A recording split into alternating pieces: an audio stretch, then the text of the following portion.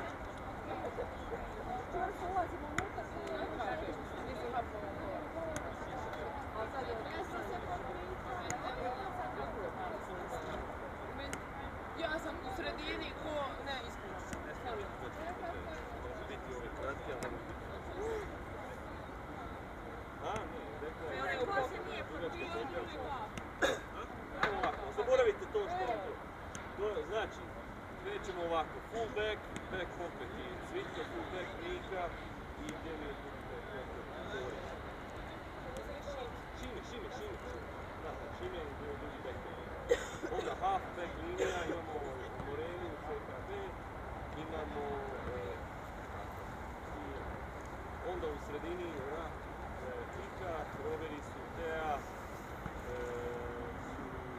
Pustinka Dina, Wing Matea, vidi se, dogovori se, Wing će biti Ika. Dogovori se sa sredinom. Ako im je bolje ići na lijevu stranu, budi lijevi Wing. Ako im je bolje ići na desnu stranu, budi desni Wing. I to iskomunicirate s njom. Znači, ako planirate 3 ball-upa ići na lijevu stranu, ti budi na lijevoj strani, ok? Matea vam je opcija kad ne znate, odnosno kad je gužva u sredini, idete preko Mateje, ona šalje nikad, ok? Druga stvar je isto prema tebi, ali računam da će ona imati to elegantnije izvlačenje.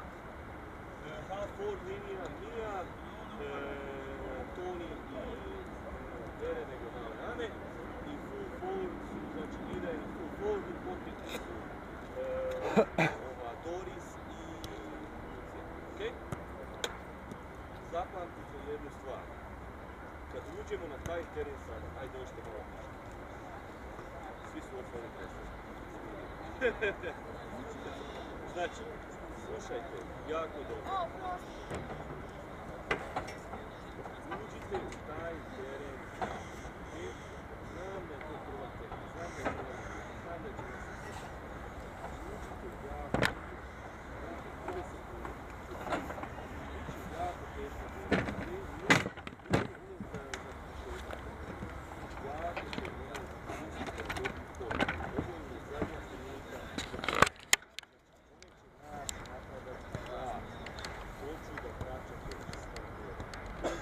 Vidljivost nikakva.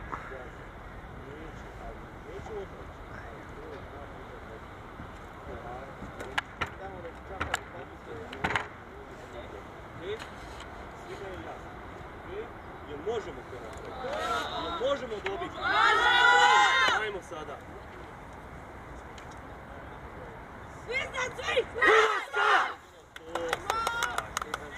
Šta još? Bravo, pucamo!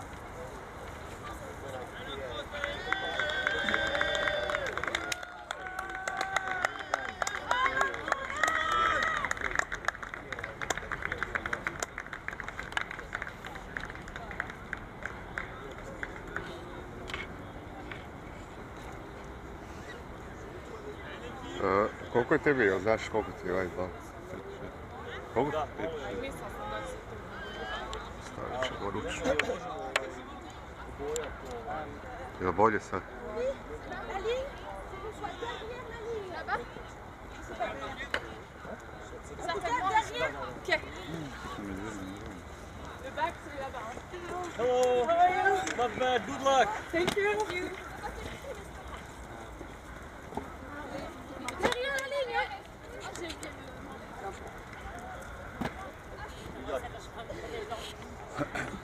I'm a queen! For the naughty children.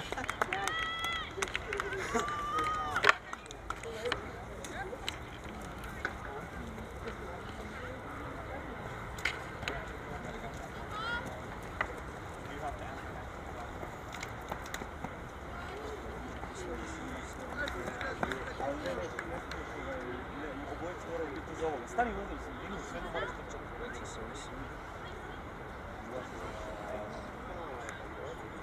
Evo, to! Ajmo! Bravo! Bravo, Ane! Još! Both teams looking for their first win of the tournament, so Closely matched, I think. yeah, reasonably closely matched. I think it'll be difficult to pick a winner here. A lot of dew along the ground as well, so it'll be a slippery, wet ball for the majority of this game. So it'll be tricky for both sides out there. Let's see how they go. Isprati ju, bravo! Ajmo, Got a ball up on the near side wing to start.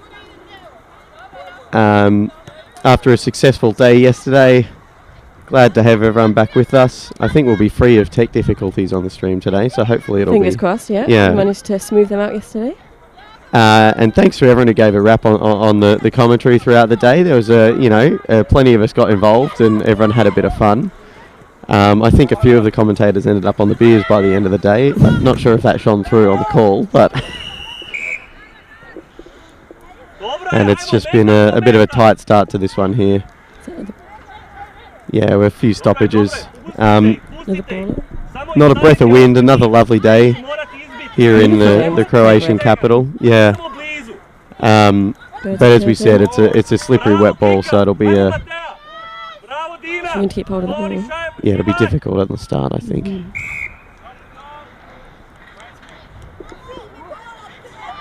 First clear possession of the day, and it goes the way of the Crusaders. Let's see if they can build something from here. Oh, look Oh, at that's a that. great set of hands, isn't it? Must have plenty of grippo on those mitts to make it stick here. Oh, slippery ball.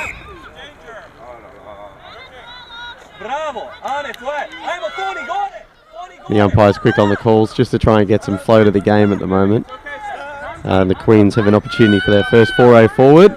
It's a lovely Oh, kick and a lovely great mark. mark as well. Getting some field position now.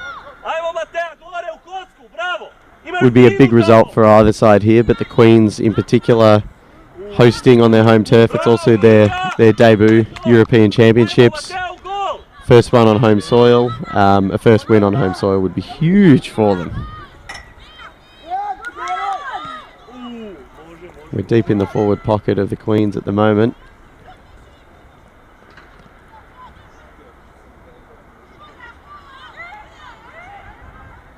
Neither side can grab clear possession. I think Crusaders have the ball. But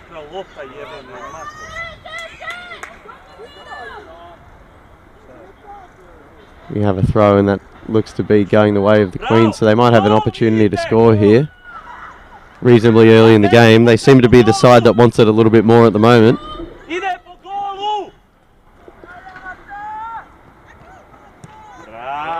That's a lovely kick That's a to the lovely top of the kick. goal square. Can someone convert the opportunity? We've found a free kick.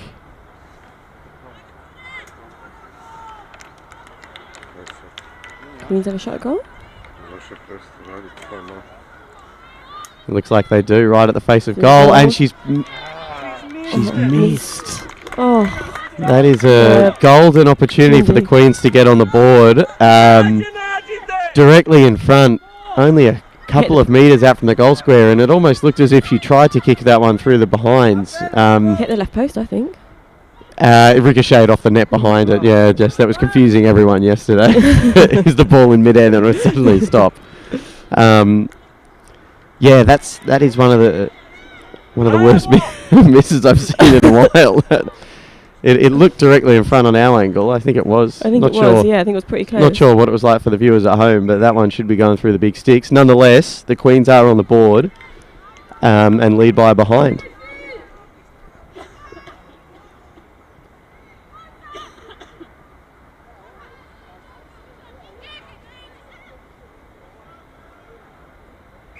And we'll have another ball up on the far side forward flank for the Queens.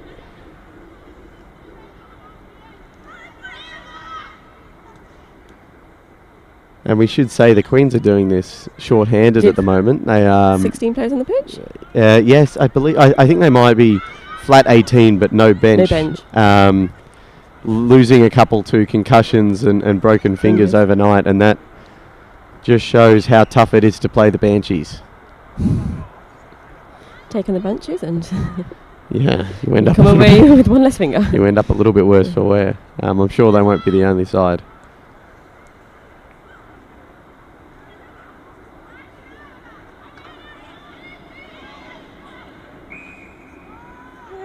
Another opportunity for the Queens.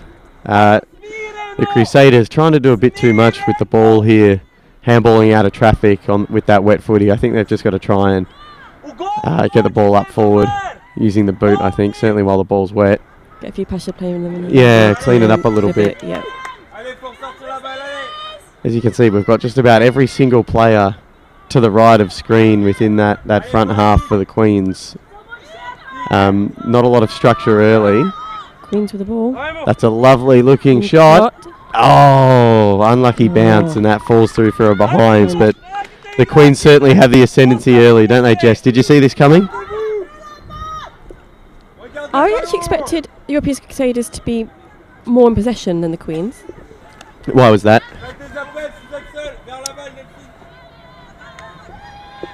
No, good point. Well argued. They do have Camilla and her twin sister. Both They're of them number very good 40 players. and number 9. Look out for them as the Queens go forward. We found a free kick. Queens have started really Looks like strong. this one's going the way of the Queens, so we've got another opportunity Opportunity. directly in front. Let's see if they can't put this one See if through. they convert this one. Put it through. You can- And straight That's through the in, sticks and it that's the goes. first goal of the day to the Croatia Queens. Dinko on the sidelines going bananas, the coach of the team. A really strong start. Yeah, the Crusaders. It's a great start. They're going to need to find something. No, they've been all over it. They needed to convert on all that pressure, and it's good to see one finally going through. Definitely. Especially not having a bench, it's good to get a good start, get the motivation up, get them going. Yeah, because you imagine as the game wears on, it'll only get harder for the short-handed Queens. No, but a strong start, so the Crusaders are going to need to find an answer pretty quickly.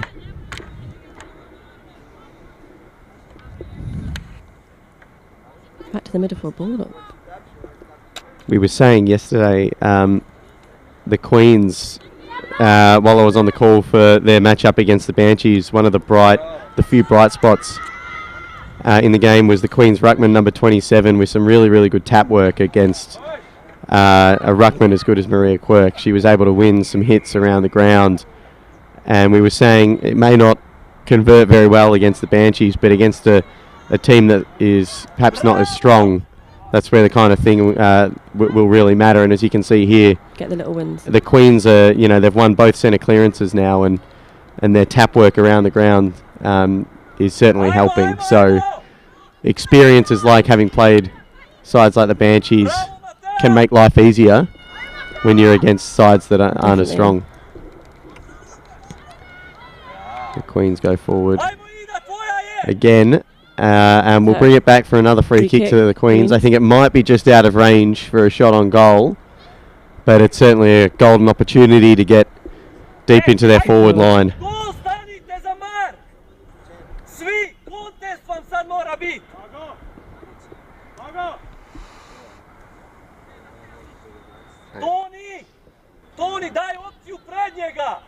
And the Crusaders at the moment just flooding the back line with numbers. Sending almost everyone down there.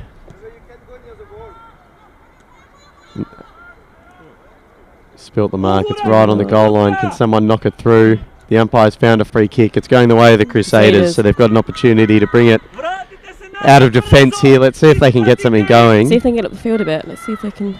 Yeah, just get some passive maintain plays possession a little bit. They've Yeah. looked out wide for an open option. That's a mark. That's a good mark. That's a good mark, yeah. And they're moving it quickly. That's better. Another good option. A lovely pick up in the wet there. Oh, but that's... Ooh. They're letting it go early, the umpires. That looked like holding the ball to me. Back in the Crusaders' arms.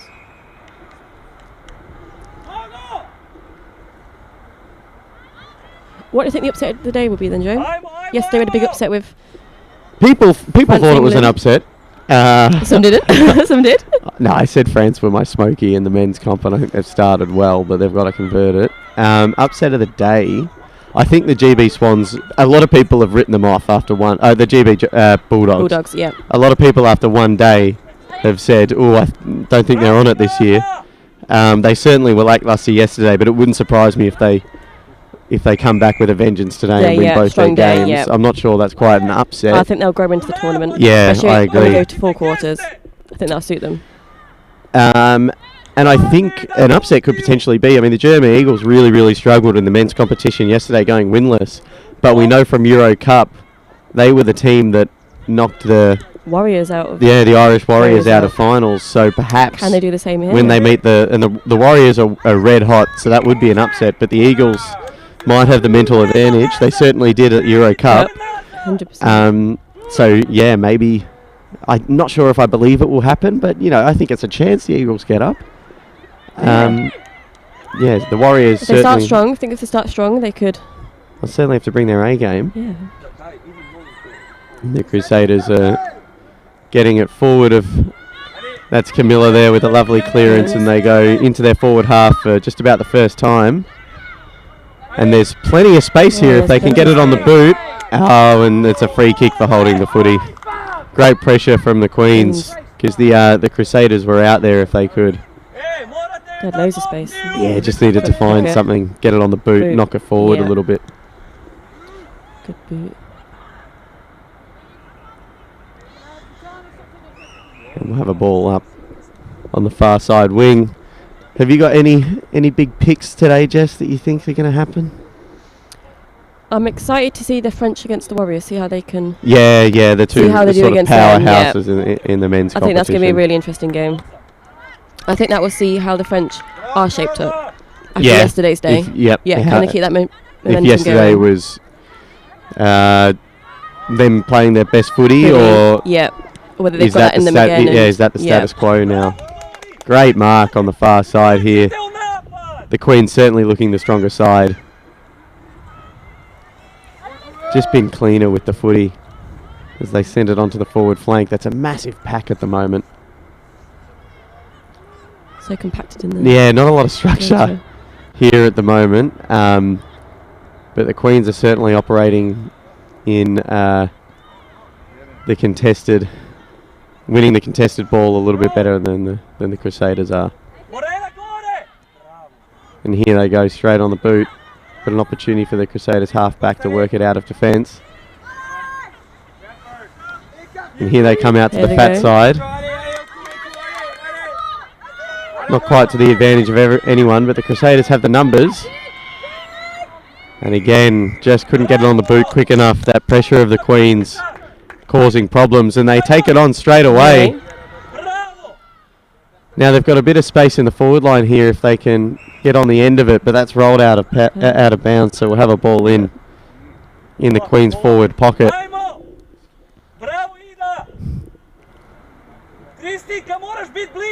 Yeah, I think today overall, sort of, the German Eagles in the women's were very strong with 2 wins, but have to meet both the Banshees and the GB Swans today, so it'll be interesting to see what they're made of. Yeah, I think, the Eagles have put on strong performances though yesterday, so that Swans matchup's a really, really interesting one.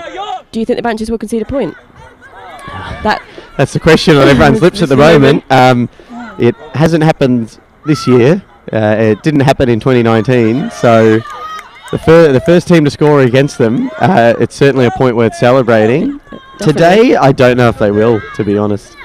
To be honest with you, Jess, I think maybe we might have to wait for the four quarter matches in finals. Up against them. Yeah.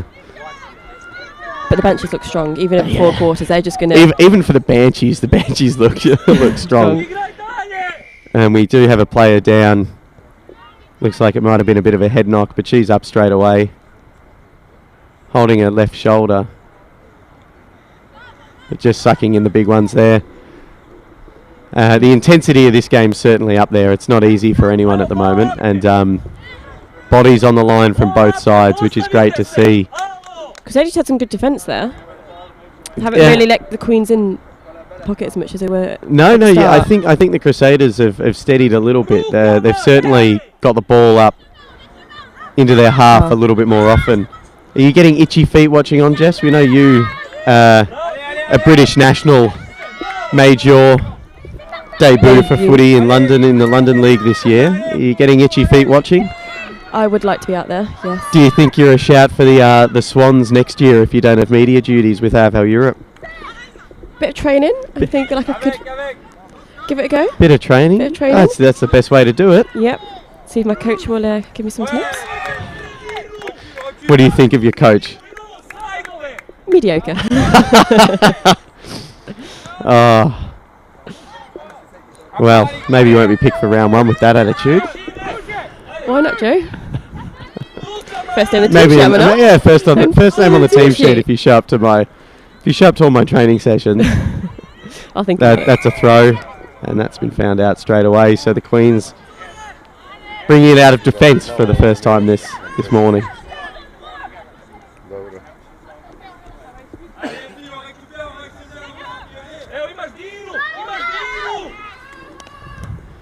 They're using the full width of the pitch Oh, here. good mark. Yeah, it's too much space afforded to the Queens at the moment. They're moving on. Oh, great Oh, job great. though with the smother. And it's an opportunity for the Crusaders to have a forward 50 entry here. And there's plenty of space down there. They've got numbers. They go wide to the Wide. pocket. Couldn't quite handle it in the wet.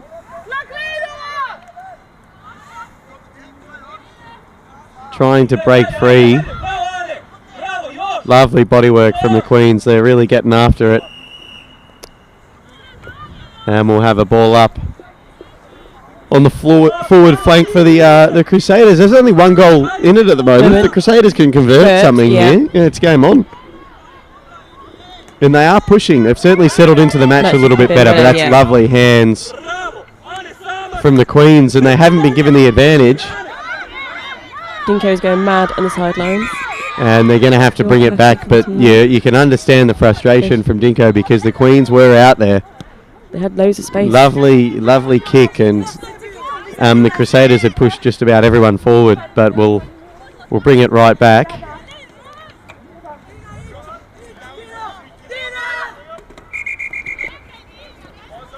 Little bit of confusion here, trying to sort out where the free kick is. For the sling tackle, I believe we've had to bring it back, and they've been given a 25-metre penalty. So they do advance a little bit, the Queens, but the Crusaders have had time to get back and set up their defensive zone.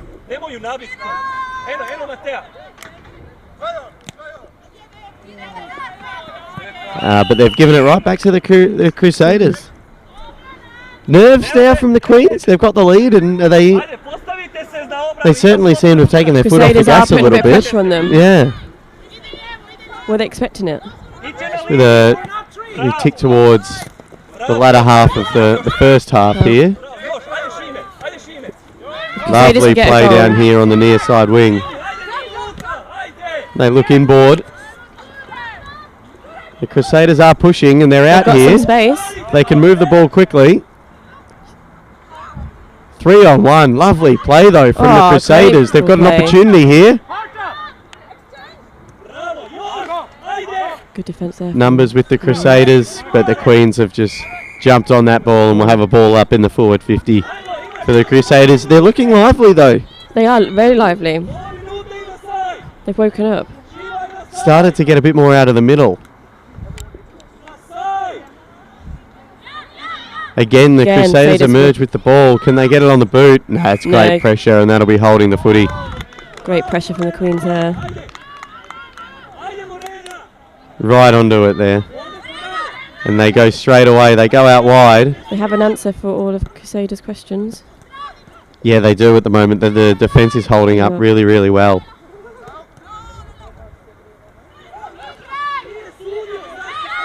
But the Crusaders win the ball back and head straight inside 50. Once again, that half-back line of the Queens is able to slow them down. Oh, no, it isn't. Out. Mark, has she played on? No, the mark's been paid, so she'll go back, and the Crusaders have an opportunity to go one goal each here. No one stands the mark, and it doesn't matter. The kick's missed anyway. That's a few. Oh, what a shame for the Crusaders. That's the half-time whistle. Great first half of footy. Yeah, so the Queens leading by a goal, but the Crusaders pushing right at the end of the first half there. A little bit of a mess towards the end of that half in those final moments, though. Really good opportunity to score. And it was, unfortunately it was squandered. So they'll have to double their efforts in the second half to try and make one of those chances go through, because wet footy, low-scoring game, goals will be at a premium. Who knows, one goal might be the difference in the end. Definitely. Have you found in the next 20 minutes. Your first half on the call there, Jess? Pressure. Pressure. No pressure. You get quite intense just watching. We're all having fun out here. You forget to speak. Can happen. Yeah. Like, this is good footy. Like, actually I need to. Especially a good tight first half like that. Definitely. During the break, viewers at home, we'll leave you for a few minutes just to settle into your morning, finish your coffee, and we'll be back with you for the second half in a few moments' time. Thanks for having me on, Joe. No, thanks for jumping on, Jess. No problem. Ja vidim da stanete prije nego dođete do lopte. Vidio sam to.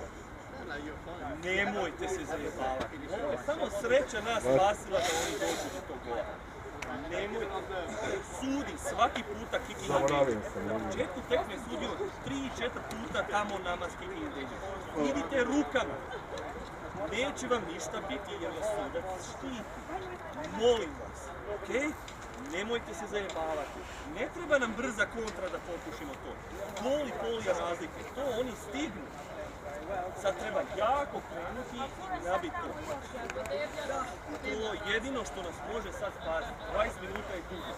Nastavite mjeti. Dobro radite, ali ne želim vidjeti da one iznose loptu. To se ne smije dogoditi pokraj nas se ne može dogoditi. One su sičušne, male. To bi trebalo biti bumpovano, noskautiranje od bumpova. To napravi se. Tako je, noskautirala je. Zaustavili su, čekaj. Nema veze, oni su mislili da je ona umrla.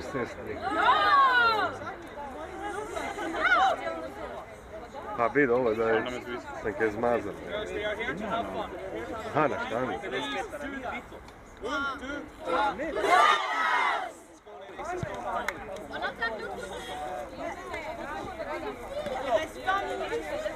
Ajmo ovako. Idemo podebljati ovo. Ne želim vidjeti strah, okej? Jače. Ne želim sada vidjeti bakova. Hoću da bude barem 4 nokauta. Okej? Jako to. Napad. Učekajte se. Okej? Nema nikakvih problema. Mislim da je kiša. Ajmo ruku. Da je kiša. Mogu hvala.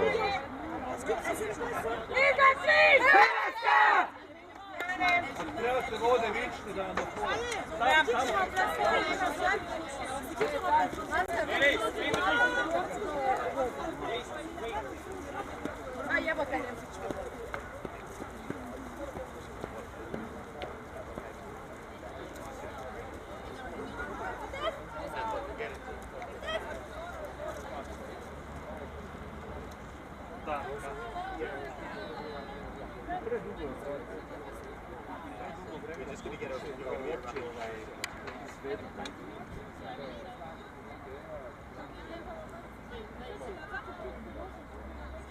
Let's go, Crusaders!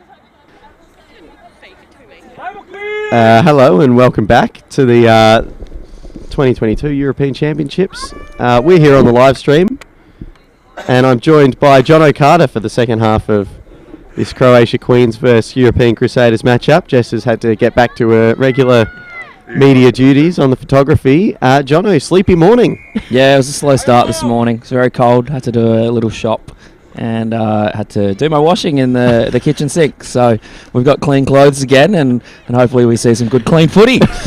Yeah, we've seen some reasonable footy though. You caught the end of the first half. As we talk about clean footy, Ian has just called a dump tackle. A dump tackle, yeah. No, it was the wet footy early, so of course, naturally it was a little bit scrappy, but things are already drying up a little bit now, and the Queens really pushed early and got an early goal on the board, but the Crusaders had the ascendancy at the end of the first half there. Couldn't quite get on the board with a goal, but got pretty close.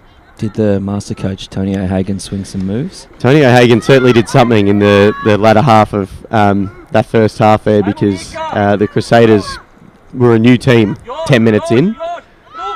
He's an inspiring man. Tony O'Hagan, European Crusaders coach and friend of the commentary team. You might have heard him if you caught the Irish Banshees against the Croatian Queens yesterday. And he's in good spirits this morning, and he'd be reasonably happy with that first half. A shame the Crusaders couldn't convert on their chances, but the master coach has got them in this one. He's the master tactician. He loves footy. He's only been involved in footy for a few years, but he's one of the Belfast boys that travel from Belfast to London to play footy. That's how much he loves it. He loves playing 18s aside, so maybe he's got a few tricks up the sleeve. Let's see what his side can conjure in the second half in what is essentially a playoff for a finals position, more or less. You win this game and you put yourself in a really good spot to finish fourth and come back on days 3 and 4 For the loser, unfortunately, their tournament may end after today, unless they can cause an upset in the afternoon. Winner takes all. Winner takes all. That's footy, and that's what we love. But again, the Crusaders with the bulk of the clean possession early, courtesy of Camilla. Yeah, Camille and Camille? there's actually Camille's got the ball now. They're actually twins though, so they're waxing. So they only get half the amount of the ball that you think they do. The two of them, yeah, they like sharing it with one another, and they've had plenty of it between them both early. Yeah, I think if AFL Europe would invest in a statistician, they'd be kept very busy. Leather poisoning, we call it. And we've got a 50-metre penalty here, so that the Queens come all the way to the far side forward flank, and they've got an opportunity to get an inside forward 50 for the first time in a while. Oh, that's a lovely mark. Just beyond her range, but can send this one to the top of the square. What was your take on day one, Jono? Enjoy it? It was fantastic. Great footy. Played in good spirits. There was some really tough footy, some skillful footy. I saw one of the best hangers I've seen for quite some time. Yeah, we do need to apologise for that. There was a ripping specky taken by one of the GB lads. Unfortunately, the stream was down, so it hasn't been caught on any... There's no footage of it. But I can tell you it did happen. And Johnny, you were umpiring that one, so you I had a very good view. All of a sudden, he came from 3 deep, and he had no right to take that mark, and he just flew and did. And then, to be fair, though, it's probably good it's not on the stream. He decided to square it up on the 45, and then they kicked a point. So it was a lot of glory for no goal. No goal. And that's what counts. But, nonetheless, that was one of the highlights of the day, I'd say. Jess and I were talking... The French team with a bit of an upset against the reigning champs in the men's side yesterday. Have you got a pick for today, a smoky that you like, who might, show us that they're more than people may think? I think it's very even in the men's between the top three. Mm-hmm. I think the French played very well yesterday. The Irish are very quick. I think GB will bounce back today and play some good footy. But I mean, the Croatians, they're very strong. They're big bodies. They can kick it forward to their big forwards. And I mean, as you see, low-scoring games. If a few big clunks and a couple of boys kick truly, anything can happen. And are you saying the women's is less competitive at the moment?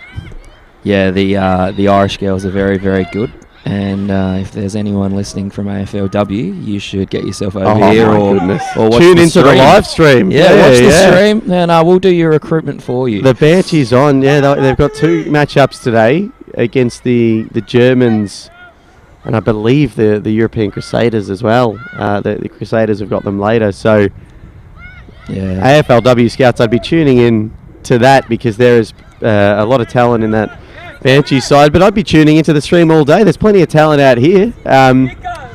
Camille and her twin sister are getting plenty of the ball and dragging the Crusaders back into this one. Yeah, they're playing very good footy. So we see the Crusaders go forward Yeah, again. they've just got to move it quickly while there's some space in the forward line, and perhaps they can convert and even this one up. Oh, that's a great tackle. Just got a boot to it, though. But on hands and knees, the Crusaders are really, really pushing here to get back into this one. And Dinko, the Queen's coach, hands on head early. He's stepping over the out of the coach's box. The nerves are getting to the lad, and it shows on the field. Yeah, he's going to be ready to go. He'll either hit his game absolutely firing with adrenaline, or he'll be exhausted, I think. Yeah. There'll be no middle ground. Tony and Dinko, 2 of the most animated coaches in the European game at the moment. So we see Mr. O'Hagan swing a change. He's using his interchange bench. Something the Queens don't have the luxury of after losing a couple overnight to broken fingers and a concussion, as we mentioned earlier.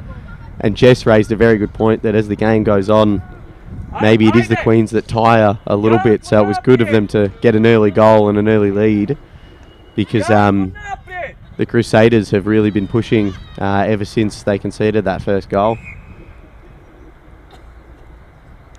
I thought we could have had a free kick I then, a was shot on thinking goal. that, I was yeah. very exciting, but Johnny said no, you'll have it, and he'll throw it up again. As guess who? Camille gets it again. Yeah, we've taken to just either Camille. Do we know? We haven't got the team list in front of us, unfortunately. But at some point we'll have to learn the name of the twin. But for now, it's the two Camilles. We should say they are more or less identical, so it is quite hard to tell who is who. A lot of contested footy early at the start of this half, though. Struggling to find some clean ball because plenty of dew on the pitch, so it is drying up, but that ball will still be slippery for the next hour or so. Yeah, I'd say from yesterday it takes until the second men's game for the dew to really go and it to be nice and dry. I mean, yeah, we saw yesterday, the first game yesterday, it was a cake of soap. Yeah. But yeah, by the end of the day, it's hard and it's hot and yeah, the boys and the girls are cracking in hard and the footy's dry. It's good to see the pitch has held up reasonably well overnight too. We were wondering how that was going to play with so much footy on it, but it did the pitch walk this morning and it seems to be in good shape, and the girls are enjoying it out here at the moment. Yeah, it actually doesn't look like, it looks the same as yesterday. The pitch looks really good. Which is good, yeah. We were worried slightly about it degrading, but not yet. The Queens bring it out. But it's all Crusaders with the numbers at the moment, and they push forward yet again. Can they get a mark? Oh, a lovely intercept off half back. Oh, she's in the right place at the right time there. Unfortunately, a wet ball, a little fumble. And that's just been the undoing for the Crusaders so far. A couple of times they get an opportunity. They've just been a little bit slow to get it on the boot. And the Queen's pressure has been really, really good around the ground. So just going to need to try and be a bit more slick with it. Inboard out of half back, and that hasn't worked. Straight down the throat of one of the twins. that one's Camille, number 40. It's the easier number to remember, the higher number. And she goes inside forward 50, but the half back of the Croatian Queens, their half back line's been imperious so far. Faultless, haven't conceded, and they're really holding the side together at the moment. Do you think they're chewing clock already, the Queens? Getting the sense they may think one goal might be enough to do it for this one. Look, I think we'd be... Oh, and that's 50. That's the protected area. 50-metre penalty is... So that'll... It's crucial in games like this. It takes so long, especially with the wet ball, to move the ball cleanly, 50 metres. And yeah, the 50-metre penalty is and that is a monster 50-metre penalty. I tell you what, go and buy real estate off Johnny Enright. He'll get you a huge house in Ireland. Huge house in Ireland, and there is no one on the mark there for the Crusaders. So if the Queens can move this quickly, they're definitely chewing clock, Jono. They're going wide to the pocket, knocking it over the boundary for a ball up. That's textbook dark arts from the Croatian Queens to try and slow this one down, but there's still plenty of time here in the second half. But the Crusaders will have to get it from one end of the ground to the other. And unless, Johnny is keen to give him 50-metre penalty, it'll be they'll be hard pressed to do so.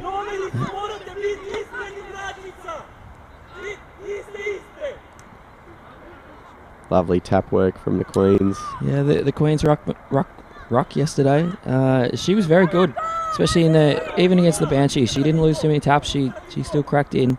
She's a good player, a good ruck. We were saying on the call with Tony for that game that winning some of the hit-outs against a player of the quality of Maria Quirk is something in and of itself, and it didn't amount to much for the Queens in that game. But as you can see here, that sort of experience has put her confidence right up, and she's been able to dominate the hit-outs of this one, and for the moment the Queens are reaping the rewards. Yeah, I mean, she's literally just embraced her inner knick-knack there, and she's tapped it down the throat of the opposition midfielder, then gone with the follow-up tackle, laid the tackle, and the tackle made the kick out on the full. So, well played to her. You can see I haven't seen a Crusader stand the mark for quite some time. They're favouring the outside 5. Do you think that's a call Tony's made for them? just get back outside 5. We don't need anyone on the mark because the Queens aren't interested in playing on. Look, I mean, Mr. O'Hagan's French isn't very good, he told me, so maybe there's been a communication issue. I mean, I can count in French, but yeah, sometimes he's got a thick accent, that man. So maybe there's an issue there. And his Crusaders are doing their darndest to push it out back into their forward half, but the Queens aren't making it easy, and that's straight to the hot spot. And the numbers are with the Queens, so it's the Crusaders under pressure now. Very important question, Joe. There's a lot of colour on the field at the moment. Who do you think has the best jersey? Oh, it's an interesting call. You know what?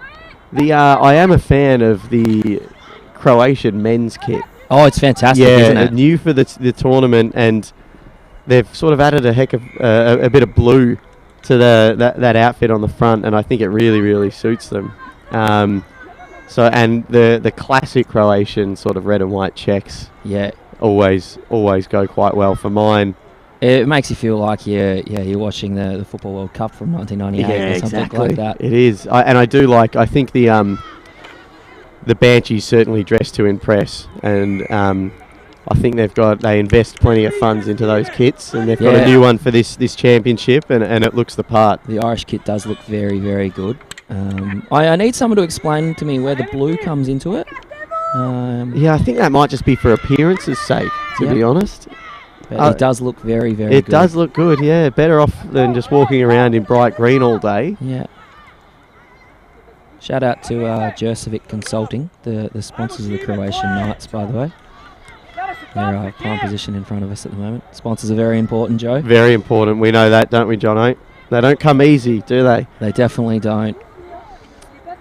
Yeah, so any locals watching on in Zagreb, Croatia, Jurcevic Consulting. Yeah, get involved for with all them. your consulting needs. Yep.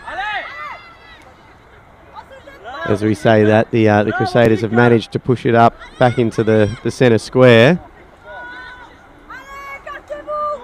But contested footy, it's just the Queens. They continue to eat clock here. Yeah. There's some Sydney Swans about it, isn't there? The red and white, it's gone together. Yeah, it's the Croatian rock. Do you think Dinko's basing some of the tactics off of Horse? Is that where he's trying to employ a bit of... He's nodding his head, yeah. So he's a master tactician over there. And after the year the Swans have, you can't blame for trying to take a couple of their tactics away, and it's working for the Queens at the moment. Yeah, they look like they've got it under control at the moment.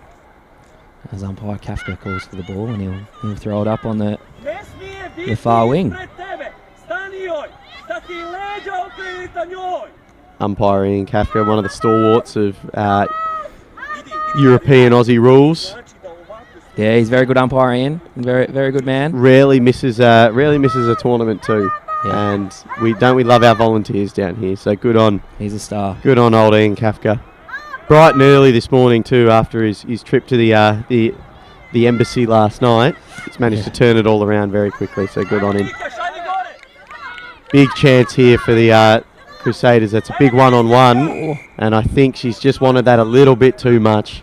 Held on a bit too long. I think it's the definition of made her earn it, that one. And that's a ginger Croatian queen getting up, but she's earned herself the footy, so you wear a hit, and these umpires will protect you. Yeah, hopefully she's okay.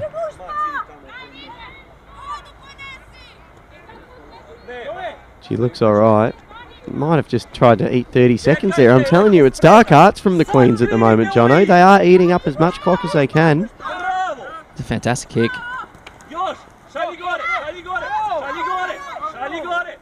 There's a big contest here on the near side wing. Lovely hands out to the quarterback from the Queens. They send it forward, but it's cut off by the Crusaders half back line, and they get on the move straight away. Unfortunately, that's straight to the bench. A little bit too wide, yeah. Someone should have told Tony not to call for the ball there. Look at the ball! As I hear Tony's instructions of look at the ball to the girls. Yeah, to get the defenders up and going. There we go. Lovely kick. Couldn't quite hold it. That's another sling tackle there. You can't get away with those today. Ian Kafka is on it. And he's found the free kick. And the Crusaders have an opportunity to work it back into their forward half. The Queens, we really need a team sheet because number 10 for the Queens off half back. Fantastic. She has just been swallowing the footy there. Oh, that's close to 50 there. That protected area for mine. Yeah, that one was... Here's Camilla. I don't think she's quite managed to keep that in. It was a bit stiff. It was actually out of bounds just here. Yeah, she'll be flat about that, and it's another opportunity for the Queens to head forward. It's all going their way at the moment on the home turf. We should say debut tournament. This would be a debut victory for the Queens if they could hold on, and what a way to do it in front of the home fans in the country's capital. So it's a massive game. Looking forward to hearing the song. They do. They're very vocal, the Croatians. So I imagine it'll be a very inspired rendition of something. Some turnaround too from their last performance yesterday against the Banshees. So good on them for keeping their chins up and similar to cracking in. To the Swans actually, who GB struggled early in the day against the Banshees, and as we see, an amazing fend off from Camille. And this is a big opportunity here for the Crusaders. Oh, it's a very good tackle. They can find a bit of space with the footy here. It's a ball up deep in the Crusaders forward 50. And we're in the latter stages of the second half here, but there's not a lot in this game. If the Crusaders can get a goal through, then they are every chance. Camille's found that footy. Doing her darndest to get it out, and it breaks free into some space.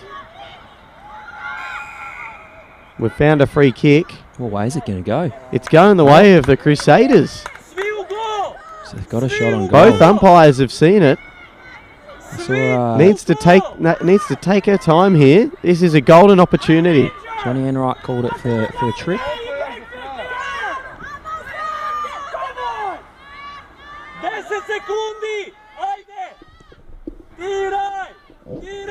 And that's gone across the face, but it hasn't quite registered a score. So we'll have a ball up basically on the goal line for the Crusaders. Wait on. Johnny's found another free kick. And it's another opportunity for the Crusaders here. This is deep in the pocket. It's a tough one to convert. She handballs straight to Camille. And Camille kicks that through for a behind. So just a minor score for the Crusaders, but they've got to try and lock this one in here. There's only moments to go. The instructions going out. Kick it wide to the boundary.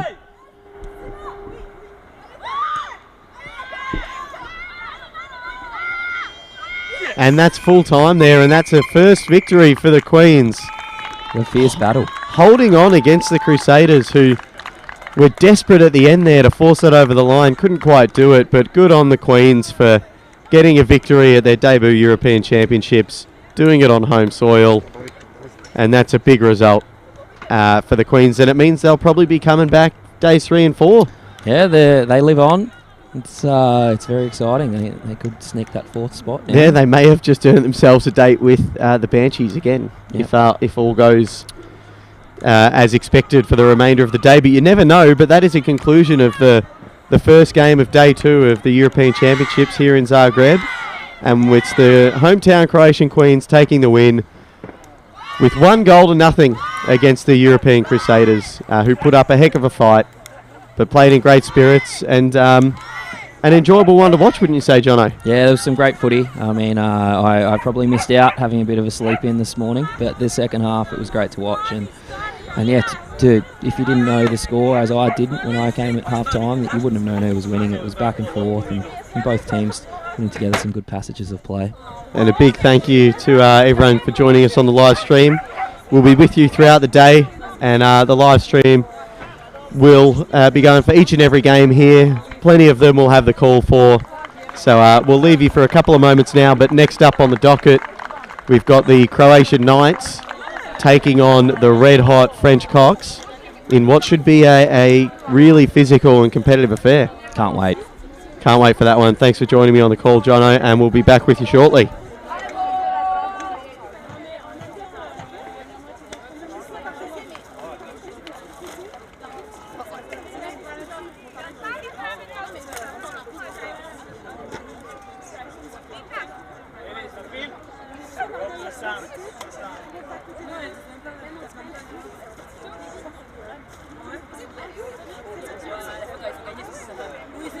Mais même, non, elle se fait un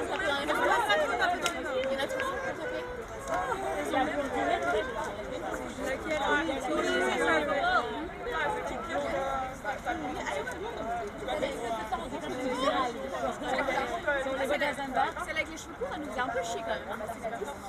Elle était partout. Elle était là-dessus. C'est la route. Oui.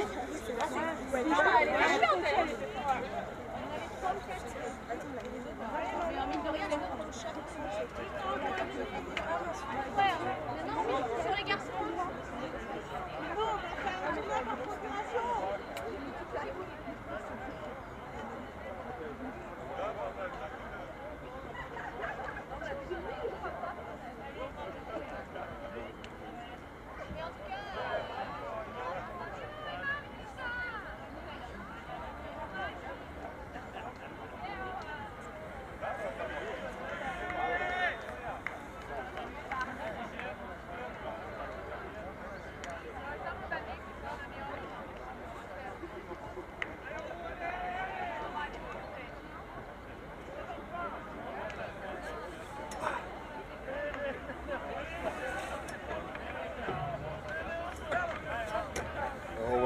Đubre jebate, posklizne se, znao.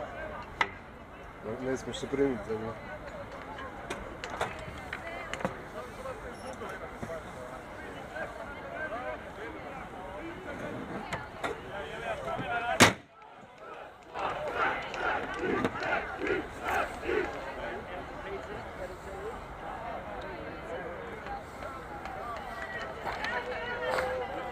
Malo, Sanader.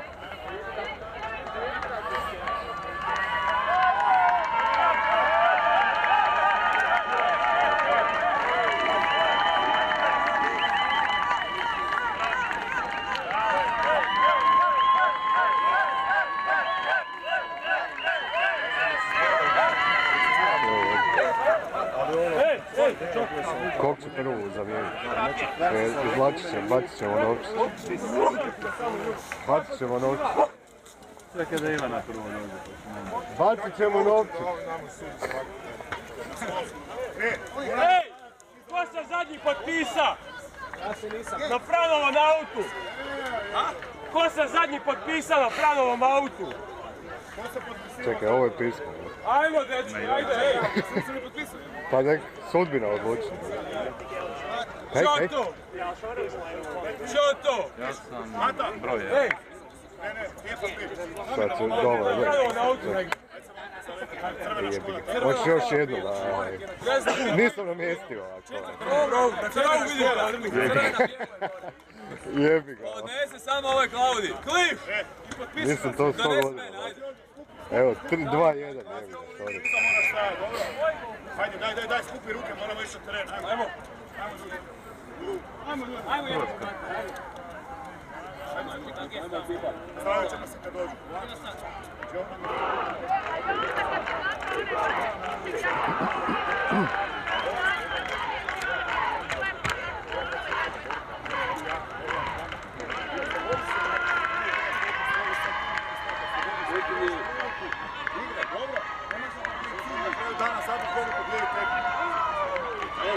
Oni su ljudi nabijani. Odmah je u glavi. Moramo još jače. Ajde! Ljudi, ajmo na teren. Čekaj da vidimo bila hvala. Čekaj nas od dvije da vidimo bila.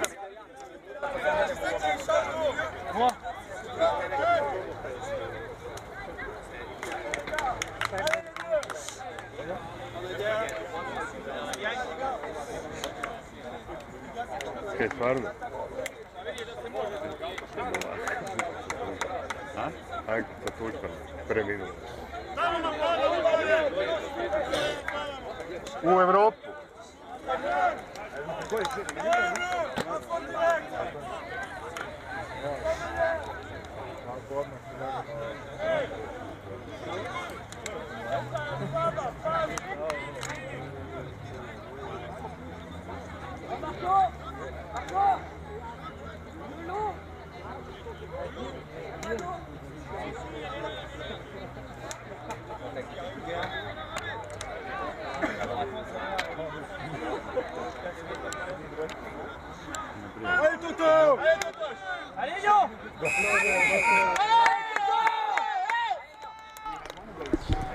Welcome back, everyone. Back on the live stream here and back on deck for the call for this one between the French Cocks and the Croatian Knights. Caught us off guard there a little bit with how quickly it got underway. Didn't it, Jono? We were just enjoying the remnants of breakfast. I still had a mouthful of croissant. Maybe that's an omen for the French team to do well. Yeah, perhaps. They've certainly been doing well so far, so it would take quite a bit to slow them down.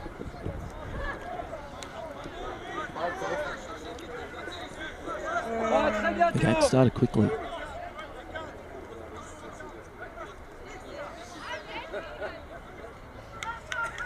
Just after I complimented the Croatian Knights jersey for adding that little bit of blue, they've only gone and changed it back to their old one.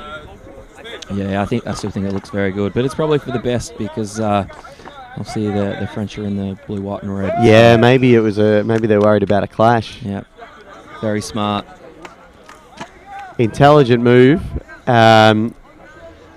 In spite of how good they look, we're not here for appearances, are we? We're here for footy. No, we're here to kick goals and get the 4 points at the end of the day.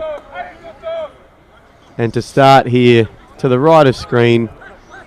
We've got the French Cocks kicking, and they've got an opportunity in the pocket, and that's gone through. Julien Dagos, he has kicked an absolute ripper from the pocket as the boys get around him. That's on the right foot, deep in the forward pocket, and that was never in doubt. He knew right away off the boot that was going straight through the middle. No, I think Julian's done that once or twice before by the looks of things as he gets himself back I into the did middle of see the ground. pre-game he was practicing those, so that is 100% intentional, and but a classy finish nonetheless, and it's a red-hot start for the French Cocks. They're on the board first, and the Knights will have to respond quickly because this team is in red-hot form, and it'll be hard-pressed to chase them down if they get a lead.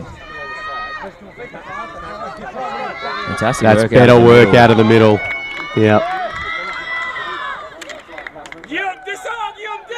But it'll be mopped up quickly by the Cocks. Clement Decoe, he played very well yesterday. Heck of a player, that man. He favours the helmet. Not sure if that's just to hide his bleach blonde hair he's got underneath there. It's a bit of Lockie Hunter about it, isn't it? Yeah, but he does. I like how he has the helmet that more or less matches the outfit too. But he's down on half back. That was a move the Cox coach Jason made after playing him through the middle and pinch hitting in the ruck throughout Euro Cup and Anzac Cup. They've put him down on half back, and it paid dividends yesterday. He was one of the Cox stronger players. Richard, great intercept mark there, but he went the risky kick on the 45 back into the middle of the ground, and we do see that a little bit with a few of the teams new to 18s footy, that they'll sometimes go the 45 inside when it probably isn't on, and you're really rolling the dice, aren't you, Joe? Yeah, but you love him taking a risk, though. It makes for exciting footy. It opens the game up, and yeah, you get punished sometimes, but gee, it looks good when it comes off, doesn't it? It sure does. As Jamie's found a marking infringement there, maybe a chop of the arms. Yeah, and it's Josip Kavar, the captain of the Knights, and a man who basically put the tournament together. He's a star himself, Josip. So it's good to see him getting the footy early, and it's a free kick for head-high contact there, and it's a set shot for the Knights here, and a good opportunity to equalise after conceding a goal early. Yeah, very, very gettable here. Yeah, it'd be 35 out, slight angle. For a forward, a pretty regulation set shot, so it's a golden opportunity. A long run up. Yeah, there's a bit of Ben Brown. Yeah. Comes through. And it's been given a goal. He's kicked it. Kafka's in there having a word, though. We're going to have to see. And the goal's been given. I think the French were going to go the arc system. Yeah, they were claiming touched. And you know what? It looked over the line to me. Yeah. And the forward liked it. And that's one apiece. The Knights equalise early in the game. So we've got a game on our hands here, Jono. We sure do, Joe. And I'm actually intrigued and looking forward to seeing the ruck contest here today. Every time. They're two big boys, the rucks for both teams. And we saw the last clearance go the way of the Croatians. So it could be who gets on top there. And it's Croatia as well. This is back-to-back clearances out of the middle. Dinko sends that one forward. Nearly falls in Josip's lap, but it's a hot footy at the moment. A hard one to win. Yeah, you were saying the arc technology, maybe in 3 years' time for the 2025 championships, that's something we could look at bringing in as the Cox push on forward. Find themselves in a 2-on-2 on the near side forward flank, and we'll have a ball up. That was a fantastic grab by Quilliam just there. He's really got Found some space, didn't he? He's got some spring in his set. I think he'll be a man to watch. As that one's rushed through.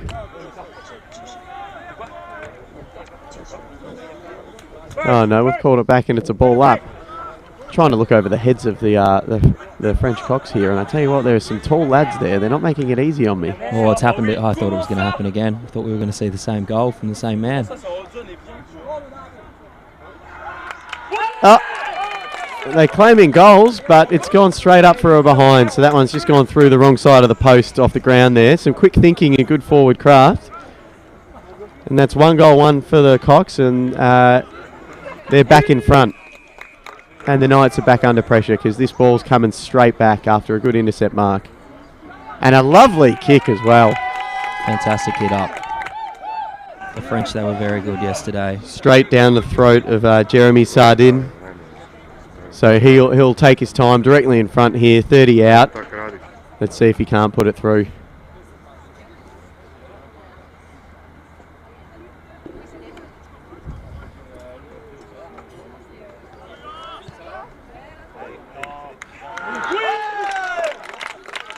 Good as gold. That's another snag for the French. And their lead's back up to 7 points. Yeah, very quick on the reply. It's end-to-end stuff at the moment, though, isn't it? Yeah, I think Croatia could try and get on top in the middle, but looking at the French yesterday, they were very well set up. Anyone that rebounded, they made it hard work. They set up their zone. And that's what happened there. We saw a great intercept mark.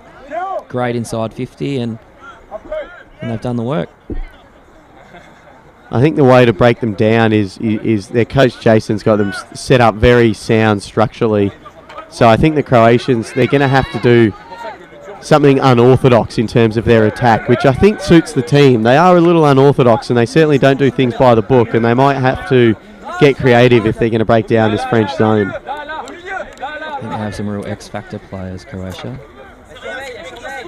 Is that a reversal? The free kick there? I think, unfortunately, Ian just accidentally pointed the wrong way. They're bringing it back. It's a meeting of the minds there in the middle of the ground as the two umpires try and figure out who's who and what's what. And it looks like it is indeed the Croatians with the free kick. Good on the umps. I think the correct decision was made there.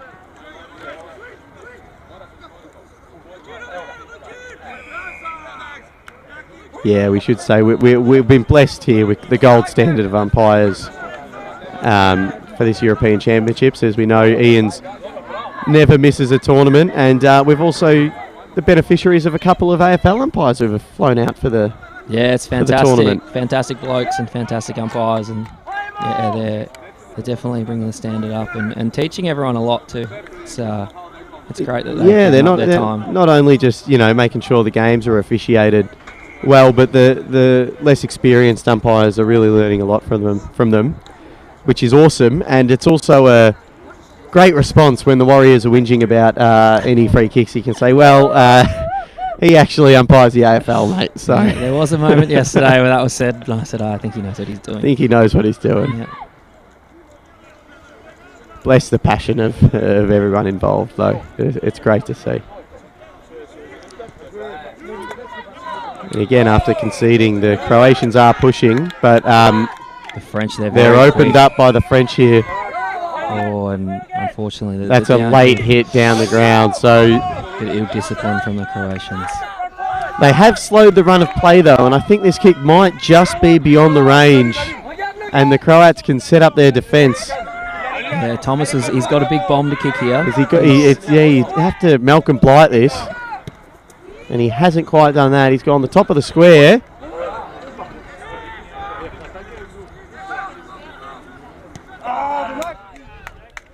And I think that's failed to register a score, so the Croatians will try and build from the back.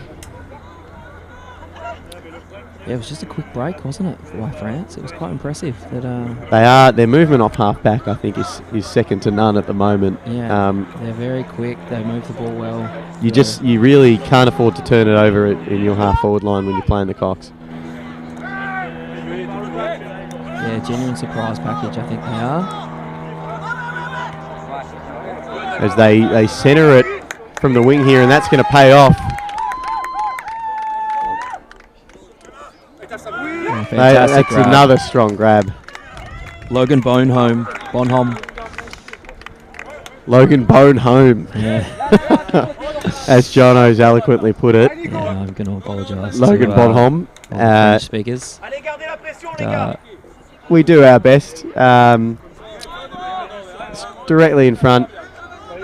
Not too far out. He's walking in very slowly. A bit of the Josh Kennedy's about him. And it has not worked. He's missed. He's put that one across the face of goal. So a bit of inaccuracy from the Cox. That was a good opportunity to go 2 goals ahead.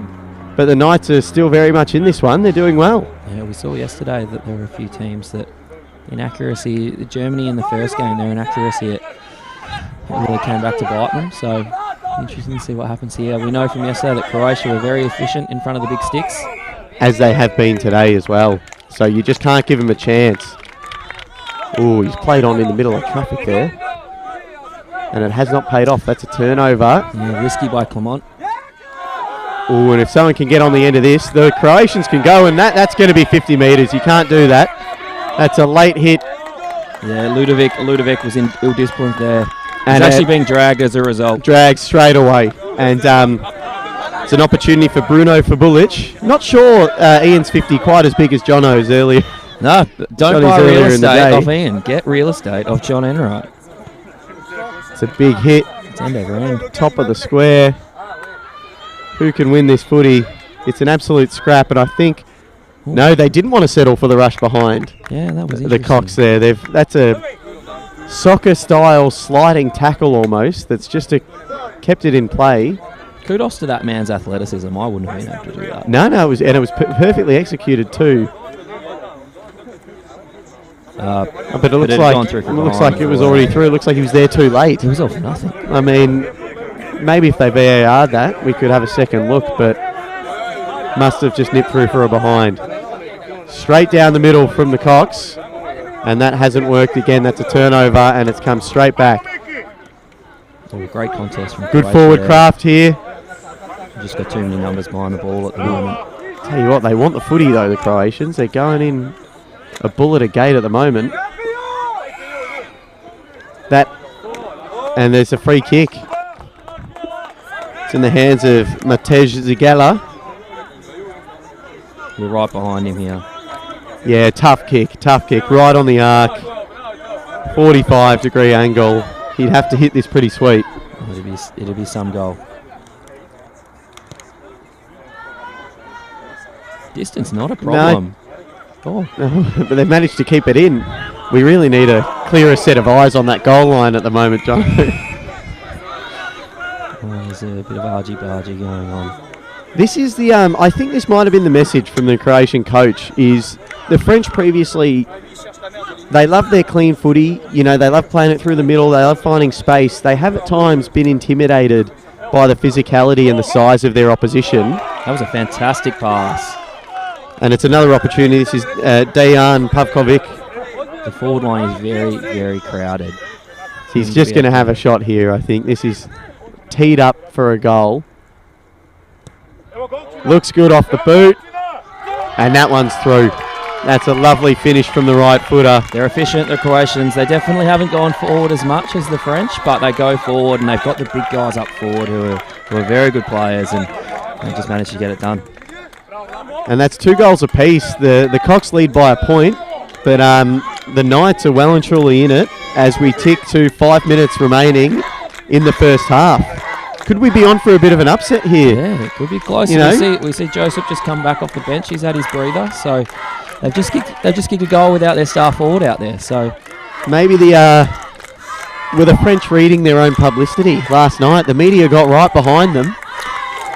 it was touted that maybe the French played their grand final yesterday.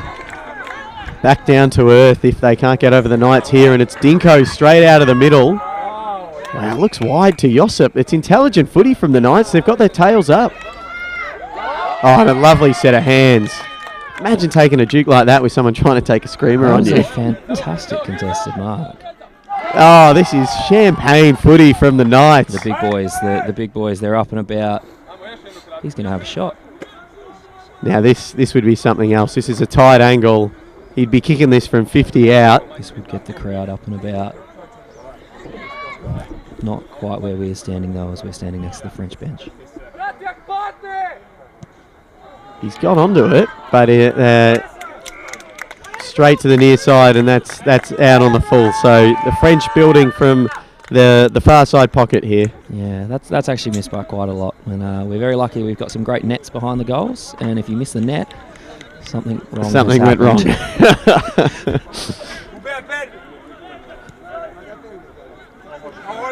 At the moment, the work from the Knights overhead is really, really handy. They've just not worried about the wet ball. Everything's sticking for them. They're clunking them. But this is the French. This is their calling card. Just going and going fast. They switched it out wide. Straight away. And they've again. Just look at that. Mark and play on. Mark and play on. Ooh. Great It's come to pressure. you, Joe. That's forced a turnover.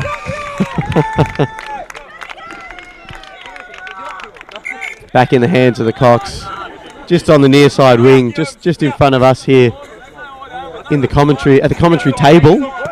Got Antoine. He's kicked it long inside forward. Oh, that was a Bodies. flight. Limbs everywhere He's there. crushing it everywhere.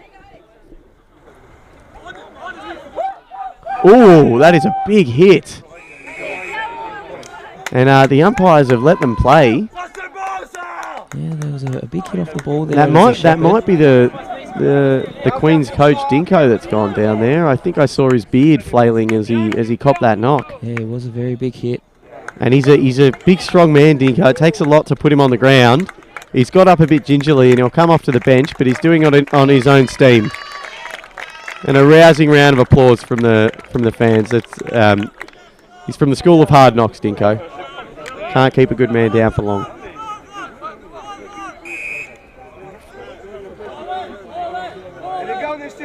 Yeah, it's tough contested footy out there at the moment. 2 minutes left in the first half here. Or as we see a dump tackle. And it Yeah, the definitely is physicality's gone up a notch a now. very good call by Jamie there. Keeping control of the game. He's the pro. He's a pro, Jamie. He's quite literally a pro, so he won't be intimidated by a bit of argy-bargy. Knows exactly how to deal with it. I dare say Jackery Walt's given him a better spray than any of the boys out here will give him. Oh. That's a trip. Yeah, well picked up by Ian. So 90 seconds left in the half. A goal here for either side would be critical. Oh, you just don't want to turn it over, not there. Can the Knights make them pay? The pressure from the Cox is really good though. They've mopped up their own work and they're out here. They can find a target. Lovely set of hands. They've got one out the back if they can get it there. Hung it up for him. Oh, well saved by the Knights. Can they get out of trouble though? They're not out of the woods yet. There's a minute to go. I think we definitely see both teams. France have got a crack at it here. I don't think there's long enough left for Croatia to take it the length. No. I think Croatia just try and slow it down now. Their kick mark style of play probably isn't going to get them there.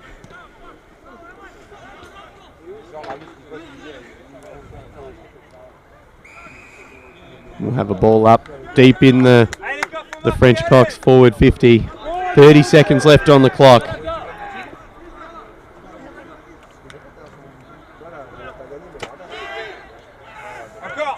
Golden opportunity. Oh, and he's put that into the post. There was a bit of goalkeeping on the line there from the Knights. What a goal that would have been. Really giving the momentum to the French into half-time. They've gone quickly.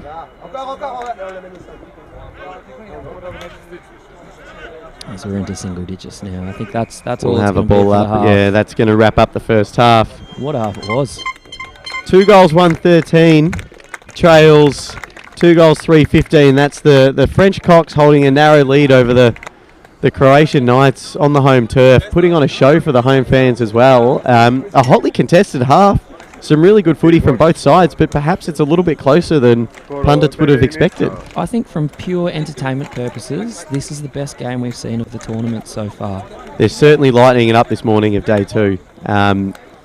Physical, skillful, not worried about the wet footy. I think I have to agree with you, Jono. Yeah, they're really just breaking it open. And they're just playing footy, and the French are going fast, and the Croatians, they're playing a different style of footy. They've got the big boys, but they're controlling it around the middle, and then they're kicking it really well to their tall forwards who are clunking them.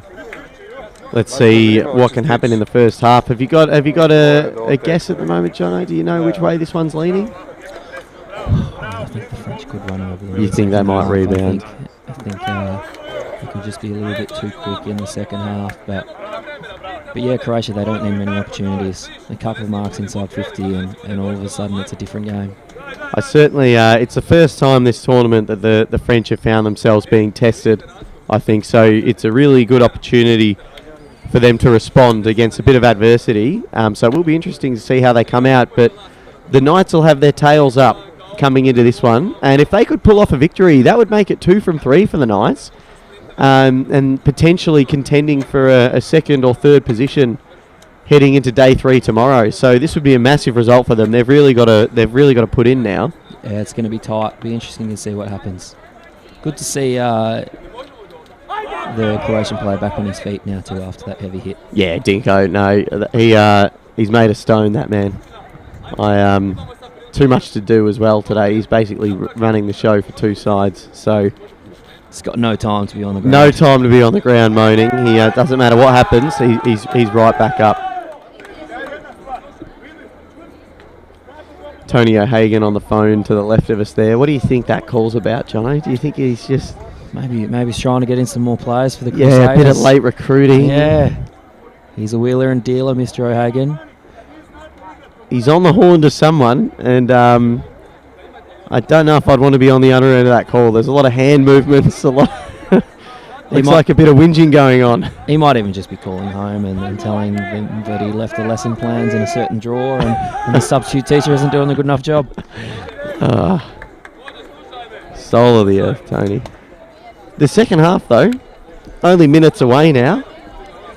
Yeah, as the Croatians have broken, they're going back. They're ready to go. I mean, there was the French that sort of had the momentum at the end there, but the Croatians, they're not easily intimidated. They want to get right back out there. Just as the sun's come out, it's starting to heat up here. Yeah, it's been cold mornings in Croatia, but certainly hot days. And yeah, if you're coming down today, highly recommend putting sunscreen on. Yeah, learned that yesterday, didn't we? Yeah. You live and learn, but you don't, as long as you don't make the same mistake twice.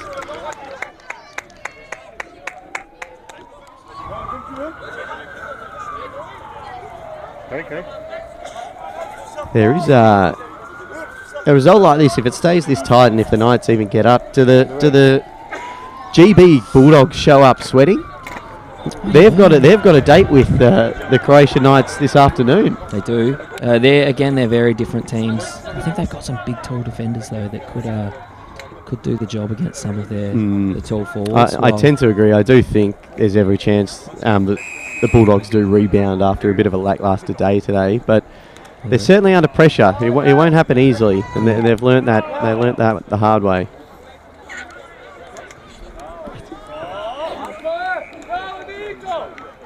Well, yeah, just looking out there at the moment, it's evident that the Croatian forwards, they're definitely bigger and stronger than the French backmen. But I think the issue there is they just can't turn it over on that half-forward line, because I reckon the speed and the legs are with those quick flanks of the Cox. So drop a mark at your own risk for the Knights.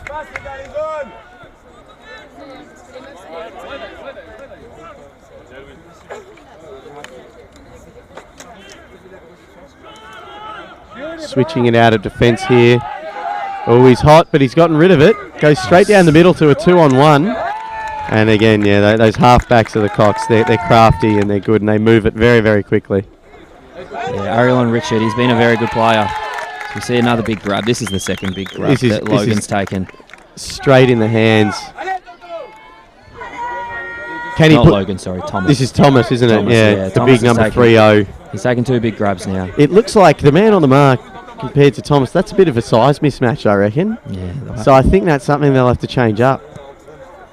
Yeah, he hasn't quite kicked through that though, Thomas. That's not going to get there, and that's only through a minor score. Joe, I've just realised that I've been butchering the French language, and all the French girls are in front of us. Yeah, you're not impressing anyone at the moment, Yeah. Jono. You might have to go get the Duolingo up at some point tonight. I could have just asked them how to say all the names. Sort out a bit of enunciation. Yep. There's no Pierres on the list, unfortunately, so that's about the... Oh, there is one. Sorry. There is one, and that's the one you got. Yeah, I can get Pierre as a Nicholas, but there are some tricky names on here that my Year 10 French doesn't quite compute with.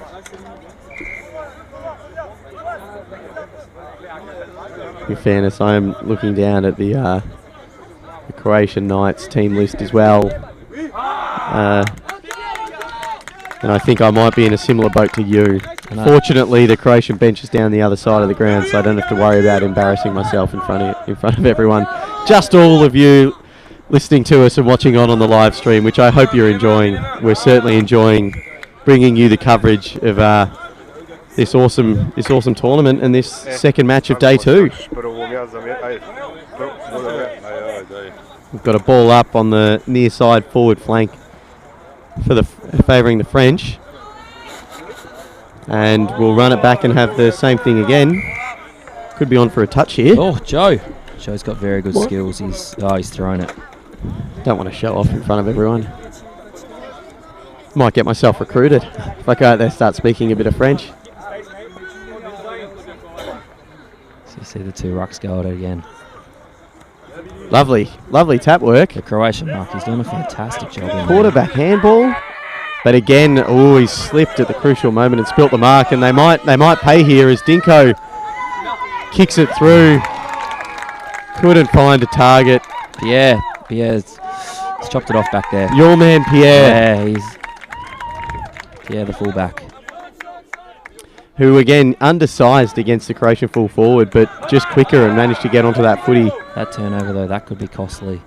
Let's see if we can't clunk this one, and we can indeed. So yeah, that's exactly what's going to happen. It's either a mark to the Knights or falls in the lap of the quicker French. Here we go. We could have one out the back here. No, he hasn't. No, he hasn't. Brings it back to a 2-point margin.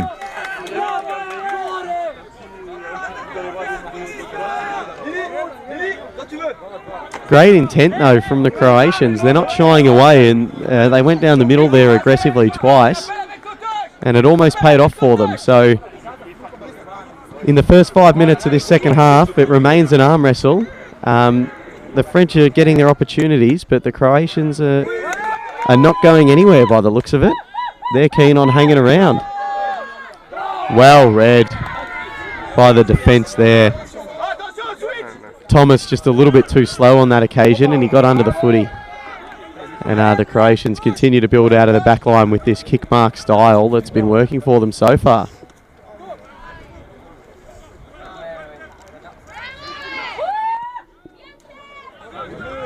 Numbers are with the Knights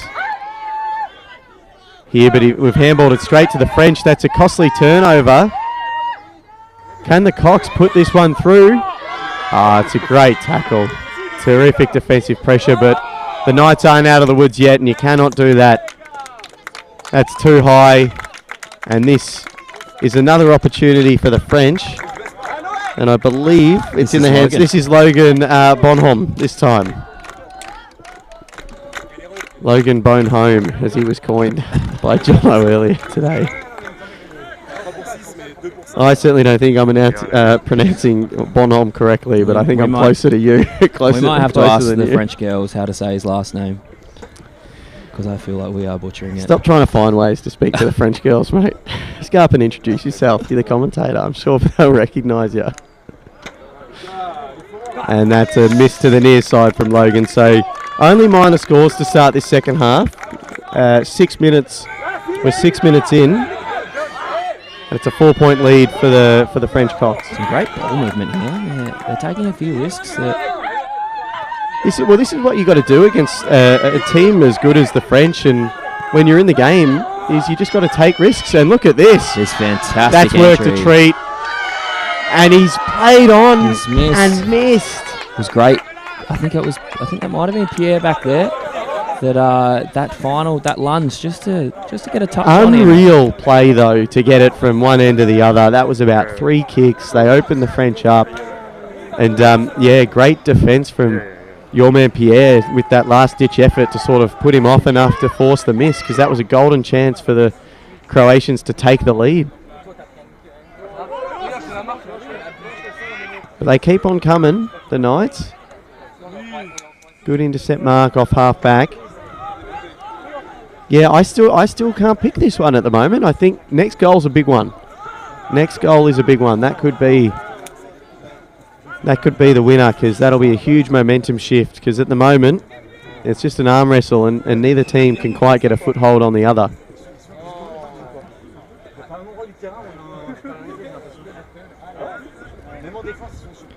Ball up on the far side wing. Still a fair bit of footy to go in this one. We've got 12 minutes to go, so it'll really be interesting. See which style of play holds up over the end of this game. Yeah, the scoring's slowed down a bit, but the game remains pretty open. It hasn't tightened up quite yet. Both sides just attacking down the middle here. And it's a big contest now as... Oh, and there's no advantage. Yeah, the French were out on that one. They were out and he stopped. I think that was just a little bit of footy IQ almost, a little bit of inexperience. That could have kept going and got himself in. Here's a golden opportunity for the French, and that's failed to register a score. Anthony Bouet, needed a left foot there, didn't he? Yeah, he hit the ground running. Young Anthony, but great forward craft, and he was running a bull at a gate, and he's jogged right back down to the defence there. He's so it one looks of their like backmen. Looks like Anthony was caught wandering, but he was almost in the right place at the right time. Croatia are one down here. There's a play down off screen. Nothing bad. He just went down in the tackle. In the hands of the physio, and he's back on his feet and jogging, so he'll be okay after a quick spell on the bench. And I think as a result that the French may have a spare one in the forward line. I think he's all around the ball here. Certainly got to figure out that matchup soon. Ludovic, he's been everywhere. He made that error early, but he's been everywhere since. Mopped up by Roko Bulanovic.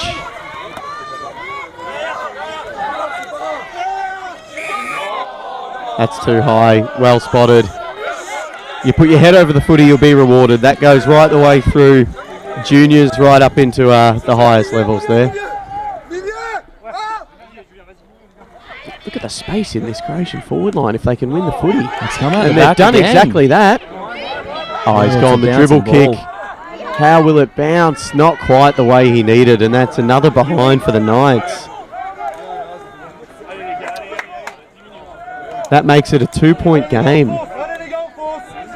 2 goals 4, 16, trails 2 goals 6, 18. So some inaccuracy from both sides. Is it too early to call, Joe? Could we have our second draw of the Could we have our second draw of the tournament?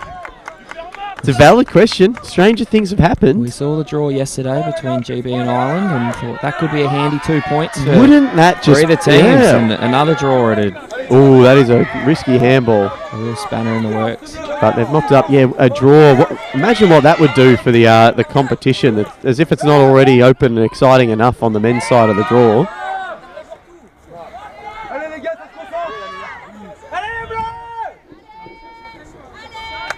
It is some of the most interesting footy I've ever seen, where the bulk of the play and the bulk of the players are between the two 50s.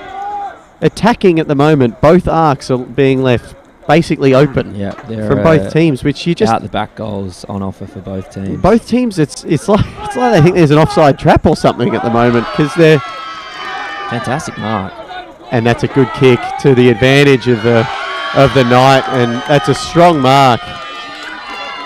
I think it's fair to say that the Knights they've controlled the last. They're looking terrific 3 or 4 right now. minutes of play. Yeah, this is Christian Sarkovic with a good opportunity. That looks good off the boot, and it's carried. So that's a goal for the Croatian Knights, and that gives them a 4-point lead.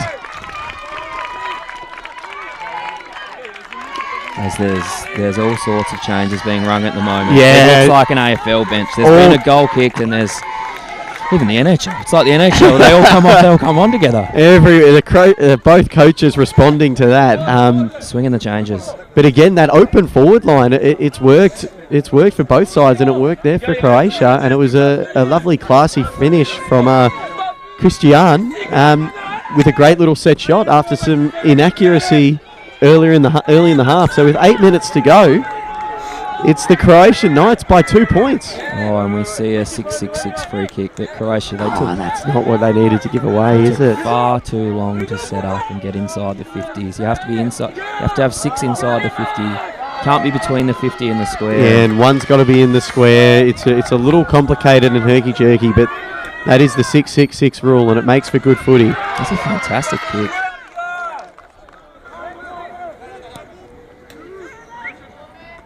Good intercept mark here. There's the man. Again, Clement's everywhere. Clement's a heck of a player. Yeah.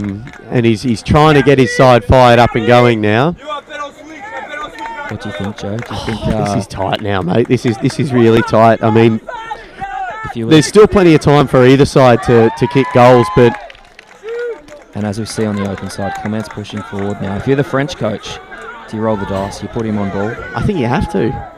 And you got to remember the Knights are up for it, but they are the less experienced side. So you've got to think there could be some panic that sets in if they're trying to hold a 2-point margin and it's deep in the forward line. I think the French just throw bodies down there. And that man, come on, he's pushed forward. It's got out the back. He's missed the target. There's time and space. Has he finished? He's hit the post. Had a bit more time there, I think, the French forward. But that one's gone straight into the woodwork. That was their chance. And it's a 3-point ball game in the hand of the Knights. 6 minutes left to go.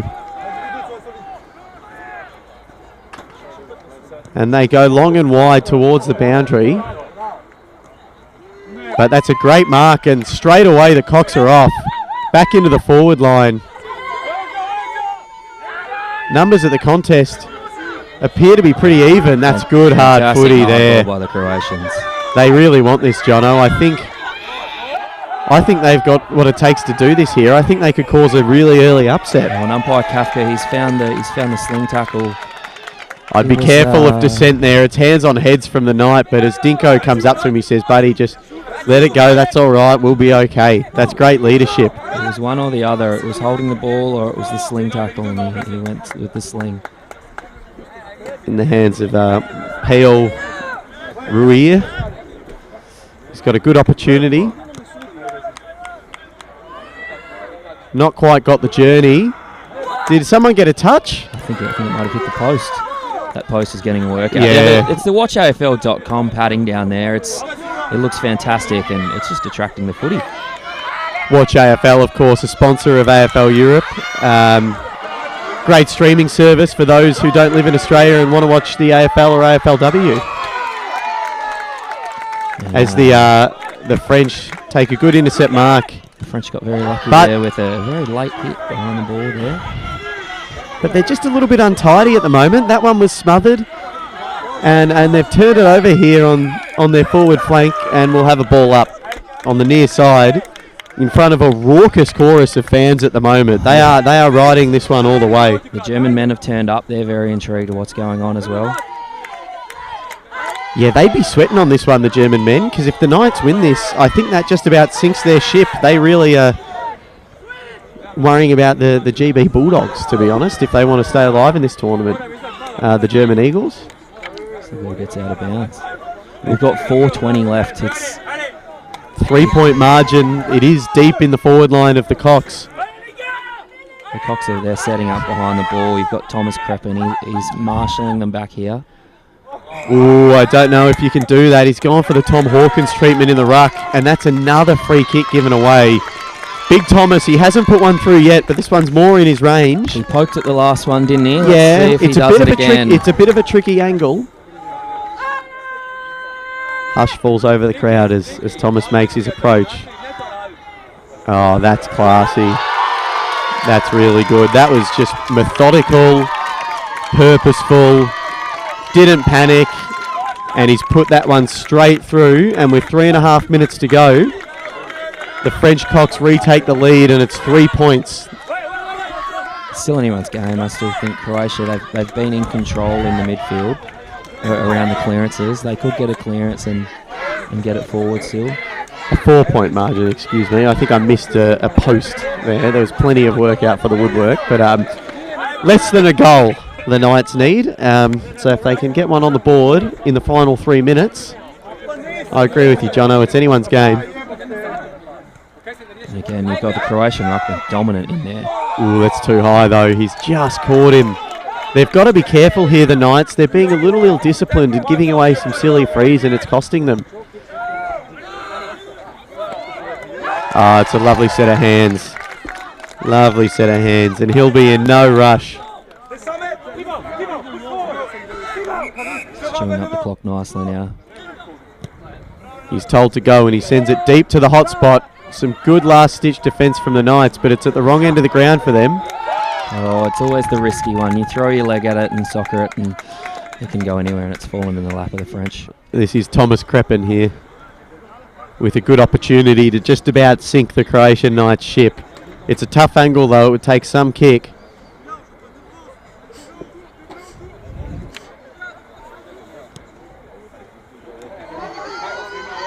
Not quite got the journey there, but that's a soccer kick. He's gone the Cristiano Ronaldo in midair. We're just about to throw a bicycle kick. Oh my goodness. Well, we knew it was going to take something special to beat the Knights because they were well and truly up for it, but credit to the French Cox. They have responded, and that is some special footy and an unreal goal. Unbelievable, and the French crowd, they are behind it.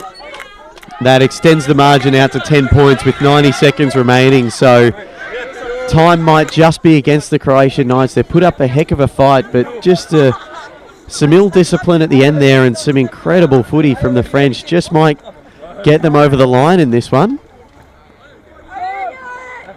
So they've got one last roll of the dice. They've got to go here. They've got to go, and they've got to do it quickly. Yeah, they've turned it. Oh, it's time to win the ball back, but... Yeah, holding the footy. The French will be in no rush here. We're under 60 seconds to go. So this result is interesting. I mean, it proves the French can handle the pressure when they are tested. But it means the Knights, if the French are the best, which they have been so far this tournament, the Knights have proved that they can compete with the best. Absolutely. And that opens it wide up for the finals because the way things are going, unless the Eagles of Germany can put on a real performance today and cause some upsets, the Croatian Knights will take that 4th spot for finals and have an opportunity against either the French or the Irish Warriors. So we could see a rematch again, Jono, and they've put up a really, really good fight. Yeah, I think it's fair to say that the Croatians, they controlled most of the second half. They just couldn't get the score on the board. Yeah, just those final 5 minutes from the French, they're just a little bit classier in front of goal. And they forced it through in the end there, really. But that bicycle kick was something special. Yeah, I think we'll be seeing that again. And that's the final siren. So this one ends a 10-point margin in favour of the French Cox, who take their 3rd victory in 3 games. And the Croatian Knights, they'll have to lick their wounds as they sit with 1 win and 2 losses, but still very much alive in this championship, and they'll take a lot away from that game, won't they, Jono? They really competed well. Yeah, I think they now know they're good enough to match it with anyone, and it'll actually hurt, I think, because they had a real chance to win and it just slipped away. Thanks for joining us on the live stream and on the call. It was a pleasure bringing you this game. I think one of the best of the tournament, to be honest, Jono. And we'll take a brief break from the commentary now. But keep on enjoying the live stream. The next game coming your way, we've got the Irish Banshees, and they're set to take on the German Eagles. 2 undefeated sides, so it's a game worth watching. Yeah, absolutely. So tuck into that on the live stream, and we'll be back with you on the call later in the day. Thanks for joining me, Jono. Thanks, mate.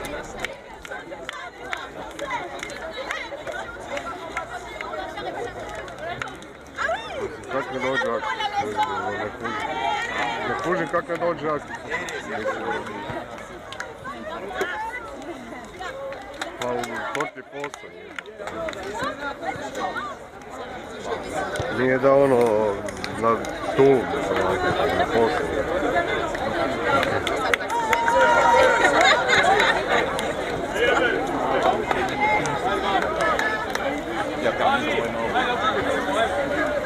A ne, samo još to fali.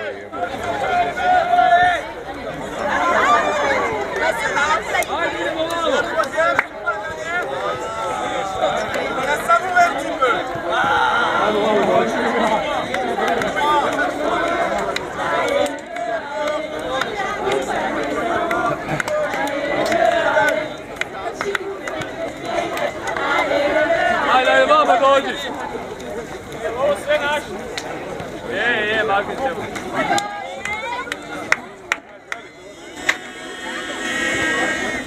Habi, molim te sve.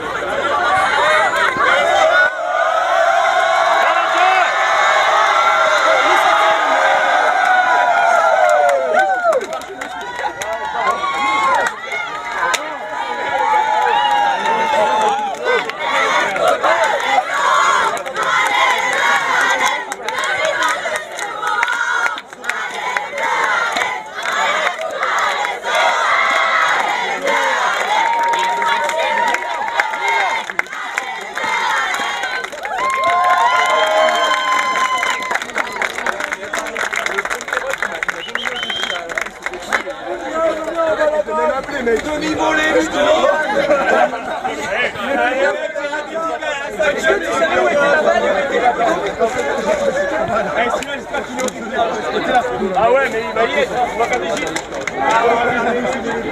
Il y a un beau gîte suivant.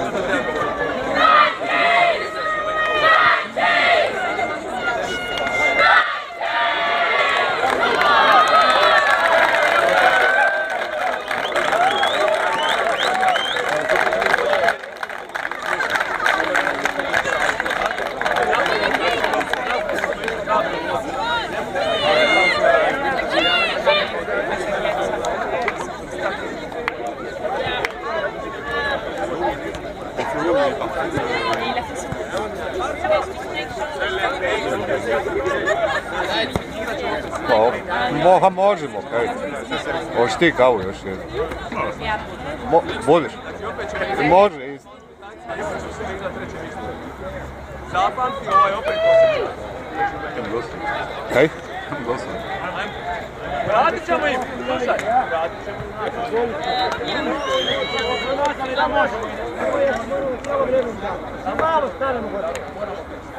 Iznad svega! Hrvatska!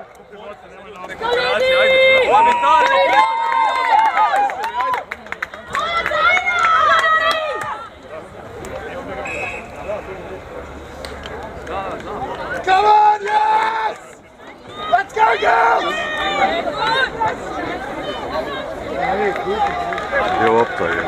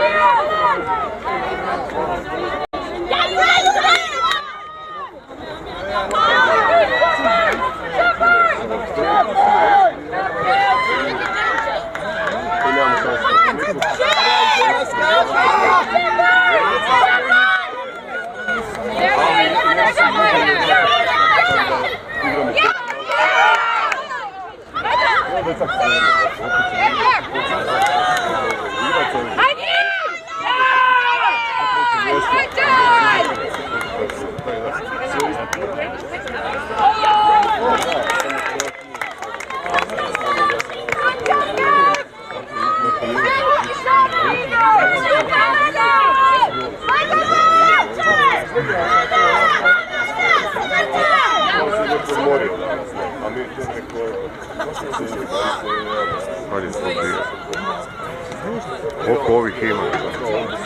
Tako da se nije važno. Aj Miša, pleđi sjesti. Moram ići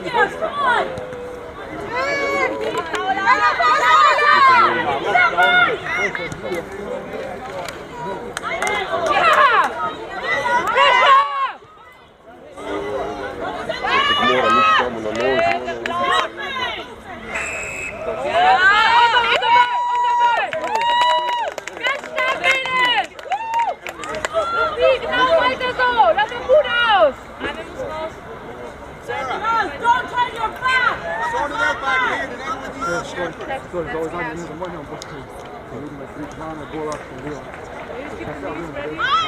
No.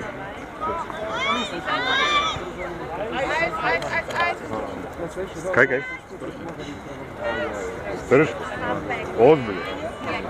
Ne. Help her go! Give us some gates. We need some gates, Paddy.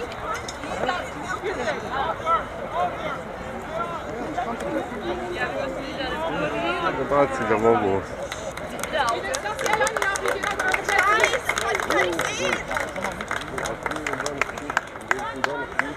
Job, Cat. Good job. Good job, Cat. Here's the Hussey.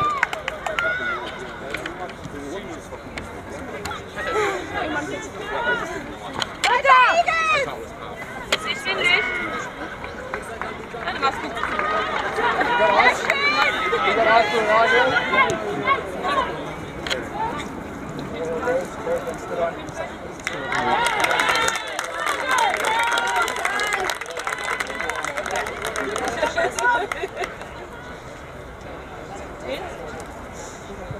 Sehr schön, Mädels! Das war der beste Start bisher! Hier! Get her up! Get her up!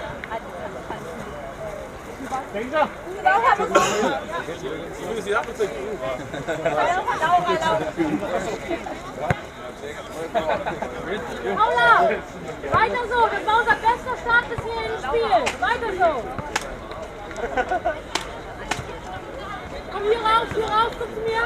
Hier raus! Hier, komm zu mir! Bitte mich!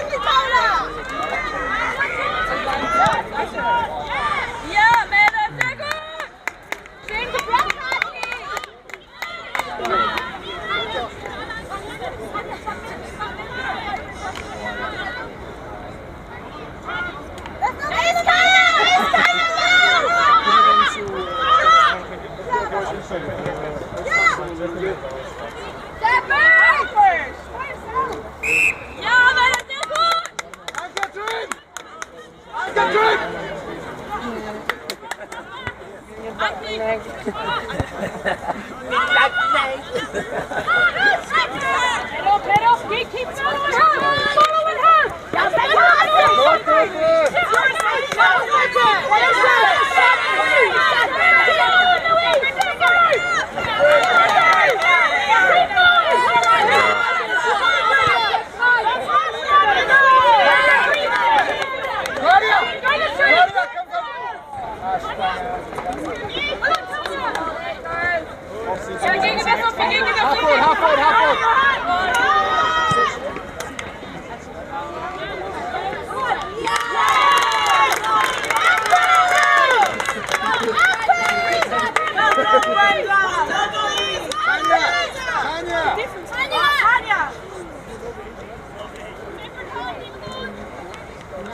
Come on, Tanya!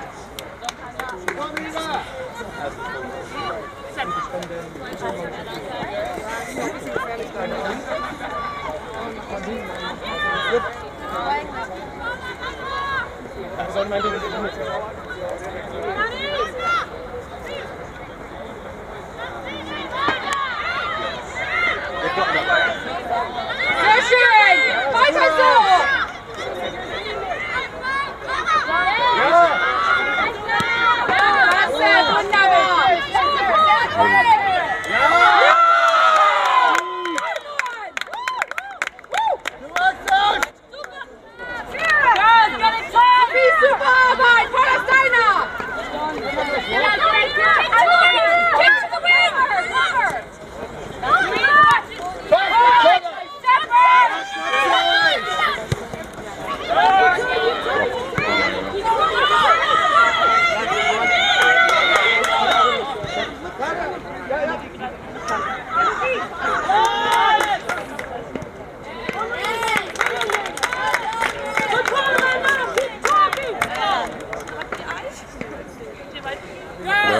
Hold the ball!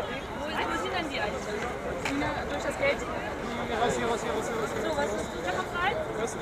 Ey! Wer ist für Stine da? Get the voices off, bitches! Let's keep talking!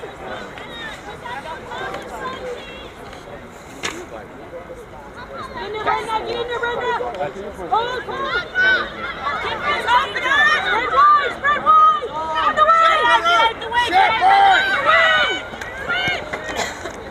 Go ahead for it!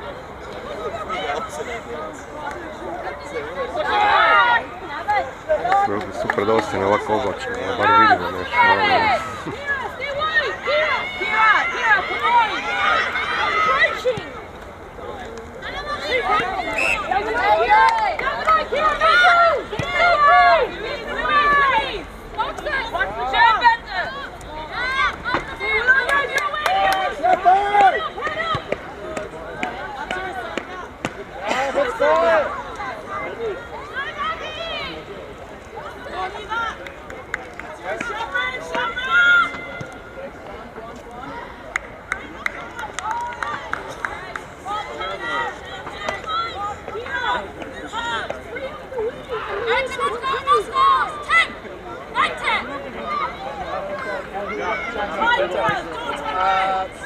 Stella, you want to go again? Stand up! Keep tight! Drop back! Sag dir mal die Nummer! Sag die Nummer! Hier vorne, du sagst 10! Who's looking? Give it a tap! Here, go, send it! Poor maker, Ne, vidim. Bio, još poje smeka i kao zbog. Idem ga bedinite.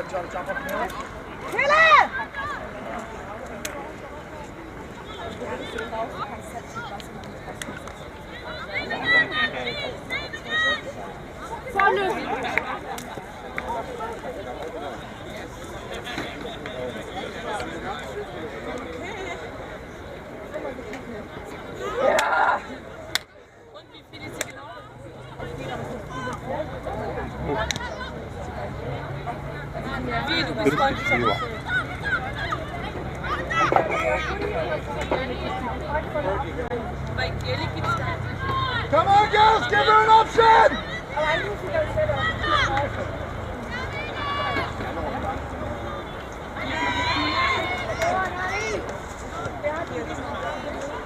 Hey!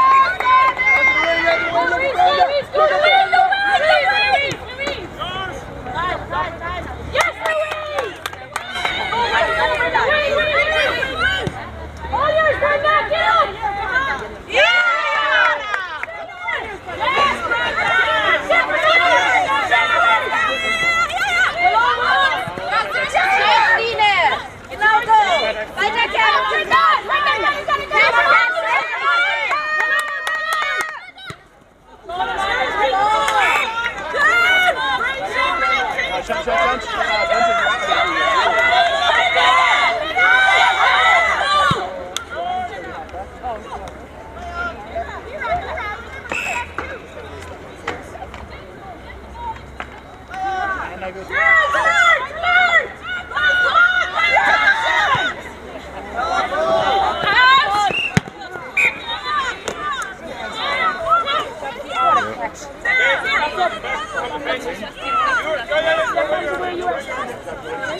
Go, Claudia. Michael, jump out.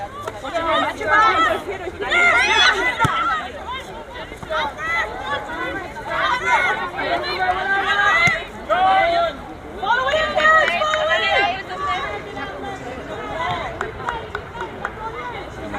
3 years.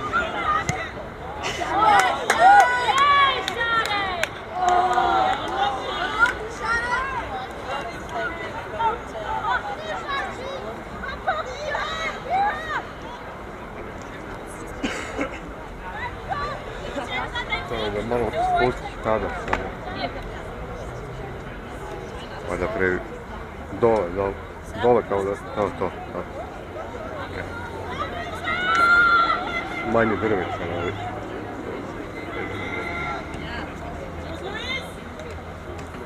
Sehr schön! Super! Zwei Balls coming down the wing, we know!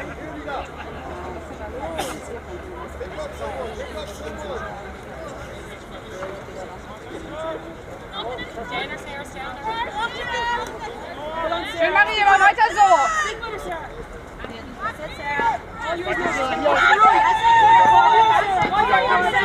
Genau, richtig, Marie!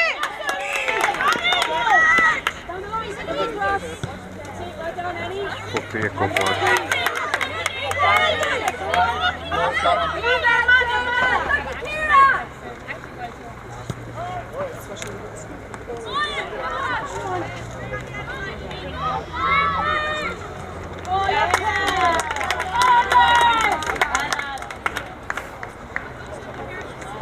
Die Mädels, was ihr mal insgesamt mitmachen könnt, sollt mal ganz kurz dazu tun. Da sind super viele mit dabei, die ab Junior schaffen. Und ihr könnt die mitschauen. Junior hat das jetzt gemacht. Habt es als Option, auch wenn es mit dem Katastrophen ist, ihr könnt mit wegschlagen und dann kann man es machen. Girls, y'all need to be behind the white line here, so get out of the way. Is that it? You guys, girls ready to play again, right?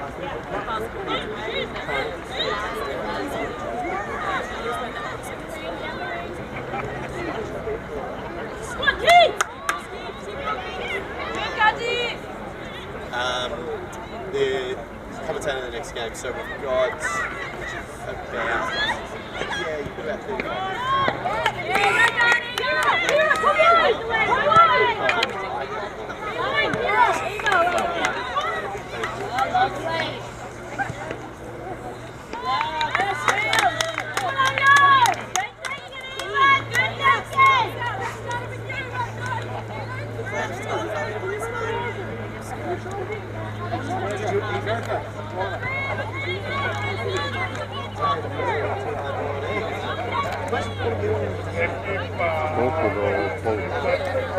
Da, imamo sam.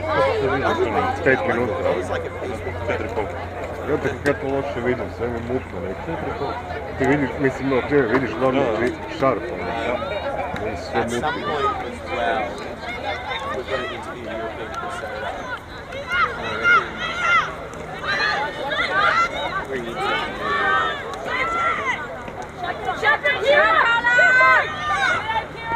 I think we should get one together. Yeah. So maybe this is a Tony one of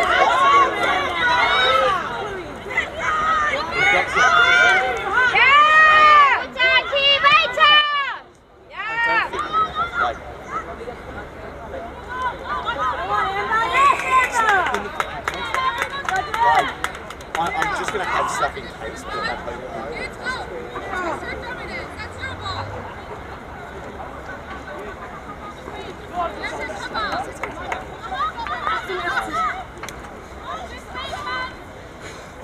Touch sprint.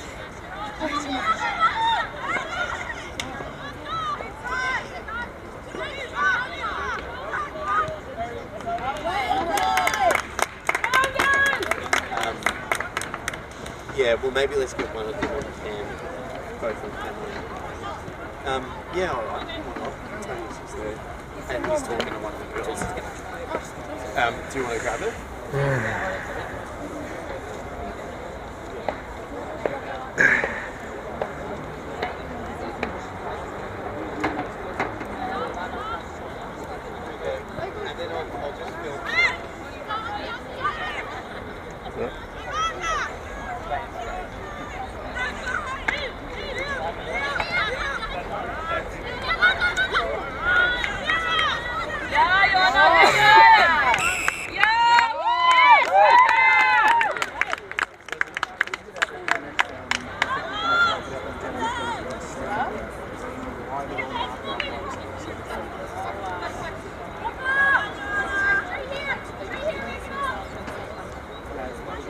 You two now, Amanda, you two!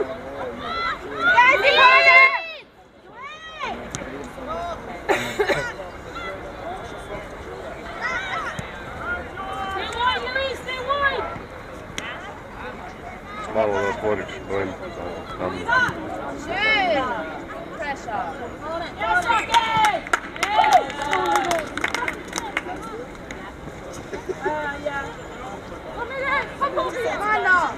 Auf geht's, Mädels, weiter kämpfen!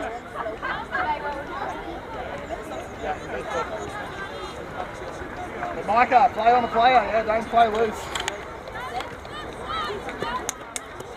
Let's go, let's go. Die 9! Genau, sag die Nummer. Spiel einfach mal.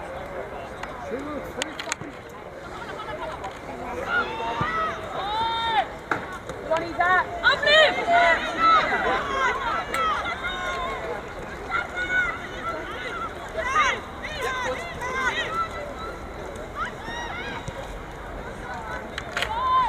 Auf geht's, Alice! Ohne dir!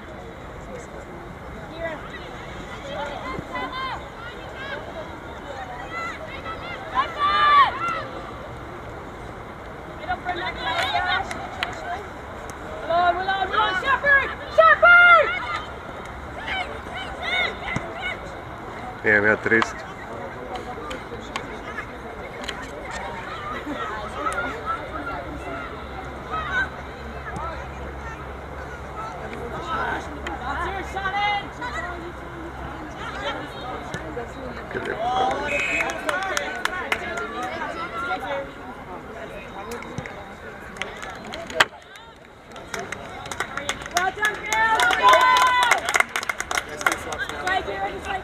Brenda, you're in center.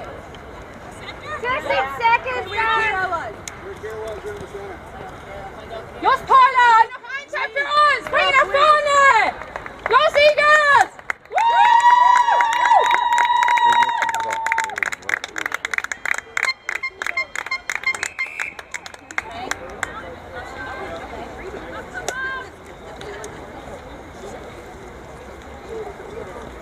Let's jog it in. Let's jog it in. We keep moving.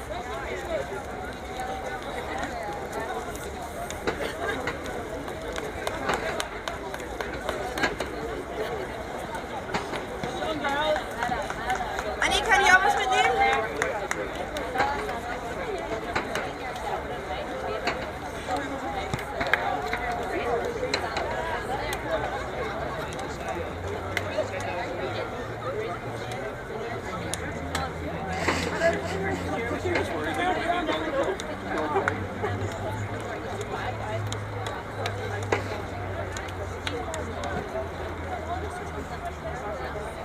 Dajem za ovo.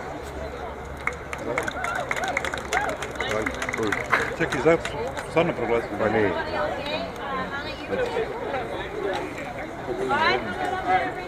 Prije dosta. Već je onda bila stara. Da, pa ne mogu biti 23.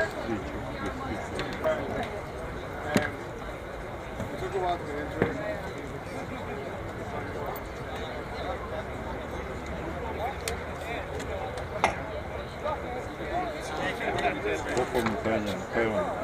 Kaj? Pokolj u Vrtiću na Tajvan. A si vidio ovo na stadionu? 100 i neke ljudi poginuli. Bolesno. 97 godina. Puno.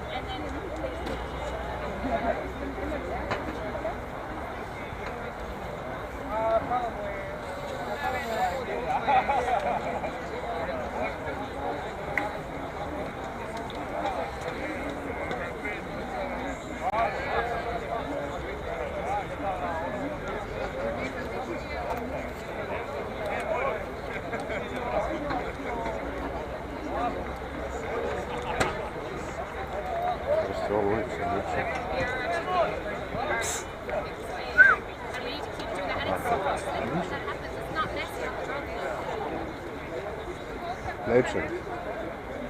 Riknuo. Neće.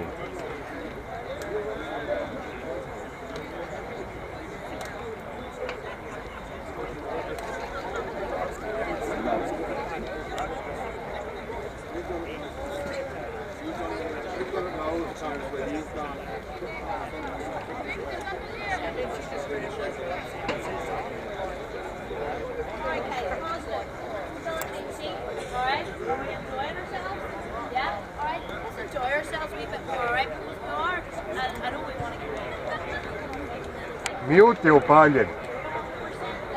Piše mi mute. Tam onaj gore, imaš onaj gore. Ej, sad je dobro. Sad je. Jednu.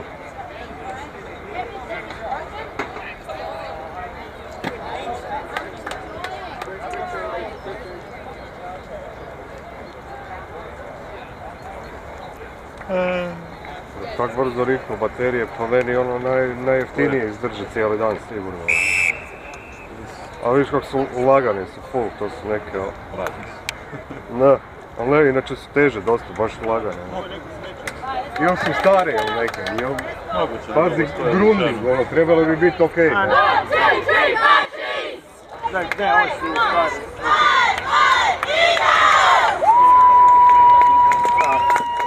Irkin je golog gledao, Ritki. Sad se igrati bolje na palove. Vodoinstalaterku, tako zvanu. Klamer.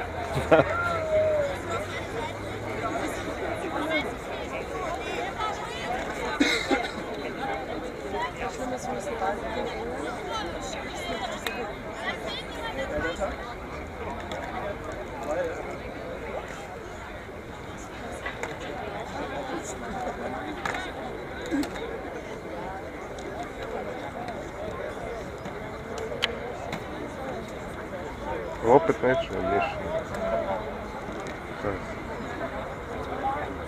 Zapao. Hajde. Los, Paula, ist deiner! Nimm Ball ab! Los! Und dann, good tap! Auf geht's, Clara! Hey, Clara!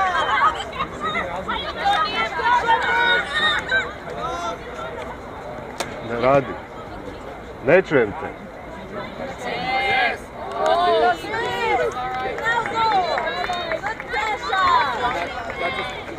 Dobivam signal ovih neće.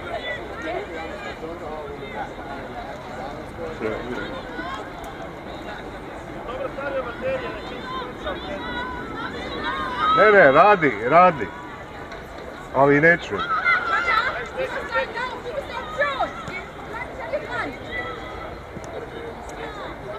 Malo ih izvucio nekako, da znam. Slušali? Da, nekako malo.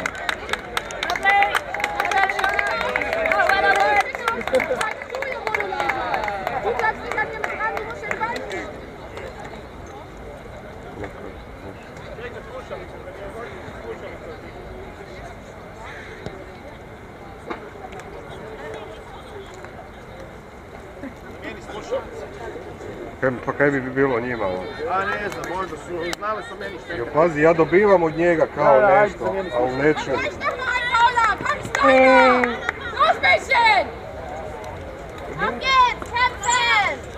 Ne bi trebalo, ali ujutro nismo mogli dobiti to na njih na tom, pa mi zato sumnjamo na njih.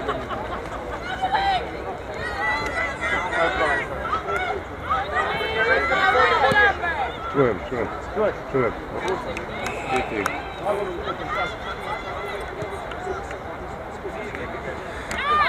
Keep going, Maria, that's all yours too.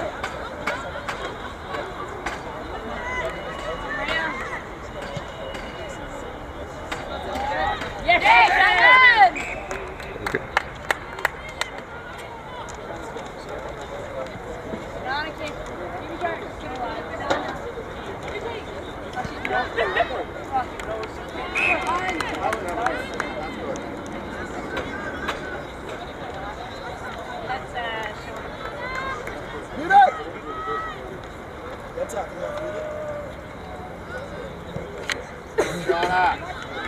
Shana, well done!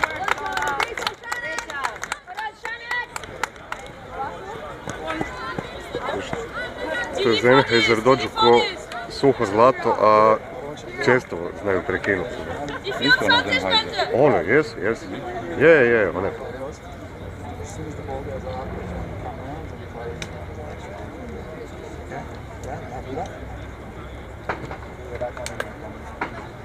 Nekako. Ja, super, sehr schön. Ja, bitte, Griff, Schöpfene. Ja, super, Marke.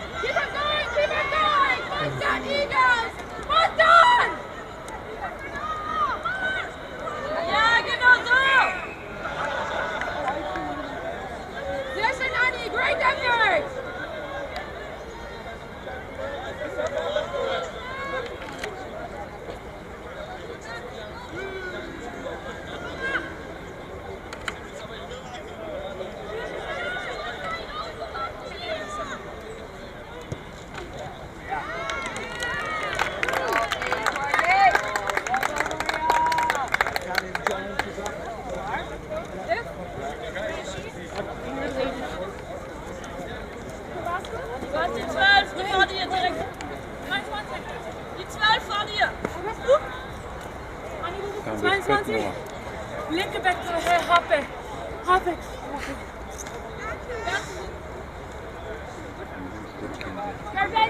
Anki, Armlänge! Armlänge bei der 22! Egal wo der Ball ist! Guck nicht auf den Ball, guck auf sie!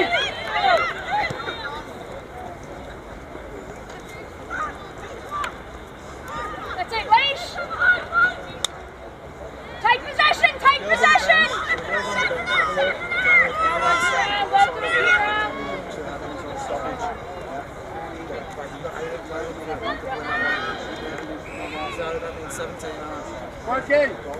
Work eight! Where?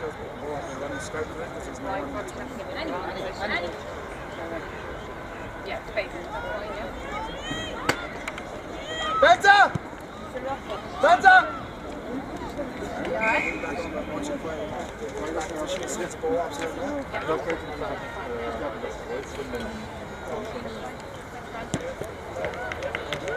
Yes!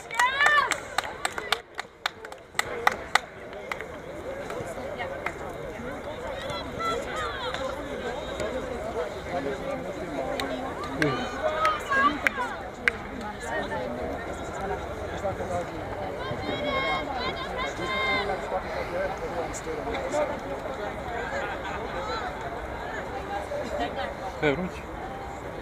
Vruće. Pa malo, da. Scheinholer! Liv! Gib es! Ja, go, Clara! Go, grab it! Genau so, Liv! Und block! Sehr schön! That's her!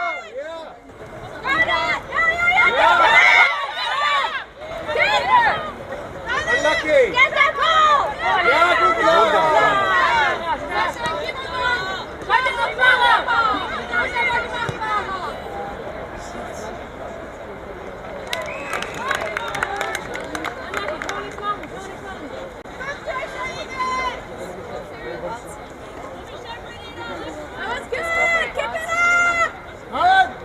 Can you switch with Marie? Switch with Marie!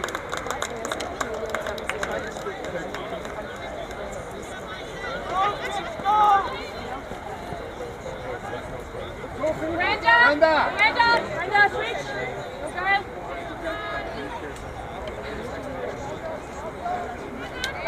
You're up. You're up.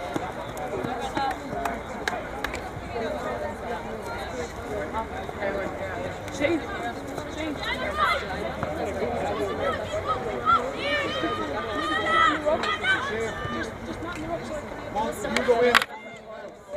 You go to the wing and you in the center.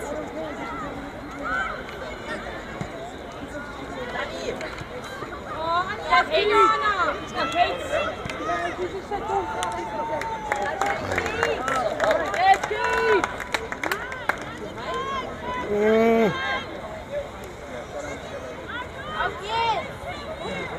Bietet euch an! Bietet euch an! Lauf rein, lauf rein! Rein!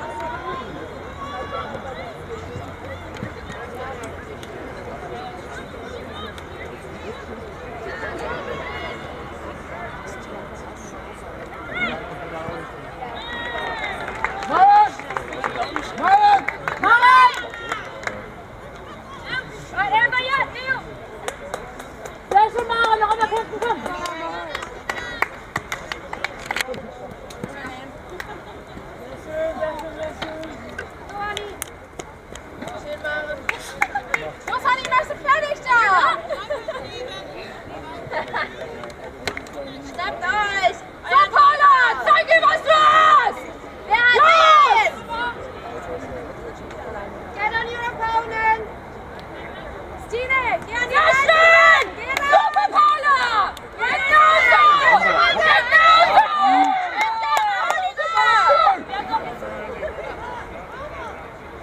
Ja, klar! Ja, lock it in!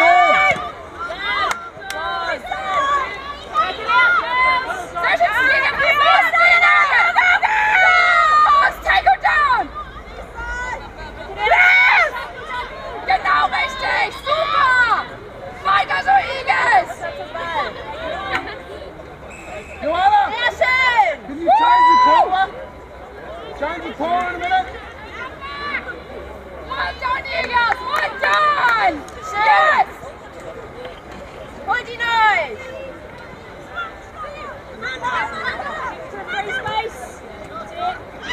Ja, weiter! Genau so! Great effort! Auf geht's und alle nach hinten! Ja, lasst! Lass ihn die 6! Lass ihn die 6! Weiter, Stina, weiter!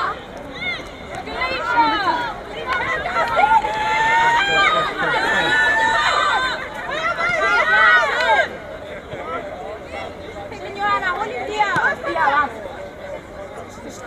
Sehr schön, Igels, weiter so!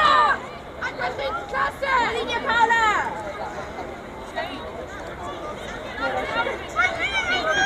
Weiter, good pressure! Don't pull them back out. Super Arbeit, Mädels, super! Sehr schöne Defense! Weiter so! Shift! Shift! Right, Tanya. Try and move it out. Los, Gabi! Danny, out. Wer hat wen?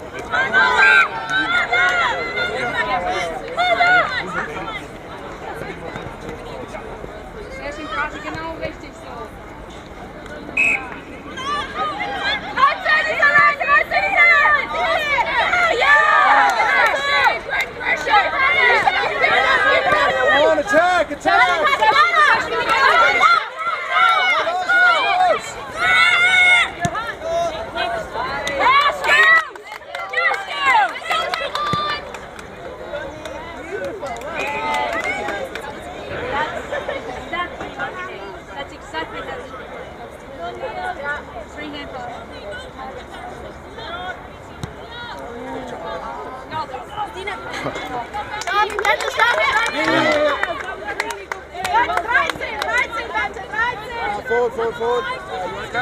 Sehr schön, Milan. Ja, bitte. Jetzt back.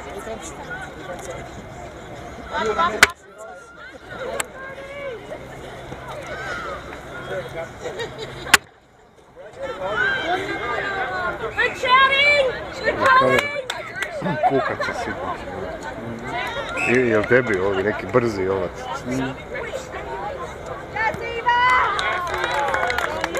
Gleda ko pauk, ali nije pauk. Bio je jebe.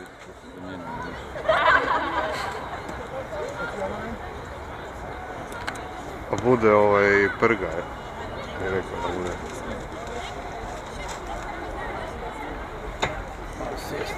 Girls, let's do that again every time!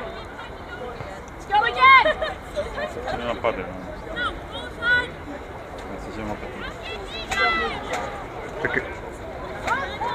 Prvo, drugo. Signora! Lovely! Good, Tanya! Get away!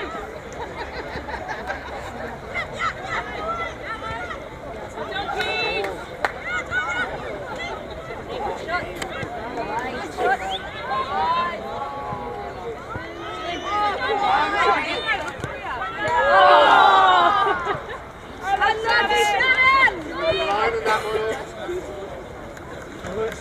Shannon, you have to keep through. 110 razlika.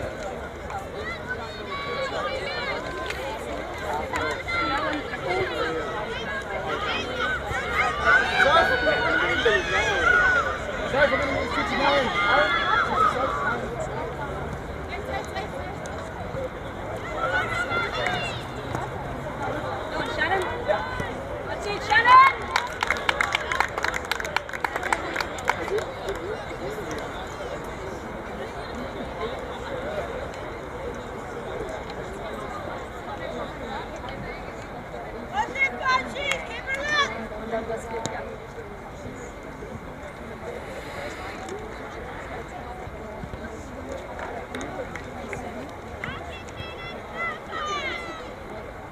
Tako nismo mi tako loši.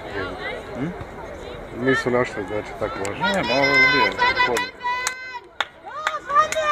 I kad se god odbije, njih je bar 3 već. Kaj? Kad god se odbije negdje lopta, njih je 3 već.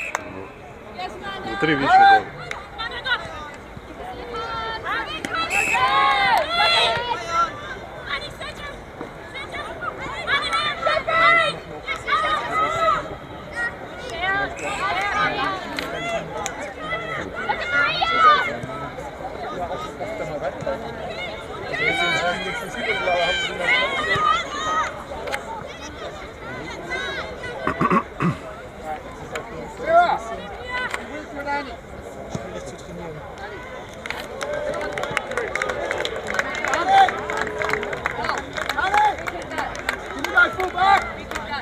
Kako se vidi na displeju?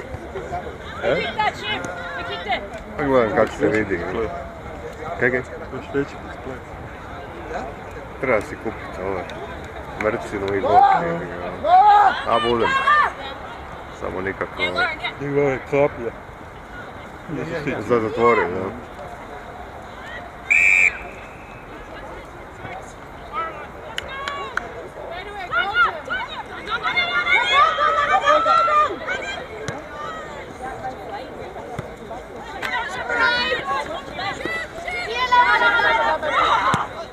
Good kick, chick! Yes! The kick!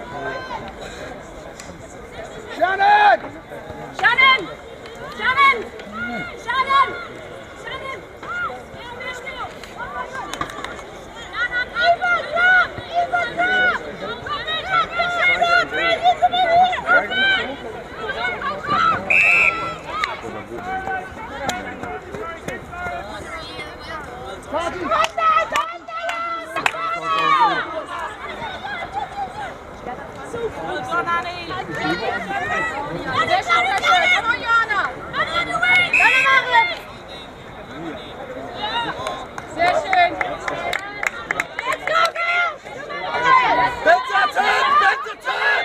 Mario, go! Touch tight, girls, touch tight! Ja, sicher fahren. Run the lead!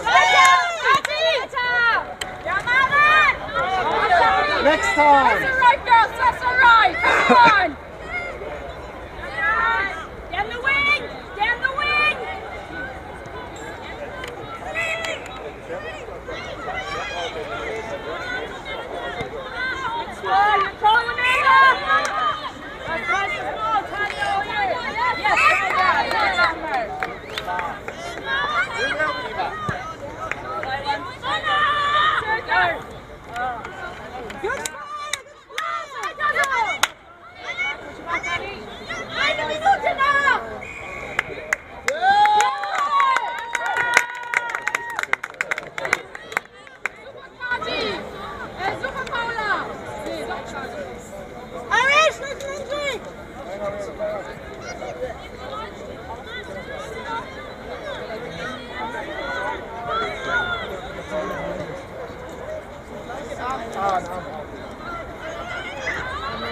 Bolje da da nama Monti. Super, sehr schön.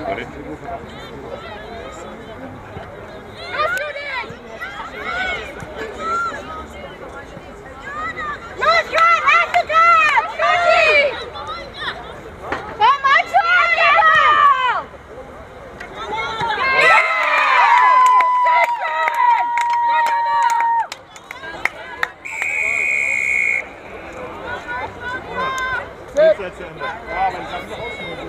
Claudia, hol rein! Darfst noch schießen! Darfst noch! Darfst noch!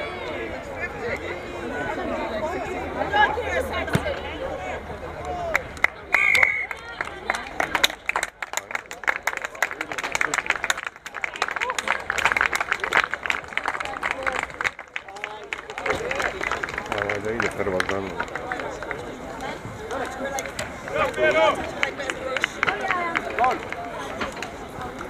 Tu ostaje.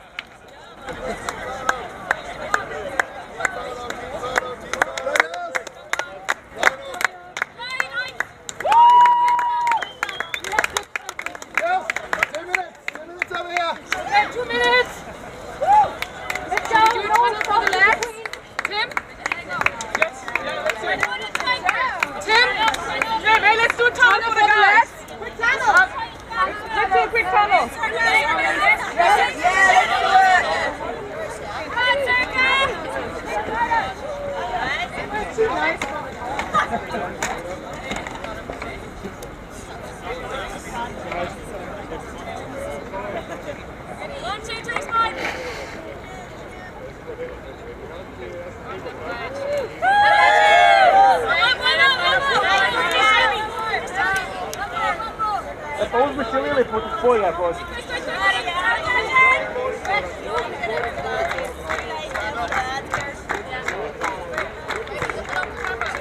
Rupa ti je, uđi.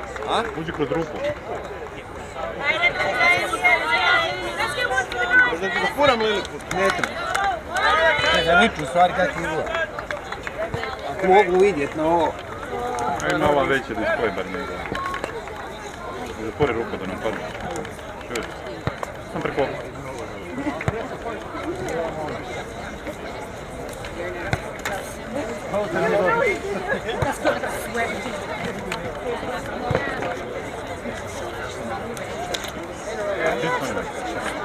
Možeš samo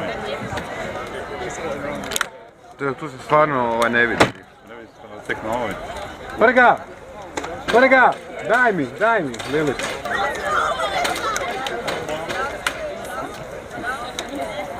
Se niš ne vidi. Kako ste vi to vidjeli raditi?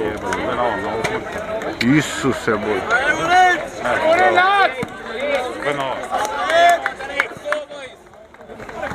Keleš!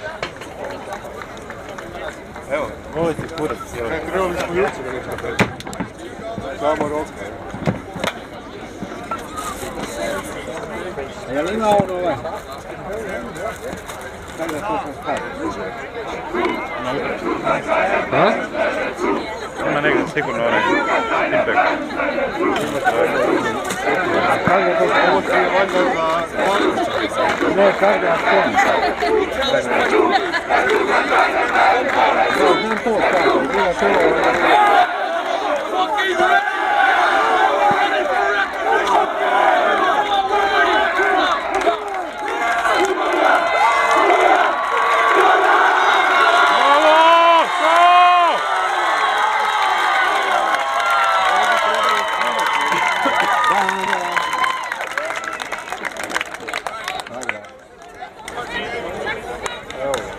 Ja trebam kabel.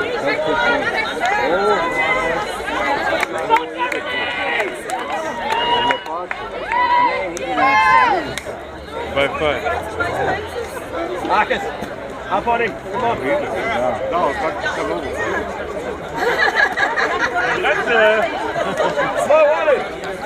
A možeš ga shvatat pod ovom spojiti. Za ručku tu, ne? Vidi. Možeš ovo na ručku. A sabom ne treba, sam se spojiti. Koji kabel? Može, HDMI. Nema tu unutra nikak.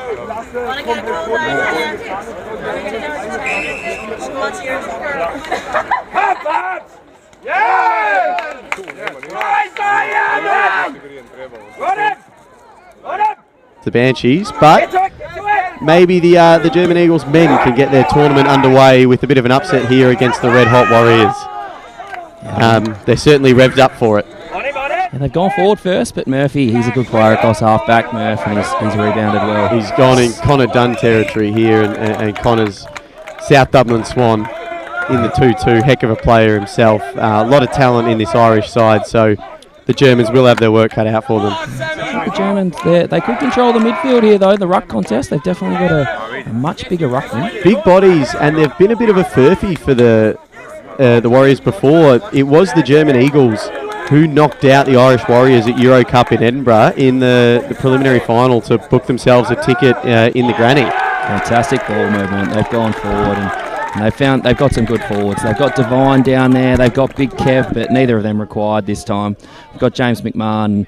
He's going to have a shot at goal from 20 out straight in front. Yeah, this is you'd back McMahon from here. Kicks these in his sleep. Just taking a few big deep breaths.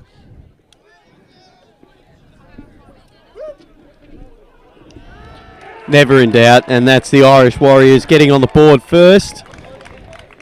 And it's 1-0. 6-point lead to the Warriors.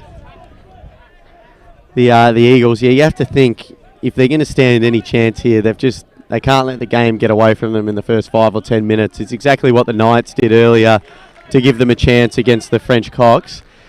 They just made a fist of it, kept it close, and gave themselves every chance. So hopefully the Eagles can put on a bit of a fight here.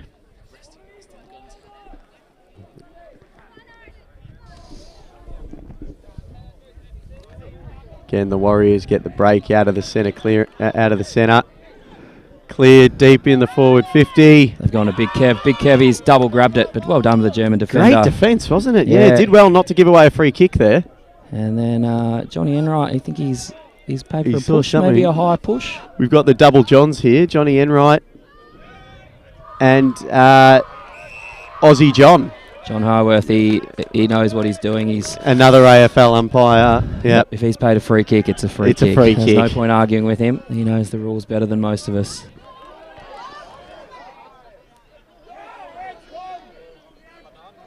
Good intensity about it here early, but a little too aggressive from the Eagles, and that's in the back. So just centre wing here on the near side. The Warriors have an opportunity to build, but that's not going to do much. That's a good intercept mark taken there by Moritz Ramuta. And he's found his man on the wing here. The Eagles are just settling into it a little bit now. I think they're a little bit overawed to start with, but now they've got their hands on the footy a few times. Yeah, they're getting after it. They'll just have to make sure they take their opportunities to go forward when they can, because we know the Warriors are going to spend a lot of time in their forward 50, as they are now. James That's McMahon. a bit of Eddie Betts about that. Oh, Very he's just crafty. missed to the near side. At the outside of the foot to keep it in. There's a bit of Gaelic in that, I reckon. That Yeah. was slick. Very crafty. All right, what do the Eagles do from here? It looks like they're almost going a bit of a huddle. They've dispersed wide, but that's not going to do it. They've gone straight in. McMahon's intercepted it. He's seen plenty of it early, hasn't he? Yeah, he's going to have a shot at goal. Would take something special from here. He just inside the arc, tight angle, but the way McMahon started this game, you'd think he's every chance to put it through.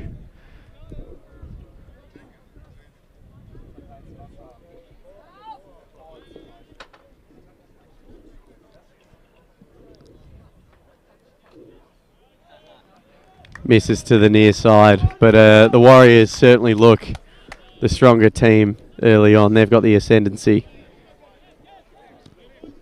5 minutes gone in this one. 1 goal to 8. Warriors and the Eagles yet to register a score. Fantastic leg from the German fullback. He's got a huge boot on him. He's got that just about 70 metres. He's out kicked there. that right up near us. That was almost my second touch of the day. Yeah. You are an outside player, mate. You would have got that and gone. Who needs to win a hard ball? There's big bodies to do that. Oh. There's plenty of big bodies out there mixing it up at the moment. They've gone in the direction of McSorley, and he did really well. It was a 2-on-1. Just trying to get a bit of flow. The Eagles, they go down the guts here. Let's see how it works for them.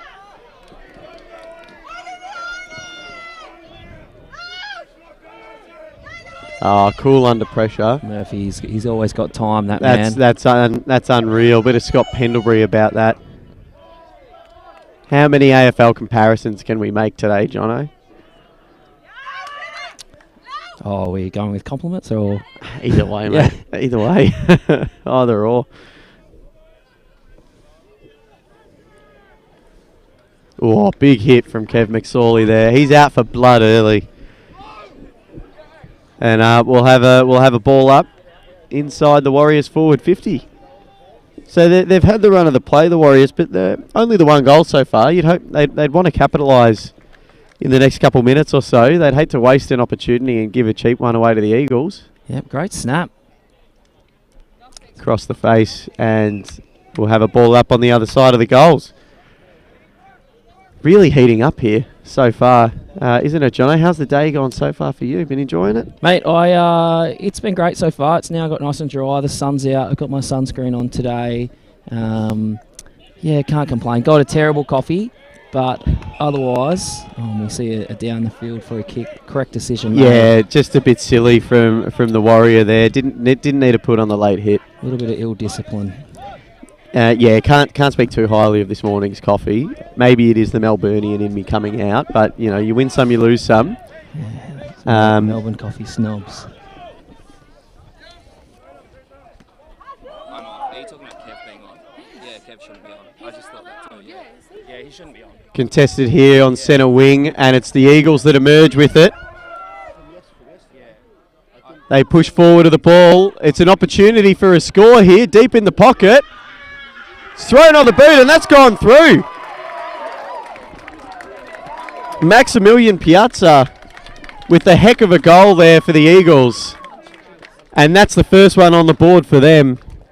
And it's a goal apiece here, Eagles versus the Warriors.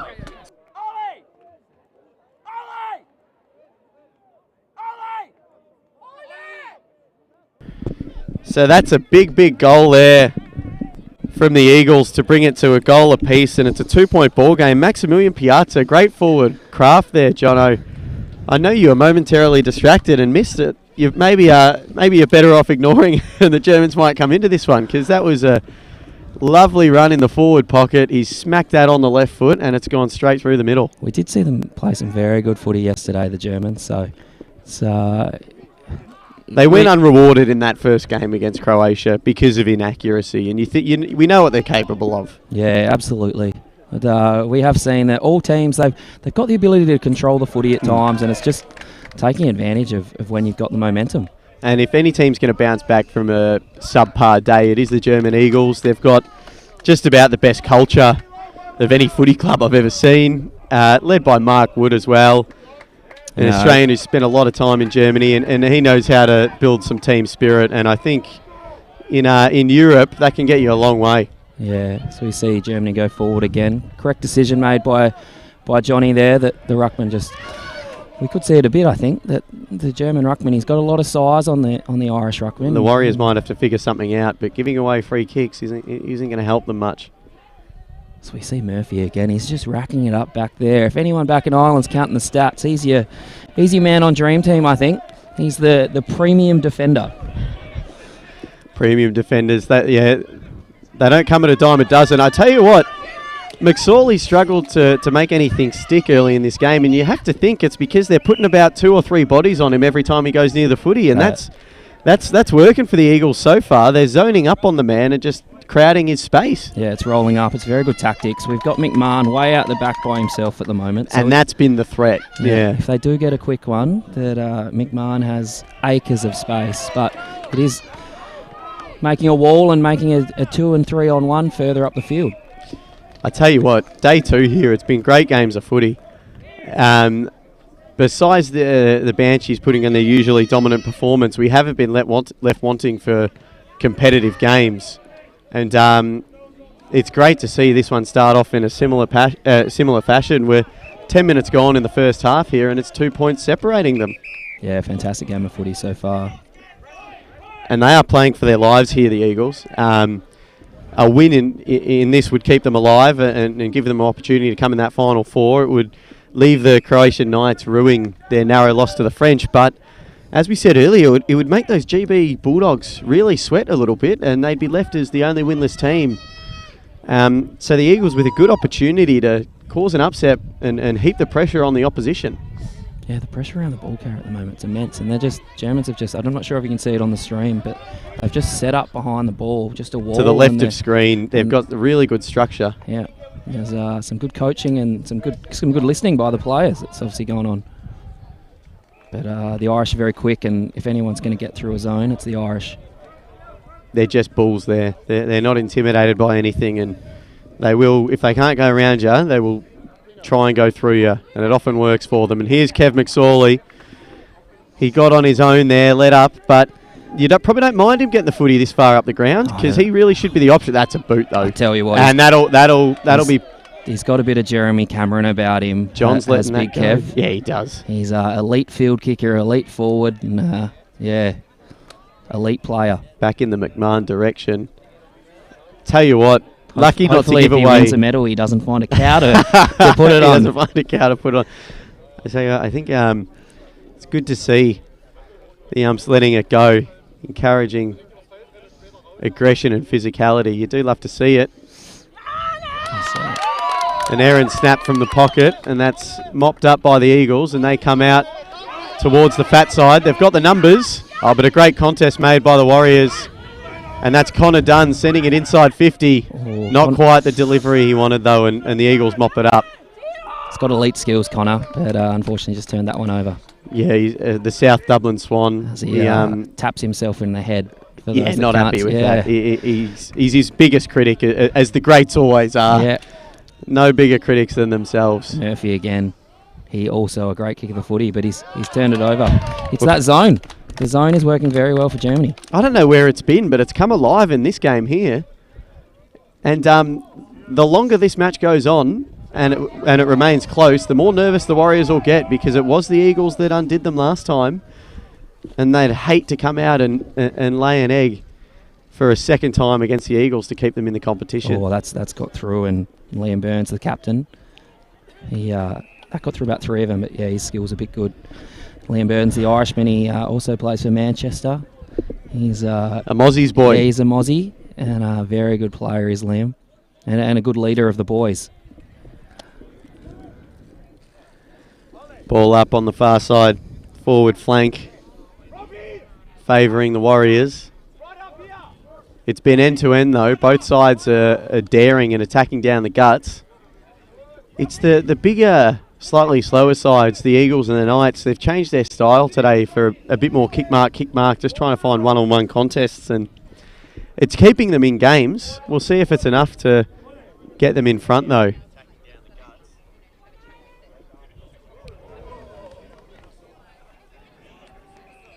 I just saw that on the stream we've got 165 watching at the moment. Thank you to all of you tuning in. Yeah. We've had been told that there's quite a few Irishmen that are not doing a lot of work today and they just watch the stream all day. So, Joe, you must be doing something right, mate. Shout out to all of you tuning in and watching. And yeah, I'm not surprised there's many Irish fans joining us today. It's a big day one for them and a real good chance to set themselves up for the first place. Great contest by Niall O'Dowd, who then wins the free kick, and they take off quickly. They take off. Oh, this is set up. Big Kev, he can't quite clunk it. The Eagles, their defence is holding true at the moment. Has that stayed in? No, John says no. On the full, and it's an opportunity for the Warriors to get inside 50. But again, breaks down the German zone. They're everywhere at the moment. Someone get out there and start counting men on the pitch. I reckon they've got about 8 in the defence. Their pressure is elite at the moment. As we see Warrior get wrapped up there. Donald can't get through. Good night. That's not going to do it. And the tackling pressure of the Germans and the defensive setup, it's unreal at the moment. They rebuild. Well, that's Florian Bruhl. He's one of the stronger players for the Eagles. Had a big Euro Cup. Hurt himself yesterday, so missed out on one of their games. But it's good to see him back out there, doing what he does best. As Liam Deneen, he gets it back to Murph, and Murph's it's a good hit. It's a great kick. Good set of hands. He has a good chance as they go forward to the fat side, and O'Donnell, he takes a good grab. Has he got BO there, Jono? No one was anywhere near him. Well, I mean, it is bizarre that he wears number 95, and there's only 30 in the squad. So personal choice, maybe. I don't know. Let's see if he can finish. No, that's the near side. So it's got a lovely kicking technique. I know it looked good off the boot, but it was never online there. But if he gets another opportunity, maybe he makes it count. Does extend the Warriors' lead to 3 points. So we see the Germans go quickly, but turn it over. They're just struggling a bit to get forward of the centre at the moment. The Germans, both half back lines are playing really, really well. They're lacking a big centre half forward, I think. It's a good handball. Looping hands, and the Warriors centre it to the top of the square, but it's 2-on-2. Spills to ground. Where's the help coming from? Quick snap from the Warriors. Oh, and that's been spilt over the line by O'Donnell. They're peppering the goals at the moment, Jono. Yeah, the defence is standing up so far. It's about just not making it easy. You know, it's the quality of shots from the Warriors. They're getting a lot of them, but they're difficult ones at the moment. They're under pressure. They're from the pocket. Not a lot of time to think about it, and I think that's why they've been a little inaccurate to start the game. You see Keith Whelan try and take them forward. They're going to keep it in here, the Eagles. No, that's a ball up on the far side, forward flank. It's a bit of a black hole, that pocket. Yeah, it is. We've seen I know, and there's no wind about, so there shouldn't be a dead pocket, but that definitely is the Zagreb Footy Grounds dead pocket.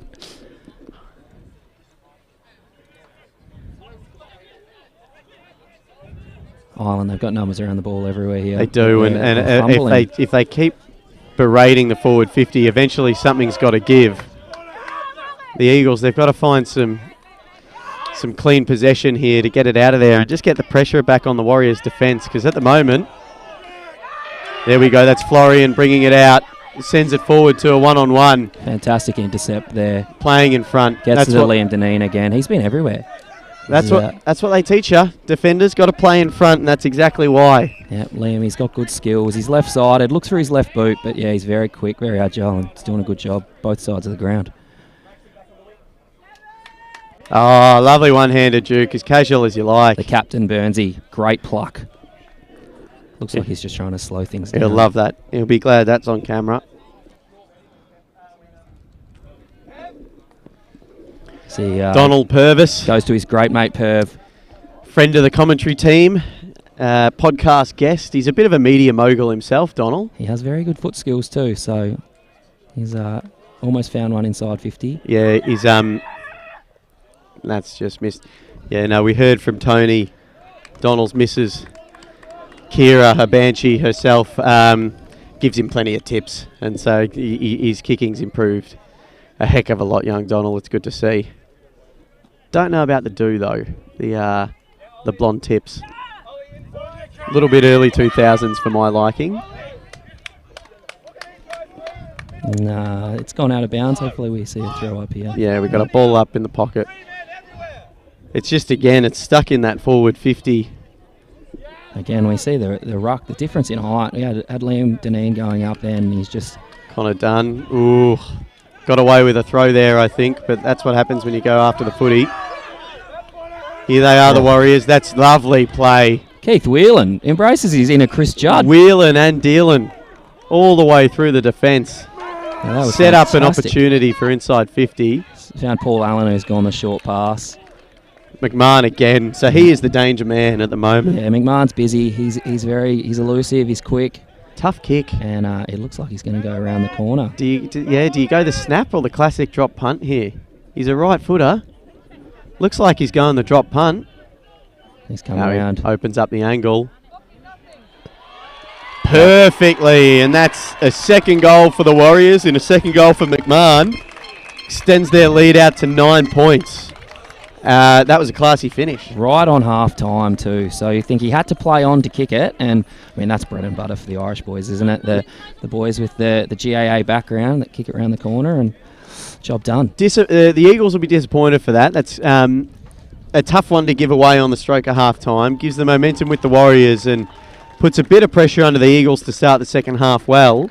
But that's what happens, you know. The opportunities they're forcing the Warriors to take are difficult and are tricky.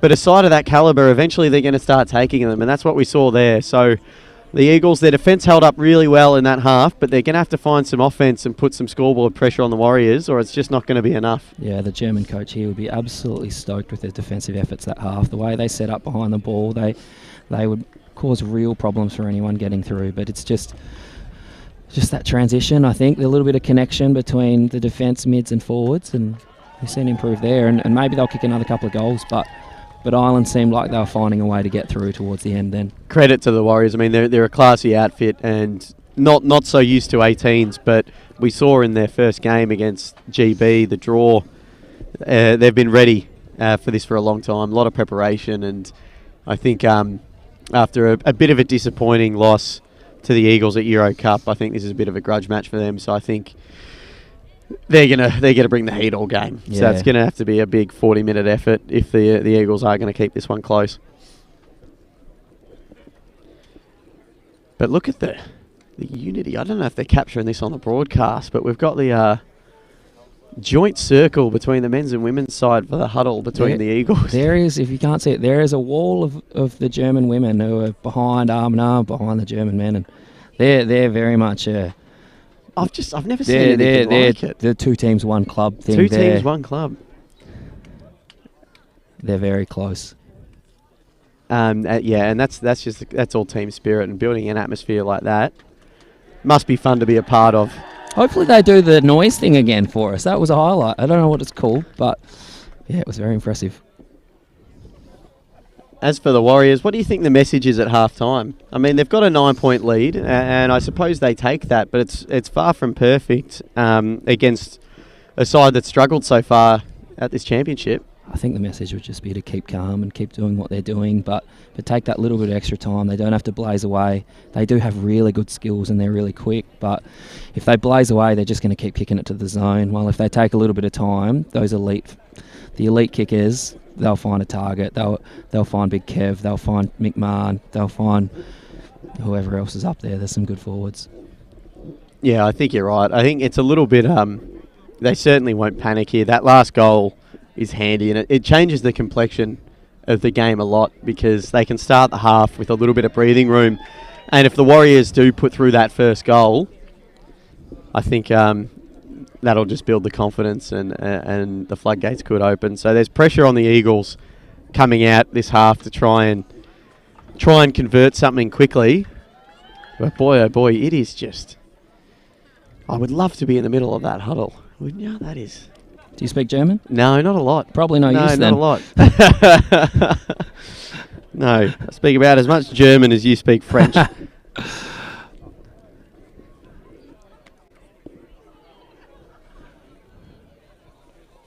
Sun's out, lovely atmosphere here. We've got a good turnout of crowd, and it looks like there's a few locals here as well, just coming down to spectate. Yeah, definitely more people here today than yesterday. Yeah, and I think it'll just build throughout the tournament. I mean, I can't wait to see just how packed those bleachers will be come finals time. Oh, be fantastic. Fantastic setup down here. Before you know it, mate, enjoy it while it's freezer, Greg. Before you know it, there'll be a price of admission for a competition of this calibre. All right, the Eagles are ready to go. This second half, how do you see it unfolding, Jono? I think money on the Warriors? Yeah, I think it's the Warriors, but it's going to be the first 5 minutes, isn't it? That if Germany do able to get the first one, then the pressure's really on. But I think the Warriors will just be a little bit too good.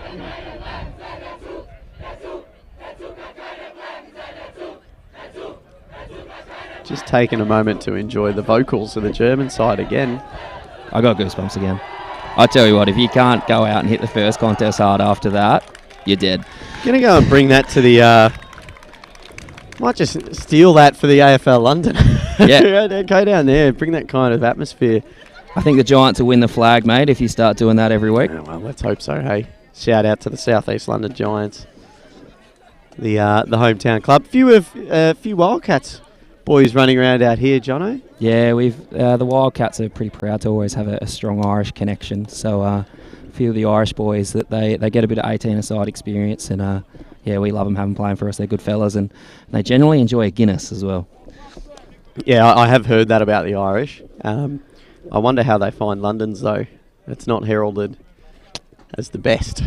Oh yeah, I mean, a bit like getting a coffee at a random coffee shop in Zagreb at the moment. Public service announcement: do not get a coffee from Zagreb, the little cafe that's near us. Yeah, the specific one that's near us. Yeah. Mm-hmm. Probably just put a defamation suit on us.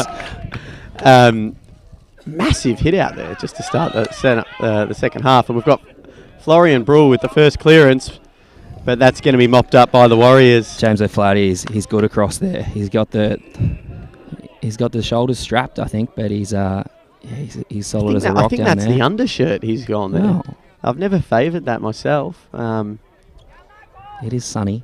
Liam Deneeney's in the action again on that far wing. He's been everywhere today. As has Kian O'Mahony, who strolls in front of us with a sandwich. He's not in the midfield today, Keen. He's just having a sandwich, getting ready for the next game. Looking ready to go. Hopefully there's some Leaside Lions that are watching and appreciating Keen's sandwich eating abilities and his footballing abilities. Yeah, very, very niche call-outs. Apologies to the other 160 odd of you who won't quite follow all those that don't the really esoteric inside jokes. Yeah, all those that don't really care about people eating sandwiches. All right, we've got a coming out of defence for the Irish Warriors. That's a pinpoint pass there into the centre, and they're away here, using the fat side and the full width of the ground. Sell some candy, takes a bounce. Connor Lynch is away here. Great shot. Can he hit a target? Great shepherd from Connor Dunn too. Oh, it's been paid. We've got some big German players in front of us. And we have no idea what's happening. Play of the day there, though. Sells some candy, takes a bounce, hits a target. And it's the man O'Donnell. Tough kick this, though. Tough kick for the right footer. He has kicked the last goal too. It's an awkward angle. Kicking it from just inside the arc. He's got a boot, though. No, never in line. Not sure that's registered a score, just to the near side. Didn't quite hit that cleanly, O'Donnell. He's missing his kicking boots so far. Yeah, he's getting a lot of the footy, but... That's all you need in a forward, though. You know, you find it, and they continue to trust themselves and back themselves that they'll put it through when it counts. And the Eagles, again, find themselves trying to work their way out of... Fantastic grab. Out of the Warriors' forward 50, and marks like that are going to help them out. Yeah, Florian's doing a great job there, yeah. It's a dagger of a kick. Oh, it's lovely hands. Some more candy as well. Connor Lynch, he's up and about. Connor Lynch he's showing off the skills here. And again, the Warriors go for the switch to the fat side of the ground. That's something they've picked up quickly in the change of codes to the 18s, is they haven't been shy at all using the full width of the pitch and going laterally. Yeah, they're happy to swing it around and use their pace and the good kickers. So that's going to be chopped off by the big German ruckman. That's Fabian Probst. There might be a silent B, actually. I imagine it might be Fabian Prost.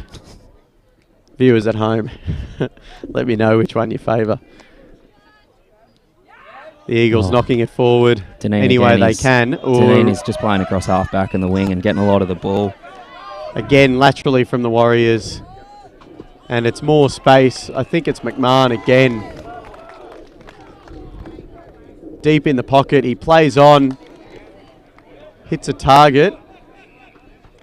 And I think there's a throw against the Warriors going the way of the Eagles. So the Eagles have been bailed out there. They got caught out a little bit. The defence, they were caught napping, but fortunately for them, they've got an opportunity to bring it out on the near side pocket. We see another long kick, I reckon, down the side here. Yeah, see if they can't get another good mark.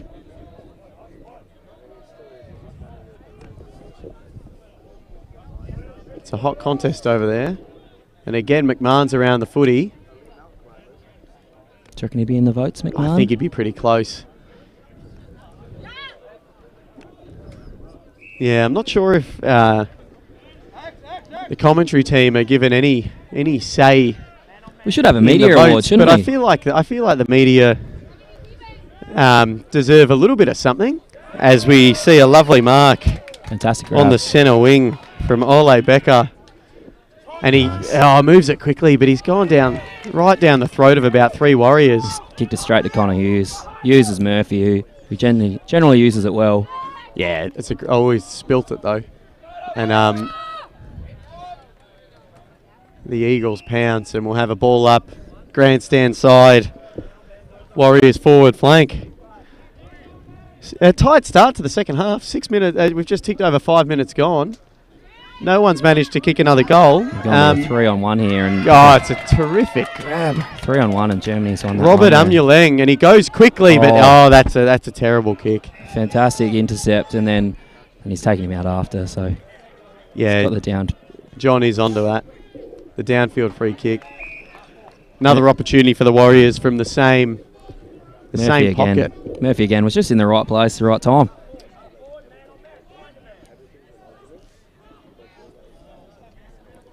Taking its time here. He thinks he's a chance. It would take some kick. Giving it a ride, but no, again, missing to the near side.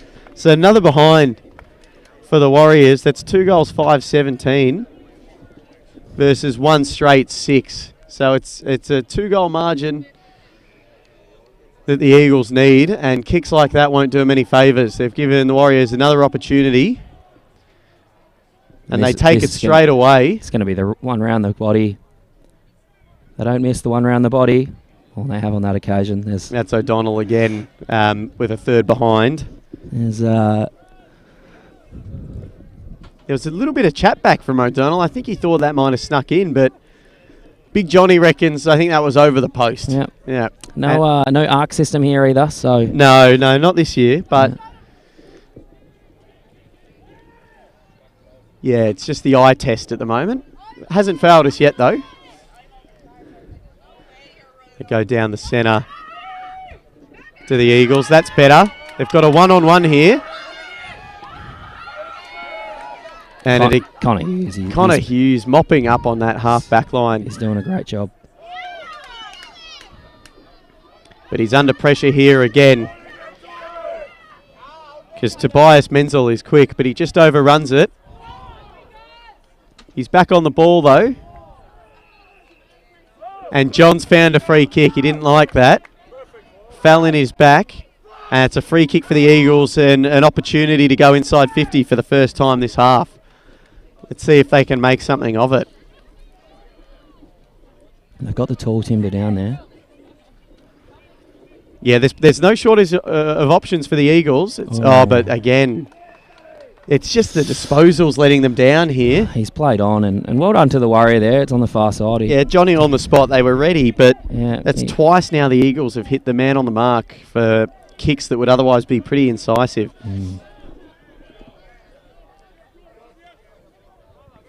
Looks like Ireland, they've thrown Will Bryan into the ruck, and he's a little bit bigger, it looks like, so maybe he'll be able to change the course of the ruck knocks. And they've done it at a good time, because I can see right to our right here, Fabian Prost, the German ruckman, is taking a brief rest. So good chance for the Warriors to get on top in the centre.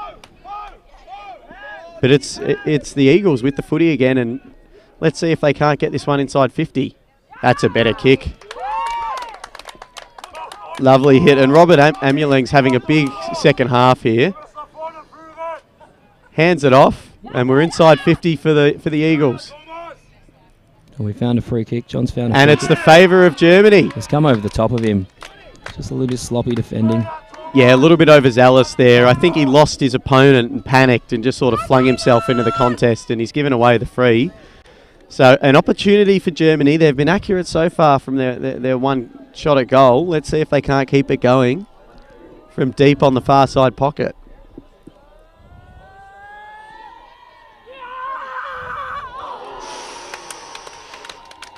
Not quite. Good Not effort. quite. Very, very tight angle. Not far away. And like we said, it is that dead pocket. It's hard to score from. Yeah. So we see Murphy just wanted to slow things down. He's got a long kick. He's got Perv way out the back here, but he's gone the short one. Ignores that. Goes to Connor Dunn. And Germany will be keen to lock this in here. Let's see how their zone holds up. Oh, Dunn's kick's got chopped off. It's again, that's Robert Amulang forcing the error. And it's taken over the boundary, and we'll have a ball up. Grandstand side, forward flank, favouring Germany. Let's see if they can make something happen here. It's 10 minutes gone in the second half. So if they're going to score, they're going to have to do it soon. Oh, that's holding the footy. That is holding the ball. Oh, yeah, no. Good call from the non-controlling umpire. Non-officiating umpire, John's seen that, and I think he's made the right call. Yeah, very good. That's why John Horwath is a pro. He's the man from the AFL. So no, excellent decision. Maximilian Piazza sending it inside forward 50. He's gone the short option. Oh, again, Connor Hughes. Everywhere, that man. He's playing a heck of a game. Has he got a twin? Are there not two of them out there? Because he is having a serious half of footy.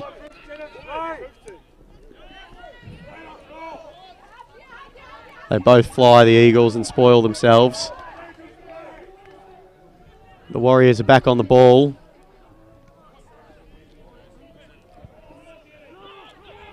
Very well, getting his hands above the tackle. Out of traffic.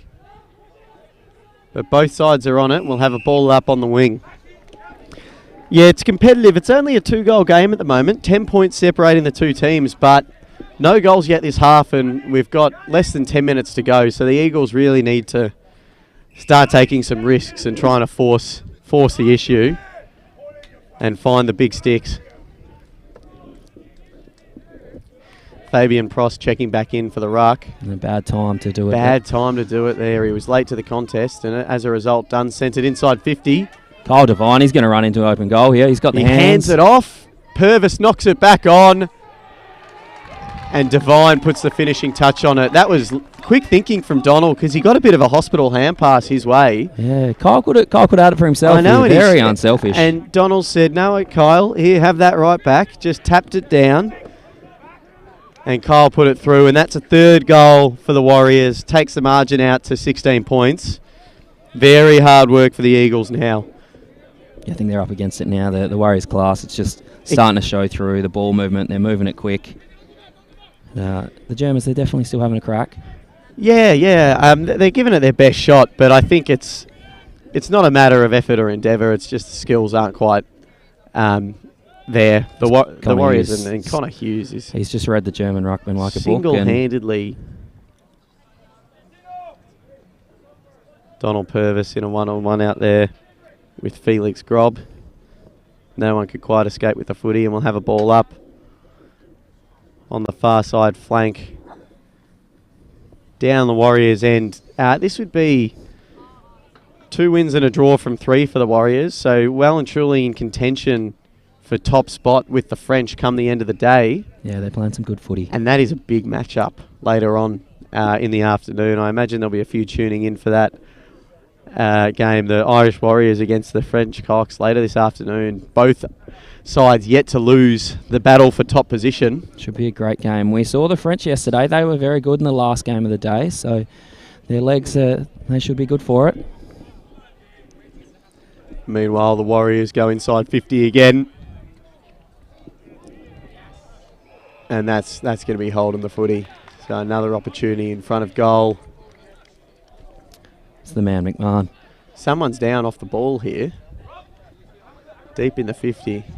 They're signalling for the change. He's a bit ginger, but he's getting off on his own steam. I think it's off the ball free kick by the looks of it. Yep, you're exactly right. I tell you what, somebody owes James McMahon a beer because he was going to slot that. So whoever hit him off the ball, I think it might be number 12, Mr. O'Dwyer. You should get a frothy for Mr. McMahon. Across the face, Connor Dunn here. Does he try and have he's played on. He's got a long boot on him. The umps let it go. Connor. Yeah, can he kick this, Jono? It would take something. No, he's gone the unselfish thing, and he's put it right down the throat of his forward. Fantastic hands by Liam Deneen. Good lead as well, just into the space.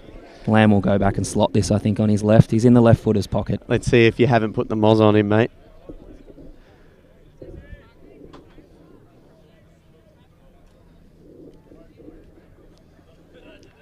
In he comes.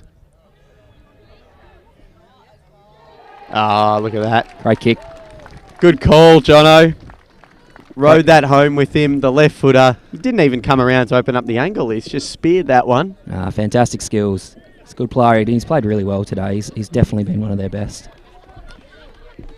And it's now the Eagles are really starting to falter here, and you can understand it. The Warriors are, this second half, they've got back in top form as we tick down under 5 minutes to go. It would take 4 goals from the Eagles to get on top here, and from what we're seeing, I don't think that's gonna quite happen. But you can't say they haven't competed here. Really good first half, and I think really that goal they gave away in the dying seconds of the first half might have broken the back a little bit. Stole the momentum, didn't it? That's holding the man. Can't do that.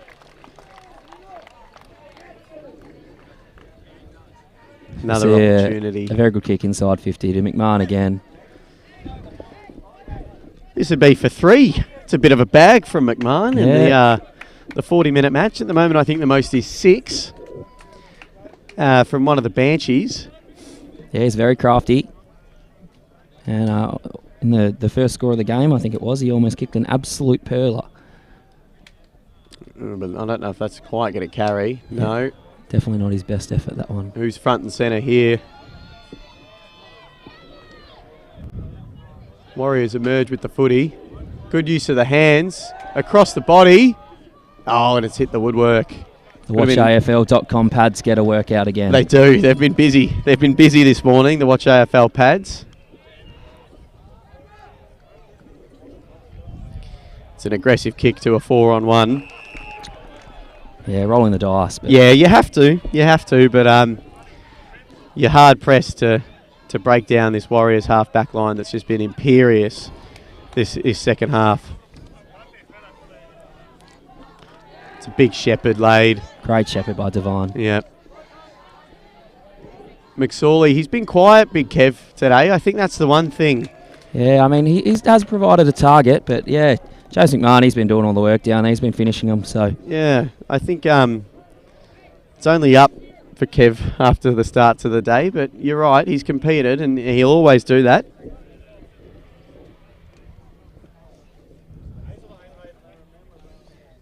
Ball up there deep inside the 50. Warriors emerge with it again. Centre it to the hot spot. I think someone's there. Oh, he's just spilt it. That was the slips cordon there from McMahon again. That would have been fantastic. He's having an absolute blinder, that man. The Eagles, look at them continuing to fight. O'Donnell hands it off. Murphy's had a go from outside 50. He got plenty on it, but that's only through for a minor score across the face. And we're ticking around to 2 minutes left to go. And it's well and truly beyond the Eagles at this point. So they'll lick their wounds and have to rebound for a big game against the GB Bulldogs later this afternoon, where they're playing for their European Championship lives. They're still working hard, though. No, you cannot question their endeavour. Great tackle. Oh, and John's paid the 50 for the not throwing it back direct. No silly business. He knows the Warriors have got skills. They can throw it more accurately than that, and rightfully penalised. And again, I'm telling you, buy real 50. estate off this man. John McMahon, he's not afraid to go the full measure, so it's a big penalty to give away. Both teams working hard on the outer side.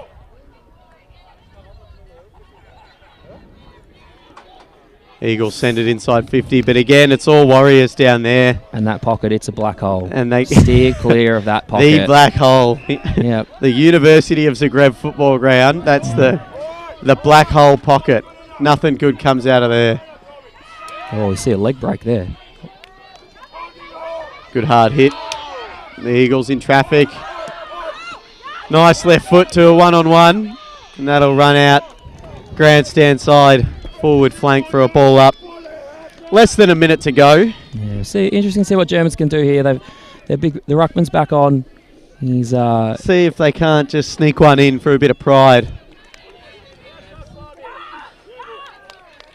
But if you're the Warriors, you take this result. You know, they were pressed early, but you were right at half time. They didn't panic, and they've just been the better side. And you know, the scoreboard reflects that. Yeah, absolutely. Just their foot skills at times. They've been a bit good.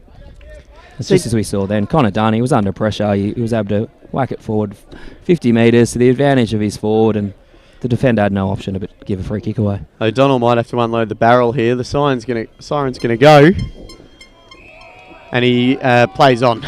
So that's not gonna. Don't think that's gonna count. Johnny had the hands up.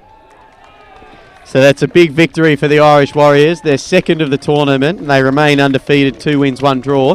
Who's the team to beat in the men's?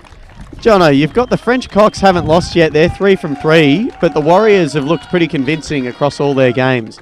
It's hard to say. I know that Ireland have played very well.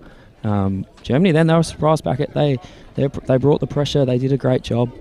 But all the teams, they've played some good footy. And I know there's a lot of improvement in GB too. GB have got some really good players. And if it all clicks, watch out. Like I said, the Eagles, you know, they fought their heart out and they'll be playing for their lives against the GB Bulldogs later on.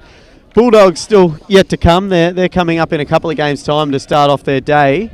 But that's the Irish Warriors with a 4-goal victory against the German Eagles. And next up on the docket, we've got the GB Swans starting off their day and rounding out the morning with the match up against the Croatian Queens, fresh off their first win of the tournament. Jono and I are going to leave you on the commentary box here, but we'll have a new pair joining you. It might be some fan favourites back on the commentary box if Jamie and John get over here soon enough. But for now, thanks for tuning in, and we'll catch you later on in the afternoon. See you guys.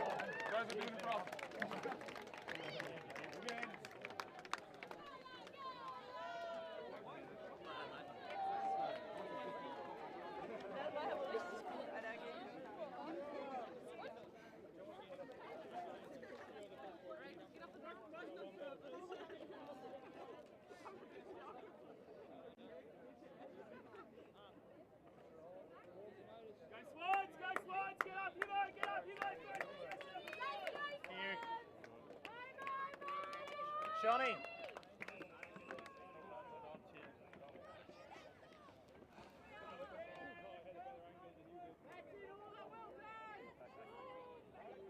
Here we are underway. We've got the Great British... Sorry, I'm just collecting some team sheets here. The Swans, and then we've got the Croatian Queens kicking us off.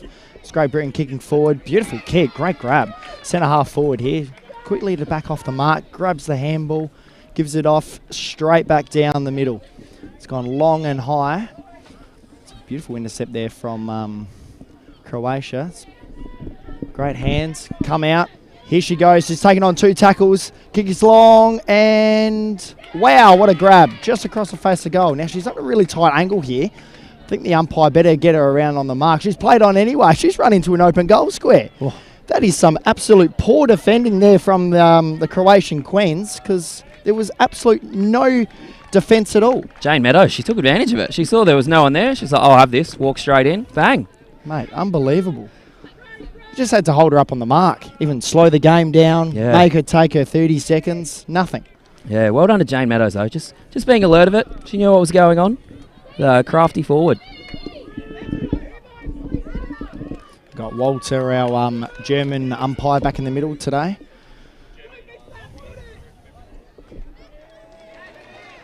Fantastic tap. And a great follow-up there too from Freya. That was fantastic. Beautiful handball out to the running player in the Swans, and she's kicked it long down the line. Great delivery from Iona Williams. Iona Williams, one of the Wildcat stars, and she's gone bang. As the Swans, they keep going forward.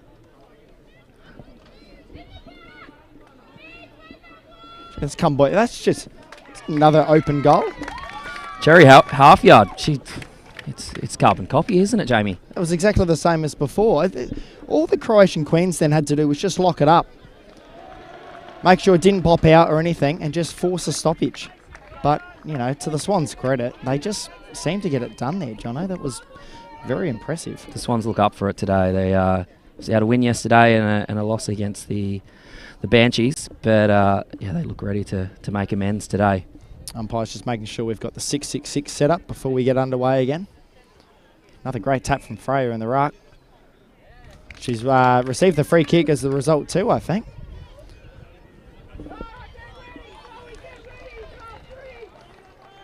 Freya, she's got a good leg on her. She'll make good use of this.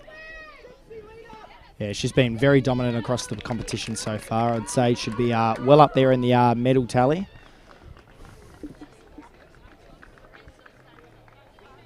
A lot of players around the ball at the moment, but Sophie Barrett, or Tara Barrett, she's been able to break free there and get a long one forward, and not again. It's happened again, Jamie. Unbelievable. I tell you what, I know we're playing Aussie rules today, but I think the Croatian Queens might benefit having a goalkeeper in place. Yeah, because they're just walking straight through. Jane Meadows, she's all about it. It's like they're trying to score a try, and then they're like, actually, this is where we kick it from. We don't need to run to an end zone. Yeah. 3 quick goals to the Swans.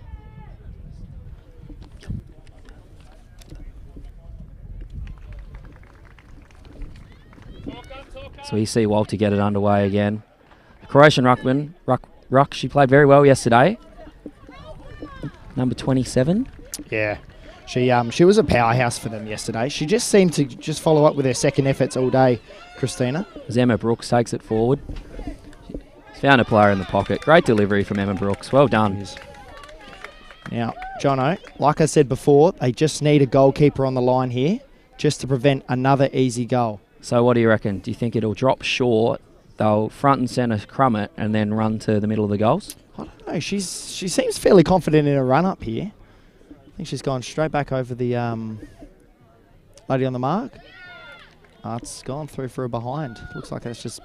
Oh, they've tried to claim the goal again, but no, I think that's a clear behind. I'm wondering whether Jay Trelaw, he's made this a set play to kick him from the lines.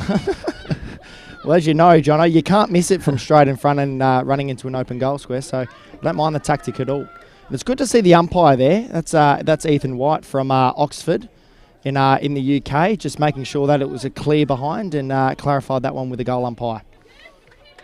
There's a very good umpiring uniform out there today. Both umpires with the bright orange trainers. Yeah, must be... We've got a...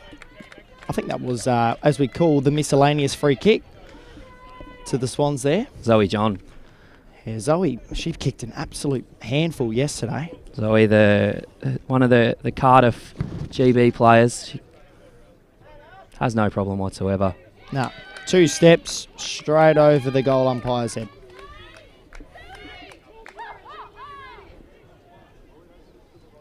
See a few changes made. Carissa Turner's coming on straight into the ruck. Yeah, they seem to get that... she seems to be swapping with Freya in the ruck. They just seem quite to be the dominant combination there. So, Max Gorn, Luke Jackson stuff. Well, isn't that going to be a talking point? We're still not sure where that's going to land, but it looks like... As I say, fantastic hit out from Carissa. Straight to Hannah Layton, who gets a long one forward. Beautiful handball out there from the Queens.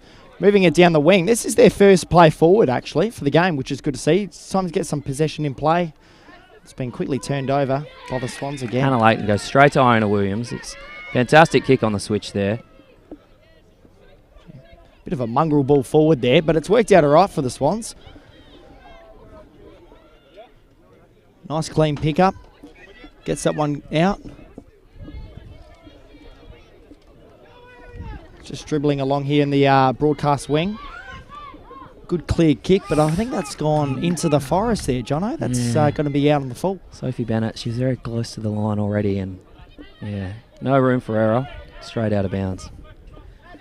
It's good to see the field umpires also being the boundary umpire here and actually collecting the ball for the players. It's good. It speeds up the game. As we know, there's no time on here today, so it's really important that the umpires do get the game going when they've got the opportunity to, just so they can maximise playing time. Fantastic grab. Wow, that was fantastic from Christina again. Christina is having a great tournament. She's just really holding them up at the moment. She's got a booming right foot. She's decided to kick short. Oh, it's just gone straight through her hands. Hannah Layton, she's on the inside, the outside. She breaks free and she's kicked to 4 Croatian players. Yeah, GB there chasing the ball a little bit there.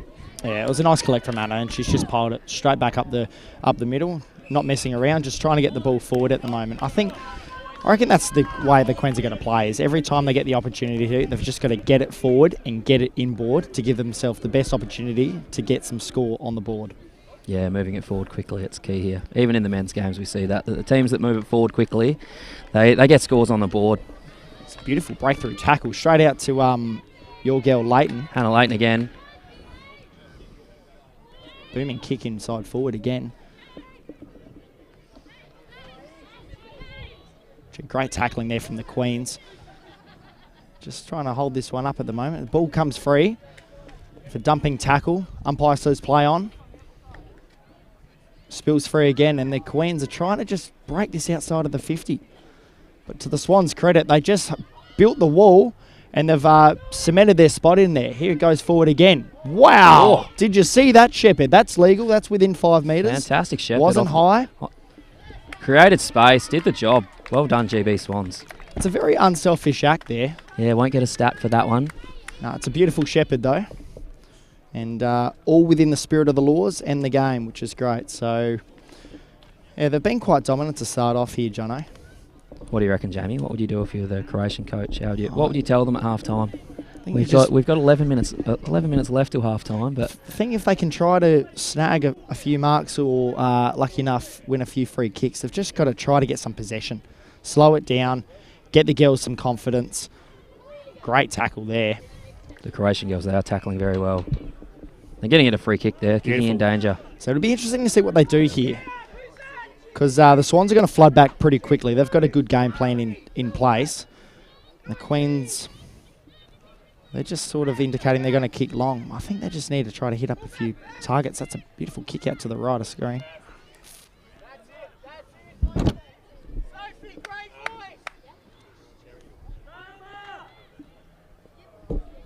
Gee, she's just...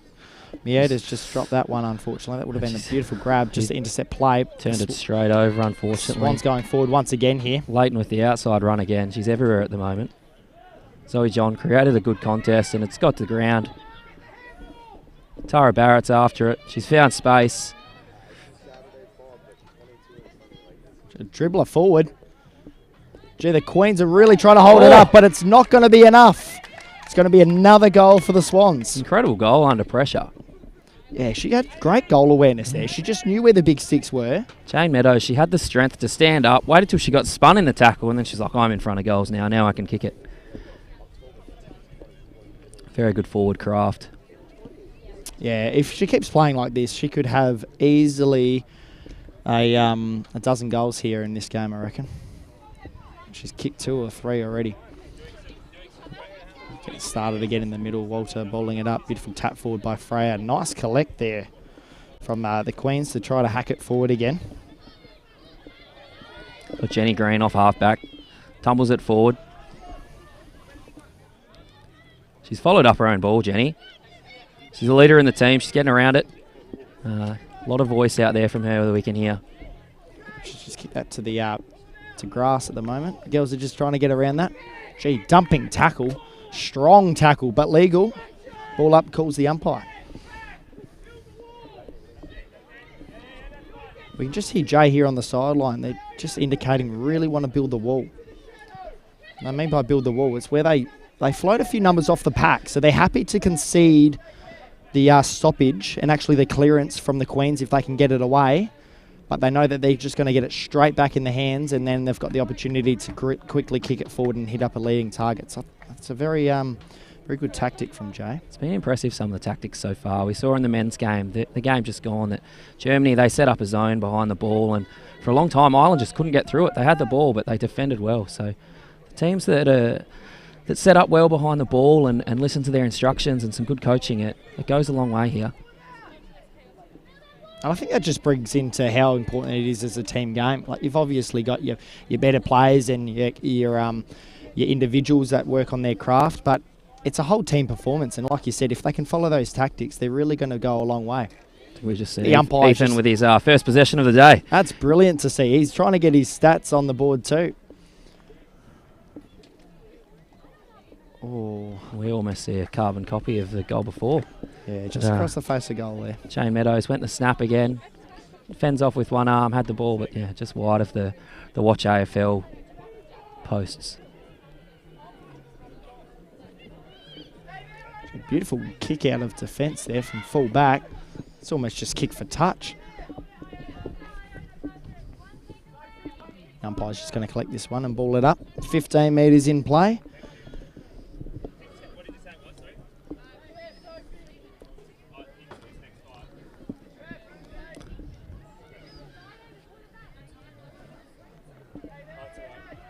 Hacks inside forward there for the Swans, but immediately rebounded out from the Queens. It looks like they've just built that wall like we were talking about before. A lot of pressure around the ball at the moment. Both teams cracking in hard here. As Freo gets the handball out to the wide side, and we've seen the Swans use the open side really well a few times here today. Lunging tackle, here we go again, and she's open, broken free. And that, as we call, is a sausage roll. That's a beautiful goal. Eleanor Geddes, well played to her. The skills are very good. Yeah, she just never looked like missing. She ran through the ball, followed through. A few celebrations to finish. We saw Freya yesterday, and she was... I'll tell you what, I haven't seen a celebration as good as Freya's yesterday since Tom Papley in the prelim final. That's been some very good She was going around with a finger waving. Tongue was almost out of the mouth. A few high fives. What's the best celebration that you've seen whilst umpiring? Is it something that there's ever been one that you've been out there and it's actually caught your eye and you've been like, wow, that was a lot? Yeah, it's funny. Some players do some strange things. I had the Sydney Swans earlier. As Walters just pointed the wrong way. We're just making sure that she gets on a correct line here. I think the Queens just forgot which way they were going. As did Freya as she turned around the wrong way. Here they go again, forward. So first inside 50, but it looks like it's coming straight back out of defence for the Swans. Sophie Bennett, too good there. Read the ball really well. Freya. Oh, fantastic tackle. Sophie Bennett again. She's worked very hard from half back there. She's on the outside. She could get it too. Well done, Sophie Bennett. Beautiful follow-up. Love to see a 1-2. Looks like the Queens. Oh, lovely shepherd out to the right of screen. Hacking it forward. That's just going to slide across the face of goal there. Yeah, some of the celebrations. Well, we saw Jeremy Cameron in the grand final crack a beer when he was happy that the Geelong boys had won the game. But I think the highlight I had was the Swans were playing. I think they were playing the Bulldogs, and I think it was actually Franklin of all players. Have you heard of Lance? Yeah. I think I've heard of that guy. Yeah. So he kicked a goal and he was pretty happy with himself. He started barking at his teammates. And I was quite shocked to see what was going on there, but I think it was clearly they were playing the Bulldogs and thought, no, we'll just have a bit of a take of you and we'll bark at each other. I thought you said he was just going to let everyone know that he was the big dog, just in case everyone had forgot it. The Swans go forward again. Oh, beautiful mark. Fantastic play.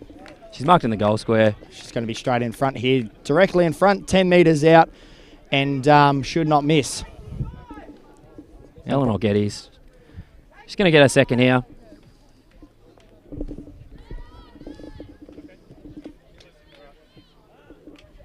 Three steps, bang, and another goal for the Swans. The Swans, they're running away with it here. It's now 7-3-45 to no score. 4 minutes left in the first half.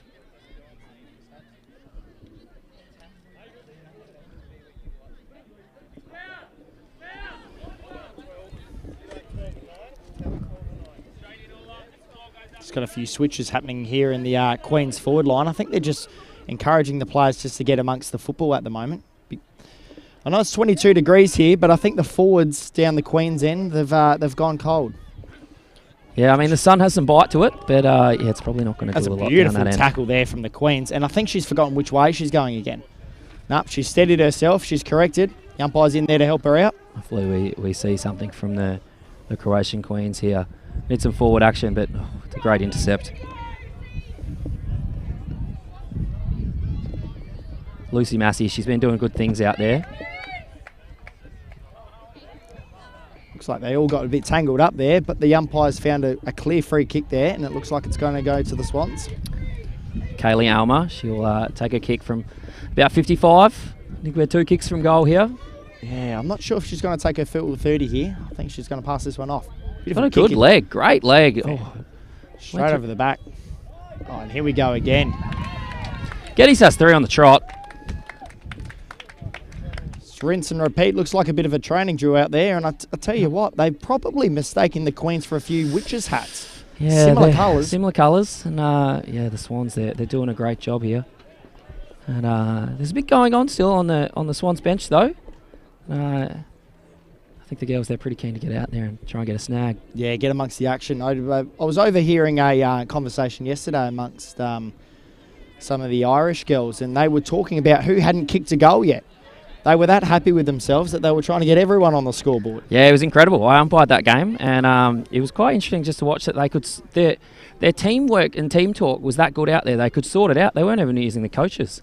They were just moving players around by themselves. Backs were going forward, and they were, pinpointing the girls that hadn't kicked a goal yet. Okay, now in between all of that, we've seen another goal to the Swans. In similar fashion, walking into an open goal square. We hear about the wall that they set up across half back. I think the Queens need to set up a wall on the goal line because they're all not going very high, but they just seem to be walking into an open goal. Yeah, I think they need to figure out a defensive plan at half time. Here we are underway again. Lovely tap out. Clearance looks to go the Swans' way again. 1-2 handball out the ruck. Turner, she's going forward. She's fantastic clearance. A little bit of knick-nut about it. Tap it down, get it yourself.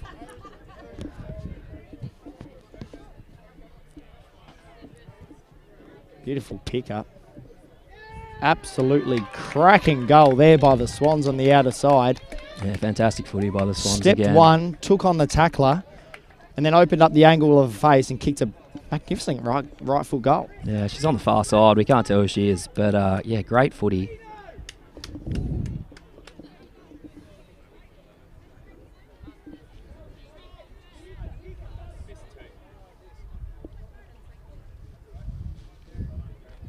Just working out our 666 again here before we get underway. Beautiful tap out of the middle again, and the clearance. Gee, Great. It's all just textbook at the moment, isn't it? Fantastic kick to Barrett. Barrett, she's played on. She'll go around her. She's quite quick. Gee, she's impatient. She's happy with herself, though. Beautiful long kick to the goal square. Oh, just out of the Dukes. Ball's kept. She's done well to keep that in play, but it's now just gone out of bounds. So Meadows, she had a good look at that one. I thought she had it, Jamie. She's kicked a few. And as we hear the halftime siren, like it's all one-way traffic here at the moment. The Swans, understating, have been absolutely dominant. Yeah, I mean, it's 9 goals, 3, 57 to 0-0-0. So there's Croatia, they've got a bit of work to do. Yeah. What would you tell them, Jamie? Well, it's funny you say 0-0-0 because yesterday there was a few games with no score, and the team worked out they actually weren't getting any percentage when the other team didn't score. So they almost wanted the team to score 1 point so they could really maximise the percentage. Trying to rush it behind. I'm sure they'll figure out something along those lines. I think the Swans here would just get around each other. They'll be pretty happy with their work. I think, to be honest, they'll just try to tidy up on some tactics in this game. Yeah, I don't think there'll be too many negative words from Jay. I think he'll tell them they've done a good job, and they have. They've got the ball out wide. They've spread it. They've run well. And their skills have been pretty good. Mate, they've been super impressive. They've been absolutely impeccable. And to be fair, like I said, I think they're just going to focus on some tactics. They're going to try a few set plays, a few 1-2s for when that next opponent comes into play for them today, because it looks like they're going to be in the higher end of the ladder, and it looks like they're going to be playing finals in the AFL Europe Cup. Yeah, definitely. I think they're one of the teams to beat. The Banshees they're obviously up the top at the moment, but yeah, you never know. The Swans, they could turn it on and get some good defensive footy going and use some of their better players. And finals footy, mate, anything can happen. Absolutely, especially in Croatia. Anything could happen. And the undulating deck out there, normally when you bounce the ball, it's going to come back to you. I can tell you what, there's a few lumps and bumps out there. So I mean, I reckon Shane Warne would have turned a few, like, more than square here. They would have just about gone backwards. We have seen a few interesting bounces, but the deck's doing all right. It's holding up. It's it's really the same as yesterday, isn't it? Considering there's now been 14 games of footy on it. Been very continuous play. It's really getting knocked in the middle. And I'll tell you what, it's turning into a bit of a road. So if we were playing cricket, you would bat first and put a huge score on. Yep, yeah, definitely. Queens, on the other hand, they're just taking a bit of a seat in the shade. I think they're getting sunburn out there, mate. I mean, the British girls, everyone in Britain, mate, as soon as the sun's out, everyone goes nuts. So no surprise that the Swans are basking in the sun. On centre wing. And Croatia have gone, no, actually, we're playing footy and it's quite hot, so we'll do the smart thing and have our team talk in the shade. Yeah, sun safe.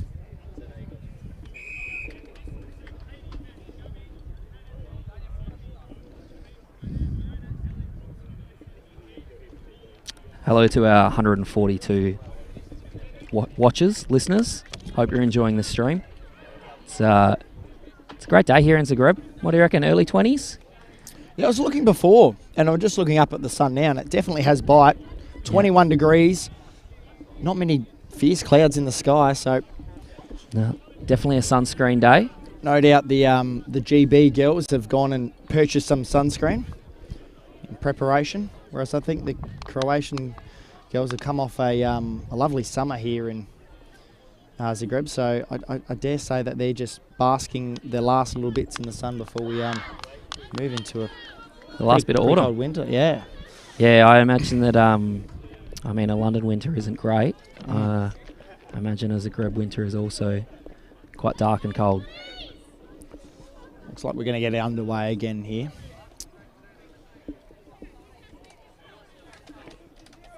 Time for the girls to get set up in their position to kick off the second half. Just to quickly recap, it's been one-way traffic in this first half. The Swans, the Great Britain Swans, have been absolutely dominant. And as we were saying before, I think the Croatian Queens just want to get their hands on the ball. Beautiful attack out the middle again to kick us off here. Great pressure from Croatia early here. They're really hunting the ball carrier. Gee, immediate tackle. That was fantastic to see from Antona. Barrett, she's got it again. She's having a good game, Barrett. What do you reckon? 45. She kicked that one before a long way. I'm not putting it past her. We've got Joe on the sideline there, coach, saying kick the goal. Take your 30 and kick the goal. Yeah. I don't think it's beyond her. She's just set that one up to the top of the goal square. Oh, here we go. Meadows again, though. Got to build the wall, Jono. Meadows says she's kicked a lot of goals today. And quite a few of them from the goal square. She's doing a great job. Don't worry about the goal line. They've kicked 12 goals, and I think they've kicked 10 from the goal line. Yeah, it'd be an interesting heat map, I reckon, mate. They've got to build up the Croatian Queen wall on that goal line. Bring a bit of soccer tactics in, or should I say football tactics here in Europe, and get a goalkeeper in place. Yeah, soccer's a dirty word, this part of the world, mate. Well, when we're watching Aussie rules football, that's what we're referring to it as.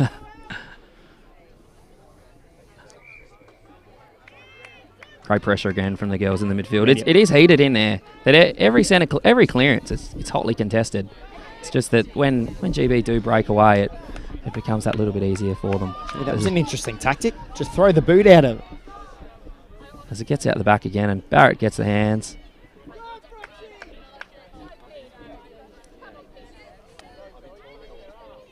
Immediately tackled. Ball spills out. Umpire calls play on. Swinging boot.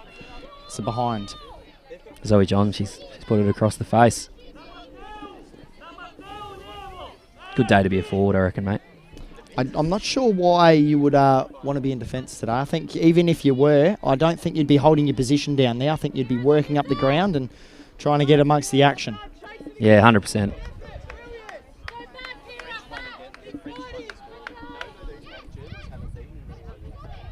Swinging boot there. Not much contact. The girls are cracking in. Walter, our umpire's going to come in and ball this one up, get it restarted. I think this could be a very, very good play here. Freya wins the tap, which she does. Straight back inside board. So the Queens were lucky to cut that one off. Should be run down from behind. Not quick enough there, Jono. Yeah, great pressure. It was the right idea, but yeah, she was just running inside and a little bit too slow, and all of a sudden Alma, she caught her. Yeah, I think the Queens were more impressed. They got their hands on the ball and then they weren't sure what to really do with it. And then by the time she had a second thought, she was chased down. Alma, the skipper, she's just put that one wide, unfortunately. Trying to get on the scoreboard. It's good to see we got a lot of water people running around out there because it is warm. Beautiful kick back inside. Oh, fantastic kick. Wow. Oh. Yeah. Clear holding free kick there to the Queens. Yeah, just dragged on a little bit too long, didn't it, that one? And you could see that the Swans player was quite remorseful too, putting up her hand, saying sorry, just make sure she was okay. It's great spirit they're playing in today. Yeah, you love to see it. Both teams, all the teams in the competition so far, they've been really good. That everyone cracks in very hard. But you can just see that they're excited to play football. Yeah, 100%, especially on the oval here in Zagreb. That it's I think it's the only oval on mainland Europe. So. There you go. And to be honest, it is a full-size pitch. We came out here a few days ago and we got the goal finder out just to see what it was like from end to end. And it was well and truly over 160 metres from end to end. What's that for you, mate? An 8-iron? An 8? Oh, mate. That's a driver. That's a driver from the ladies' team. I don't hit them all that well these days.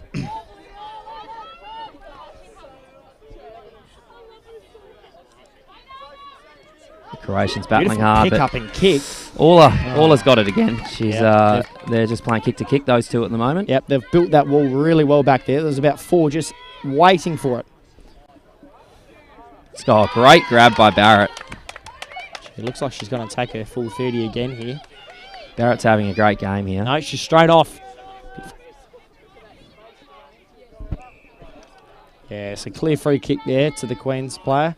She was just a little bit reckless in behind. She got well over the shoulder of Dinah there. A little bit overzealous. Everyone's wanting to get on the scoreboard. And you can understand too, when there's already been 12 goals kicked in just over a half a footy, I think they're all just trying to get their names on the stat sheets because, as we know, votes are very important. So, I imagine there's a team of the tournament. I think you get a European jumper if you're in the best team. There you go.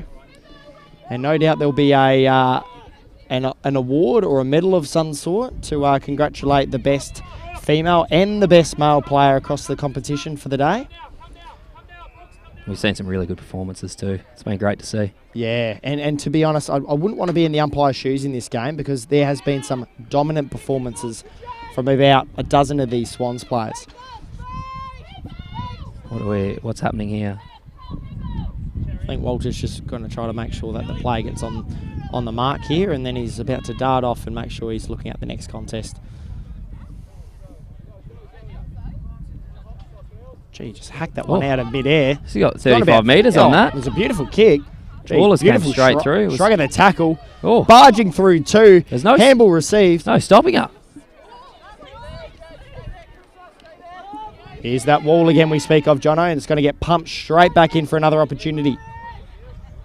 Croatia, they're holding on well though this half. They've definitely some good instructions at half time. You can see they've been flooding a few more players back behind the ball. They're just really trying to stop the bleeding. Yeah, no, they're fighting hard, the Croatian Queens. It might be over on the scoreboard, but they're definitely still giving a good crack.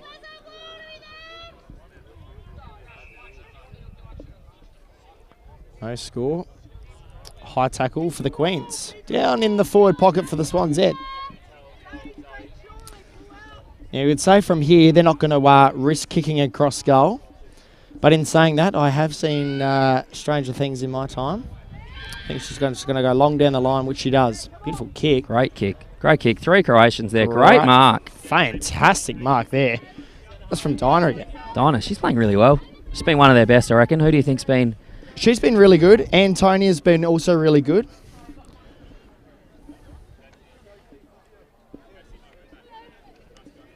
And their ruck, Christina, has also been really competitive in the ruck against, as we spoke about that duel before in Freya and...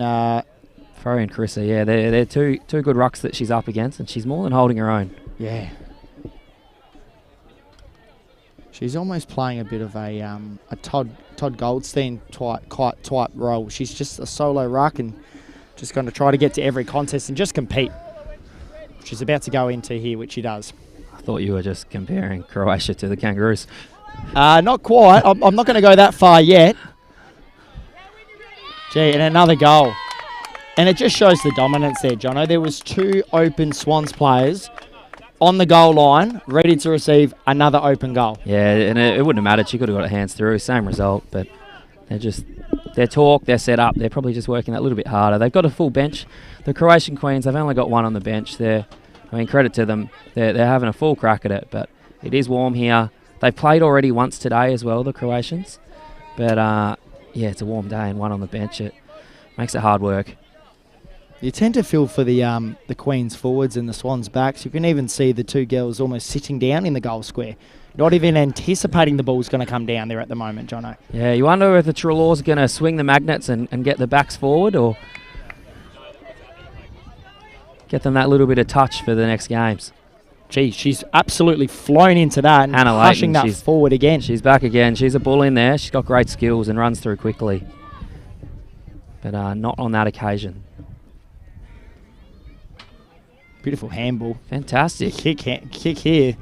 It's the first real opportunity we've had here from the Queens this quarter.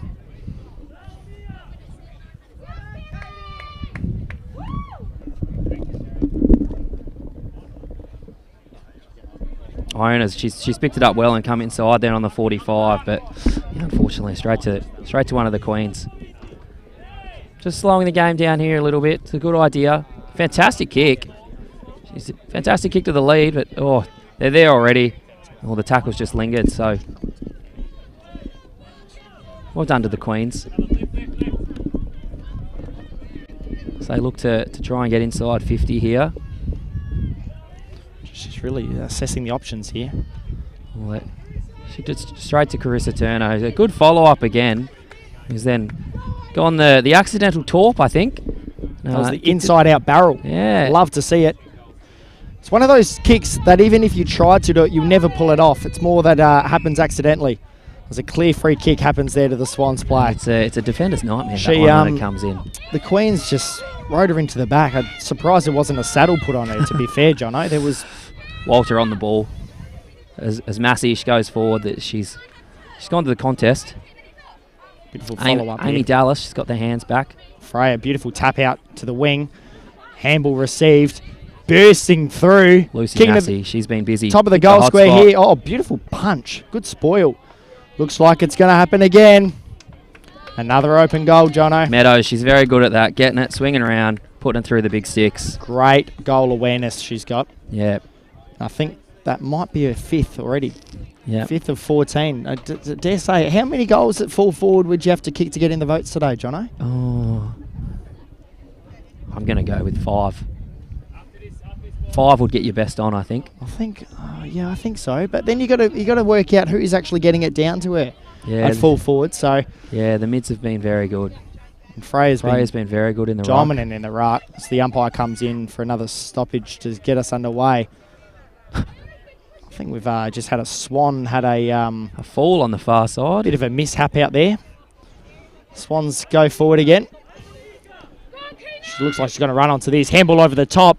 No, goes herself. Says, shepherd me. Alma, the captain. She's kicked it to a great spot. Beautiful kick. Unselfish play. That's what you want to see from your captain, isn't it? That's exactly what you want to see. And she's just owned this wing all day. Yep, she's been fantastic. Like you said, there's been a lot of good players. Geddes has kicked a lot of goals. Phil might be able to tell us how many goals Geddes has kicked.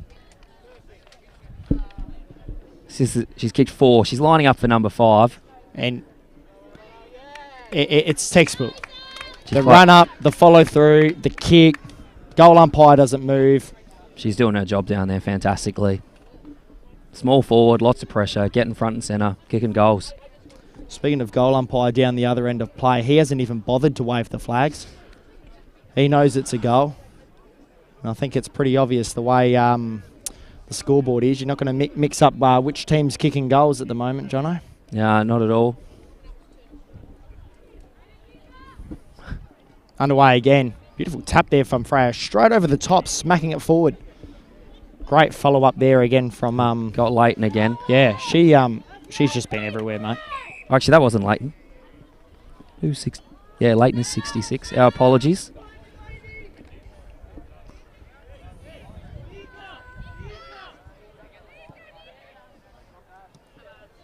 Gee, almost a very late hit. Yep, that Luckily, was- she missed that. That would have been terrible. That could have been card worthy, and I'm not even going to. Oh, and holding on the the ball to ball. go with it too. Well, it's good to see the umpires are just trying to give a bit of encouragement at the moment to the Queens because they're needing every bit of it. Yeah, this is Dinah again. Dinah, she's played very well. I think Dinah might be forward, mate. This is our toner. Oh.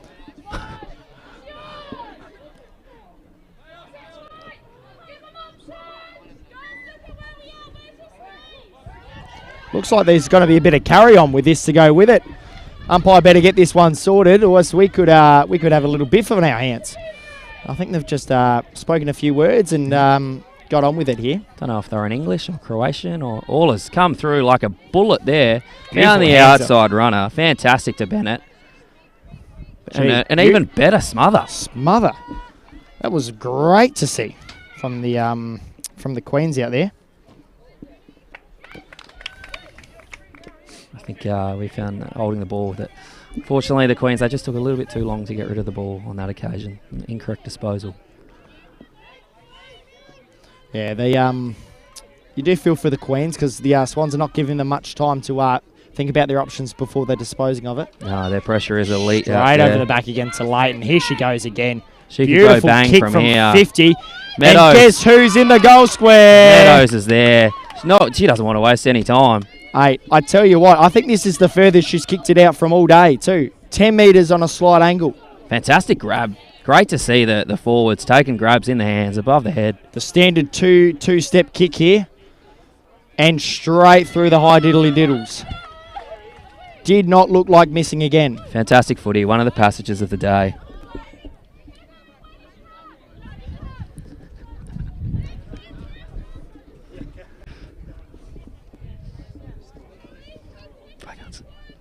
Yep.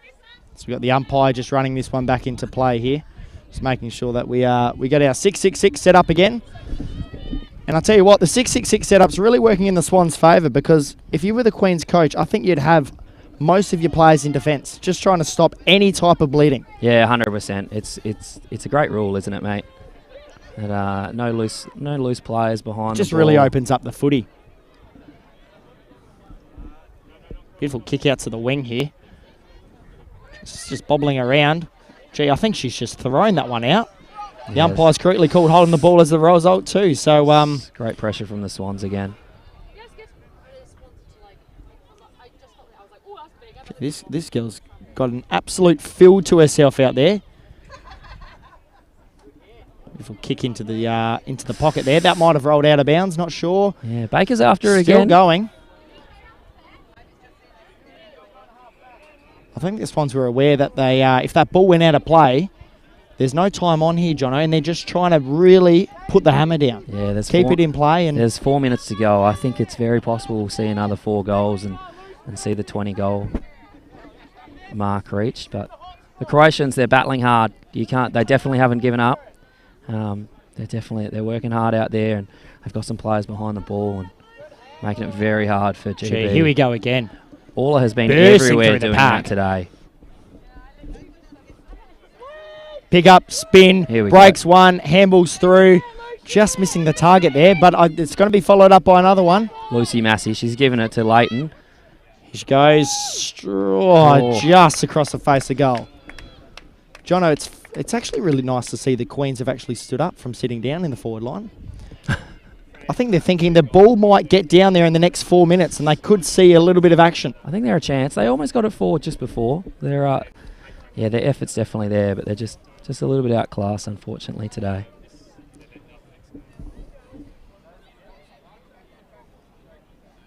It's great intercept mark from the Queens. It was a very good intercept mark. The Queens, they're working hard. There's you probably off screen. You can see a lot of hands on knees.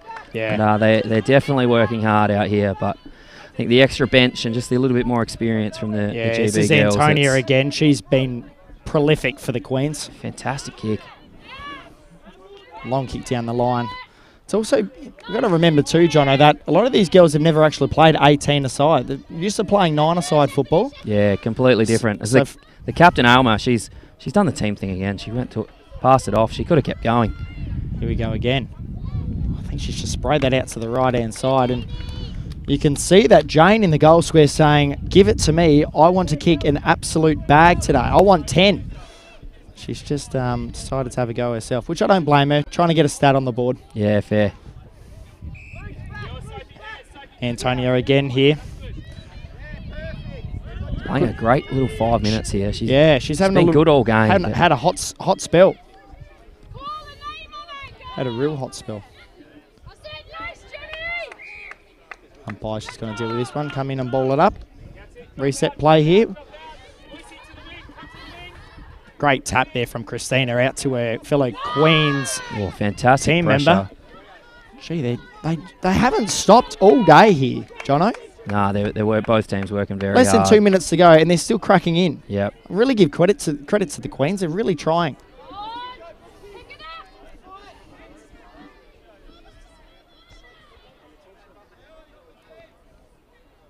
There's the intercept from Leighton again. She's gonna bang it inside 50 here.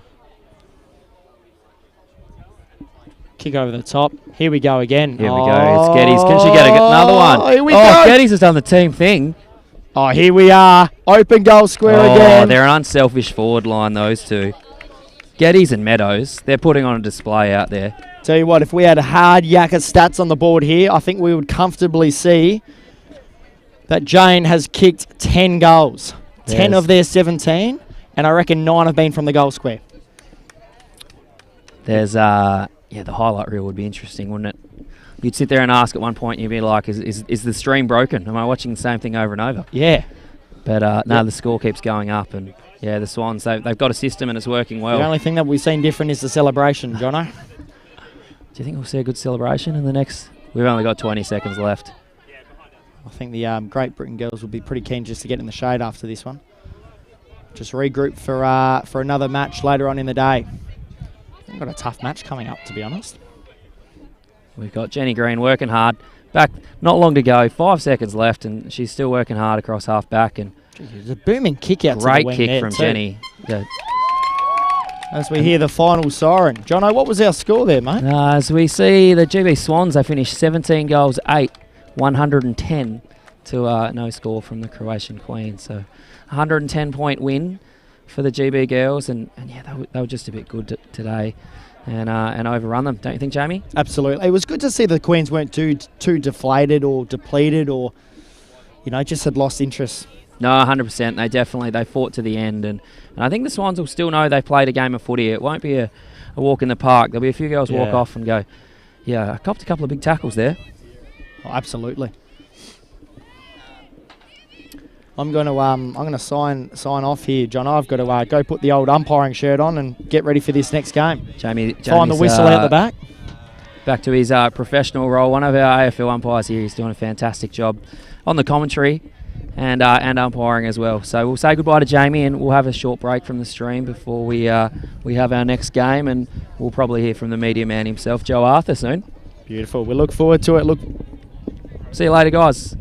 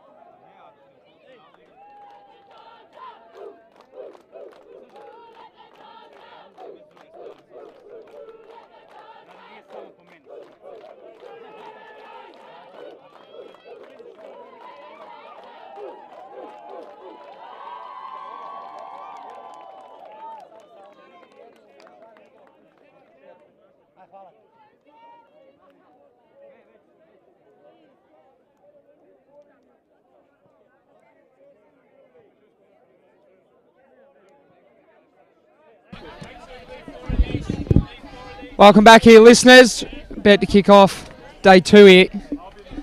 We've got the French team versus the Croatian. We've got AFL umpire Jamie Broadbent about to kick us off here in the middle of the ground, just counting his numbers. Rumour is he's good at counting to 6. That should help with their starting positions. Emerald away. Ball in the middle, Croatia, the giant. Gets up, taps it at the far wing. Tackling pressures early from the Great Britain team. Ball's pinned, breaks the tackle. G'day, John. Thanks for getting us started, mate. Apologies for the brief delay in jumping on with you. But we're underway, as you said, and we got the Croatian Knights against the GB Bulldogs for their first match of the day. Oh, contested mark. Hero on the far wing out there. Is that Tom Hawkins? Short kick inside 50 on the lead. Dealt with. Ball and congestion on the far side. Bees to a honey pot on that far side. Hot property, that footy. I reckon the umpire's going to say, let me have it, and we're going to ball it up. No, delayed whistle. Pinned him. Dragged it in, he says. AFL umpire Jamie Broadbent, all the way here from Melbourne. Doesn't get him wrong often, Jamie, and I think he was right on the money there. Now, it's a big game for the GB Bulldogs, this one. Winless yesterday, the reigning champs.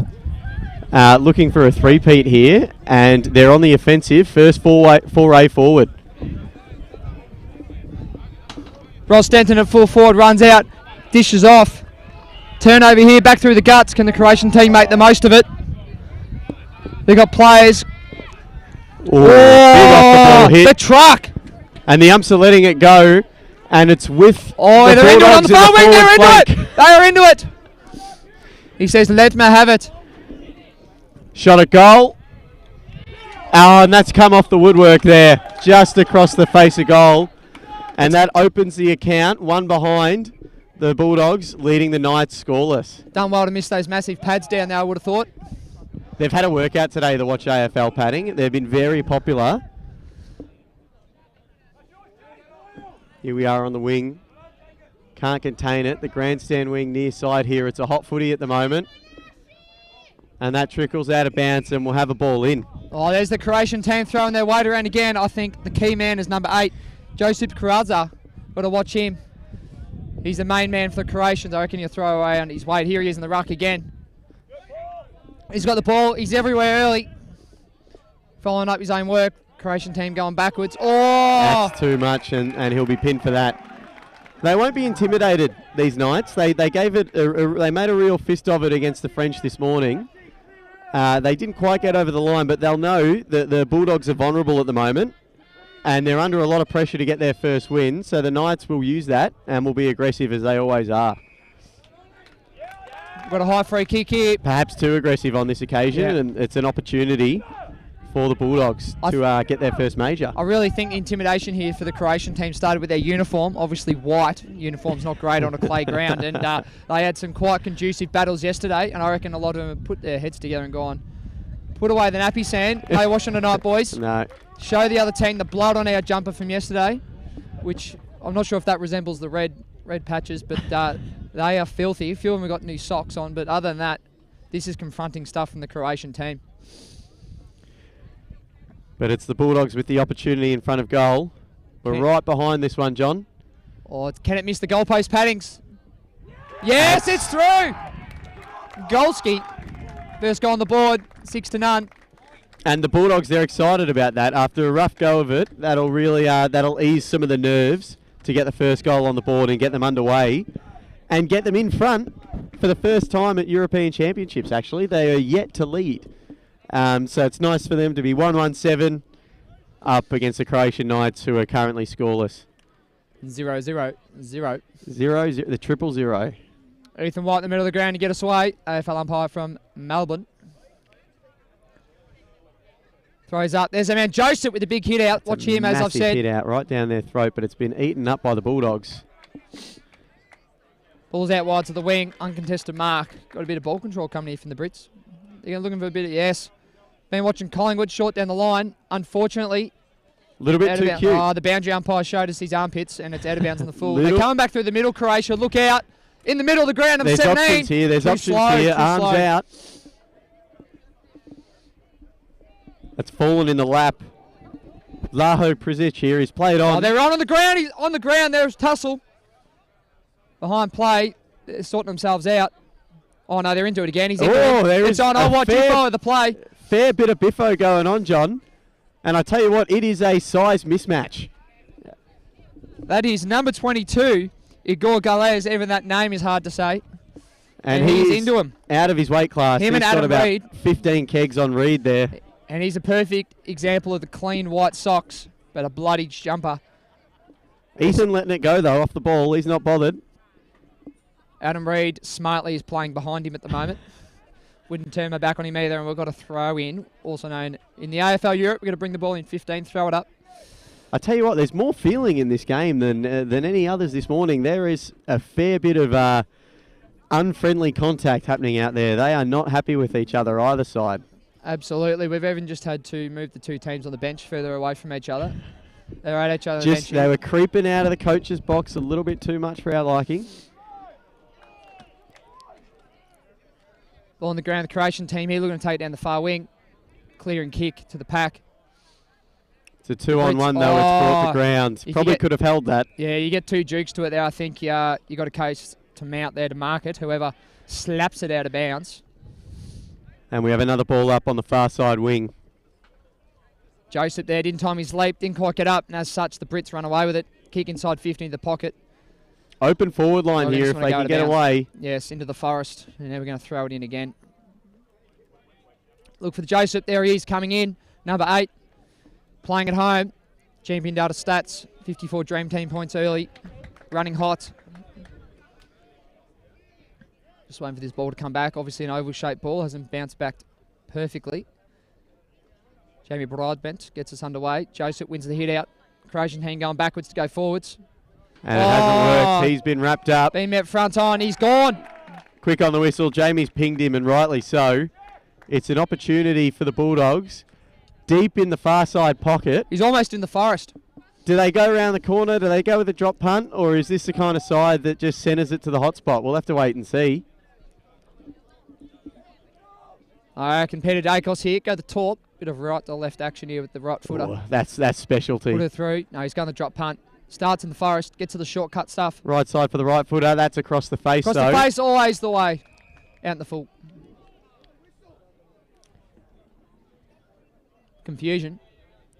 We're all confused. We're not sure what's what at the moment. What's up, what's down? Jerry Broadbent. What are they saying? Out in the full. Out on the full. Kick it to Joseph in the pocket there.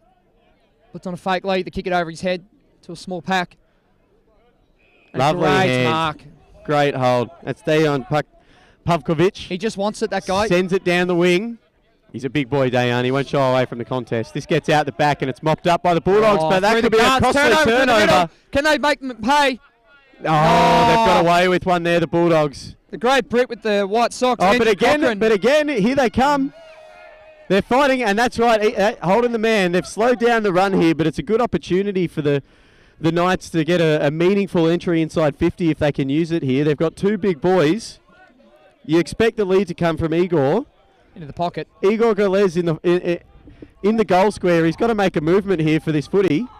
I can kick it to the big truck in the goal square there. Igor Galez. Where are you, Igor? On the move now, mate. No, I don't think there's much movement. He's a stay-at-home forward. Tony Lockett. Kicking it to him. It's coming Kenny right Crockett. down his throat here.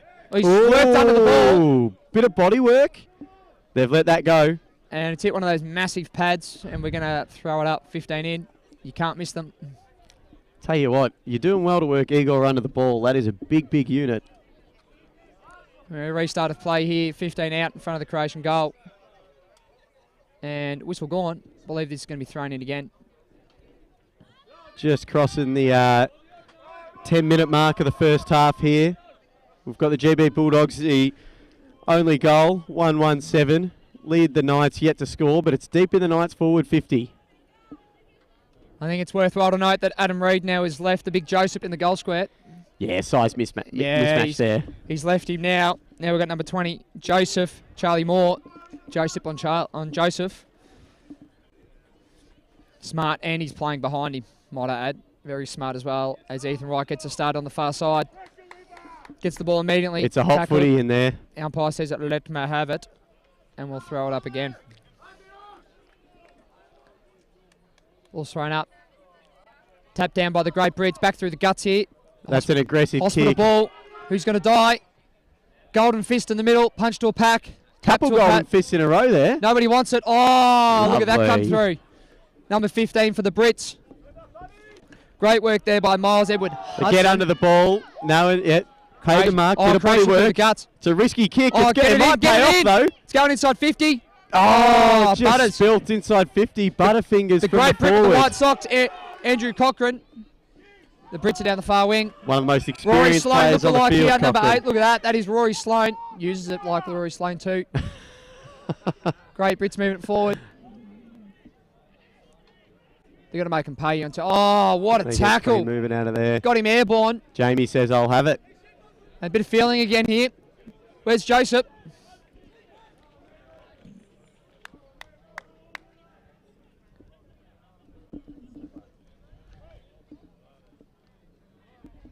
Rory Sloane with the ball again. That's Look a at that better kick. Top of the kick. square. What a drop punt. That's a better kick. Thought he was giving you a bit of Oh. stick there, John. He's nearly Somehow put that missed those one goalpost through. pads and gone through for a behind. We've got the one pistol from the goal umpire. And the Croatian team will look to clear it out from defence here. They're all setting up a long way out. Looks like it's going to go long. Into the flank, into the junction, as they call it there. 40 out in the pocket, running down the side. Running carrier here from the bodybuilders. Moving it quickly. Oh, they are met. That has not worked at all. That time in the gym, couldn't bust it. Oh, Fitty, give us Fitty, Jamie. He says, come with me for descent. That's the hot rule at the moment. If you've been watching the AFL back in Melbourne. Yeah, it's the same over here in Europe. That's what they've been told. No stick for the umpire, otherwise you'll be penalised. Yeah. And this will be a goal coming up. That's the flavour of the month. Umpire descent, Jamie Broadbent. And boosh! Golski into the net. That's a second goal for the GB Bulldogs. Takes them to 2-2-14. And the Knights, despite attacking and having a bit of the play for the last 5 minutes, are yet to get on the board. And they'll need a response soon. 8 minutes left in the first half here. Plenty happening. Plenty of feeling out there. But the Knights have got to start walking the walk. Yeah, I think we've got to get Joseph back in on the ruck. We've now got Paul Thomas. Joseph's William ready to Watson. go. Joseph is ready to go. He is there down at the gate, and he is saying, why am I not on the ground? Big Paul, the Croatian ruckman here, runs in, chucks his knee in. Couldn't get up like Joseph. However, the Croatians read the ruck there. It might work for them. Reads Benjamin Kinez ruck. Ball pinned here. Umpire says that let me have it. Ball up just forward of the centre, favouring the Croatians. Straight up. Jeez. Look lost under there, the Croatian ruckman under the flight of the ball as the Great Brits ran over the top. Joseph's got to get back on Gets the here. hands out. Oh, fierce. That is a Heads are clattering. in. They're into And it they're here. not happy This with is that it. either. Here we go. It is on Cards here. are going to be flying. Here it is. Infini. Jamie's It's still getting on. it moving. He's giving Croatia the opportunity Croatian here. team. That is the class of an AFL umpire. That has stopped the biffo straight away because it's a big opportunity for Croatia now. They send it forward to the ball, deep into the pocket, and we'll have a ball up deep inside the Croatian Knights forward 50. But boy, oh boy, John, there was plenty happening there. Mate, you should have seen him in the grandstand behind us. They were up and about. Everyone wanted a piece of it. Couldn't keep the people in the interchange off that one. Bit of feeling. And that's Jamie just having a word with big Josip Kravar, the skipper for the Knights, saying, let's all keep it civil. Gee, I reckon the only thing in common between Josip Guevara and Jamie Broadbent, one's 60 kilos, one's about 120. They've both got 2 eyes, 2 ears, a mouth and a nose, 2 arms, 2 legs. As we see the Great Brits use their legs down the far wing. Good leg on this one. This would be a big response. Misses the goalpost pads and goes through for a point. Near side miss. Everything missing to the near side at the moment. The Knights move it quickly out of Here's defence. that man. though. Look for a big Josip. contest. Look at that. That's a He's in big front. juke as well, and he's off straight away With down his the fresh wing. skin fade. Big kick down the wing. They Oh, fly. it's a good contest. It falls to ground. Who's Oh, gonna come out tackling with it? pressure. Good pressure from the Knights, but class from the Bulldogs, and they steady. Here's our man, Andrew Cochrane, wearing the white socks for the Brits. Didn't get the memo this morning. Yeah, didn't get the Navy socks memo, Andrew. Must be a late ring in. Oh, that won't do. Well smothered, but it falls back to the Knights, and they can rebuild from the back line here. The Brits are pressing. That's a better kick, though. That'll steady them down the wing. Far side wing, it's the Knights with the footy. Attacking, desperately need a goal. We got 5 minutes remaining in the first half. And that will not help. Oh, that is a what poor an intercept turnover. mark there by Stephen Welton, number 27. He's looking inboard, only inboard. Yep, he And does there's that. something he does likes. That. Didn't hide that very well. No, and the Knights were there to mop it up. Well, they were. Hands weren't as claimed, but here they are going forward now. Lovely Here's kick. our man. It's an open forward Get line forward. if We've we got move two quickly. one-on-ones forward. Get it into him. There's 378 kilos between the two forwards for Croatia. And look at this. They got Sausage coming up. Gets the hands. 378 kilos between them, but they're moving like small forwards there. That was a great pickup. Oh, the comes back out. Rejected. The Great Brits take it down the far wing. Ball's heading towards the Forest. And we're going to get a throw All up up on the far side Bring wing. it It's back just in. coming out of that Croatian forward line a little easily at the moment. They can't quite lock it in. They're going in there open. They all run in, and by the time they get there, it's coming back the other way. If you're going to kick it to two Bulls, you've got to get it up in the air, I would have thought. Got to put it on their heads, let them do their work. But the ball comes in on the ground, and he gets rejected back out. The Croatians here at the back of the pack. They're going to come back through the guts again here. This is aggressive play. Hope it works for them. The Great Brits. banana down the guts in the middle of the ground. Again, Looks like hacking it forward. might pay off. Oh, the big fella turns. Oh, Ooh. tackle doesn't Is stick. he Gets clipped? the hands. Ethan lets him No play try. on. Play on. Gets the hands to the The Brits. Croatians keep coming. There's plenty around the ball, but again, the Bulldogs half back line able to work it out of defence.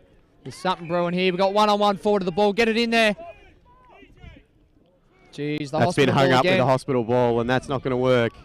Oh, sits on his back and pays Yep, it. paid. Jamie all over it. He Can't rode treat the little fella like that. The horse and saddle came out there. Gave him the whip, and now the Croatian side are at the far wing. They've got to keep moving. Keep it moving as they do. To the sponsors logo there, the Hard Yakka sponsor logo on the far wing. Ooh, Oh. big hit, and you can't do that. Can't contest. Does not even attempt to mark the ball. Just says, I'm going to dig my elbow into your ribs. Free kick, Croatian team. Jamie Broadbent on the scene. And they are stagnant forward of the ball. I know, they need to do something, and they got to do it fast. Oh! That's a big grab. That's a big grab. Oh, lets him have it. Sit on your bottom. That's Dejan Patkovic, and he puts his defender down on his ass and sends Big it fella. straight Oh! down the throat. This is Igor. Get Big- it in there quick. He's too far out, I would have thought. Just Big outside Igor 50. Galez. He's got a boot on him. I don't know that it's that big, but he seems He's to lining think it so. up. He's lining it up. He must have it. He's got the journey. He's got to kick this at least 60 to clear the line. Tell you what, It's a good leg. gets onto it, but it's only the small man down there, and Oh, there's three Brits. the Bulldogs mop that up. Oh, man, Andrew Cocker and the White Sox clears the ball. Now they've got the numbers here, the Knights. They've got to figure this out. Gets the hands. And that is Good tackle pressure. Kicks off the ground. That might be insufficient intent here. I think we're going to throw it in. I really think Andrew Cochran, someone's got to get out to him and tell him, mate, get your internet sorted, read your emails, blue socks for the Brits, get the white ones off. just under 2 minutes left in the first half here. The Bulldogs holding on to a 2-goal lead. But the Knights are coming. They just need to convert some of these opportunities at the moment. The big fellas are getting on the end of them, but it's a little bit too far out to score at the moment. Joseph's back in the ruck. Look out. Immediate impact with the big hit out. Watch him as he goes in hard. He's in there again. He's my man. I'm telling you. Look at those shorts. They resemble the Brisbane Lions brown. Wow. Joseph's going to go in the ruck here. Back him in for a big hit out. He does exactly that. Straight boundary side. Well, he says. 90 seconds remaining. He's Time just for thinking either about ruck team. contest. That's all he's thinking about. Get the ball out of Lives bounds. and breathes them, John. Lives Another and ruck breathes contest. them. Now the hit out. More points. Where does it go? More drained out. Again, he wins the hit out. I Straight hope- to his teammates. I hope someone had the C on him. He's all over the dream team. The 3-2 and the 1 for Joseph. Ooh, very close to a throw there. Inventive, wasn't it? Yeah. Agricultural, even. In the centre circle. Knocks it on. Here come the Knights. Oh, the big skipper. Can he get on the end of it? Not Look at the size quite. of he's got it. He He goes, keeps "Get away fighting from though. me!" Drops it on the boot. Bombs it inside 50. Brits are there to mop it up. Bulldogs have the numbers, but Igor is a coming. I don't want to be on the receiving end of his tackles. Lovely set of hands from the Bulldogs. Oh, sits on his bum. There's plenty of mayo on that. He was ready to go down the second he Jamie marked it. Broadbent on the scene. He knew what he was doing. Says stand up, stand up. Brits go in front. Gotta do Siren's better about than to that. It's go. a Got a full mark. gravy. Don't play on here, so he's played on. 30 seconds left. 30 seconds remaining. Falls short of the target, and the Knights are straight away onto it. They've got the numbers here. Can they mop it up? Well, they can indeed. They go up the far wing. They didn't press forward, so they've still got 6 players behind the ball. So, yes, they do have the numbers. But the Brits are going to take this back in. Final seconds of the half here. It would have to be a kick and a mark for the Brits to score. The Croatian team's got to get back in defence, help out. Got a one-on-one up forward. Oh, and it's a lovely grab. Right on the stroke of half-time. Only a few seconds remaining. This will take us through to the siren, but can he get up and take his kick here? There's the siren. There it is. Heard his hip. Look, I hate to predict the future, but I was calling it. The Croatian team that didn't push up to defend could only have gone one way with 30 seconds left in the quarter. They had 6 players still sitting down their forward line, and now they're going to pay with it. A one-on-one in defence. Could have had numbers back there. Intercept, come over the top. Someone to punch. No. They left a one-on-one, and the Great Brits here. This could nearly be the game at half-time, I think. Good chance to sink him. This would take all the momentum. On the goal square too here. Tell you what, he'd have to give it a good ride. It's up. Gets onto it. But falls short. No score. We've got half-time here at ZFG, Zagreb football ground. And the Brits are leading comfortably. 2 goals, 3-15 for the Bulldogs, leading the Knights. Yet to get a score on the board, but there's been plenty to talk about, and there's a bit of action still going on as they walk off here. Someone unhappy about something. Pointing at his ears. I think there's a bit of a language barrier out there, which is going to work in the Great Brits' favour, I would have thought. That is Ross Phillip Denton, and he is unhappy with the Knights about something, and he's letting them know. That's half-time, 5 minutes. We're going to grab some fluids, and we'll meet you back very shortly. See you on the other side of this quick break for a big second half.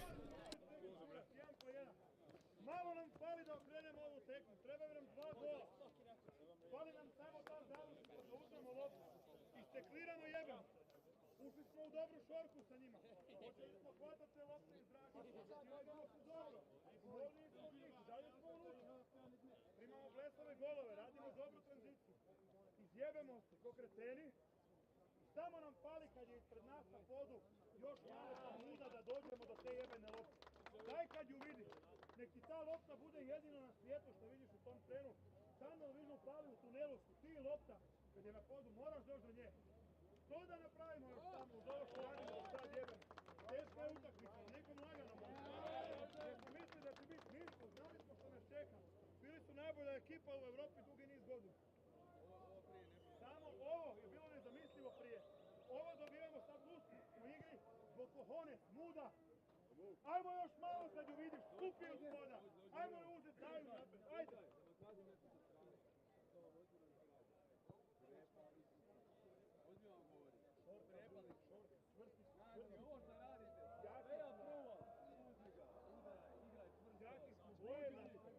Ima vataju lopte, boje se majke sjebe, boje se. Znaju s kim igraju, znaju gdje igraju, boje se. Ajmo do kraja sa zubima, nek izgubimo, bo budemo kurac. Ali sludimo,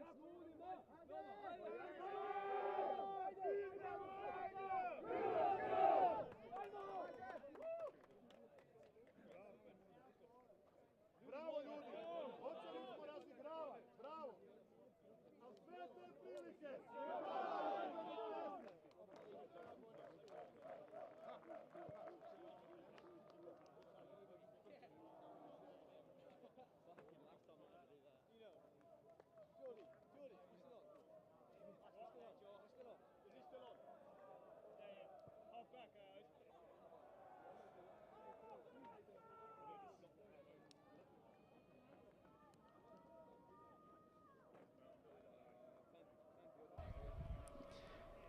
Back on deck here for the second half between the Great British Bulldogs and the Croatian Knights. Some have coined them the bodybuilders, and there's plenty of muscle out there on that field right now. And I tell you what, at half-time was a fly on the wall. I wish I spoke Croatian, but it sounded like it was a big rev up from big Josip Kravar. He was ready to go, and Jamie gets us underway. They've got Josip in the middle. But it's the Bulldogs with the clearance. Oh, and a great set of hands, and he's off straight away. This would be a big goal to start the half. Fortunately, he's just put it across the face. And that's 2 goals for, 16 for the Bulldogs, leads the Knights. Still yet to score. Ball's been cleared out. Tackling. There's Josip. There's my man on the ground. Jeez, he's met hard. Met real hard. No disposal there, so no dream team points for him. The man we expect would be leading, but the hard ball gets. You just love to see those 1%ers if you're a coach or a fan. Here he is again. Another hit out to Josip. It's huge. He's Nick Can't Nat. stop this guy. He is Nick Nat. Jamie Broadbent says, let me have it. And we've got another ball up. Repeat stoppage. Hopefully the ball can clear from here. Josip, blood rule or free kick? Blood rule. Blood rule. This is how tough this game is. Surprised it's the first one, to be honest. There has been plenty of action so far. And that is a big clip around the chin there for the Bulldogs ruckman, but he'll get that mopped up straight away. And a little bit of confusion after who's going to replace them. Everyone's a little bit scared of going into the ruck contest after seeing the state of the Bulldogs ruckman having copped a big knock from Josip there. Benjamin Kinar, blood rill in his knee. He's a braver man than I am, I tell you what. He's been replaced by the big fella, Paul Thomas. William Watson. Sitting at the back of the pack there is Sloane's got another one. A typical kick. That is a mongrel up in the air. No one's marking that. Straight out of bounds, and we'll have What to throw I did in. love about that, what I can tell what they discussed the Croatian team at half time, they were back there, they had two defenders punching that ball out of bounds. There's no more one-on-ones. And look at the result. Out of bounds. Get Josip in the ruck. Again, as we see, he taps it out. And again, he just says, ruck contest's my thing, boys. Let's have another one. Let me get these points up. Here he goes again at it. Big Josip goes boof. Wins the tap out again. Straight to Rory Sloane. Throat.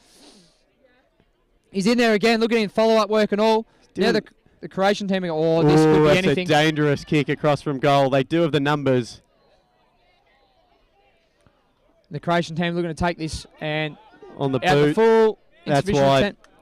Opportunity here for the Bulldogs to kick a goal.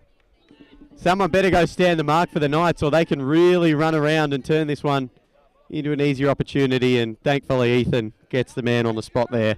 So a tough opportunity here for the Bulldogs, but an opportunity nonetheless. It's a dart. Nearly worked. Falls to one of the Knights, and we're out here. Lovely set of hands. And that's the bloke who came on with 4 names, none of which I can remember, but a great set of hands. He's looking inboard. Good handy switch Paul here. William Watson Wallace. There is all but 3 Croatian players in the forward 50 for Great Brits. They are flooded back. This is definitely the talk at half-time is around the defence. Big Josip gets the ball again, clears it down the wing. Out of bounds. Out of bounds, a win there. The Bulldogs had all the numbers, but now we've got to throw in on the far side wing and an opportunity for the Knights to get some bodies forward. My word, my word. We can definitely see the different structures that they're running here, the Croatian team. They're sending everyone back now. They heard you, mate. They heard that spray you gave him, nearly conceding a goal on the stroke of half-time. And it's all the bodies back at the moment. On the ball. Incorrect disposal. Jamie Broadbent on the scene, Croatian team. Tackling pressures there. They're going to kick this down the line. He's unsure what he's going to do. me. What's going to happen? They've got numbers back if they go backwards. He's in about 6 minds there, and none of them worked. Nonetheless, the Knights still push forward. Can't question their endeavour. Just the decision-making at the moment. Quite an agricultural, might I say. I'm even that. Look at this. They're at it again. I'm nervous sitting on the bench here. And we'll have a ball up in what John O'Carter, member of the commentary team, has coined the black hole pocket. Very hard to score, very easy to get stuck in. High tackle. Croatian team, that was clearly there on the left shoulder. Jeremy Broadbent on the scene. Got to build from here. Got to get some flow to the game. The Great Brits. There's Rory Sloane again. Sloaney's everywhere early. He's featuring heavy. Jacob Robinson. We'll continue to call him Rory. And Jamie Broadbent again says, let me have it. We'll get play restart with Joseph with a big hit out. Another hit out for Joseph. That's every down time his man's to throat. Agricultural kick in danger. No, too high, says Jamie. Clipped off the ball after kicking that one out of midair. And he's hurt. And having umpired myself, it always helps when a player goes off the ground straight away holding your face. Makes you feel a bit better about your decision. He's done that. Great way to justify it, and that's straight off there for that Croatian night.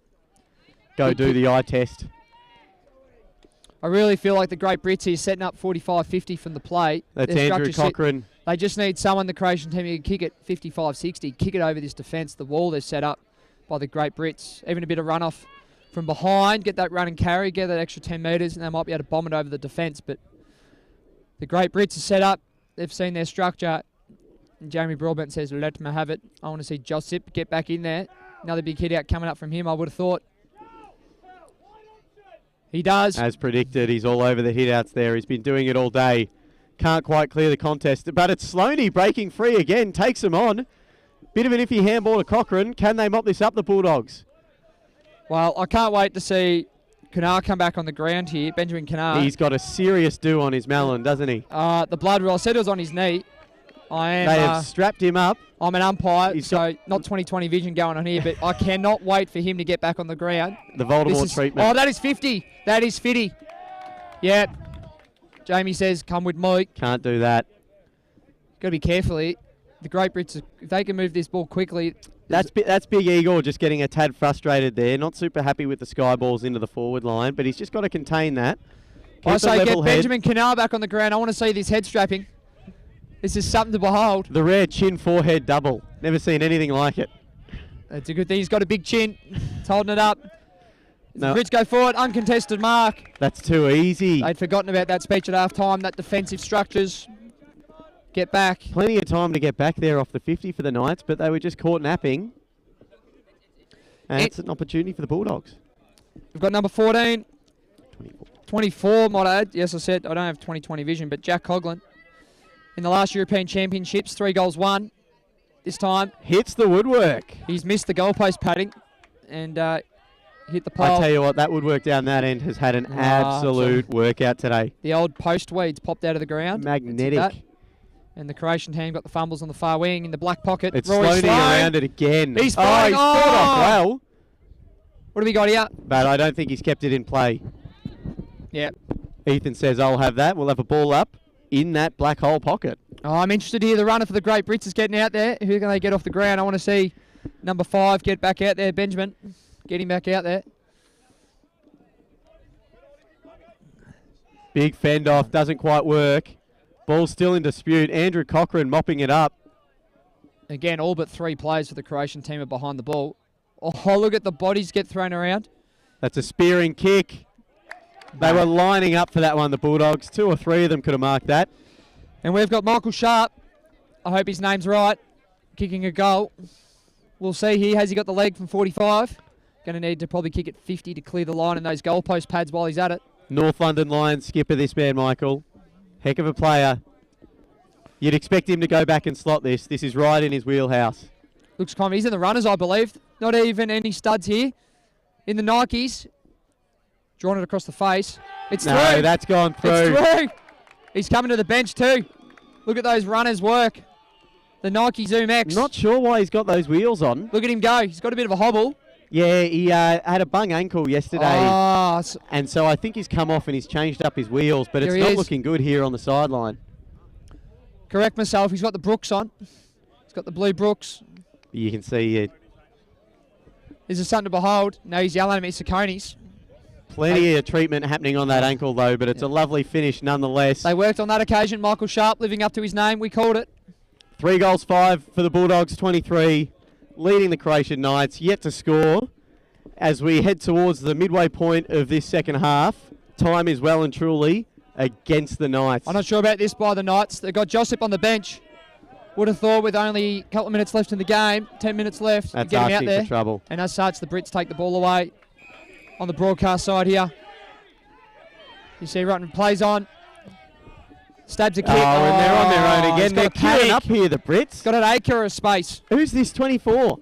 Mate, he's everywhere. I've called him many a time. Jack Coughlin. Jack Coughlin must have BO because none of the Knights want to go near him. Now we have a set shot for goal directly in front. Ross Denton. Ross, he was unhappy at half-time with something. See if he can't cheer himself up. Stabs it, nearly misses everything. No, that's not going to do it at all. He was having a few set shots before the game. I was watching. He did not miss one of those. So it just goes to show the Croatian chirp, I reckon, there's got inside his head. Update on Kinnear. He is back on the ground. He's going to be going for this contest here. There he is. Look at that head strapping on the far wing. That's Tutankhamun. He's resurrected. He's back out there.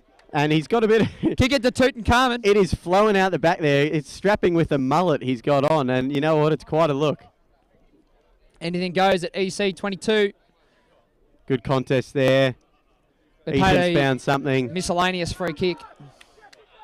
First of those today, and it's a kick for the Knights out of defence.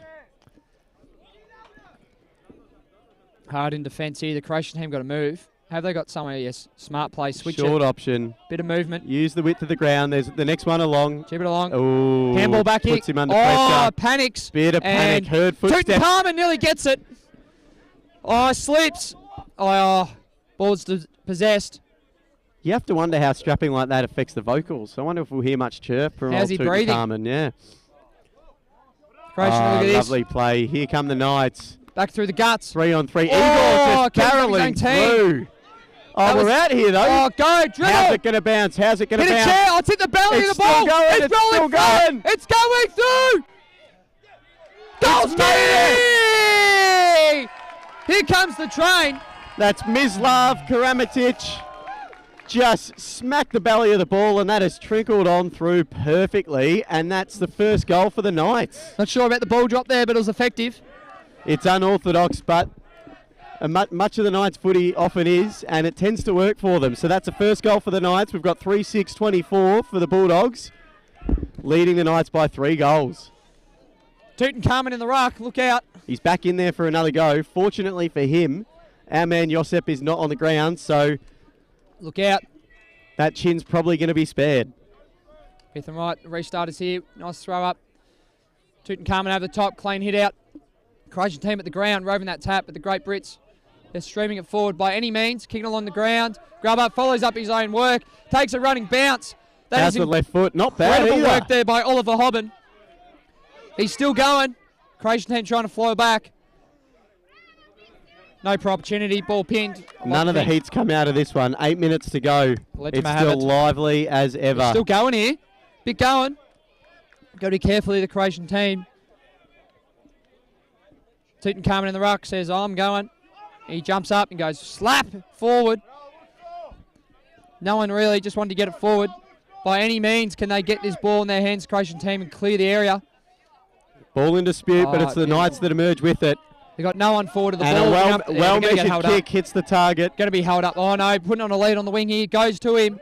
4 on 1. 4 on 1, and it's Andy Cochran that comes down with it. Someone get him and tell him he needs to wear blue socks tomorrow. He's playing for the Great Brits. Kicks inside. Oh dear. That was the socks. It was the socks. That is pedestrian from Andy Cochran. A lovely mark though, nonetheless. Cochran again. He's going to have another go. That one's too wide. That's out on the full. I've got Cochran here with the white socks. Can you hear me? He's off. He's going. He's stolen something and he's off. Kicks it in the pocket. Delivery. Better kick. Silver Again, platter. No one near 2-4. B.O. I'm telling you right now, he must stink. Centres it. What vision? Thomas Blewett. We'll have a shot here. 35 out directly in front. Should be no problem from here, sending through the 4th goal for the Bulldogs, and it appears they're en route to their first win of the tournament. Yep. He likes it off the boot. Golski. Straight through the middle. Tutankhamun was the first person there to celebrate with him. He's excited. He's wrapped about his work, and he can't wait for another ruck contest in the middle of the ground. We've got 6.5 minutes left here. 4 goals, 6. The Brits, 30 to the Croatian team after a fantastic goal from probably 75 out before. 1 goal, 6. Our man Mislav Karametic, he knows how to get the ball bouncing. Look out, Josep's coming off the wing here. He's going in the middle of the ground. He's on his bike to get straight there into the middle. The Croatian team are playing all their cards here. Looks like he's got a fresh pair of socks Kinnear's got his hand in the air. Is that mercy he's asking for? Look at those white socks compared to the shorts. They have not been washed since yesterday. That is dangling that head strap. Bang, over well. Tutankhamun. Wins the hit out, but straight to the Brits. Number 13, lucky for some. Runs away with it down the far side. Joseph Lloyd. Not the best handball, but Sloaney mops it up. He's had a much better second half. Interesting ball drop. Effective. Falls to the Knights, and they're coming out on the fat side. He nearly could be ate that costly. for breakfast. That could be costly. Heard footsteps, and back come the Bulldogs. With interest is Joseph Lloyd. This is a bomb to the goal line.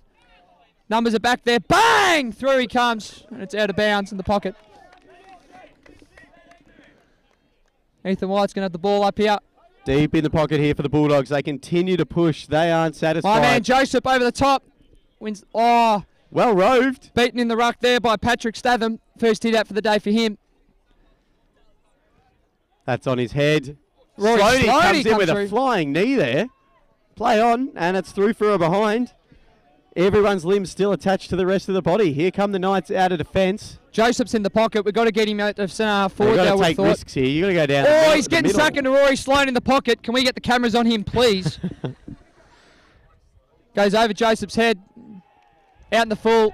And the Brits are fist pumping. It's that black hole pocket. Nothing good happens down there, I tell you right now. Yeah, Robin Hood fetches the ball from the Forest. Sloaney wants it. Sloaney's interested. Rory Sloan. Oh, the pressure. That won't do. Imagine Josip will get into him about that. And we've got a ruck contest. His favourite, Tutankhamun's coming in from the back. Benjamin Kanar. That strapping's holding up. Oh, and He's he's won the He's tap beaten out Joseph. straight down someone's throat. Can the great Brits reward his hard work? Not on this occasion. Beast to a honeybot. And Ethan White comes in and says, let me have it. I'm going to ball up here. Ball up far side 4 pocket. minutes left in the game. Got the Brits, 4 can goals, two 7 go 31. 2 for 2. Now he slips over and Josip says, I'll have that. Clearance for the Knights. Coming straight back though. You don't have to beat him 2 times in a row.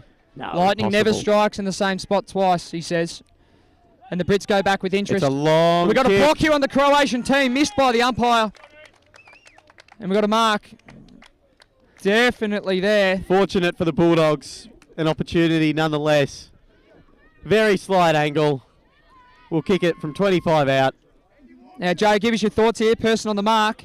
He's got the speed suit on. He's got the Yeah, skins he's on, got- the long he's sleeve gone. skins, and the black skins under his shorts. This is a speed suit. He's gone the full measure, hasn't he? He's scared to jump here. He's going to need to get up and down. Hands in the air. Who farted? 3 for a goal. Golski. And that well and truly wraps it up, and that's a little bit of icing on this British cake here. Well, it's high teen scones for the Brits. They're up now. 5 goals, 7, 37 to the Croatian team. 1 goal, 6. We're going to have 3 minutes left to play in the second half here. Joseph's in the ruck. We're a big contest. The Brits have said, I've had enough of Joseph's work. We've got a replacement here. Patrick Statham's in the ruck. Yeah, we've got Tutankhamun here on the bench getting some a bit more work done on that chin. And Not happy with the strapping, getting it redone. Right next to him's the man in the white socks. Looks like they're resting their best players. Knights continue to push, but again, it's the Bulldogs. The lovely kick over the top, spilt by the Bulldogs, but good forward craft here. Takes on about 3. Holding the ball. 1 or 2 too many. Or thrown to ground. This could be on here. A little bit of push and shove. Opportunity with the Knights. Great tackle there by Domgio Lisak. Comes up through the guts on a slow kick on a lead. Great mark. set of hands. Strong dukes Out in from front of Owain Martez Ryland. Vigela. He's got to play in front. Martez, you'd think you'd have to go back down the guts here. They're short on time. He does. Kicks a bomb at 30 out. Slips catch. Get it to Raho Joseph. Prizic, Get it to he's taken Joseph a out few the of those. flank. Go to the right. That will not do. Mark. That's not Josip at all. Back through the guts. Here's the Brits on turnover. 3 Croatian players. 1 Brit. Robin Hood said, I want that ball. Back to the Down black bounds hole on the pocket. Far, on the far in the black pocket. Good luck finding anything good over there. Josip's coming from the middle of the ground. Just ticked under 2 minutes to go here. 31-point margin.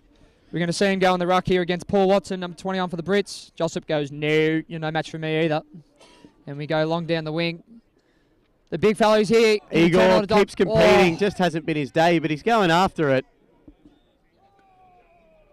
Jamie Broadbent says, let me have it. And we got another ball up. Plenty of stoppages in this game, which is good for Josip. My man, here he is coming in. Just racking up those final Dream Team points. Another hit out. 98 we're up to now. Another ball up he goes. He's loving this, rubbing his hands together. This is like Oktoberfest for the big fella. Again. Oh, it's didn't an come air his leg. swing. Agricultural. Free kick. A throw. Going the way of the Knights. They're streaming forward. 40 seconds. One last opportunity to score, and it's our man Josip sending it forward. It's amazing when your team's going forward how hard you will run. They are streaming forward, pushing the back, clearly there. 30 seconds tick down. This is the work rate we needed at the end of the second half. I'm when not sure he's got the leg. Can they get a consolation goal? Jossip's down there. Get it to him. Igor underneath it. It falls out the back of the pack. It's in the hands of a Knight, but he can't get boot to ball. Ball spills out. Clock's the Bulldogs down. come the other way. 10 seconds left. That'll just about do us here. And it's going to be a convincing win to the Brits. High teen scones. Well needed. First win of the tournament for the Brits. Keeps them alive. It's all over in the hands of Joseph. And fitting way to end. I would have thought so, Fitting absolutely. way to end. That football's about the size of the burger he's about to eat, I reckon. He's not happy with his team's performance, but he should be because they put in a hell of an effort, especially that second half. Their defensive structures were much more organised. And the Brits, easy win for them in the end, 5-7. Yeah, the 37 Knights, to 6. straight endeavour. They battled hard all day, as they've done in every match so far this tournament. Just didn't quite have the skill to link up out of the back line. And it's a first win for the Bulldogs, one they desperately needed, but they'll take that and run into their date with the Germans this afternoon. Now, who's coming up next, Joe? Feed me. Next up on the docket, we've got the undefeated Irish Banshees. Against who they're playing? Fresh off a 100-point win, coming up against the European Crusaders. Oh, look out for the girls, the Portal girls. European Dominant Crusaders. day yesterday. The twin sisters, they're going to be back out in the field soon. We'll join you for that game. Friend of the commentary team, Tony O'Hagan at the helm, doing his best to lead the girls into war, and I tell you what, it will be a battle. Right, we'll see you then. Convincing win here to the Brits. We've got Ireland versus the Crusaders next. Join us in. If you're a Brit, enjoy your scone, enjoy your tea, and we're back in a couple of minutes' time.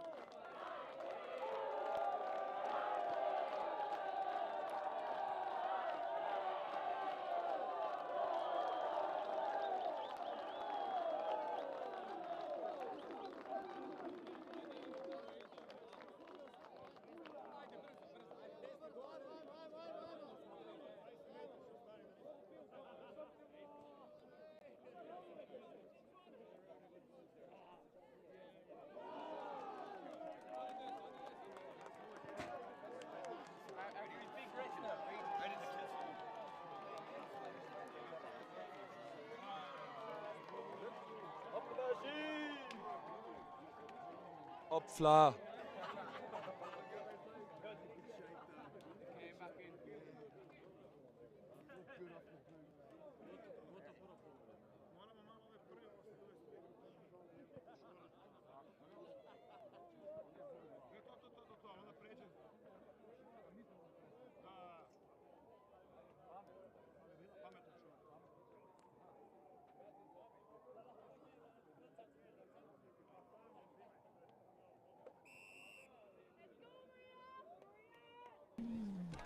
Welcome back here to EC22.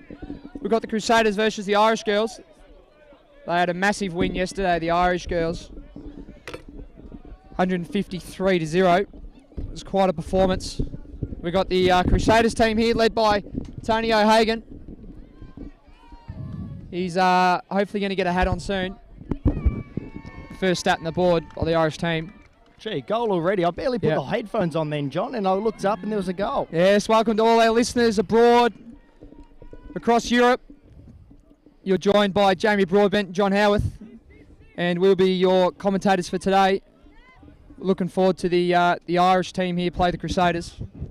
Hang on 2 seconds. Looks like the umpire's not too sure about something at the moment. Mate, that goal was so quick that we actually do not have goal umpires at either end yet. And the clock hasn't started. Now it has. There has been some rumours around that the Irish girls want to share their goals around today. They're trying to get everybody a goal. Let's see that comes. I hope that confidence does not come back to bite them. We're just waiting on a couple of goal umpires here, so there might be a little bit of a stop in play. We've just trying to liaise. Yes. The Irish girls were so keen to put on a world record performance here that they've decided just to get play underway without the goal umpires. Nonetheless, here they go forward again. Our umpires today, Ethan White from Australia. He's actually from Oxford, mate. He's abroad now. He's abroad now, but he is from Australia. And we're joined by Johnny Enright from Ireland. And the Irish girls on the far side are getting beaten by the Crusaders. They've got the ball here. Beautiful handball out of the pack there. And it lands with, that's Neve. Straight in and beautiful kick running into an open goal. Golski. This was Louise. So as the... as the field umpire runs towards the goals and actually was about to wave the flags himself. But they've finally located some goal umpires down there. Could get Robin Hood out of the forest on the far side, I would have thought. If they really needed someone. Looks like we might only need a goal umpire down at one end to the left of screen. Let's hope not. I'm looking forward to the Crusaders here. A big contest in the ruck.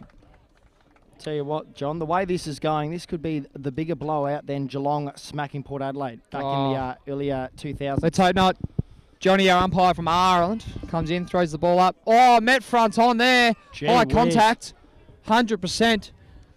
That could be a broken nose for Caroline Condon, and she's down holding her face.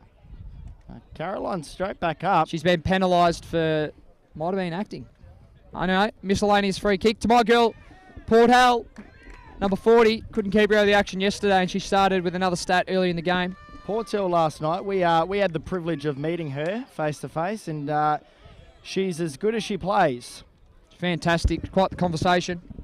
Only on the waters, though, quite the elite athlete as well, in preparation for today's games. The Irish team bring the ball back through the middle. We're going to see their handball game on display here. Blistering from Neve, straight into the forward line. Here comes bursting from the pack, Louise. Met front on, handball received, straight back out to Kiara. Snaps behind. Bugger. Gee, they really looked like they were going to just turn that on then, John. Yes. Looking forward to the Crusaders here bringing the ball out of defence. She's, I think she's going to kick this one from the goal line. Player to look out for the Crusaders, number 19, Justine Gilson. She's had 3 disposals early, 2 tackles. 14 Dream Team, but it's hard tackle. Wow, that was an aggressive tackle. And I think the correct free kick's been paid there. This is by Ethan White, straight from Oxford University himself. Just ferocious tackle from Tanya Farrell. Making sure that they're getting... that is the greatest tan I've ever seen on an Irish person. That is fantastic.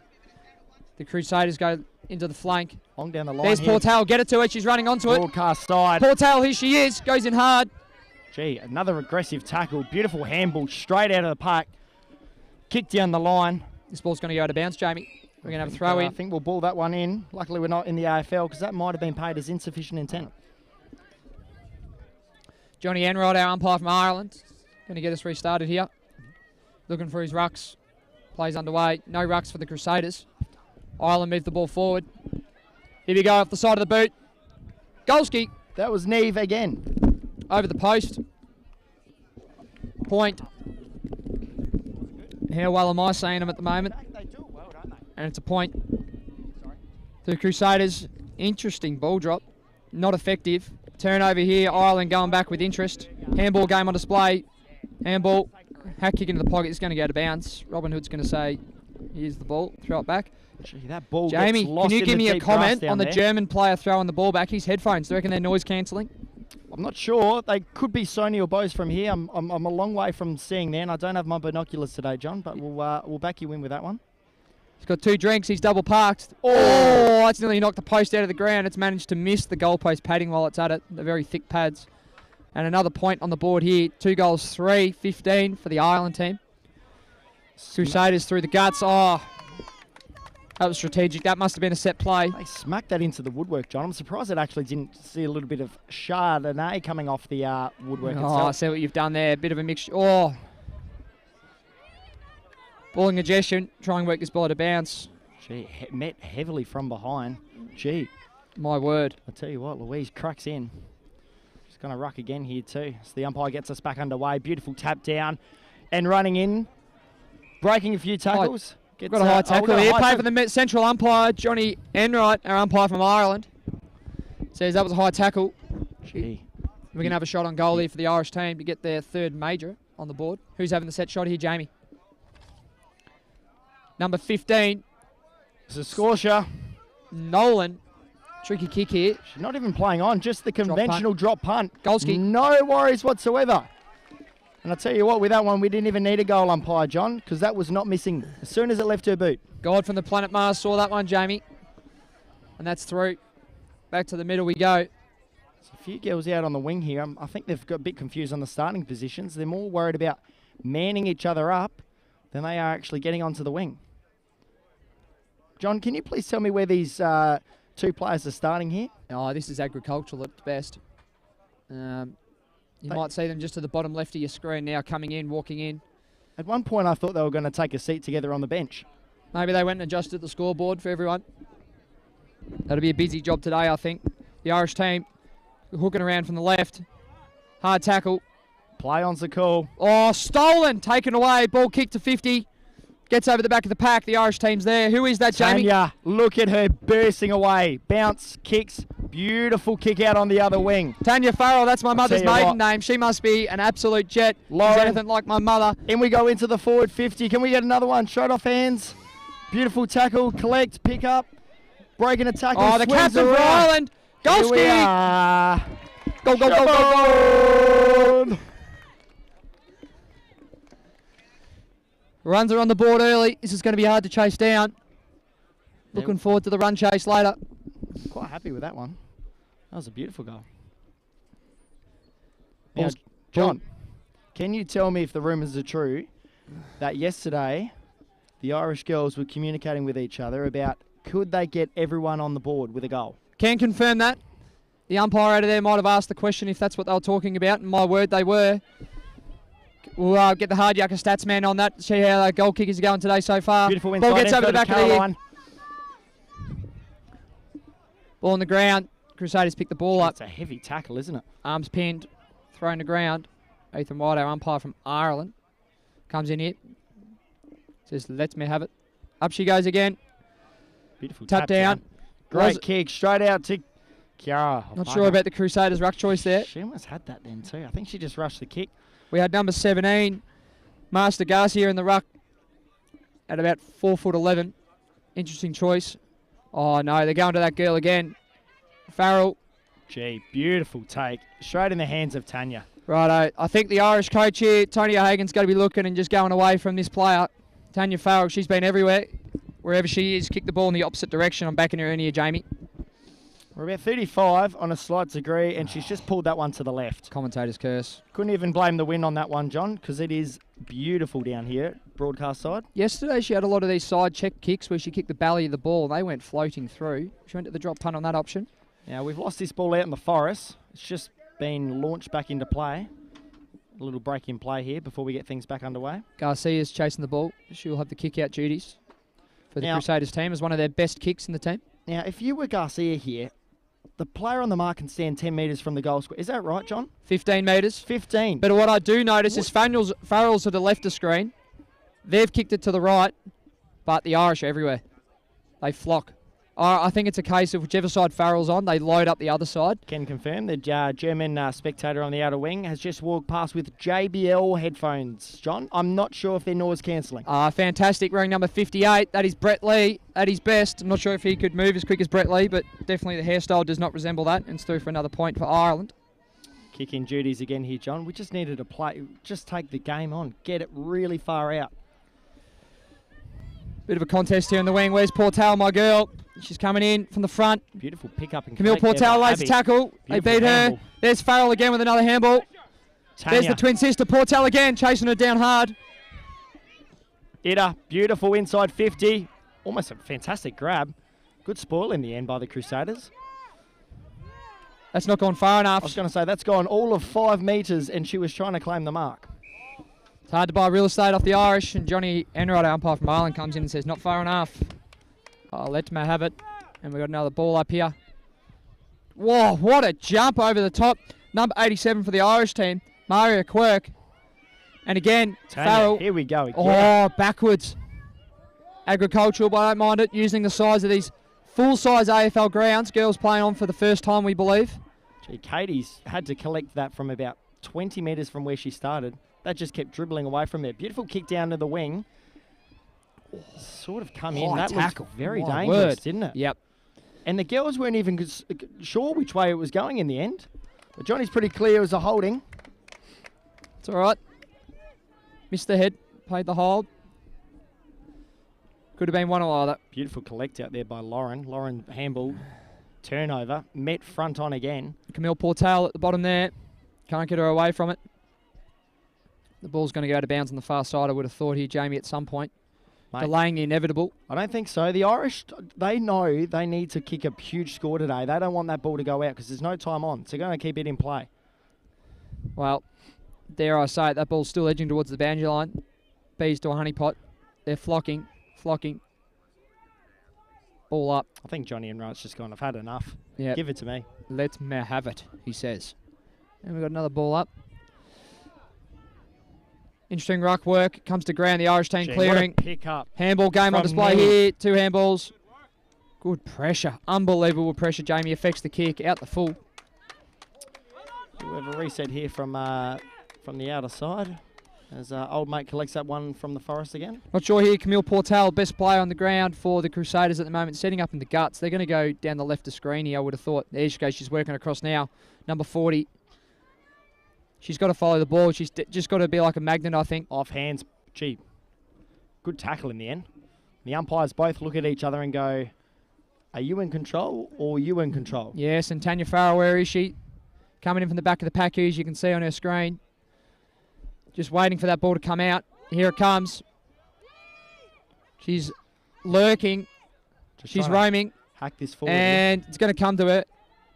Irish take it away, kick it to the far side, using the width of the ground. Fantastic awareness. They've got players of field front. Oh, they've got the number forward. They've got to get it in there. Look at the lead up. Here it is. Then temptation from Neve there. There's the side kick we talked about before. Snapping goal. Oh. Just the singular. Just on the wrong side of that post. Working in ones. Soft blows. Speaking of that post, John, I think that's bent now. I don't think that's quite straight after that hit that earlier on today. My word, it is. The Croatians here, they've put together 3 posts to make the intercept mark there goalpost. from Kiara. Welded it together to make a single goalpost. Amazing amount of work. The Irish team has shot on goal. Are they? Oh, bit of a bad ball drop. Should be a bit disappointed with that. Near side Are they point. true facts there, John, about the goalpost? My word, they are, Jamie. The point posts are made of 2. Goal posts at each end made of 3. And they've welded them together to form their goal and point posts. You've got to give it to the Croatian team for getting this day underway. And the other bit that people don't recognise is the investment of the own players. You know, they've really invested money, particularly that mower. That mower went for 24 hours just to get the ground mown. And it's great to see, you're right, John, like the Croatian players, they played a game of football before, and then there was 5 of them working behind the bar straight after. My word. Serving beers. So you can really see they're really Golski. giving it all. Well, the Irish team are thinking about their beers. No word. They're probably going to pour a Guinness, wait an hour for it to settle, and they're going to drink it. That's another goal. Ball's coming back to the middle. The way they're playing, mate, I don't think they're settling for anything today. They just keep coming. Your girl's on the bench here. We might be able to drag her over for an interview soon. She's just getting a drink, giving instructions. That's the twin sister, Baringa Portal. Second best player yesterday, no doubt.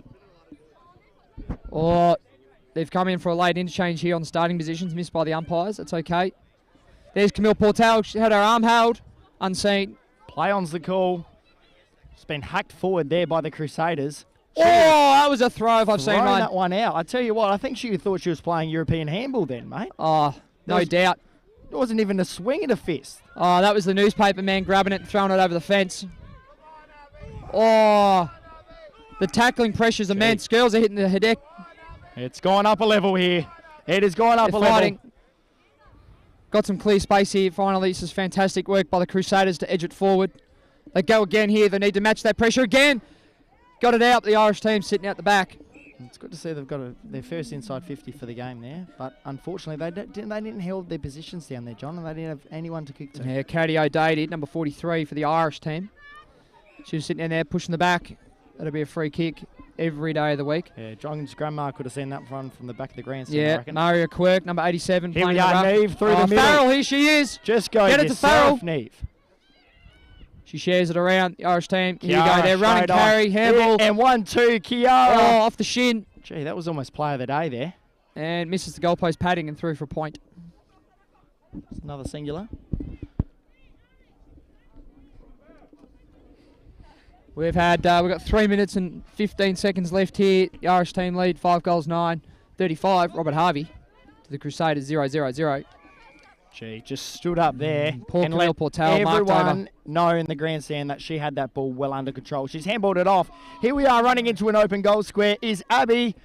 Sausage roll. Go, go, go, go, go. Fantastic play. Now, if there's any rumours about them trying to share their goals around, you're 20 out directly in front. You give it to someone running past who hasn't kicked a goal yet. What do you smell, Jamie? I sense it. They're trying to share them around.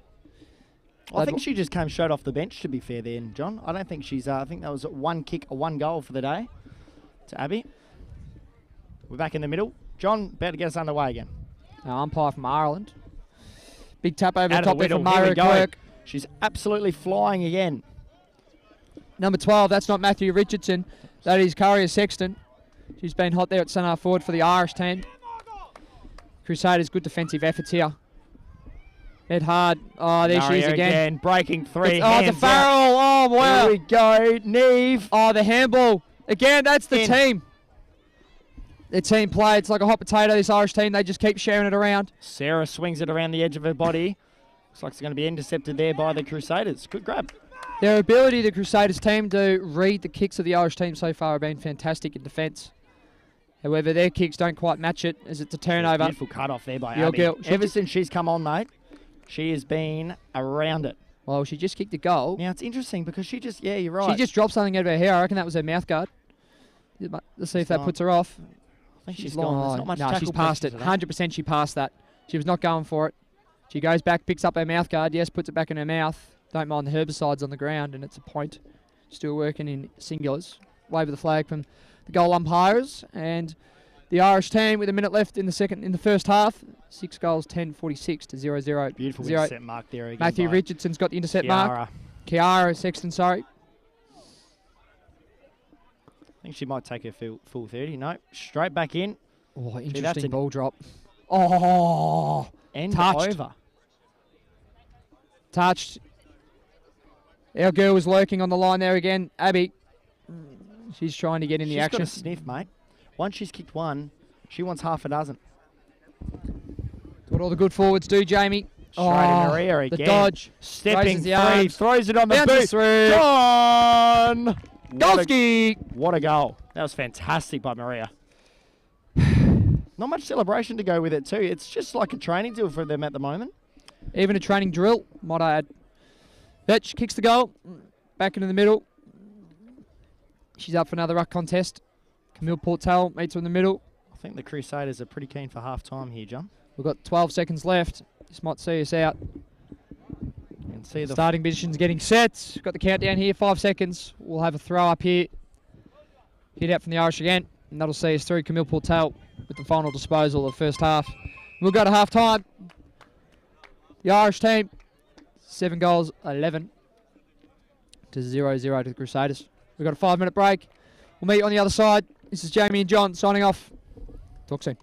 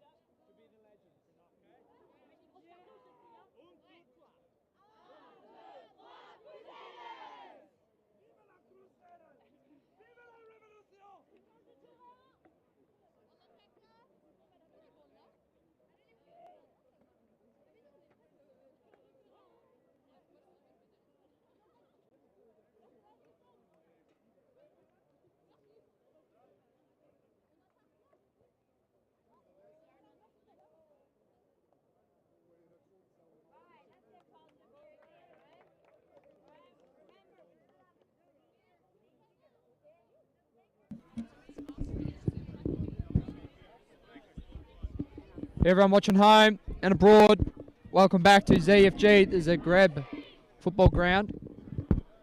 Ready for the second half of the European Crusaders versus the Irish team. Irish team lead 7-11 to 0-0-0. Interesting, Jamie. I was listening in the huddles before with great difficulty for the Crusaders team. They were talking about rests, getting very tired. The heat for them is quite challenging. So about hydration. The Irish team trying to use the width of the ground, the length, trying to stretch out the Crusaders' defence. And they want to have closer shots to goal so they can improve their accuracy. They also want to implement their handball game. They want to stop kicking it from long out, run and carry, bring lots of players into the game, as we know they do very well in Gaelic football. So look for those to be strong features within this second half as we get underway with a starting position free kick. Someone didn't look at the whiteboard at half-time, Jamie. They've been mixed up. And the Crusaders take the ball inside 50 for the first time today. Portal handballs it to her twin sister. They've got the ball, but the Irish team, Farrell, busting her way through, holding the ball.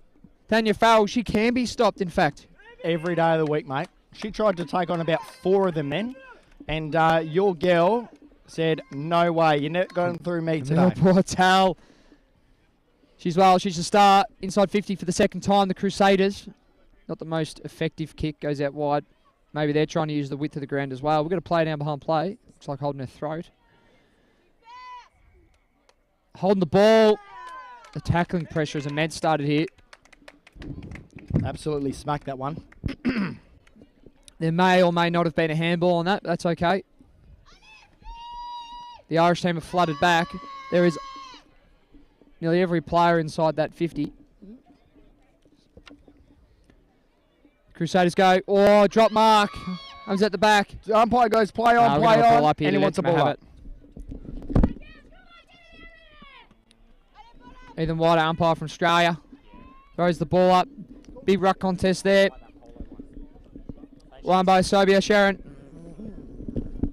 That cannot be right, Jamie. Sheeran. We'll go with Sharon. It's only fitting in an AFL game. Her last name be Sharon. I think she prefers that too because she really likes to play on names. Yeah, so here they've gone and got their medication for leather poisoning. Camille Portal, great pressure on the far wing. The Irish team using the width of the ground. As we said, first time they've played on full-size AFL grounds. So, again, great learning experience for them. Just toying with the opposition then. Just get it forward, as they said at half-time. John, is that what was that the message you were saying before? Yeah, I'm looking forward to their run and carry. They're going to look for the handball game, have closer shots to goal, improve their accuracy. Meanwhile, Johnny Enright, our umpire from Ireland, comes in, says, let me have it, throws it up, restart play. Huge run up there from Maria, straight over the top with a booming fist. She's in again, breaking through 2 tackles, dispossessed. Yep. 1, 2, holding the ball. Gornsky. Look who it is, Jamie. Who's got the ball? Camille Portal. The problem, mate, the only problem when she has the ball is she's got no one to kick it to. She can't kick it to herself. No, she does. She does. My word, she does. Her sister, number 7.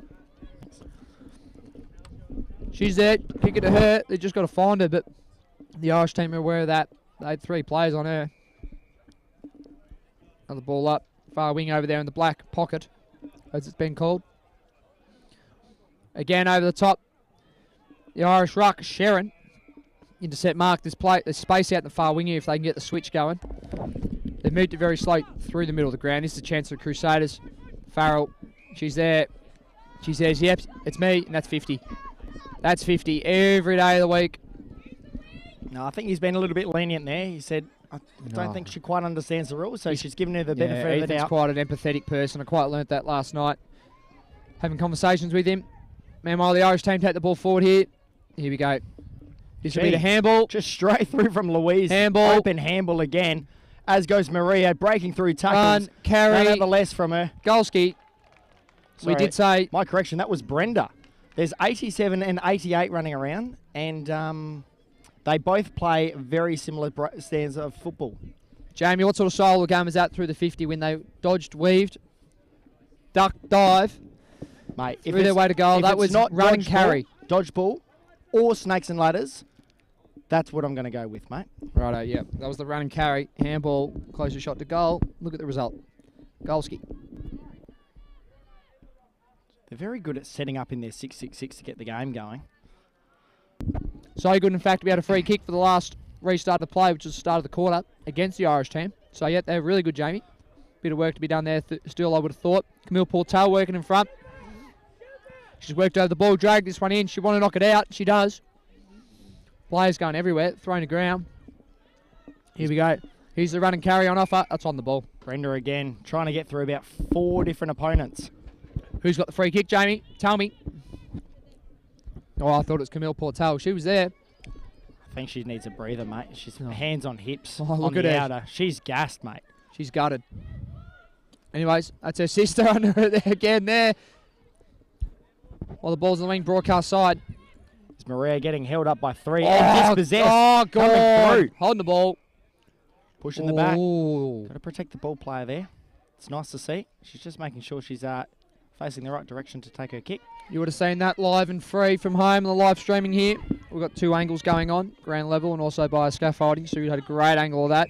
You also had a great angle of that turnover. Irish team flood back. Now they use the width of the ground as they spoke about at half time. Bring the ball to ground. Annie straight on the outer wing there. Beautiful pick up almost there by Caroline. Just ran straight over the top of the ball. Irish team going to run and carry this away. Oh, they've turned it over. Dives on the ball. Let me have it, says John. You throw it up, get the play restarted. Interesting, Jamie, to the right of this stoppage, there is not a single player within 50 metres. So if somebody from the Irish team can get the ball here and run away with it, they are into an absolute paddock. But Camille Portal, she's there. Stopping her. No stopping her, mate. She recognised that. She saw it. Took it on upon herself. Great leadership. This ball's going to go out of bounds on the far side, I would have thought. I was wrong the last time. You're wrong again, mate, Yep. as the Irish continue to clear. We're on the half-back line at the moment. Looks like they're just going to slow the play down a little bit, try to get a few more possessions on the board, a few more stats. Intercept mark, going forward again here.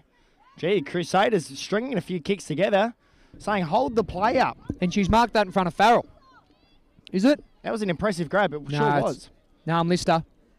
In fact, sorry, look alike. Great intercept mark there from Ida. I believe Lister's the one with the greatest tan from an Irish girl on the football ground. She's done really well there. Must have Jeez. spent some time in Zagreb. Got over here a bit early, I heard. Get the Switching prep in. play. Tries to evade. Great handball out from Annie. Turnover again. Fends her off. Gee, how's That's her prior. How's the strong tackle from the captain? Just sets the standard for the team, doesn't it, John? My word, it does. And they've got a great ruckman in there at the start. Annie Walsh. Portel again. It'll be probably 27. She swings it out to the right. It's dispossessed. Still just bobbling along in front of us here. Captain swings it onto the right. All by herself there was Neve. Straight over the top of her. Coming back down. She's fell over. Ball's going to go to bounds on the far wing, I would have thought. Not quite. Still in. Yes. And that'll be it. Right in front of us down here, Jamie. What are you saying? I reckon the Crusaders' defensive efforts have been fantastic here, but the Irish team looking a bit tired. Heat getting to them. Believe this is their second game for the day, so it would make sense. As John says, come with me, girls. We're going to ball it up a little bit more inboard. Kick off the ground in front of the hands. The Irish team run away with Here it. they go again. Again, there's an acre of space in front of this contest if they can win it. Free kick. Yellow card coming out here.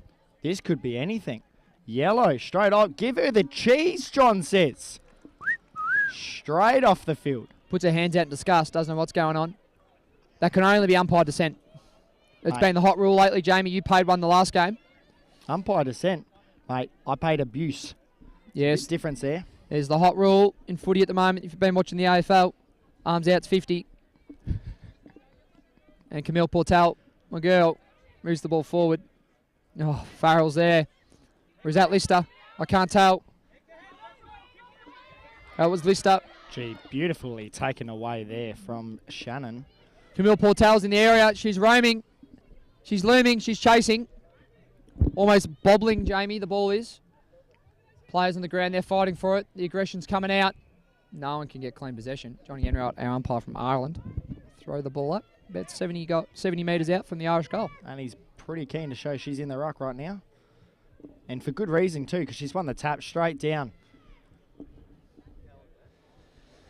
Bees to a honey pot, Jamie. Yeah, it's just getting repeat stoppages here. This is where John could almost encourage the girls just to spread out. Get back to your positions. Yeah, I reckon Joseph's watching on from the Croatian men's team and he's thinking, geez, I want to be out there right now with these ruck contests. But he can't. As Berenguer Patel gets the clearance, turns it over to the Irish team. They're going inside 50. Shannon again, bursting on the wing. Picked up, collected, kicks it, goal. Scorcher! Still in play. That ball must have completely bounced on its head. Yes, it did, Jamie. In fact, it was still 10 metres out from goal. But that has hit the woodwork again. Missed the goalpost padding, in fact. It hit one of those posts that the Croatian team have put together, welding them together. Fantastic effort by them. Tested it out. Fresh lick of paint. And the Crusaders will have the kick out here. Plays on from fullback. Tries to go long out into the junction. Just about 45 out in the pocket. Ball comes to ground. The Irish team, they're looking inboard. Here's their run and carry. Handball game. Two handballs. Took her on again. Oh, dived on this. Lucky to get away with that one, Jamie. Forced the stoppage. Joseph's watching on again, the Croatian team. Slapping his thigh. I can just see him to the right of me. He was wishing he was out there. That ruckman had 53 hitouts in the last game, we believe, in a 40-minute game. Quite the effort. Pushing the back paid. It's going to be an Irish infringement to Camille Portel. Just for a change. Yeah, thought we'd mix it up. She just thought, I'll go to the far side. In front of Robin Hood's Forest. It's going to go out of bounds. We'll bring that one back in. 15 metres to restart again. Jamie, left to screen. Crusaders and we have got nobody inside the forward 50 for them. So they've pressed up. They've pushed up real hard. So if they get the clearance, they've got nobody to kick it to. They're really just trying to clog it up. Arms above her head. Arms above her head. Gets the hands. Run. Carry. Handball. That's their second one. Beautiful. Starts the chain. Neve to Tanya. Tanya through the middle. Takes a bounce. Oh, agriculture barely bounce. Comes back up. That's Long right. kick in forward. Pops back after the third bobble. Off hands. Full of the pack. Spins around. Handball out. Run. Carry. Closer to goal. Katie. Point. Missed the goalpost padding somehow. Wow. Through for a point. Gee, that had everything then, John, but just not the finish. We've got 8 minutes left in the second half here. We can see the score is 8 goals 12, 60 to 0-0 and 0. A poor kick in. Wow, what an intercept mark there from Kiara. Just rushed the kick a little bit. She didn't need to rush it as much. There wasn't much pressure and there hasn't been much. Jamie, our German man with the headphones, is not wearing them anymore. Where have they gone? Mate, he's in the zone. Brett Lee. He's just ready for his next game. He's ditched them. He must have heard us. It's great to have you all watching on from home. Live and free. European Championships 2022 from Zagreb. Currently have the European Crusaders playing the Irish team. As the ball goes out of bounds. About 35 out right of screen from, no surprise, the Ireland's goals. They're standing up here, the Crusaders in defence. Only the one goal this half. These repeat stoppages have been a feature for them.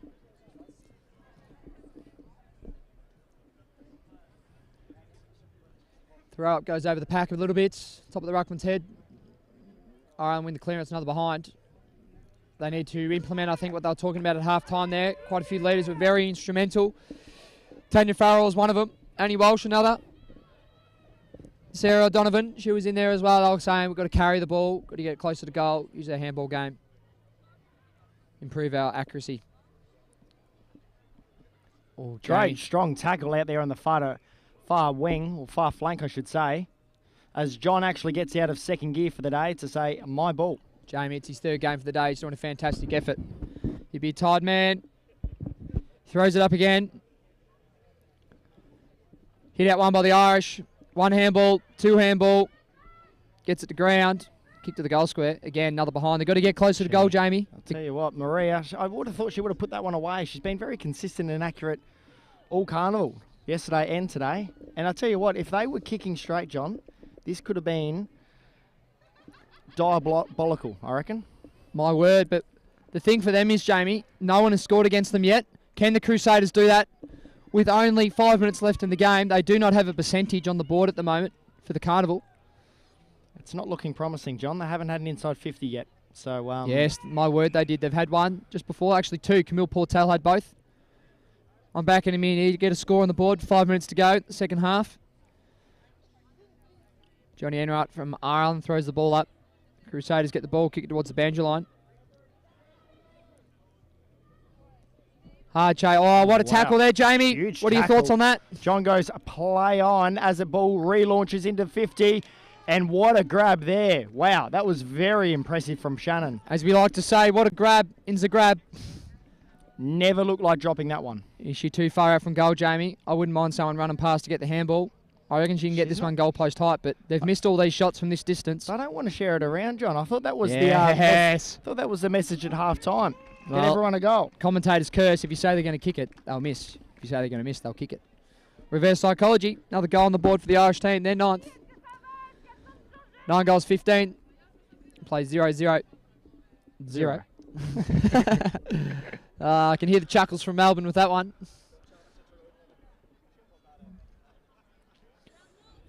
And we've got Ethan White. He's been at the other end of the ground, just watching this all unfold. He hasn't had to play for a while.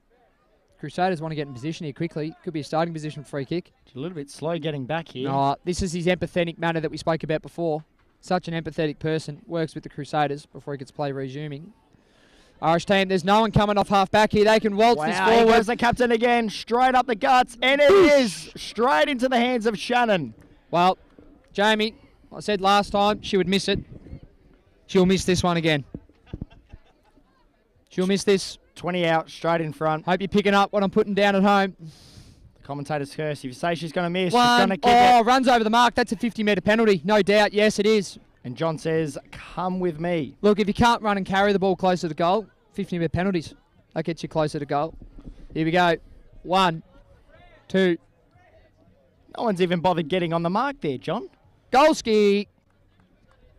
They're 10th. I think the poor Crusaders have checked out after seeing that. Didn't even bother putting someone on the goal line. Joining us from home. Still got 3 minutes left. 10 goals, 15, 75 to 0-0. 0. Up next, I think we've got the German team and the French team, the men's. Stick around, listen to that. Watch it at home. I think there's about 3 games left for the day. It's been a fantastic day again. Oh, tripped her in the middle of the ground, missed by the umpires. That was friendly fire, mate. Wow. Could not believe it. Look out for the snipers in the back of the grandstand on the far side. They've just got her in the back of the calf and she's fallen over. Shannon again. Oh, this is for 3 in a row. This is for the turkey. I tell you what, she's taken the P155, mate. Unbelievable. She'll miss this one. If you're picking up what I'm putting down. Golski. Crusaders have got to be concerned about this late in the game. Try and get somebody on her. Mate, she didn't even celebrate. She just walked straight back to the goal square as to say, this is where I'll start and I'll wait for my next entry on my chest. This brings back memories. Thanks for coming. Fraser Garrick sitting at home. Put it on my head. I'm not leaving the goal square. And she's down there right now celebrating 3 goals in the last 5 minutes. We are back in the middle, reset out of the pack. No surprises again. Captain out of the middle. She can pick it up. Of course she can. Where's Shannon up forward? Here's the run and carry Where is handball. Shannon? Where is Shannon? Straight over her head and for a goal herself. Golski. That's the run and carry we were talking about at half time. I think that's our player of the day so far. That was very impressive. That was incredible, Jamie. Straight out of the middle. Another clearance. Hard Yucca stats. That's their 17th of the game from centre clearance. Just quite an incredible effort. Considering we've only had 12 goals kicked. 12 goals, 15 to 0-0. 0. Restart play here in the wide, our umpire from Australia. Out of the middle again. Straight out of the middle. Run and carry. Here she goes again. At the back. There she's at the back. Brenda, where's Shannon? Shannon's just run straight back to the goal square as to say, no, I don't leave 25 out straight in front. I'll wait for the ball to come to me. Ball's exited the 50. There's Irish everywhere. They are flocked on this. Kiara out on the far wing, breaking one tackle, gives the hands. Back to the running back. I think we've just paid attention. Dangerous tackle. Hope she's okay there on the far side. No, they've called straight out. This is terrible. Out. Well, we could have a little bit of a delay in play here. 27 seconds left. This will probably see out the game. Hopefully she's okay there on the far side. This will be the end of the game. We'll keep you updated in the next game with how this pans out. Fingers crossed there. Do you know who the player is on the far side, Jamie, that's down injured? Nah, don't quite know, mate. It's definitely an Irish player, and unfortunately left the binoculars back in Australia, so I'm going to have to wait and see where this goes. But she doesn't look in a good way, John, and that's the end of the game. I think there's a few people concerned at the moment, so we just might have a little bit of a delay in play here, and no doubt the men's team will probably have to have a bit of a delay too. Well, we're going to leave you for a second while this gets cleaned up. The Irish team are the winners in the end. 12 goals, 15-87 to 0-0. We will keep you updated if there's a delay in the next game with this injury on the field at the moment. I believe up next, Jamie, correction, we have the Irish team who've been playing some fantastic football against the French. Against the Crusaders. Here they come. This is going to be a blockbuster, we believe. Yeah, the French have been very good, or the Crusaders. A lot of heat in this one, I suspect. The Irish team, their run and handball game's been fantastic all tournament. Hang on. Hold the fort. We've got a kick after the siren. Kick after the siren from 70 metres. Although she might have... And she's passed it. I think she might need a concussion test, John, because she has no idea that was after the siren. And that she was having a set shot for goal. All right, that is one of the most remarkable things I've ever seen, that we've had a shot after the siren from 70 after being slung into the ground, and then she passed it. I think we should be watching that girl very closely. We're just trying to locate the name of her at the moment still, John. Still waiting to see a number and just waiting to see if... She looks a little bit groggy. Head down still, mate. Righto, we're going to leave you for there. We're going to get ready for the next game. Meet you soon. Look forward to you coming in on the other side. Yep, hopefully you've just processed what's just occurred on the far wing. From Jamie and John, over and out. We out.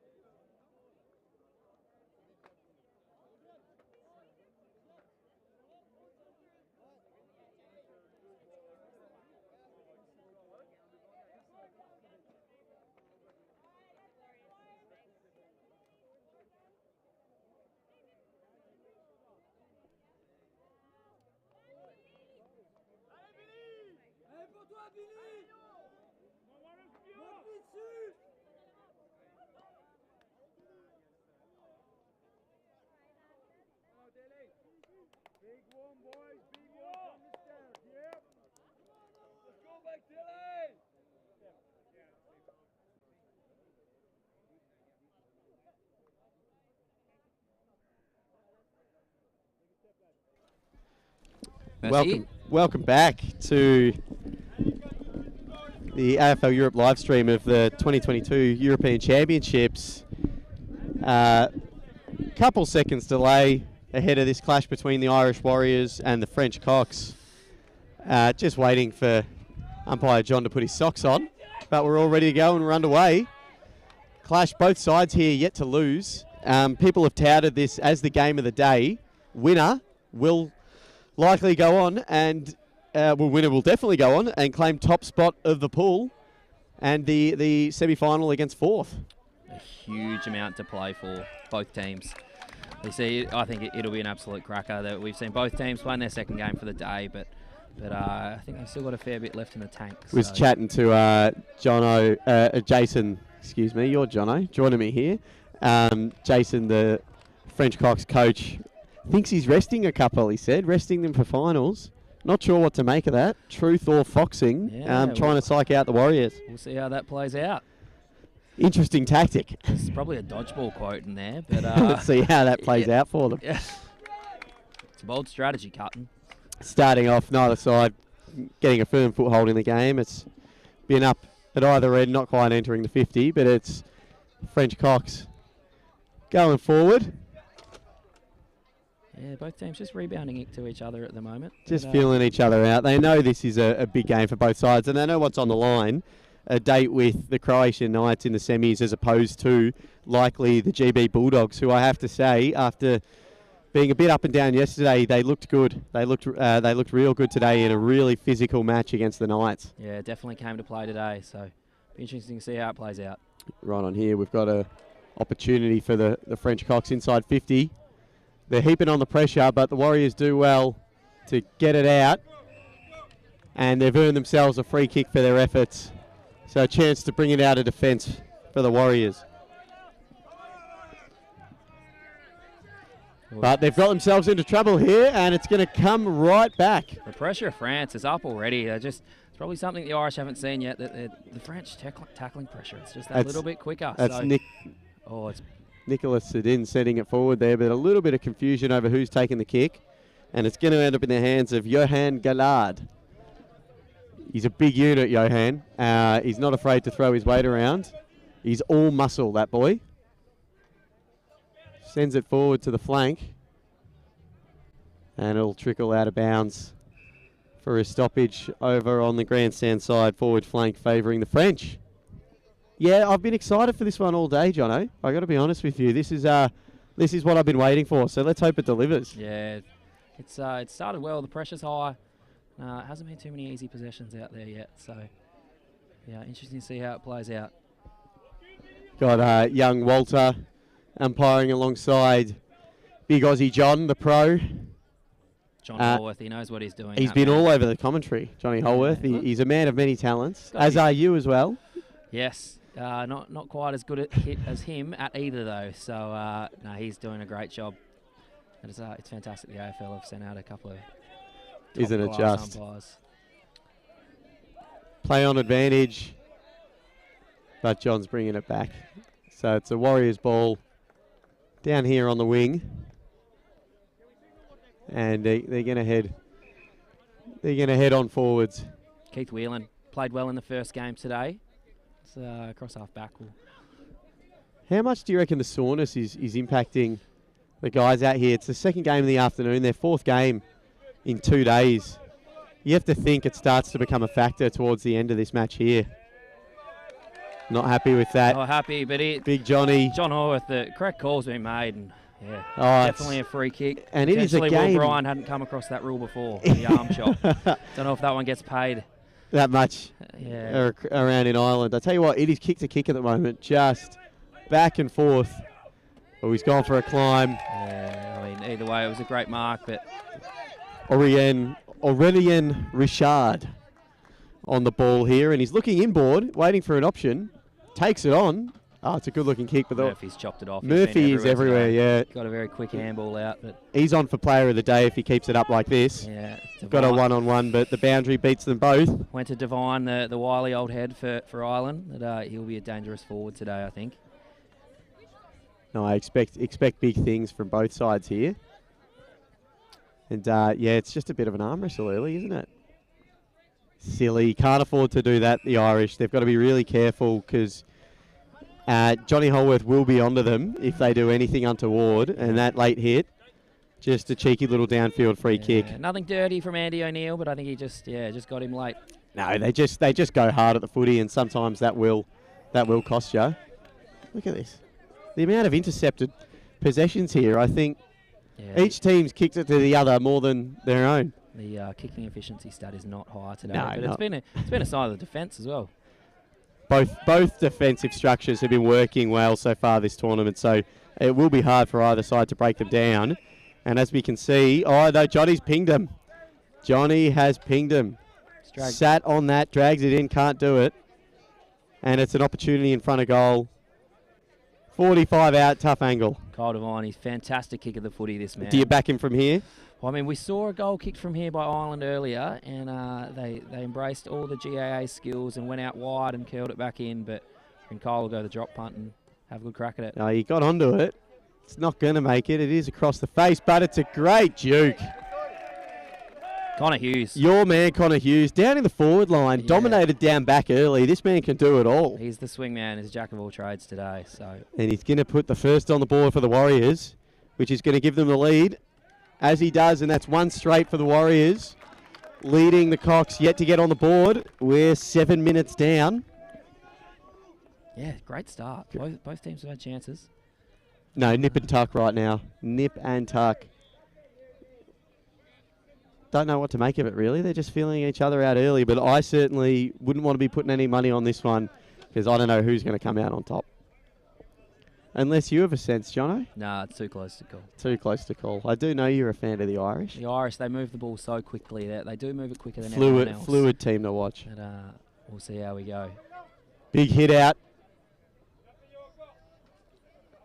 Contested footy, but the Warriors emerge with it again. Queerly gets the end over end forward. He's around the place. Big one-on-one win as well from the Irish. Big Kev. Kev's got it, bangs it forward. Love it in Big Kev's hands.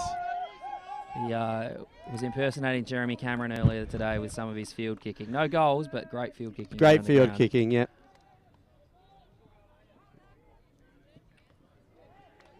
Just poking a foot at it. He might have sold him up the river. Big Kev, and he's been laid out there. And they're letting it go, Walter, or is he going to bring it back? What's happened here? That was an unreal tackle on Big Kev. It's not often you see him get sunk. But Walter's seen something he doesn't like. Walter's paid a 50. He's paid a free kick and a 50 in favour of the Irish. Could not tell you what that was for. Maybe a little bit of dissent, Jono. Potentially, and I think we're about to learn not to buy real estate off Walter either. No. Want real estate? John Enright's your man. That is a 25-metre 50. Yep. Opportunity for Big Kev to get on the board. He wore that hit like a champion. Probably got a little bit lucky not to be pinged holding the footy, but swings and roundabouts. Can he convert? Indeed he can. He's got the boys up now and out. They've got 2 goals. That's a big one for the Irish there. We're just creeping up towards 10 minutes through the first half here. 2 goals to none. The Irish lead. And just a big result there. It was a free kick. We couldn't tell you what it was for. We missed it. I'm sure it was valid out there, though. The umpires are on dissent. As Johnny Holworth was saying earlier, it's the flavour of the month. So keep your thoughts to yourselves, players, and play the footy, or you get punished just like that. Big Kev doesn't miss those. Clearance for the Cox, and they need something down here from this forward entry. Doesn't look like they're going to get it, though. Murphy again across half-back. Murphy been fantastic is all day, but he's turned it over. He's usually a good kick of the footy. In fairness, Aurelien Richard, that's about his 3rd intercept mark across half-back. Looking dangerous. Good little hit, too. Great hit up. Lovely kick of the footy, that man. Not sure anyone's got the journey from this far out, though. We haven't seen many goals go through from outside 50. This one won't either, although he's given it a ride. Through for a minor score, and the French Cox are on the board. Do you think it's worth a punt from there, Jono, or should they just be setting that up? Oh, I mean, I guess it depends what your forward line's like. I think I think you might as well have a crack. You might get one every now and Yeah, then. you But never know, especially if there's no one down there in the goal square. The Irish are defending well, so just to pop it up, I think it'll just get punched away as Shawnee Birmingham brings it out. It's a lovely kick of the footy, Shawnee B, and he's found that man, Connor Hughes. When in doubt, kick it to Connor Hughes. And he's straight off, Connor. He doesn't muck around at all, that lad. Andy O'Neill, he's overcooked it a little bit, but might work though. Yeah. Big Kev running onto it, doing a bit of crumbing. But, you got to give their half back line credit because they've been under a lot of duress early, but they're coping quite well. You could say they got a little bit unlucky with the second goal. Yeah, the French halfbacks, they're quality players. Not easily beaten. So we've got a foot race on now. And it looks like the Warriors are going to get there first, but it's a nervy ball to pick up this one. There's plenty of footsteps around. And Aurelien's done very well there, and he's managed to find his man. Can he get it back? It was 3-on-2 out here, and the Irish, they did well. Holding the man, they've earned themselves a free kick. Yeah, Aurelien Richard, he's making things happen at the moment, and he's keeping the Cox alive. Big fly. No one quite gets clean possession, and we've got a ball up, grandstand side, slightly forward of centre square.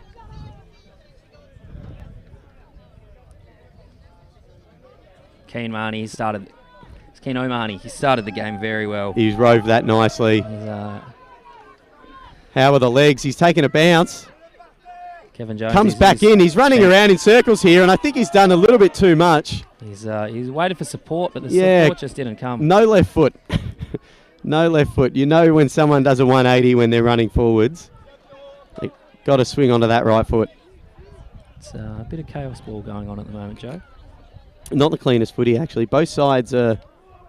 It's hot in the kitchen. Yeah, they're just worried about getting their hands on it because once they do, there's a heap of pressure coming their way. Look at that. That's a fumble you rarely see from an Irish half-back. The fumbles cost them too. And they've gone in and it caused a trip as well. So that hurts because they were out there if they took that ball cleanly. They got the handball out the back to the quarterback roll. And the French... and Keith Whelan could have done anything with it. But could have done anything with it. The magician. The fumble was costly. 2-on-1 here. That's Big Thomas down there. He's got a lot of work to do. But he's hunting. Numbers in favour of the Warriors, and they're able to work it out. They're coming out the fat side here. They love going laterally, the Warriors. No one does it more than them. The Cork boys, they've just linked up there, Murph and Liam. They're, as Keane gets involved as well. But yeah, they worked it out in defence well there. Just seeing here as we have another throw-in on the wing. Big Kev playing far up the ground here. He's at the contest. He's gone full Jeremy Cameron. Full Jezza Cameron treatment. I don't mind it, you know. That's a tactical change. Don't know whether it was Big Kev's call or if it was the coach, but they're going to test it out. He's the skipper. My apologies for earlier. Yeah, but, we copped some flack from that. Good on our Irish listeners and viewers for keeping us honest. Ticking down towards 5 minutes remaining in the first half here. And it's been all Warriors in terms of the scoring, but the French continue to push. And they'll be looking to get on the board with a major. Walter's seen something he doesn't like, and I think that's the right call there in the back. Opportunity. What do you think, Joe? For the French. He'd have to kick it 50 from here, wouldn't he? This is big. Nowhere. Laurel Hillard. Ooh. Oh, he sent it. No, it's not coming back enough. Swing back. Stayed in bounds. No, I couldn't even think if I thought he was going to make it. I was too busy trying to figure out the enunciation, and I don't think it could have gone much worse. Yeah, look, we've learnt the past 2 days that there are a few French names that are quite difficult to pronounce, and we don't speak very good French. No, despite our best efforts, and despite Jono's best efforts to earn lessons from the women's team. We have a ball up in the pocket, grandstand side, favouring the French. No one wins the footy. There's a big hit in there, and it's too high, says Big John. Free kick. Free kick for the Warriors, and 50 is it? The man Connor Hughes has got it again. Connor Hughes, not surprised they clip him. Big John, that's a reasonable 50. I'd say it's... He's spot on it. I mean, he's not sure if he's the number one real estate, but yeah, I think he's got that one right in terms of range. Yeah. Connor Hughes going forward. In the direction of Devine. Comes to ground. They're fumbling around with it.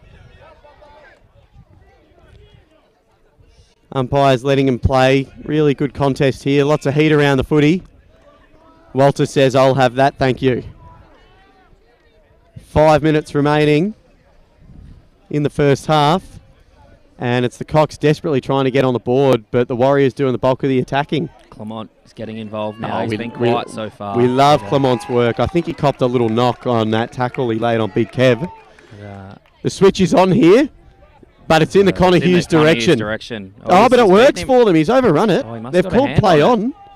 Doesn't matter. The French go in inside forward 50 nonetheless. And they've got an opportunity if they can win clean ball. They wrap that up. Big John says, I'll have it. To round out the half here, we're going to get a friend of the commentary team, a very satisfied European Crusaders coach, and maybe a bit of an Irish Warriors fan. Tony O'Hagan's going to join us on the commentary team.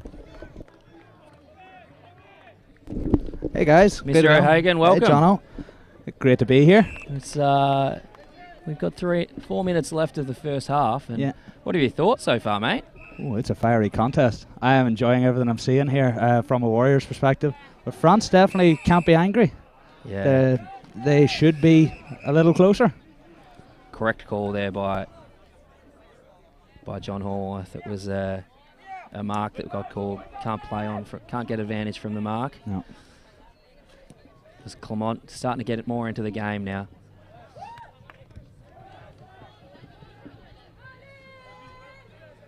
So yeah, definitely the Warriors are putting in big fight here, working hard. The space is definitely helping for this situation. As Liam Burns gets it on the outer side, he started well too. He played very well the first game, so it'll be interesting to see how the boys that have played well the first game and given it a lot, they bounce back for game number 2 today. Yeah, there's some weary legs. Yeah, it takes a lot of work being out there on these sides of tournaments. Some fantastic play going back and forth. It was a great grab. Shawnee Birmingham.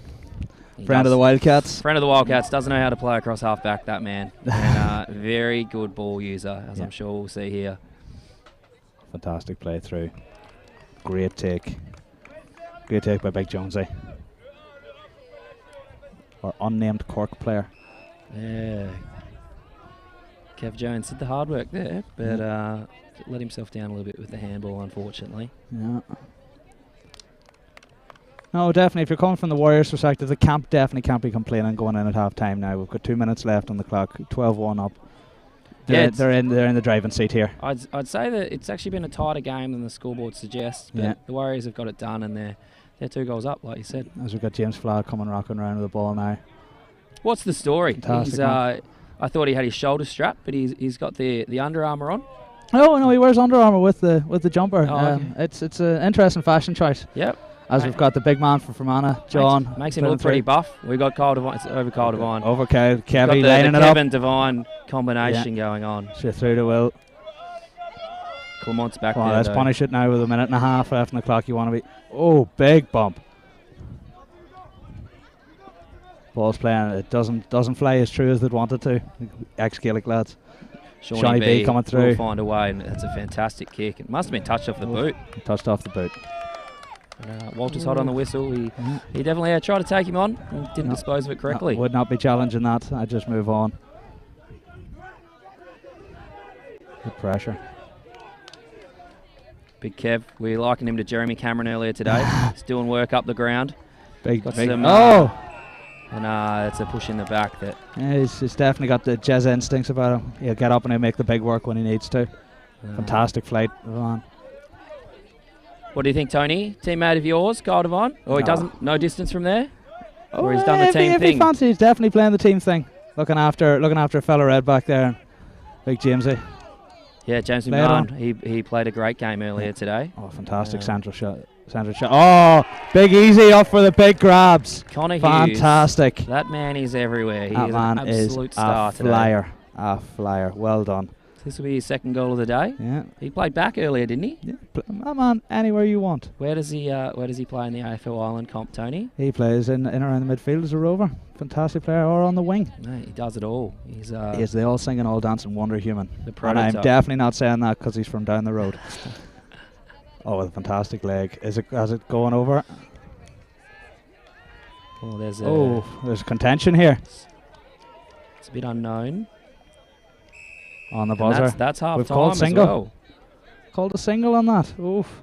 Well, at least now we've got some time. We can go to the decision review system, which will be a conversation. Just get the opinion from the crowd here. Away, walk around with Mike. Yeah. Is that our half? We've got two umpires. They're coming together. Yeah, it was very close. I guess the rules are, if you're unsure, it's gone over the post. Yeah. Hard one to tell. Yep. Yeah, it's been signalled a point. Signalled a point. That wraps that up. So we get to half time, and it's France 0 goals, one behind, and Ireland 2 goals, 1 behind with that last attempt there from Yeah. Connor Hughes. Tight game. Yeah, Tight game. 12 points the difference. It's tasty so far. It's been a real contest. Yeah. They're playing for top spot, Tone. Yeah. What do you think Sully's going to say to him and Dino and the coaches at half Well, time? as we look over here, we're seeing very animated conversation from the guys. It wouldn't be my place to try and delve into the brain of these masterminds. Not a lot of hair going over there, except for Sully. No, Sol's definitely carrying the hair situation. I will say that. But no, you'd definitely be looking at, okay, we're in a good position, but that is not good enough. Yeah. We have to hold ourselves to a higher standard, and that is the Irish way at the minute. Jason here with the French guys. What would you think they'd be pulling with these boys? I think they'd be. I don't think they've played their best footy yet, and I think that's what he'd be saying. He'd be saying we've kept with them, but we haven't played that well yet. So there was a lot of back and forward in the first half of the first half. Yeah. So I guess that they've just got to get a little bit cleaner, a little bit quicker with the ball, and play like they did yesterday and earlier today, and maybe something could happen because some of their guns haven't quite come to the party quite yet. But I guess you could say the same for Ireland. Yeah, so, definitely. I thought player of the first half. Who did you think first? You would definitely be looking at Easy or Shawnee B there for the Warriors. I really thought strong I thought contenders. Shawnee B was very good, but yeah, Connor Hughes. Hughes. He's everywhere, that man. I reckon anyone would happily have 18 of them on your side. You'd never lose. Yeah. Never lose. Yeah, it'd be job done. And then what about the French? Who would you have in for the France? It's tough to say. It's been a team effort. Yeah. I thought Anthony Boubet, Yeah. probably saying that wrong, has been quite good. Up forward, Thomas gave them an option, someone to kick to. Clement, I think he's been getting busy, but I think he can get busier still. Oh, Clement can fly. If that boy wants a ball, he can fly over the group. Yeah. The distinctive scrum cap can be picked out from anywhere. Yep, he definitely is a back, I'd imagine, playing rugby. Yeah. But yeah, gets around the field very well, very skillful. And we've got the teams. There's the French rallying up for the second half. Yeah. Warriors still deep in conversation. I think I probably should give a shout out to Aurelion as well. He's been très bien. Yeah, très bien. The first half, so he was really keeping them in at one point, and he'd have some stats going on, I think. Definitely. We better check the review system for that. Yeah, as we go out to the second half, there's an Allez Bleu chant going on. Coming from the Crusaders ladies, Yeah. who've spent 2 days trying to teach me French, and the best I have got is Allez les filles, which means something along the lines of "Go girls, go." So yes, definitely feeling languages. Have you enjoyed your coaching experience, mate? Oh, it's been fantastic. It's great to get a Crusaders team together, and especially for the Portal twins, for them to be able to play in an international 18-a-side competition. It's fantastic. Oh, There yeah, is unreal. 23, 24 girls playing footy in France, so the fact that they got 16 or 17 and nearly made the team just of French is exceptional, and a Yeah. testament to those girls and the work they do. Yeah, 100%. Well done to them. Only bigger and better things to them to come, I think. Definitely. I think we've got Johnny Horwath is just checking the 666, and Walter's getting into position. Yeah. And here we go. 20 minutes to decide who's top of the ladder as Big Daly comes sweeping in. French are coming out with the ball at pace though. Oh, some start from the French. Oh, he spilt what he probably should have taken. Yeah. Well, there's enough bodies there. Big Shawnee B in at pace.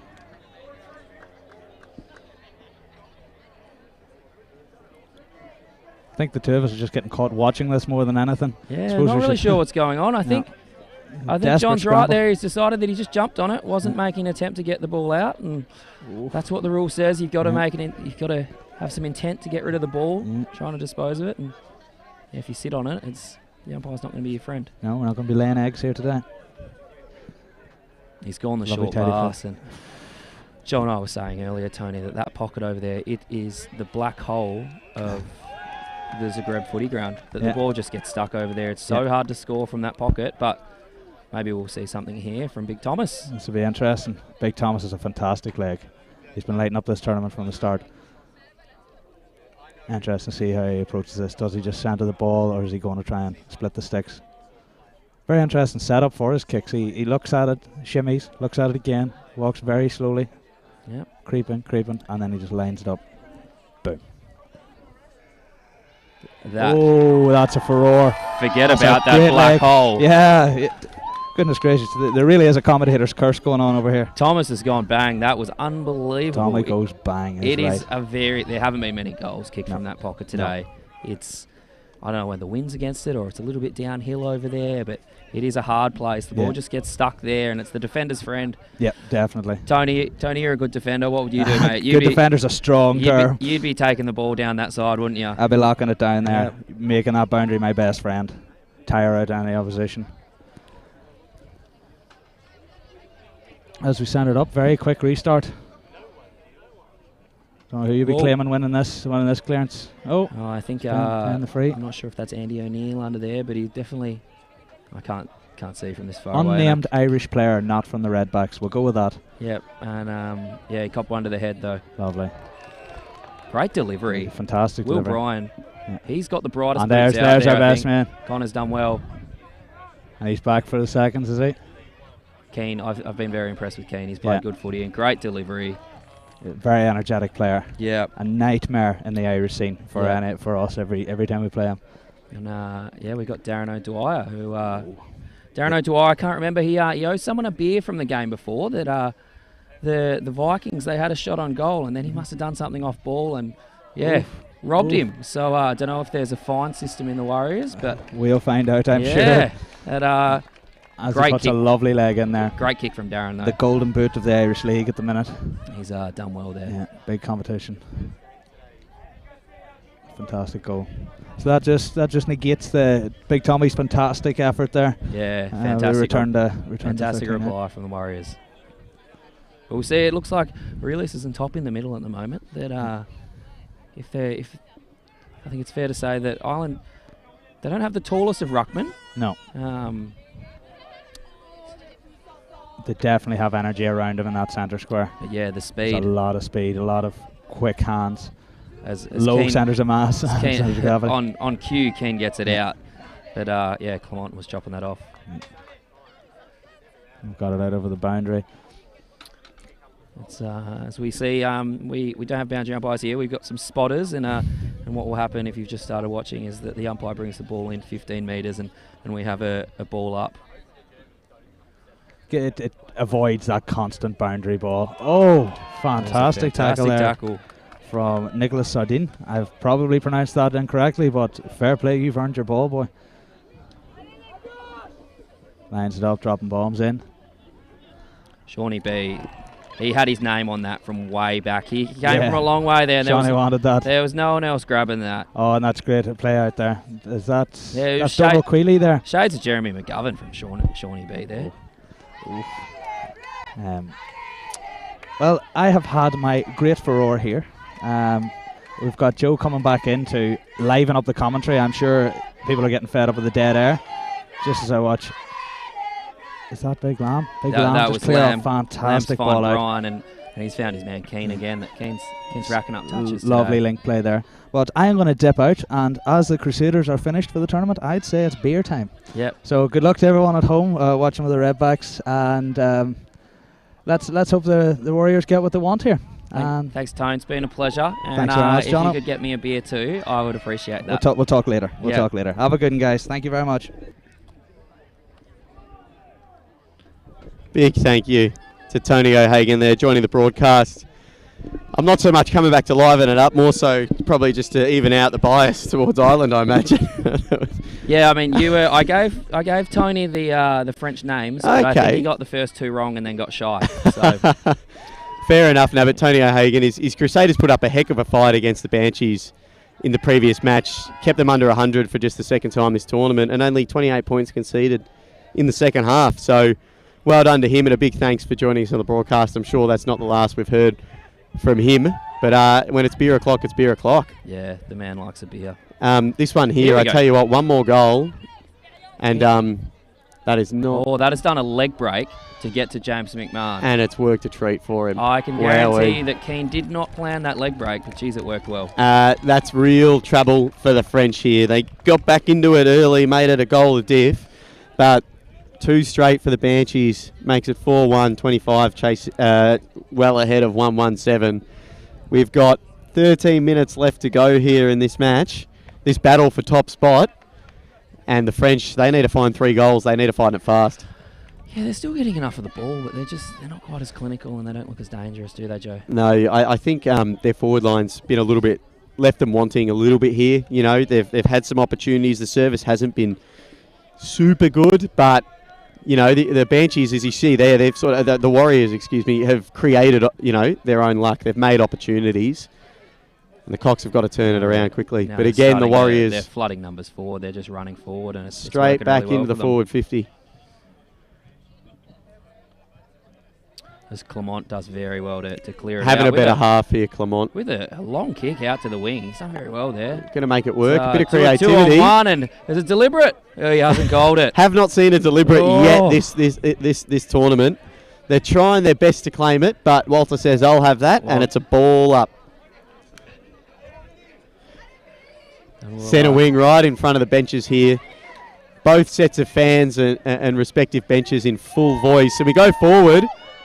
Oh, but it drops in the lap of the Warriors. And that's the kind of thing that's undone the Cox all day. Sean Paul Henry did well there, and then got it off to Murphy. And Oh, he's this turned is it an over out opportunity. there. He's hot, though. Does he make it count? He does indeed. I tell you what, Murphy can't be happy with that one. No. He's played well today, but he's just given him one back, and then that's a freebie. I wish I mean, many blokes kick to you like that. You'd go bang from there, Joe. I tell you what, I don't think I'd put it as straight through the middle as we did just then. That was cool, calm, and collected from Guillaume Dufour. Yeah, it's one of those things. It's with 18s footy. If you turn the ball over in certain areas, if you're turning it over straight in front, And all of a sudden, 3 goals in 13 minutes becomes 2 goals in 12.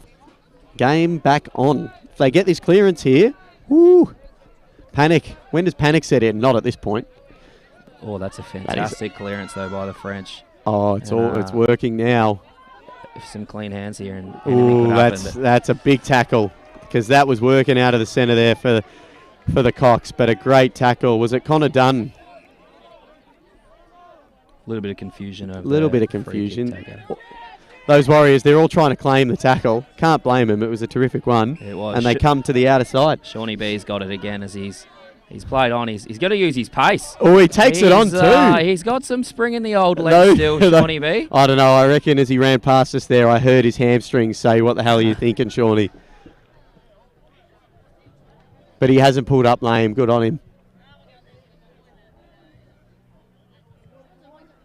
Fantastic rebounding defence there from him. And it stays a hot footy over here. Spills out of the contest. Push back inboard, and it's a Warrior who picks it up. Cops a big hit front on there. Johnny Holworth straight onto it. But that young Warrior, he's a bit ginger. Can't see who it is. It's there's a Number lot of people 18. in front of us here. But yeah, Paul Allen. Yeah, did cop a big one. Straight back up, as they always are. What do you reckon, Joey? He's 60 out, 65? Oh, I tell you what, he'd have to... He's maybe run if he... wide to the pocket. He did, yeah, maybe if he ran the whole way home, he could have got there. Oh, good mark. And straight away, I love the endeavour in the attack from the Cox, but the issue is they're kicking it to a nest full of Warriors. That's a big tackle. Didn't have a whole lot of prior, so Johnny lets him play. Again, they've dropped a man back here. He's found Murphy behind the ball, who... Murphy's Johnny Holworth's given it. And I reckon Murph's tricked him there. Yeah. He went down. And I know Murph's tougher than that. Yeah, fair play to Murphy, though. He could get that one back. That he obviously just coughed one up. But, yeah, he's doing his job. Big opportunity. They kick this, and it is hard yards for the Cox after they grappled a little bit of momentum back. But, yeah, just a silly late little hit. As soft as it may be, they all count. He's a big kick of the footy, Murph, but he's hasn't got the distance there. Yeah. He pulled up a little bit short. Didn't quite kick through it, I don't think. That's why he's down back. No, yeah. I mean, I've seen him kick 170 before at the Commons, at Clapham Common, but yeah, must get a little bit nervous when he's not kicking out. Connor Dunn has worn a serious hit there. Johnny Holworth has played the advantage, but Connor Dunn is rolling around, writhing on the ground, and I don't know if he's going to get up. Now, as play continues with a great mark in defence, Connor Dunn is on his haunches, hands and knees. He was sandwiched between about 3 Paris Cox there, French Cox, excuse me. He's a strong fella, Connor, but yeah. Takes a lot to knock him down, mate. I would have been split into pieces, I think. He's not even going to come off. Back up on his feet. Man's made a steal. Yeah. Good to see him back up on his feet and far side of the ground. He's got a ball up. Donald Purvis has given him a drink and said, no, mate, you need to come off. No, hopefully he's okay. Tell you what, Donald Purvis out of this one on running duties. Everyone's got to take a turn, rotating through who's in the squad, who's out. But I tell you what, to get him to miss this one, I reckon someone's buying his beers later on. Is this kick going to work? Oh, it's going to work perfectly. And I think, that's very close to Murph's late hit. And there's a fair bit happening on the ground. Yeah. Someone is down on the far side and they've hobbled off the deck and are calling for the trainer. Meanwhile, play continues. There's a lot going and the Cox come back into attack, trailing by 13 points. Can they nab a goal here? There's still plenty of time for them. It's laid up, but the Cox are underneath it. Oh, Walter, that's tunnelling, buddy. We've missed one there. And it might work for the Warriors. And, the man's come on that. A little bit of the luck of the Irish there. That's worked a treat from the Warriors, but I reckon that poor old French Cock, I think he was tunnelled there. I don't know what just happened there. That Keith Whelan came straight off the bench, and I'm wondering whether he's come on for the injured player who's coming off. And geez, did they have 19 on the field? I think he's gone on before. I think he's 100% gone on. Yeah. Before the injured players come off. Yeah, I mean. Run in, taken the ball away from them, and that's a sausage roll. That 19 on the field just then, that. Ooh, I don't know. They're not. Yeah, everyone's not as eagle-eyed as us, Jono, but we've got controversy marring the top spot match over here because Whelan was flying off the bench. Straight into the mix. They had 19 on the field. The injured player had not come off. As you know, you've got to go through the gate. And it results in a goal for the Warriors right after an iffy missed call. So it's all happening here. Nonetheless, unfortunately, the French have got 6 minutes to somehow find 19 points, Jono. They're up against it here. Very lucky. I mean, you're lucky that nobody saw it. Otherwise... I mean, umpire Horwath, he would have known the rules. And those hundreds on the broadcast, the luck of the Irish. Yeah. But good on the Warriors. They made it count and converted their chance. And in fairness to them, they've been the better side in this one. They have definitely been made their side. own luck. So, but yeah, boy, that's just that's the way it goes. It swings and roundabouts sometimes. Nothing gets past the eagle-eyed Joe Arthur. No, mate. Well, you picked it up. Yeah, it was very obvious right in front of us, to be fair. We had the perfect view of that. But again, they're asserting their dominance more, the Warriors. Peppering the goals. Kyle Devine, he's done the unselfish thing. He's done it all day. We've seen him give a few off. And And well done to the Warriors. 2-1-13, the French Cocks trailing 6 goals. That's not 6 straight. Is that wrong on the scoreboard? Is it 6 straight? 36? No. Maybe so. Nonetheless, 4-goal lead for the Irish. And hello to our 257 viewers. I hope you're enjoying the game. Welcome to Croatia. It's lovely here. Early 20s. The sun's behind a cloud at the moment. It's been a great day here in Zagreb. Wouldn't be going anywhere, but this has been this French side's issue now. They're a little bit front runner. Like once they're in front, tough for them to drop a lead. They will stay there when they've got their tails up, but when they do get behind early, it always seems to be an uphill battle and one that they can't quite climb. Yeah. They've got numbers at the back of the ball here, but yeah, it goes out. And time really a factor now. They've got to find 4 goals, 23 points in 4 minutes. 4 goals, 4 minutes. Do you subscribe to Lee Matthews' goals minutes rule? A goal a minute? Anything more than that, you can't be done? It's hard to believe. I mean, I do believe in it, but it doesn't happen very often, does it? Very rarely. Yeah, very rarely. I mean, footy at the elite level now. There's so much momentum, and you do see teams just go bang, bang, bang, and kick goals. But if you want not usually when they're behind. If you want to go defensive, you can go defensive and stop it. Yeah, and the Warriors have a chance to bring it out of defence here. So, Tanine goes bang with a long bomb into the middle of the ground. And he's found James McMahon. James McMahon, he's been a bit quieter this game. He was an absolute star the first game. Big Kev, great overhead. He's found Big Kev, a.k.a. Jeremy Cameron. Tapped it to the runner. Put it onto his Belfast not red quite his, not his best kick, Big Kev, but that's all right. He's had a decent day up here, and he's doing a lot of the hard yards as a forward running up the ground. It's hard graft, isn't it, mate? What do you think, mate? I don't know if that's on the broadcast, but Donald Purvis has got some sort of do-rag on his head running around as a runner. I think it looks like it's a cap that doesn't have It's a swimming cap. A flap on it. Yeah, I don't know what the look is, but it's an interesting one. I hope they've caught that back home because it's Connor Hughes. He's too good out there today. He's been absolute best star. On for you. Yeah, both games I reckon. Murph great, but did have a goal kicked against him. Connor Hughes, the unstoppable force that he is. He's also snagged one from the back line as well. He was playing forward the first half. He can go anywhere.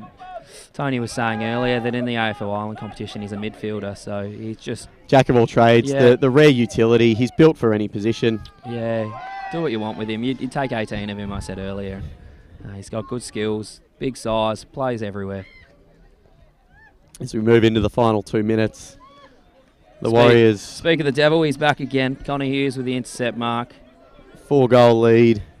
Now, this win here, this takes them to outright top position. So that means they will play either Croatia or Germany, likely Croatia in a semi-final tomorrow. Whereas the French Cocks will have to face likely the Great British Bulldogs in a 2nd v 3rd playoff for the grand final. That's going to be that's going to be a heck of a game, considering the intensity and the feeling and the emotion that was in the game yesterday between the two sides. As we see, not a very nice turnover, that one. No. Straight back inside. And Ireland are getting back, though. They're still working hard, credit to them. They could have all dropped their heads then, but worked back. And they're running just as hard defensively as they have forward of the ball, and that's always a pretty good measure of a side's dedication and endeavour. Taking a lot of time to make up his mind. Swings round on the left. It's a good-looking kick. Oh, it's a beautiful goal. We've seen 2 fantastic goals from the pocket. From the black hole, the dead pocket. Everyone has struggled to kick goals from there, but the French, they've been unreal. They trim it down to a 17-point margin. We're just about inside the final minute here, but a lovely goal from the Cocks. And they certainly, the Warriors have been the better team, but the Cocks have been a little bit unlucky here. Certainly haven't been blown out of the water. So if these are the two sides that we do see late on Saturday afternoon, expect it to be a belter, but those Great British Bulldogs in form today, they might have a thing or two to say about that. Yeah, I mean, we've still got one men's game to go after this, so be interesting to see. Germany put up a good fight. They're playing for a position in the finals. A fantastic grab by McMahon. He's come alive the last 5 minutes. Oh no, I know that feeling. That's a string. hamstring. Who's that who's gone Kyle down? Devine has done a hamstring. That did not look good one bit. That was the sniper. He grabbed it straight away. down. Hopefully Kyle's okay. But yeah, he grabbed the hammy. It looked like a hammy. They'll feel that loss too. Integral part of the side.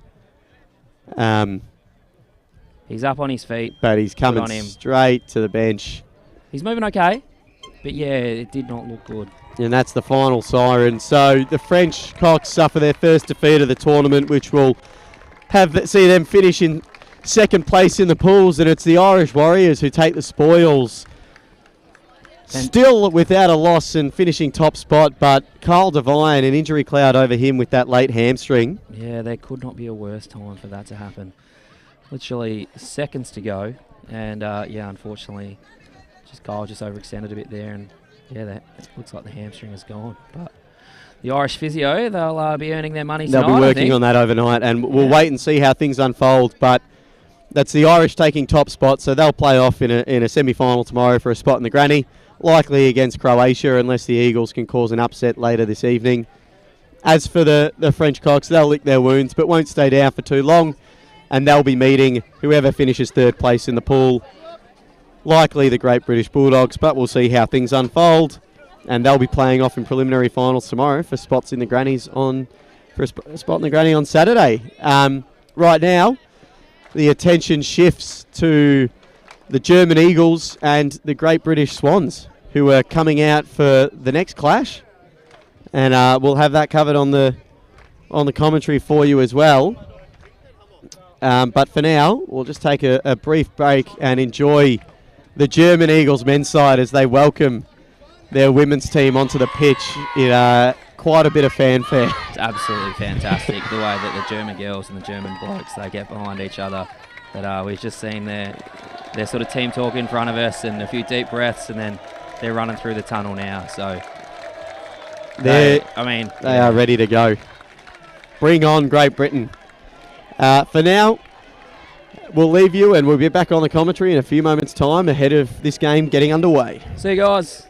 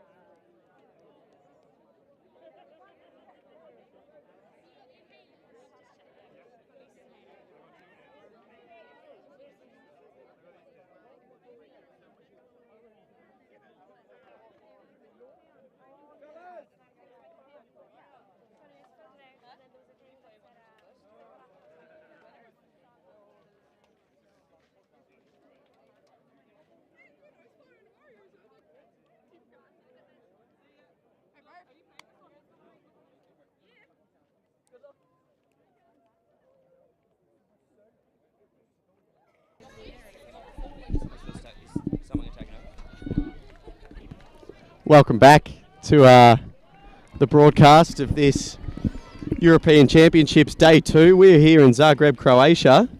It's still myself, Joe Arthur, and John O'Carter here on the broadcast. Our relief team appears to have abandoned us, but that's all right because It's not work, it's pleasure for us at the moment, and we're here watching the GB Swans take on the German Eagles in a reasonably important clash. Both these sides currently sit on 2 wins and 1 loss, so this one will split the difference for second place in the women's pool. Yeah, big game here. Big game that I think both teams are aware that they're going to play each other again tomorrow. But some bragging rights, isn't it? And a little bit in the head, a bit in the psyche that if you get a good win here, it'll really put a dent in the other team's spirit.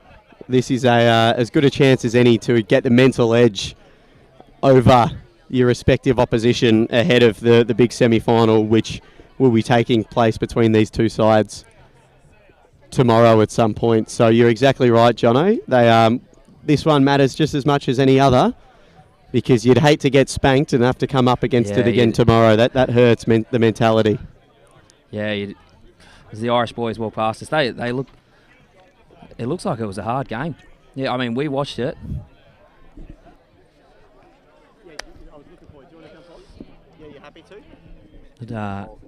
I'll say bye. Sorry about that. The relief team's come on, so short stint from Jono. He can go have a beer.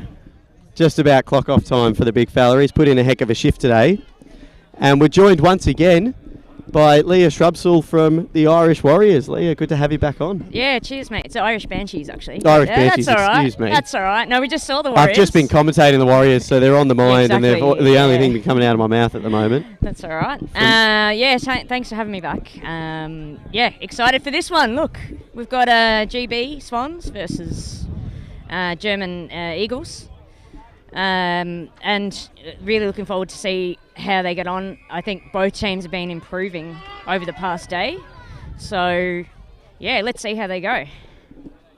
Good opportunity for both sides to feel each other out. As we were saying with Jono, these two sides will play each other in a semi-final tomorrow, but it's a good opportunity to get the mental edge ahead of tomorrow's semi-final.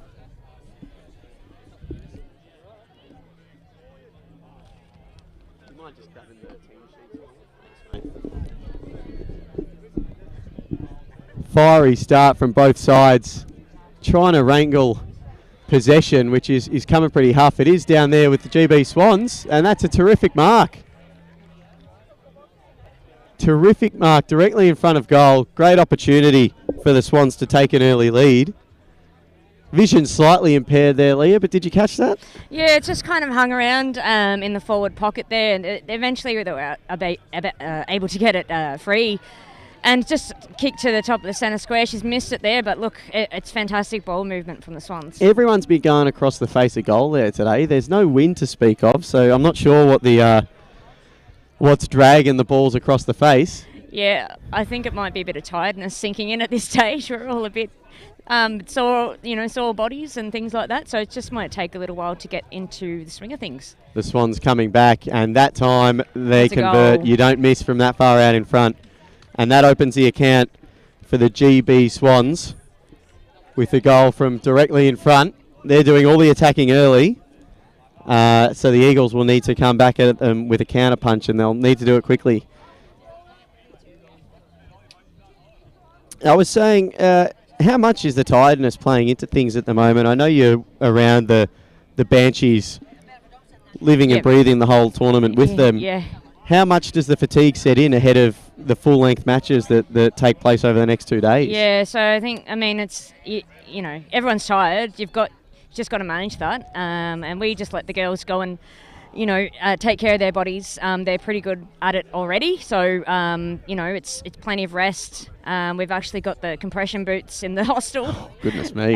So all the girls were lining the corridor in the hostel. Last night to get their compression boots on.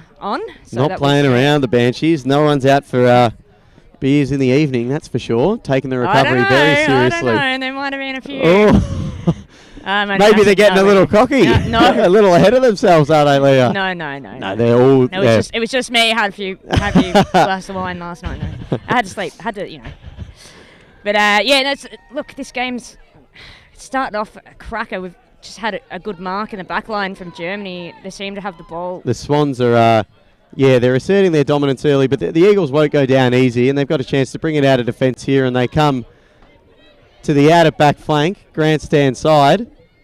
But immediately, the Swans reclaim possession, have a shot on goal. And that's a lovely mark. Lovely mark. Right in front of goal. That's Jane Leslie Meadows. She can put this through for her second of the day. And 2 within the first 5 minutes for Jane would be quite the start. Yep, pretty much in front as well. Yeah, marked in the square, so the umpire will bring her around directly in front, and she'll sink this without any trouble, you'd imagine, as she does. So a hot start for the Swans. Are you surprised by this? Am I surprised? No, not really. You know, it's good to see the forward pressure from the Swans. So we know they're a good side, and they can certainly tie up the ball down there and to produce results. So that's just another one for the Swans, and you know, let's see how we get on with the next ball up. 2 goals, 13. GB Swans, they lead the German Eagles, who are yet to score and yet to really foray into their forward line or beyond halfway at the moment. Let's see if they can't win a clearance and change that. Straight away, that's Clara there getting in the thick of it. Number 27 for the Eagles. Heck of a midfielder, but she's up against a pretty strong midfield today, and it's again the Swans going into the forward line. Ooh, that might be high. No, umpire hasn't seen it. No, Walters let it go. A little bit high. Letting them play, but oh no, he has seen it. He has seen Straight it. onto it. There We can't see anything at the moment. No. This vantage point, we need to get back up on the platform. Oh, I think that was touched. Okay. Smothered off the boot. Swans claim it. Coming straight back down the other end. Can Jane find a way to kick a third here? It's contested footy. Jane has found her way on the end of it, has a shot. Great goal line defence, though, from the Eagles, and they'll work their way out of the back line. Moving it along quickly, and they've found some space on the fat side of the ground. Drops it on the ground, and that's smothered again. The Swans' pressure's really undoing the Eagles early here. Again, wrapped up. Walters let that one go. But the Swans are all over them early. The Eagles have really got to find something. Centering ball from the Swans.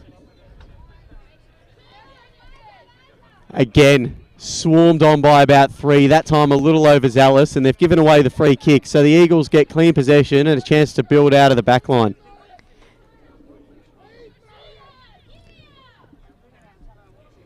Heaps of screams for the ball. Just go straight down the corridor. Leading hard and just straight down the guts, not mucking around. It's the quickest avenue to goal, but it's the biggest risk taking it on. Now that one's up in the air. I'm not sure it's gone far enough for the mark. It's a real scrum in there at the moment with some strong tackling from both sides. But again, fantastic. Ian Kafka is all over the high tackles at the moment. And the Germans have been pinged. And they play, and the Swans play on straight away. Go back inside forward 50. Playing in front. Well done from the German defence, though. And she's been clipped around the chin for her troubles. And so she's earned herself yet another free kick. Eagles seem to have settled a little bit, Leah. Yeah, a little bit. Their tackling pressure is kind of upped as well. You can see that.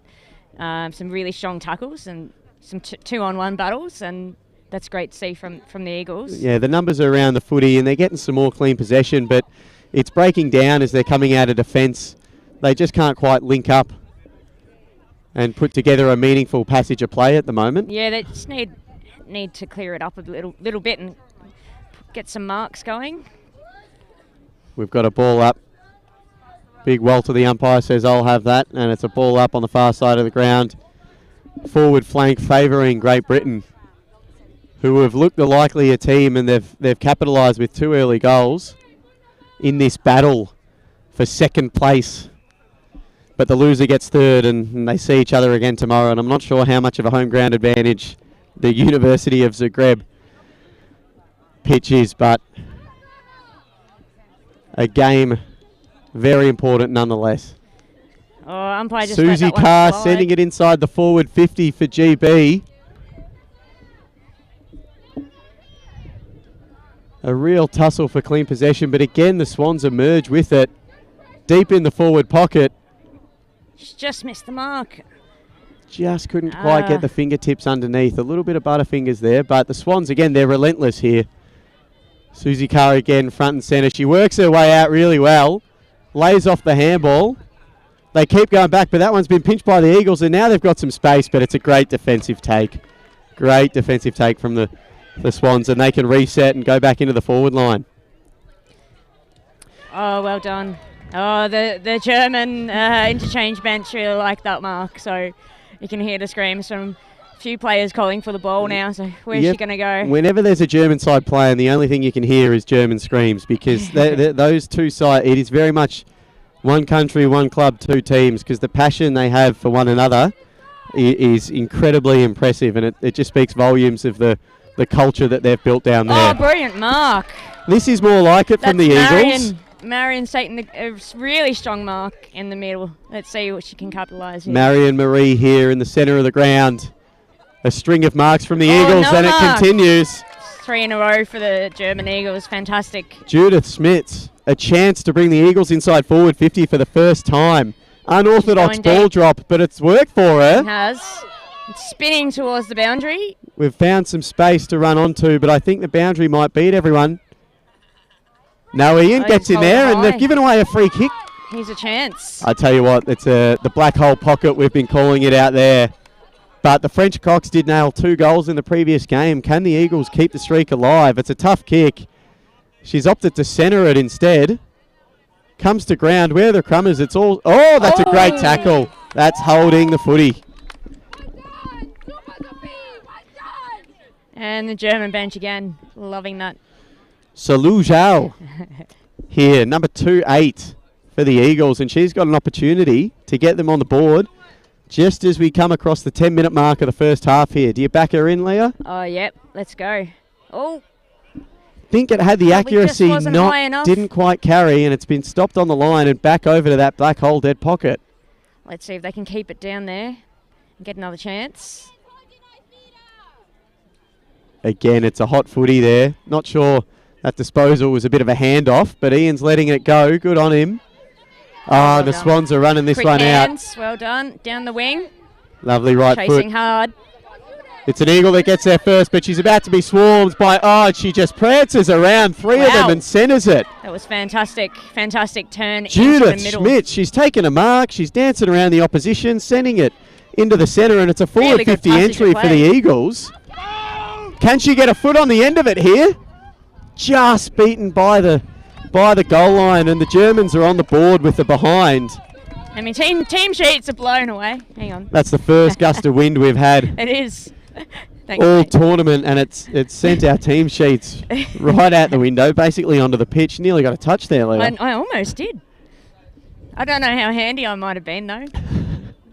No, I've retired from international football. I won't be playing for the Banshees anymore, that's for sure. Domestically? Still having a run no, around? yeah, absolutely. Domestically, play for South Dublin Swans. And g'day to all the Swannies out there watching the game. I know they're watching. A lot of them tuning in. They're living for the broadcast, and we love it. They are. They're probably watching this after the Warriors win, and absolutely loving the Warriors win. So This is Lucy Massey here, about to send it inside 50. One for the South East London Giants. My brothers and sisters back home. We've done some recruiting, and we can tell you that she's on her way to the Giants and on her way down to Peckham. So big shout out to Lucy. We'll be watching her with keen eyes, just while we're both talking about our respective clubs. Oh, yeah. You can't forget them. It's Lucy again. She takes it and she wears a big hit, and she's got a free kick for her troubles. Yeah, she's just gone down for a minute. A little bit ginger after that, but she's straight back up on her feet. Up. That's all right. And she's going to take her kick. Good on her. Yep, we breed them tough down at the Giants, so she'll fit right in. Ian just straightening her up on her line. She's sizing up as if she's about to have a shot. She'd have to kick it at 60 metres. Opts to go top of the square. Back inside 50 for the Swans after a brief period of Eagles dominance. Eagles back on the ball, but they're still under pressure. It's just those clean hands that you've really got to find those chains. Yeah, and the Swans are doing a great job of just locking it in there, 50. 7 minutes to go in the first half. It is 2 goals, 1-13. It's a 2-goal lead for the Swans, and just the solitary behind for the Eagles. Great mark. Can't see the number. So no. Lovely hands That's Charlotte Allen Victoria Eels there with a great mark, but the kick hasn't quite matched the standard, and we'll have a throw in on the far side wing, slightly forward of the centre square to the right of screen. Bit of an arm wrestle now. Things have settled down a bit. Things the have settled a little. scoring's dried up, but the intensity's, if anything, risen. Good tap down. Again, the handball chain. It ends up on a German boot, but it's the Swans sweeping across for a terrific intercept mark. Yeah, I think they saw that one coming. Might have given it right back here, though. The numbers are with the Eagles, and they win the footy, but are wrapped up straight away by the Swans. They just come like a swarm, don't they? Does the pressure intimidate the Banshees at all, Leah? Oh, yeah, all the time. We've got a lot of pressure on us all the time. People expect us to perform in a certain way. That's what happens when you're the greats, isn't it? Well, that's what happens, yeah, exactly. So, there's a lot of pressure that comes with that, and the girls handle it pretty well. They've risen to the occasion thus far, that's for certain. It's not to say that we don't have tough times. Certainly we were challenged with the Crusaders. That's a big tackle, and I think that might have gone face first into the turf there. And we don't like when anyone eats the turf, and it's a signal for the trainer straight away. Got up. So Sure, could be spitting out dirt all week there. But yeah, on her feet, which is good to see. We've had a couple of hard knocks on the ground, and it just shows that the intensity of the European game is well and truly up there with anything else. So it's not an easy job for these girls out there braving it. They're doing a heck of a job. Another forward 50 entry coming up for the Eagles. But the Swans have had plenty of time to set up their defence. So they're just waiting for an interchange to come on here. And she's on now, number 31. That's Liv Briscon coming on to the pitch. Replacing her fallen comrade. And we're back in the dead pocket. That's Clara, who's managed to centre it, though. Oh, quick hand pass. Quick hand pass into space. It's the Swan who's on it first. She's got to get rid of it, though. Oh, she's done really, really well there to get out, but the kick's a little bit errand, and it will come right back. It's right on the 50 arc. Let's see what she's going to do with it. Under 5 minutes to go. Now would be the time to get on the board with the major for the Eagles. They can get a mark here. Big, fantastic. It's a good kick to a dangerous spot. There's a number of Eagles there. One's taken it away. This is an opportunity on the left foot. Good bit of goalkeeping there to save us. Fail to register a score for the Eagles, and Walter's going to ball it up in a very dangerous position. Forward pocket, deep in the Eagles, inside 50, looking for their first goal of the game. Yeah, if they can get a quick snap here, it'll blow things wide open ahead of halftime. They've got the ball. Yes. And that's gone through for a goal. That's a goal. Incredibly quick there, exactly right. Leah just fell into her lap, turned around. Yep. Over the shoulder, straight through the middle. And that's 1-7 for the Eagles, and they trail by just 1 goal, 2-1-13 for the Swans. It's game on here as we come to the end of the first half. Yep, absolutely. And I think Germany actually getting their confidence as they progress through this match. So we've definitely got a game on our hands. And just to join you for the final 3 minutes of the second half, John Holworth back from his umpiring recovery. He's going to come on and replace me and chat with Leah for a couple of minutes, and he'll take you through to halftime with some special comments. The fan favourite commentator, welcome back. G'day everyone, great to be back. Leah, just a little observation on that last goal. Mate. We had 3 great Brits come to the bench in a defensive 50 stoppage. Meanwhile, all the Germans stayed out on the ground. It was 18 v 15. What do you think happened? A bit of a mix-up, maybe. Germany scored a goal. Yep. I would have thought 18 would beat 15 on most days, and that didn't prove me wrong there. Over to you, Leah. Oh, big kick. Was a push in the back. Yes, umpire's given a free to Germany Eagles. Marion Mayer. The big M. Here she goes, going to launch into an attack. Man on every player's got a shoulder. Ball goes forward. Yep, straight to a Swan. Is she going to play on? No, she's not. Walter. She's got loads of options. Whoa, one of the best drop punts I've seen today to a contest one-on-one. Germany gets dragged to ground. That's okay. Bit of a tangle there. That's a good mark. Another intercept mark. She gives it the old breakfast club. Left fist in the air. In excitement. She's stoked with their work. And there's going to be another rebound. What's happened to her fingers there? I think she might have had a rough day in day one. 2 fingers tied together. Meanwhile, down the line.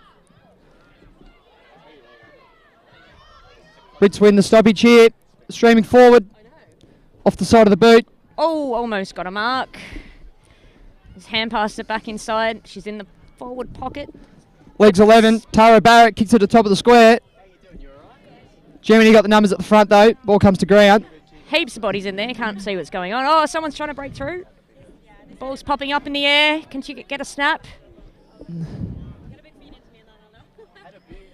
They fly and get away. Turns, dodges. Double pistol. Golski. Huge goal there coming from the Swans. So after a bit of bumbling around in the goal square, they eventually capitalise. Fantastic work, Swannies. Goal, goal, goal. 50 seconds to go in the first half. We have the scores 7-15. Brits lead. We've got Walter, our umpire from Germany, formerly Italy, to start us again here with 40 seconds left on the clock. Positions are set. Here we go. Launches up the middle of the ground. Germany win the hit out. Raves their own work. Over ball. Gets them all puzzled. No one can predict the bounce. Everyone, Shep, look at the wall. The Great Wall of Britain. They all stand back, push them around. Yeah, the ball. They just left the ball on the ground there, so someone has to pick it up. And a miscellaneous free kick again. Here we go. To the upside down 99. Number 66 for the Great Brits. Kicks the ball away. Hannah Leighton. Okay, they got time to score here. 5 seconds. Germany stand up. That'll see us through to half time, I would have thought. Oh, she's got to get a quick... There she is. The car horn's gone in the background. Wow, what a close match. What a close match. There's a goal in it? Less than a goal in it? 8 points is a bit more than a goal. 8 points. Well, that is a bit more than Do your math. Oh, gosh. But half time here, we're going to have a 5-minute break. We'll join you back very shortly. Germany got some work to do.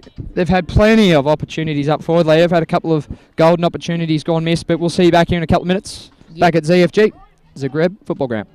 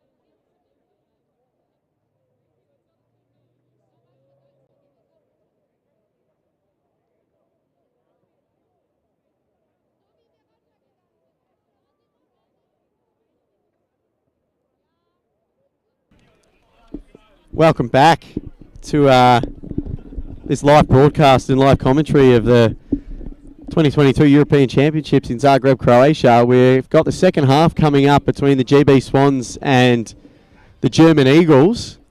We will clarify the score is indeed 1-1-7 for the Eagles to 3-1-19 for the Swans. Unfortunately, here in the commentary box, we're a little bit hard of seeing the right-hand side of the field and the scoreboard as well, and it doesn't help that one of the lights on the scoreboard is out, so it looks like a 15. Looks like a 15, but it's actually a 19. And a big thanks to John Holworth for jumping in there for the last couple of minutes of the call. And go check him out on the AFL Europe Instagram. He just did a ripping live interview with one of the Irish Warriors who just secured top spot in the men's pool ahead of the semi-finals tomorrow. He's quite the character, come out from Melbourne, the AFL umpire, and he's putting on a good show and giving us media team a run. I think he should change careers.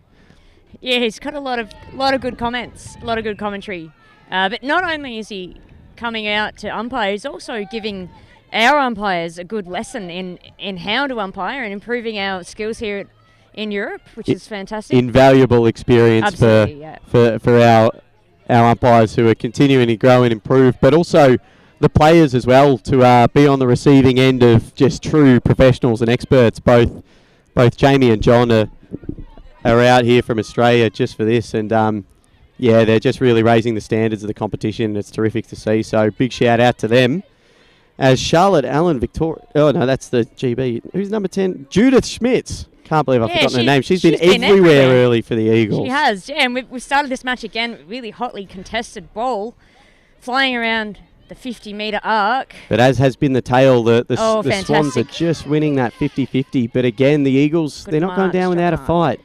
Just need to find a way to spend a bit more time in the forward half of the ground. And it's the clearances where they're really getting beaten consistently at the moment. They're around the groundwork, kick marks all right. Little soccer off the ground there, back into the corridor area. Change of codes. We've got Emma Brooks here, sending it inside 50. Gets a toe to it. Can one of the Swans make it count? It's going to get tied up here, I think. Yep, yeah. Ball up. Walter says, I'll have that.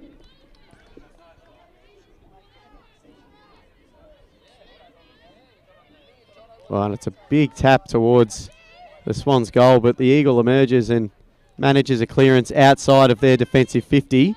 And they continue on into the centre of the ground, but it's all Swans there. They've got the numbers, and well, good composure there.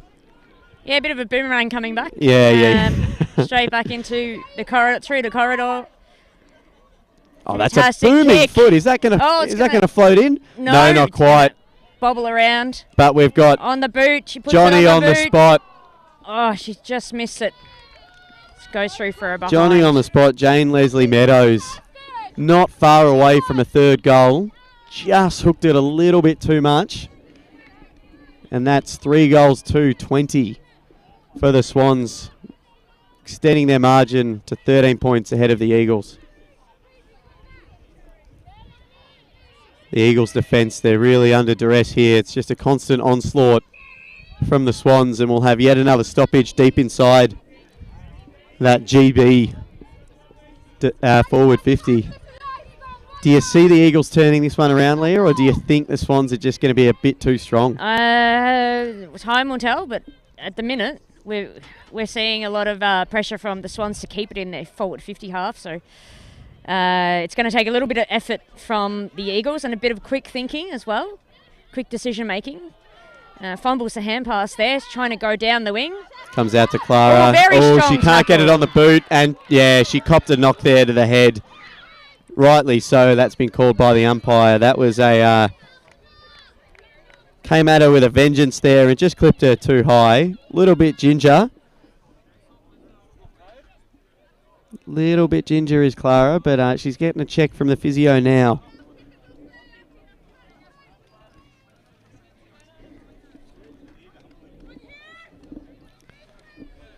And she's going to come straight off, Clara Hurtle. She's a little bit shook after that. It was quite a knock to the head. So she'll come off the ground, and the German Eagles will continue on forward without her services. For the ball. Yeah, good voice, good talk. They're very vocal, the Eagles. We know that about them. But it's Emma Brooks emerging with the ball. She's taking on half the team there. She's going to have to put it on the deck, though, quickly. Great set of hands. Hand pass in. Brooksy on fire, and it's back inside 50 for the Swans. Managed to spoil the mark there. And it's that a goal. One is straight through the middle, and there Jane Leslie Meadows gets her third goal. Have to give credit to the midfield craft of Emma Brooks there, ducking and weaving. Absolutely burst through that pack. A bit of a don't argue situation as well. She's a fiery one, Brooksy. She's another South East London giant, and she's not afraid to give a fend off, that's for sure. That goal started with her, so well done. Well done. Good inside 50. But, yeah, Jane Leslie Meadows with 3 goals. She is kicking bags at the moment, and there could be more to come. There's 15 minutes still to play, and it's a 19-point margin in favour of the Swans. If the Eagles are going to come back at them, it's going to have to happen soon. They're putting up a valiant fight, but they just can't quite string together some conducive link-up play. Yeah, I think the Swans are just a little bit quicker with the hand pass decision. Again, that's a hand pass from Brooksy. Straight back for the Swans, and that's the woodwork. Those massive Watch AFL padding. Tell you what, they are thick as they come, and they've been popular today. That's about the 4th time that left post has got a workout. Yeah. Oh, that's terrific hands. But we do need the padding because... Oh, very important. Very important. Very important. This is Carissa Turner for the Swans. Looks like she's having a shot there. She'd have to get onto it. Falls to the top of the square a little bit short. And the Eagles are onto it, but the Swans are right on their tail too, and they do emerge with the footy. Trying to duck Takes around. on everyone Big from snap. Kingdom Come.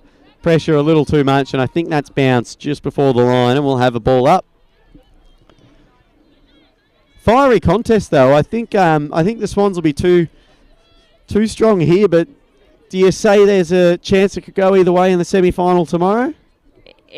You might say that, yeah, because you just never know how many sore bodies you're going to have at the end of the match, and how is everyone feeling? Long-form game as well, the 4 quarters. I mean, yeah, it'll be interesting to see whose hands that plays into. You'd think the Swans, a lot of AFL London girls used to the 18-a-side. Maybe the 4 quarters will suit them a little bit better. But the German Eagles continuing to fight, and they have had the ascendancy for periods in this game. Just need to neaten up their link-up play a little bit more kick mark. Yeah, they need to lift their heads a little bit, see where they're kicking before they make the kick so they can hit the target. Yeah, a testament to the pressure of the Swans. They've just sort of, the minute they get their hands on the footy, they're just whacking it as far forward as they can, and that defensive zone and pressure of the Swans is just making it real hard to work their way up the ground. Judith Smits there, another intercept mark. Not her finest kick, but if you get leather poisoning, eventually one's going to come off not so clean. As Susie Carr brings the Swans inside forward 50 yet again. It's a hot footy. The Eagles are trying to scrounge it out as best they can. And I think this one, yeah, Walter says I'll have that. We'll have another ball up inside the forward 50. Time in forward half in this one for the Swans has been immense. And to only kick 4 goals, you have to give credit to an Eagles defence that's been under constant duress here, hasn't it? Absolutely, yeah. They've worked really well to keep them to the 1 goal, 2 goals this quarter, this half. Sorry. 1 goal this half. 1 goal. One this goal half in 8 minutes. So far. Yeah. So if they could turn it around really quickly here and keep themselves in the game, we will see. She's had time to have a look around. Spins around. Goes around the corner. Deep inside the pocket. Bobbling ball across the line. That's another ball up coming our way. Yeah, the Swans, they'd be hoping to convert another couple in the next 12 minutes just to maybe get those Eagles to drop their heads and get extra nervous ahead of the game tomorrow, but also to prove to themselves that they're capable of scoring when they have a lot of time in the forward 50, because at the moment it's been a little bit clogged up and a little bit messy. But as we say, there's plenty of time left for either side to get on the scoreboard.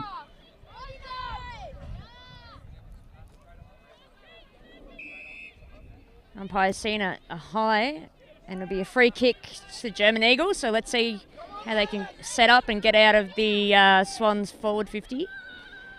Tough to see anything in those contests, let alone a high contact. There's just bodies and limbs everywhere. As the Eagles go boundary side,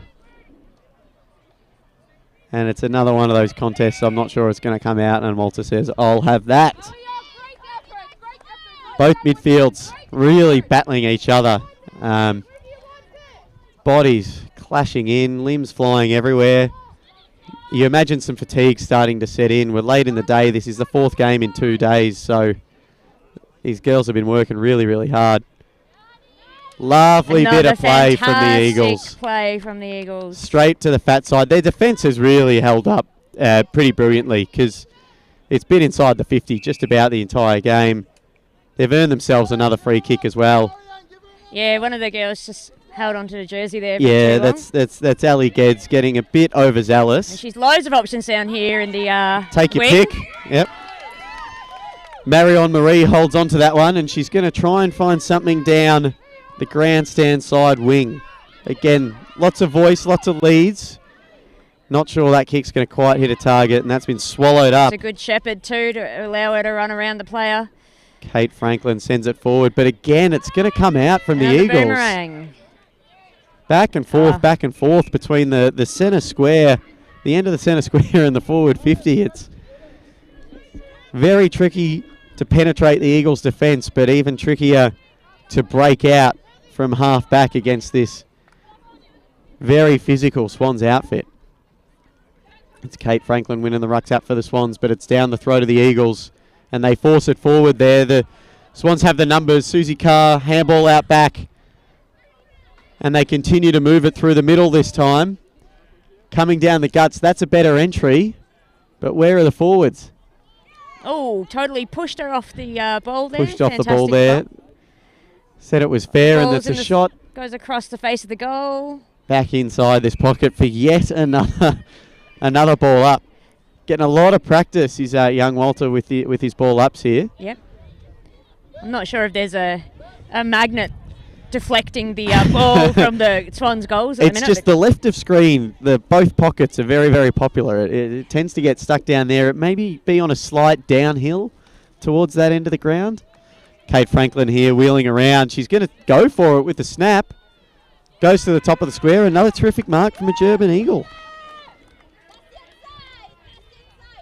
This time Christine von Deft. And hard work for her finding an option though. Oh, and that was two Eagles getting in each other's way, but they managed to work it out.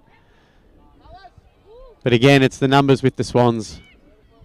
And their half-back line sends it in, courtesy of Susie Carr.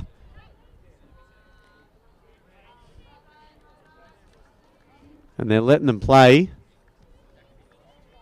Someone's come out with it. Not sure who. Another ball up. Another ball up. I couldn't quite see where the ball was at that stage. No, I think we need to get the heat map out at the moment. Just about every bit of play has been down this end of the ground within a 30-metre radius of the Swans' hotspot. The heat map be very one-sided in spite of the Eagles giving it their best efforts, and they've found a free kick down here the way of Germany, and they're going to have another opportunity to try and break through this defensive zone of the Swans, but it's just been like banging your head against a brick wall at the moment. Yeah, it's going to take a lot of effort and team effort to get the ball moving down into the German Eagles forward 50. Comes undone for the Eagles again, in the hands of the Swans now. Ian Kafka coming into a ball up of his own. Stop, start, stop, start, stop, start. That's what happens when you got two teams that want it as badly as these two do, but are just struggling a little bit to find clean use. Yeah, the German Eagles, we notice in our game, love the ball on the ground, so they can attack really well when the ball's on the ground. Your game being against the Banshees. Yeah. So you with the Banshees, Leah? Yeah, didn't you know that? So, yeah, they're great on the ground, and their kicking actually is quite good too. So, you know, testament to them. They're doing a great job here defending.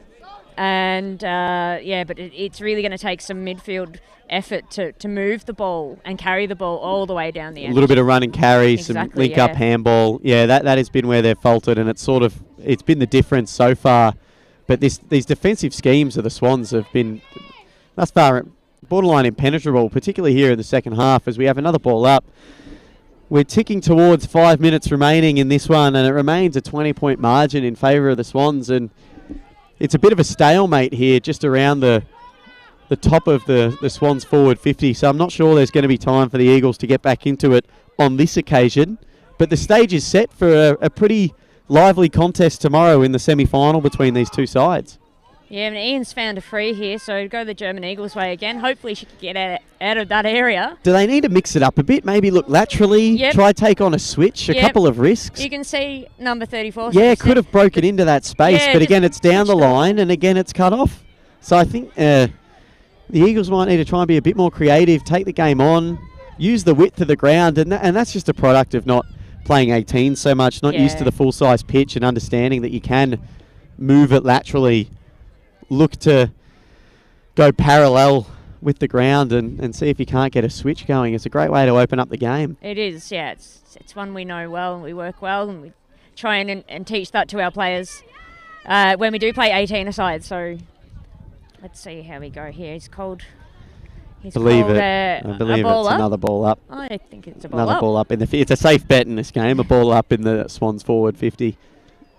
But credit does need to go to the Swans because they're just holding this lead they here. Have not given up. No, they're still fighting on, and they were, they got the ascendancy early with 2 quick goals, and they've more or less just been able to hold on to that lead. And that's what happens when you're ready to go at the start of a game. You make it very hard for an opposition to come back in. You never want to come from behind. Yeah, the mark just popped off the chest there, so it's down on the ground again, but they've come away with it. Yeah, slick hands from Susie Carr.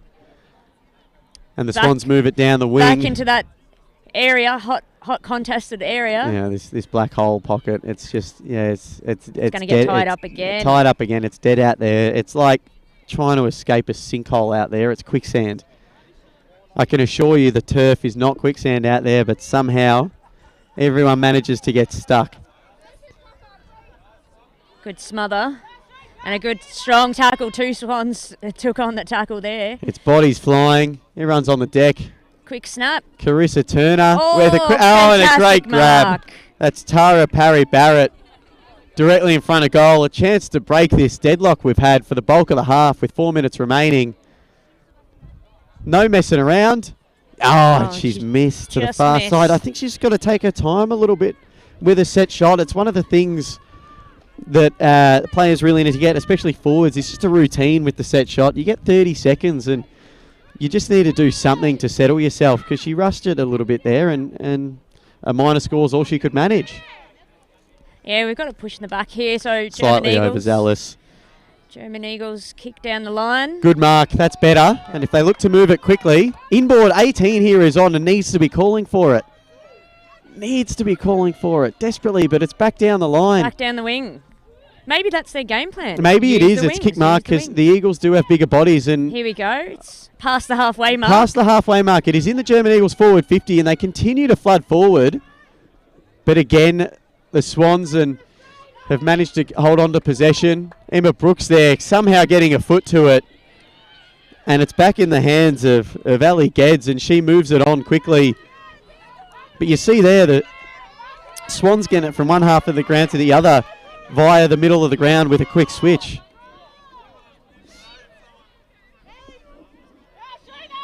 Ali Geddes emerging, can't quite handle it. The ball bobbling around the top of the 50 arc here. Oh, it's a war of attrition at the moment. There's some tired bodies out there doing everything they can just to stay on their feet now, and you can understand why. There's 2 minutes remaining in this one, and only 1 goal's come in this half, and you have to say things have tightened up a little bit. It's been a real war of attrition. Yeah, and there was a tap that came to the German Eagles. Emma Brooks and Ali Geddes seeing plenty of the footy here as they work it straight back into the centre with a switch from the Swans, and that's opened things up a little bit. They've found some space, but this Eagles backline has just been imperious, and they're trying to move it with a bit more run and carry. And look at that, couple of handballs and Shepherd, and that's worked much more. And they've got a chance to get out the back here if they can pick up the footy. They're not shy. They've got their head over the ball all the time. They've started taking some more risks here, but maybe too little too late, but it's really positive signs ahead of tomorrow's matchup. got the numbers. Another kick forward, a fantastic mark. And that is Anne Catron with the mark. And going down the guts here with the kick. That's a much better kick. There we go. Lift that up.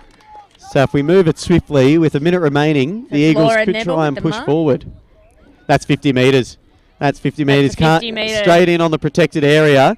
The Eagles don't know, but they do now. Walter's onto it. 50 seconds remaining. The bench are happy. They're going to get a forward 50 entry here if they can hurry.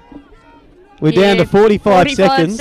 So it's going to be a forward 50 entry for the Eagles, and you've got the Swans streaming down the pitch, hauling ass down back. It's good to see everyone still running hard. And a very bored-looking goal umpire down the other end's just woken up from a nap and is... Yeah, he's like, where am I? Is I'm still lively. here. All right. Comes into the forward 50. Can the Eagles find a mark? No, it's the fantastic Swans. mark from the back line. Excellent hands. Good, strong hands. Put into a good area, but the Swans... And I believe it's Kate Franklin again. She's seen plenty of the footy. She has. She's plenty of touches Oh, today. but it's not her finest kick, and it's cut off. And it's a contested footy down here on the near side, forward flank of the Eagles. Big tackle. I think they've got about 1 second. That's it. That's the game. And that's a wrap. A big win for the GB Swans. That will take them to second place in the pool. The German Eagles fall to 2-2 with a 19-point defeat. They won't be too down on themselves, though, because they finished third in the pool and have a date with the Swans tomorrow in a semi-final, playing off for the granny. Yep, absolutely. It was a hotly contested Sure, match. sure you enjoyed watching both of them just tire themselves out. We're all tired at this stage. Believe it. Fantastic match, fantastic. The pressure from the German Eagles, their backline was so strong there, and testament to them that they've kept them to 26 points, the Swans. So I think they'll be happy with that, and they'll be happy with the pressure they brought, and just want to tweak a few things ahead of tomorrow. Yeah, after getting jumped early, they know now that they can stop the flow of the Swans and mitigate their scoring. What they've got to find overnight is a way to generate a bit more offense for themselves, and it opened up a little bit in the final few minutes. But this one ends 1-7 for the German Eagles, suffering a 19-point loss to the GB Swans, who kicked 4 goals to 26. And that's a wrap on the women for today, but we do have one more game coming your way, and that will be the GB Bulldogs, looking for their second win of the tournament after a good one this morning, playing the German Eagles, who are playing for their lives. If they lose, then they can pack up their things and head on home. But if they manage to sneak a victory, percentage might just take them through to 4th spot and a semi-final tomorrow. Leah Shrubsel, thanks for joining us on the call. We'll leave you with that. We'll be back on in a few moments' time for the last match of the day. Thanks, Joe, and the AFL Europe team. Cheers, everyone. See you. Bye.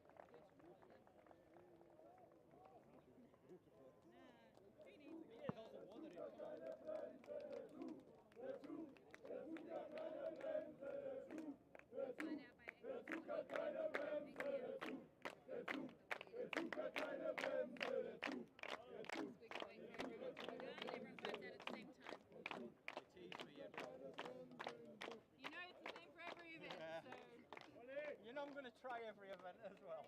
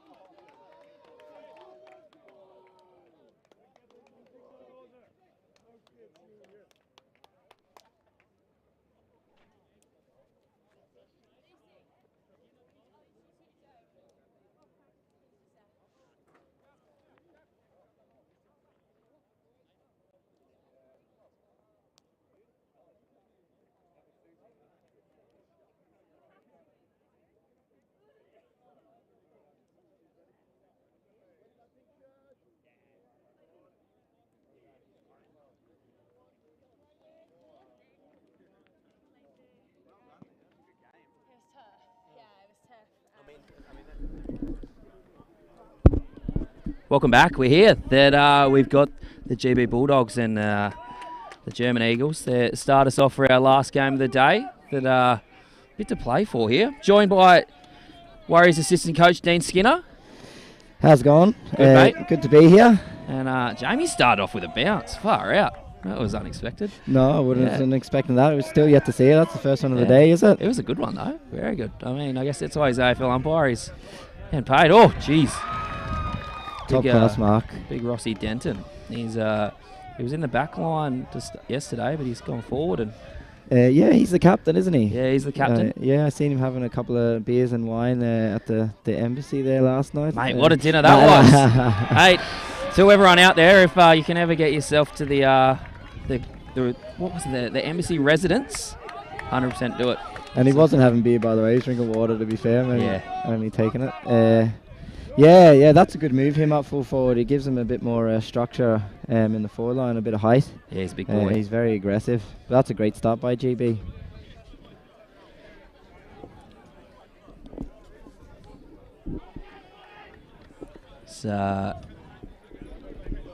I think Germany have to win this game to finish fourth, don't they? Whereas at the moment, if they lose, Croatia go into fourth. Yeah, I think that's where we're at the moment. But, geez, we've seen another good bounce. The two AFL umpires, they're turning it on here. They might be having a competition, I reckon.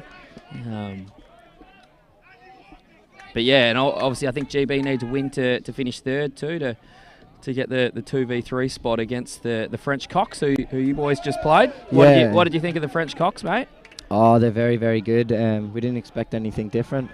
Very good in the air. A couple of big boys, very agile. Ollie Hoban's going to swing onto the left here and goal.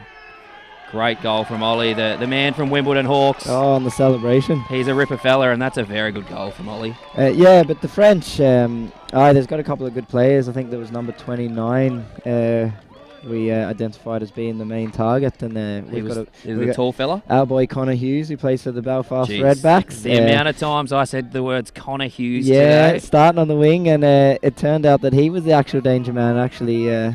Mate, you need 18 Connor Hugheses, I reckon. we do. And he actually looks like he's from Summer Bay, so it fits the bill. This is a flying start by GB. We're going to see a third bounce in a row. You reckon he'll do it well? Jeez, the boys are on. And, Johnny Howarth, he's bouncing like a pro.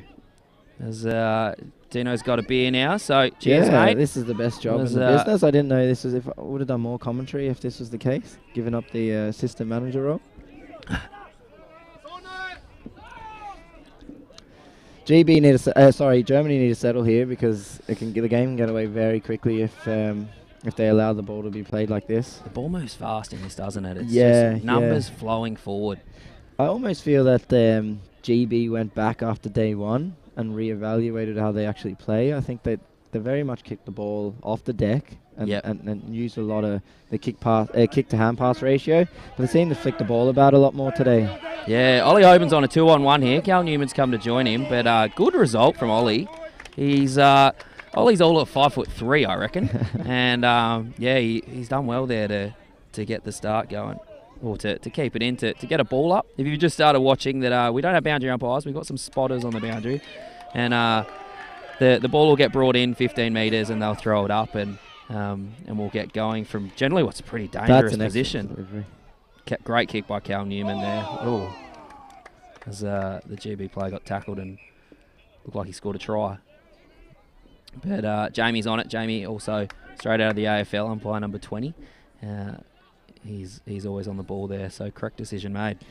Yeah, you can definitely see the standard of umpiring's excellent this weekend with them Aussie boys helping out and giving their bit of experience. Yeah, they're very knowledgeable. Very good teachers too for blokes that aren't very good at it like Yeah. myself. Yeah. But they tell you a couple of things and you're like, geez, that makes a lot of sense. You weren't too bad, although your name was cursed a few times when you were umpiring our game. We'll not say too much. Yeah, I think I lose a few friends every time I do it. The day goes by and I get those friends back. Well, these beers help anyway. Yeah.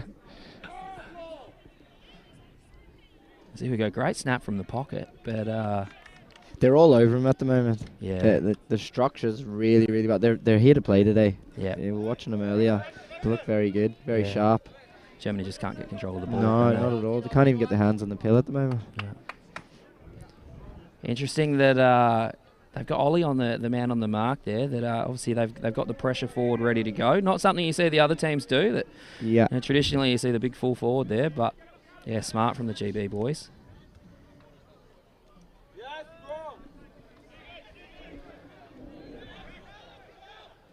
As Cal Newman gets the hands, and then there's another one. Another one. I think that was. I think it was number 13. Yeah, Andrew Walkden. Andrew Walkden. Yeah. Jeez, yeah. did you see the hang that he took yesterday? No, He was the man that took the hang, and we've apologised a few times that it wasn't seen on the stream. Oh, the stream no. went down for a couple of minutes, and it was when the hang was taken. Andy Walkden had no right to take this mark, and he climbed over about 3 blokes. He took it over Shawnee Birmingham down in the far pocket. Oh, and, I must have missed it myself. Nah, it was incredible. And yeah, the man has springs in his heels. Shawnee wouldn't like to hear that. Give a shout out to Burmy, who actually thinks he's the best player in the country. No, in Europe, sorry. He is, isn't he? Well, it depends who you ask. See another good bump, another good bounce by Jamie.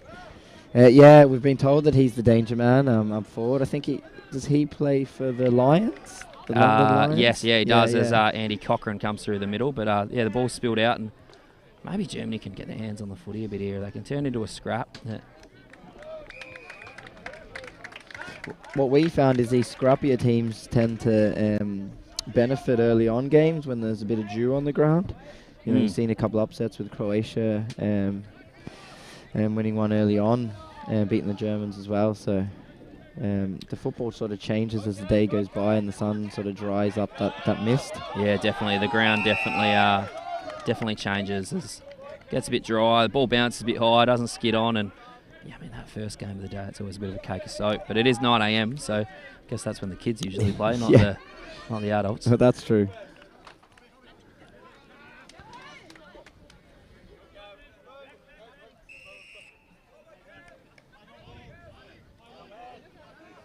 Well, there seems to be an injury here. Oh no, he's all right. So yeah, the 2 Mosquito boys, is it? Libber and Biff. Yeah, Biff played a good game. It seems like he's changed his role too. He's no longer running through the mids. He's sort of coming off half back and giving them that drive.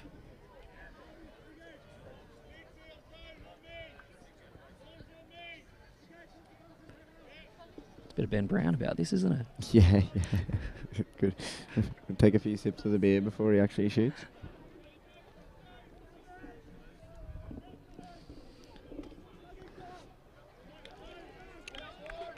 And big Paddy Statham can't put that one through.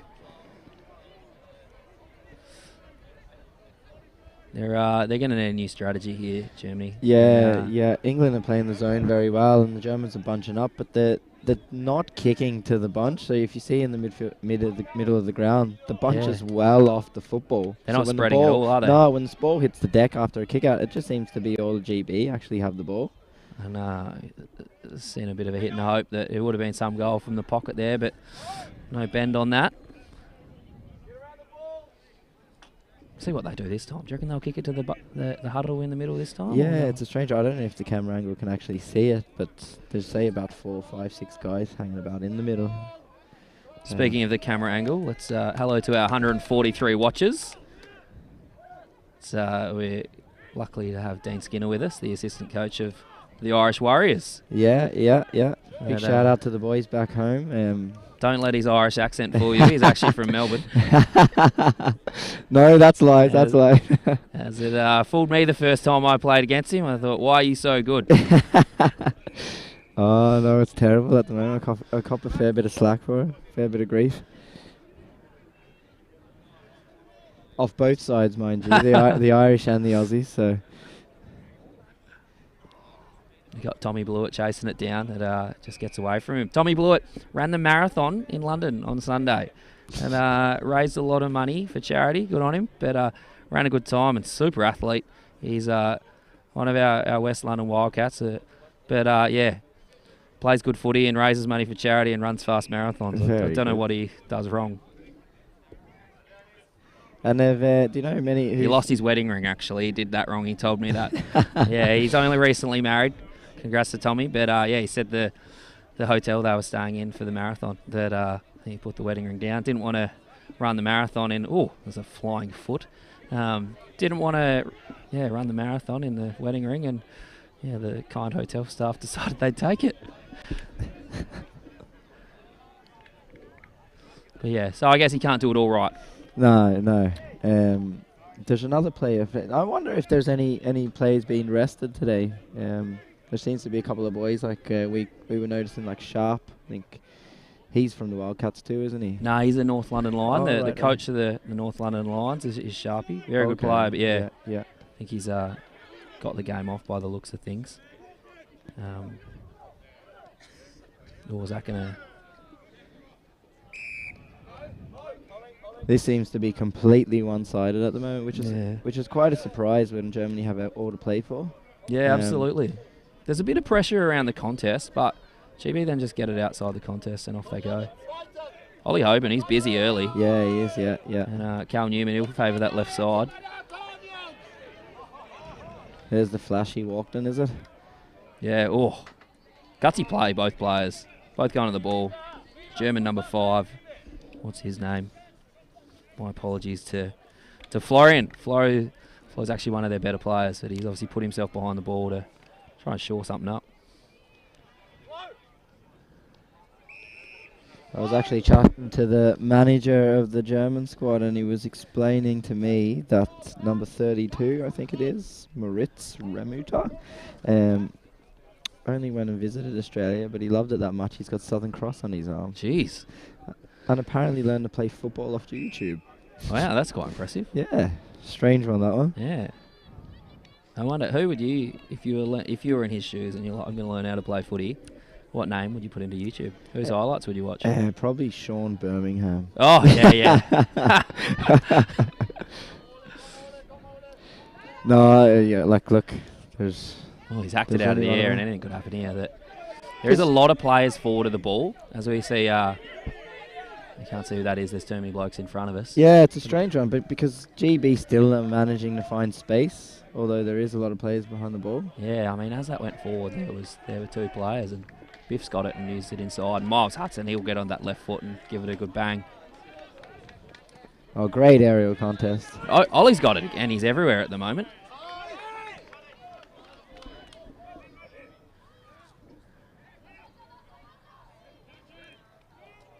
He reminds me very much of our own SP. They don't actually look like Aussie Rules footballers, but they're actually goals. Yeah, I don't know if the vision could pick that up then, but Ollie was definitely handballing it in her own chest then. There was no intention of it coming out. They need another clearance, and yeah, they've been good around the clearance. They just force it forward and yeah, forward pressure.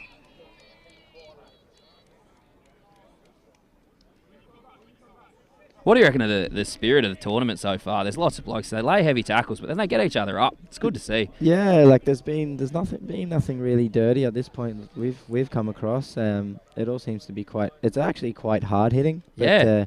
But yeah, as you say, blokes will tackle each other and shake each other's hands as soon as they've done it. Yeah. It just seems to be really good at the moment. So I think as every nation sort of learns the sport more and more, they actually realise that the B's quite physical, but you sort of just move on very quickly, as opposed to the early stages of learning the sport. You sort of just get sucked into the, if someone's going to batter me, then I'm going to get up and batter them kind of attitude. Absolutely. I think the more Aussies that play it, sort of nationwide as well, or European-wide, we found holding the ball there that the ball was definitely sat on that Andy Cochrane. He's not happy with the umpire's decision, but he's still he's still giving to I tell you what, I umpired him yesterday and he gave me a spray at one point. So he doesn't like it when it doesn't go his way by the looks of things. But yeah, that one was definitely holding the ball. So, and I mean, they're two professional umpires. So he was lucky there, I thought. Yeah, very lucky not to give away the this is the first time descent. Germany's probably entered the 50, Yeah, and they might get lucky here. Get out the back here.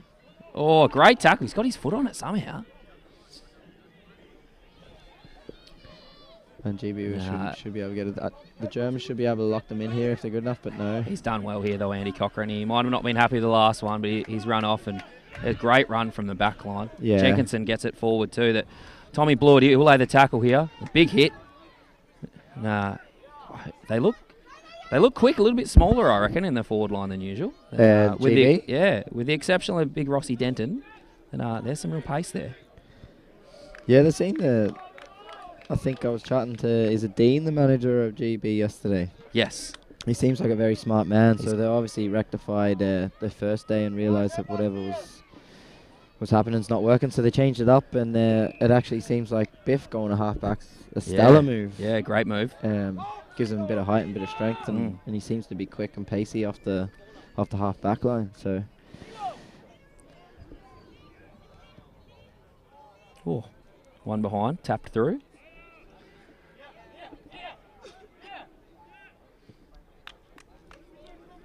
See what Germany will do here.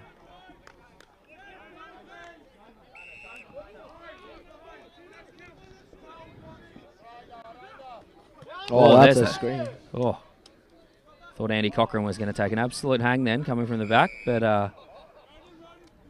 yeah, too many blokes there, and it's not coming out.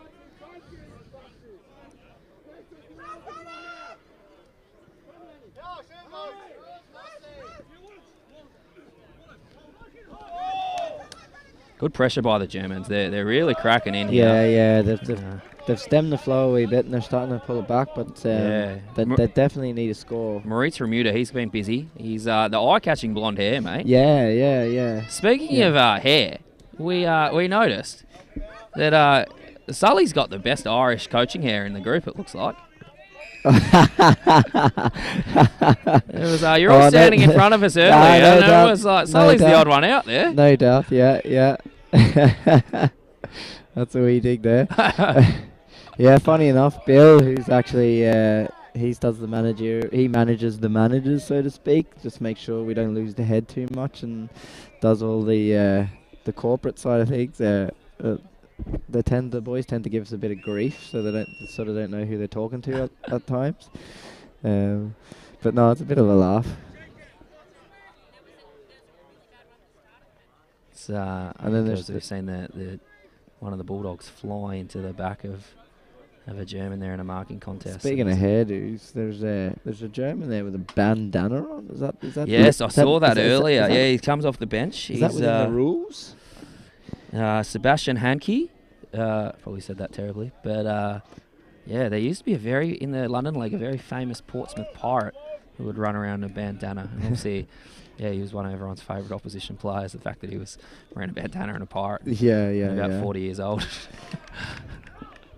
There's actually one of the Banshees, Abby, just constantly, whenever you see her, she wears a backwards hat, and then you don't actually recognise her when she's actually playing football on the pitch.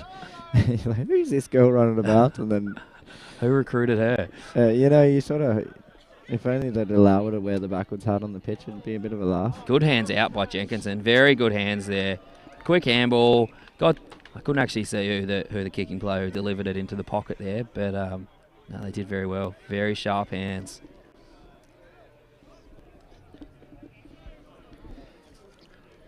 And that's Jack Coughlin having a shot on goal. He's another danger man for them. He's been a bit quiet today by the look of it,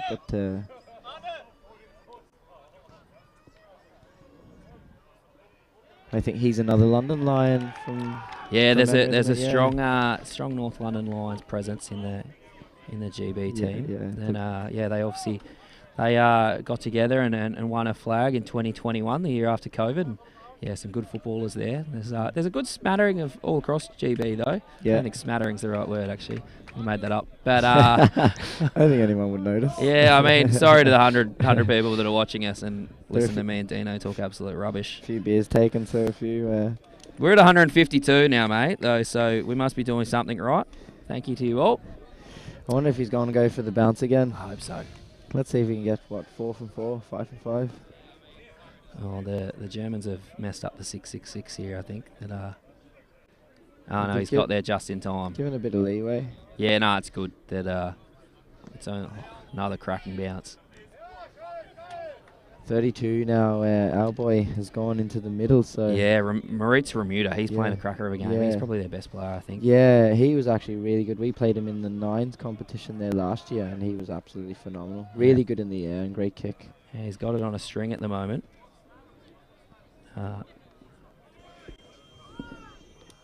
As we get to half time, and it's been all one-way traffic, hasn't it, mate? Yeah, it's a bit scary at this point. It could be a bit of a blowout, but we're at 4 goals, 6-30 to the Bulldogs, and the German Eagles, they're yet to score. So yeah, it could be a lot worse. What would you say, mate, with your coaching hat on? If you're coaching the German Eagles now, what would you say? How would you get the boys going? What would you change? Yeah, it just looks like the structure's a wee bit lost, especially coming out of defence. They're playing they don't seem to be in sync. You know, they're grouping up, as you've seen. I don't know if you could see it on camera, but they were grouping up in the middle and then sort of becoming irrelevant. They weren't sort of leading out to the half forward line then to receive the kick out.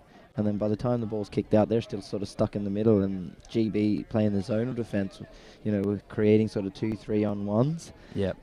So that's where they're sort of getting every behind. They're sort of getting multiple goals after that. But yeah, their ball movement. It's sort of all or nothing at this point. So I think they just got to play full on attacking football and sort of play on at all costs. Yeah, I mean, they've got to crack in, otherwise they're on the beers tonight, aren't they, mate? Yeah, that's it. Yeah, that's it. They're watching everyone. So yeah.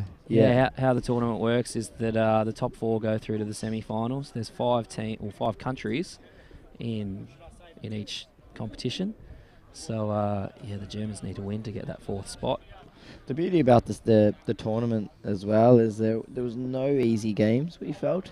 No, definitely, yeah. You know, like at any point, any team that we played, I mean, like even the Croatians at one point we had them all beat, but you definitely had to earn it no matter what. So that's the beauty about the tournament. It's good to see these European teams really developing and pushing on. Yeah, they're really cracking in.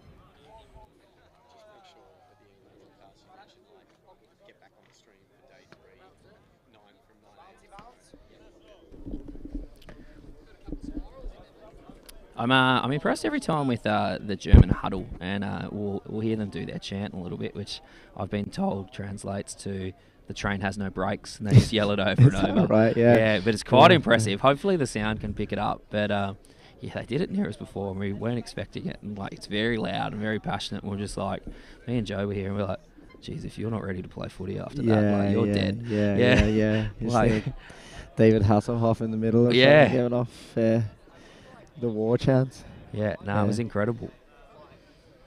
But they're definitely a unit. You see the women are over there surrounding the boys, sort of to give them a bit of a lift. So. Yeah, they're one unit. We've noticed that the Germans, the men's teams and women's teams, they're very close. They have to get along each other well, and they support each other. And some of them actually drove here from Germany. Yeah, so if you're invested enough to get in the car and drive however many hours, you're having a good crack. But the weather's been phenomenal too. Like the scenes here are unbelievable. Like the sunshine. It feels like you're playing a bit of footy in Australia itself, doesn't it? I got like, very sunburnt yesterday. Did you? Yeah, I looked like an absolute goose by the end of the day. Yeah. Beers floating about for all the spectators. There's actually a good number of people here watching the football themselves. Yeah. So what's the weather like in Belfast at the moment, mate? The weather in Belfast, I actually haven't looked at it, and I don't want to, but I could probably tell you it'd be cold and miserable. Have you been telling the missus that it's 22 and sunny, or? My missus doesn't know I'm here until now. She thinks I'm away for work. Yeah. You are working, sure. Yeah, I am sure. Yeah. No, that's the problem. Yeah, so there's a few boys there that have a lot of making up to do for taking a week off to come play a bit of football. I mean, they only have the European Championships every so often, so yeah, when it's on, you've got to go all in, I reckon. Yeah, I agree. Yeah, it takes a lot of commitment and a lot to put together. So yeah, 100%. So we'll see Umpire Horwath give it a bounce again, I reckon. We haven't seen a bad one yet. Here we go.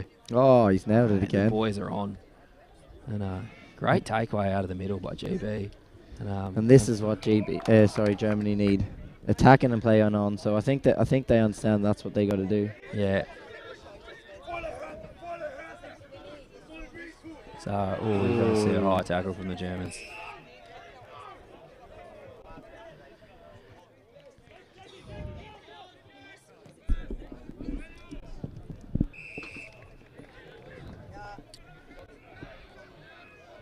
See Cal Jenkinson again get up another touch. He's been good this tournament so far. He's a very busy wingman half forward. And the GB team, do they predominantly come from the London-based teams, or? No, they're actually very spread out. I was chatting to Blighty about this the other day, and there's a few boys that we come across in the London League, but not that many. I'd say probably half-ish. Out of guess. I think off the top of my head we've got 5 or 6 Wildcats out there, but there's obviously quite a few North London Lions, and so I'd say Wildcats. Tommy Blewett's doing work across the half forward flank and gives off a dodgy handball, but I think most of the teams are represented from the London League. So, I think in the Midlands in the Nines comp it's pretty strong up there too. But yeah, I guess it's that thing that, how many aside do you guys play in Ireland? We play 14, but we play on Gaelic pitches. So we unfortunately don't have the capacity to play 18s, although there's a bit of work in the background. I think Kevin McSorley was the one pushing it along with Carl Devine to get an 18s pitch. So there's going to be a bit of fundraising to try and get that done, to be the first 18 or proper oval-sized pitch in Ireland. So it'd be good to see. Because that's the thing. We got these boys who are coming over here, and you boys recruit a few of ours over there. Yep. The Irish boys are always welcome at Wildcat Land to go and play a bit of football. So we find a good Guinness for them. Yeah. So we're here. So that's the sort of only exposure they really get to 18s. Apart from that, it's 14s. We basically set up a pitch across a few Gaelic pitches just to get a bit of experience leading up to this. But great goal by the Swans there from the far side. He's picked that up and off about 2 steps. He's gone bang 40 metres. So it's a great goal. And that's where I think GB probably benefited from the other nations, is they used to be playing on the 18th side. Yeah, a lot of guys get some 18s experience. So Germans, the Germans only play 9s, I think, from what I hear. So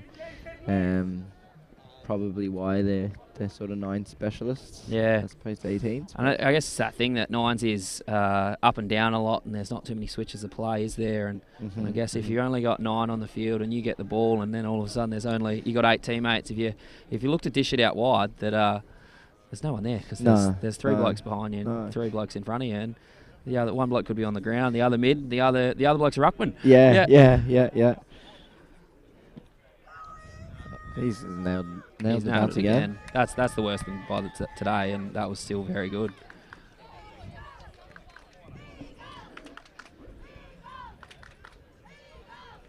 Yeah, they seem to be playing a small mobile forward line at the moment. Tommy Blewett gets on the board, runs marathons, raises money for charity, kicks goals for the Bulldogs. Loses well done, wedding Tommy. rings. Loses wedding rings. Hello to any of Tommy's family watching. Hello to Molly if she's watching. And apologies, I wasn't supposed to share that story, Tommy. But good goal. It's becoming a bit of a blowout at the moment, isn't it? Yeah, it's 15 minutes to go in the second half, and it's 6-42 to nothing.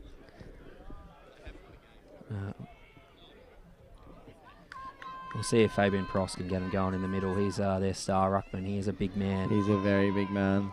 And Archie, oh, he's, don't know what way that's going to go. No, the tackle was high.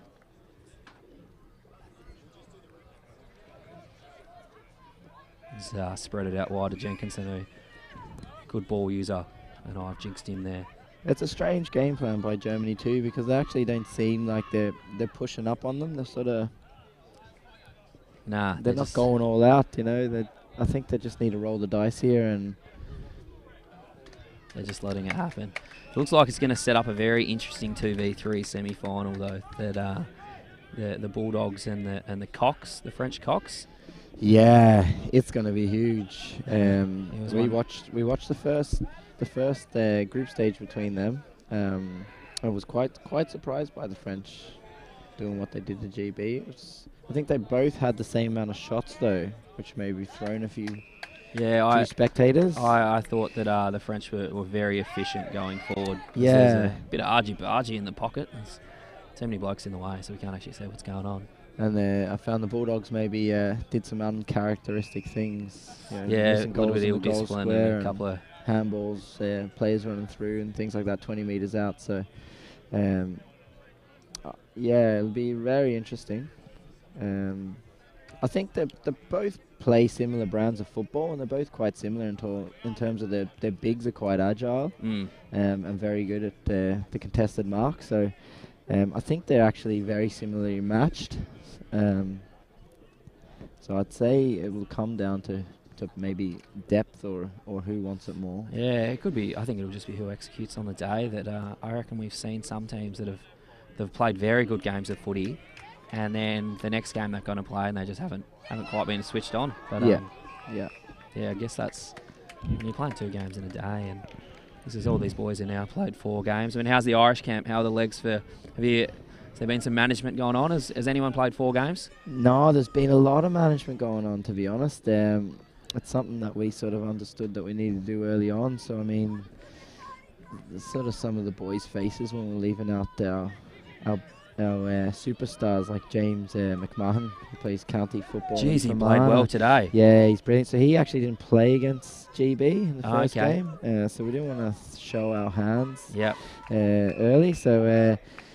yeah, he's a freak. Mate, he was an absolute jet. I commentated that first game, and he became our man, McMahon. Yeah, just the sort of Eddie Betts about him. I heard you were saying. So he's very good in the air, but see when the ball hits the deck, he's just super quick. Yeah, he's just so agile, and he was something different because obviously you had Big Kev and Kyle up there. Yeah, Big Kev McSorley and Big Kyle. We were calling Big Kev Jeremy Cameron the way he was getting up the ground and Don't turning say around that, and using his field kicking. Yeah, so, well, Kev, feel free to buy us a beer on Saturday night. We actually do need to give Big Kev a bit of a pep up because he got a bit embarrassed there the other day on the tram where Kev would be notorious for, he sort of thinks of him as the best looking man in the team himself, self-proclaimed, and Connor Hughes actually has taken over that role. So I don't know. I mean, Connor Hughes can do it all, I reckon. Yeah, so I don't know if Big Kev's too happy about that. So I'd say the Jeremy Cameron thing might lift his confidence a wee bit. But no, he was getting up the field and using some elite field kicking we were talking about. No. Yeah, and the funny thing about Connor Hughes is Connor Hughes only joined us early this year. Oh. It's his first year of Aussie Rules football. So who's the man responsible at the Redbacks for getting Connor Hughes? I'm trying to think. It would be Tony O'Hagan, actually. Oh, of course it is. Tony's got a few shout-outs today. Yeah, it's the greatest thing he's done for the Redbacks. No, I'm only winding. No, yeah, he brought him along. Doesn't sound like Tony at all to just chat to random blokes and get them to footy. Yeah. So he brought him along, and he's been a revelation. He picked up the skills very, very quickly. He's an athlete already, so there was concerns on his kicking early, but as you could see today, he's sorted it out. He's everywhere. Perfect prototype for a wingman, I think. So.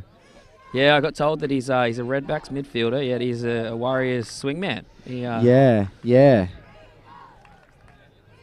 What was he saying? Unfortunately, the Eagles, he shanked that one. It'll go out of bounds. And he's as laid back as anything. If he was any more laid back, he'd be horizontal.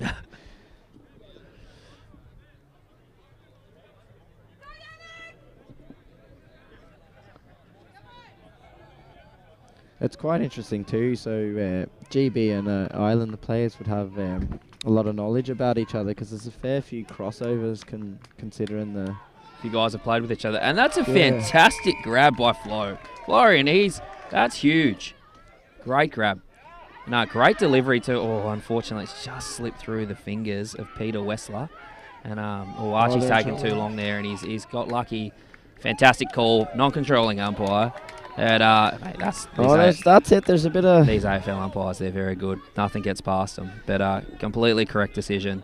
And Florian, he's actually the captain, I think, so starting to stand up. Fantastic kick in board. And, here we go. This could be their first score, I reckon, mate. And GB got numbers back, but Maurice Remuda, he's after it. He's been all over the place today, so...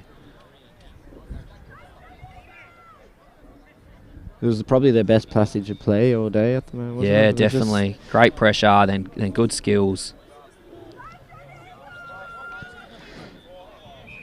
Oh, I don't know about that. I think that hit the deck, did it? Yeah, I don't know. Archie's convinced him. It was a very good effort either way. And he's found the short... Oh, geez, he's got to attack the footy, don't you, mate? There's your man there. Oh, that is late. I'm not sure about that. There was definitely advantage there. The Germans were rolling on. Yeah. It's like in football. It's the old professional free kick. That one worked well. Yeah. Fantastic defence. Big punch. Ramuta's got it though. He's gone the snap. It's end over end.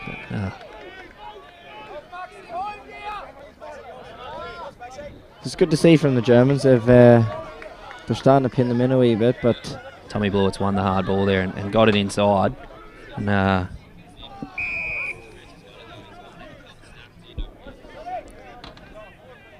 Sam Whalen did some good work.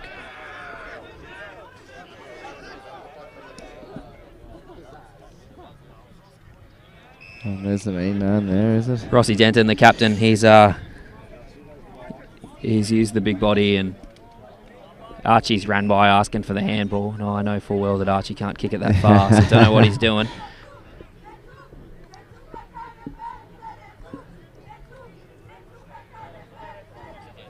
Oh no, he's bounced it in the tackle. That's 101, isn't it, mate?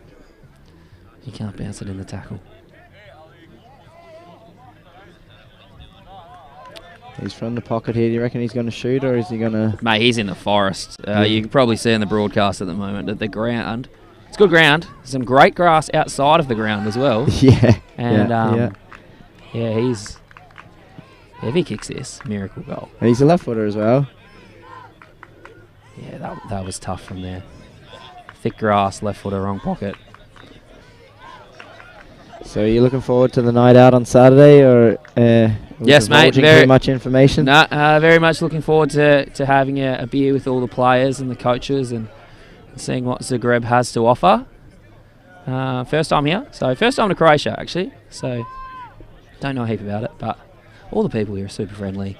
Yeah, they are, aren't they? Yeah. We actually started. There's in the centre square there. There's a bit of a DJ going on, and a bit of a street food market, but there wasn't much dancing or anything like that. There's a few drinks floating about for people if they wanted to. Yeah. And we were having a bit of laugh last night, so we all just started dancing for the crack, and next minute there was about 60 people in the middle of Zagreb doing all these funky wee dances. It seemed to carry on during the night, so amazing. we weren't sure what was going on. Doesn't sound like the Irish would start the party at all. Women bringing their freaking clothes in from the wash and everything, and just stopping and have a wee boogie. So Sam Whalen's done well again there to get the tap, and we've that's a good tackle. Yeah, just took a little bit too long. But, there's some good pressure around the ball again. Fantastic tackle, but it's just slipped a little bit high. Straight in front of us. Good call by Jamie.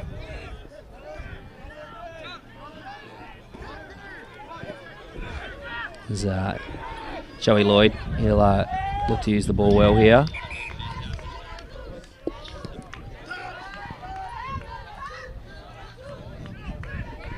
Fabian Prost, he's a player, that man, that gets it done on the ground and in the air.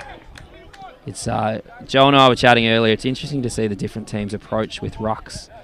Obviously, that I mean, obviously you can't grow blokes that are 2 metres tall very easily, but and can't always find them. But some of the teams have absolute monster rucks like Germany and win all the hit-outs, and other teams they're a little bit shorter, but they seem to find a way in the clearances. That you guys at Ireland, you've got a little bit of a shorter ruckman. Yeah, we do. James Daly is not he's a monster of the man, really, but he's But compared to Big Fabian, yeah, he's not that big. He's not tall, but that's the thing. He's a clever ruckman, and what he gives us around the ground is actually second to none. So.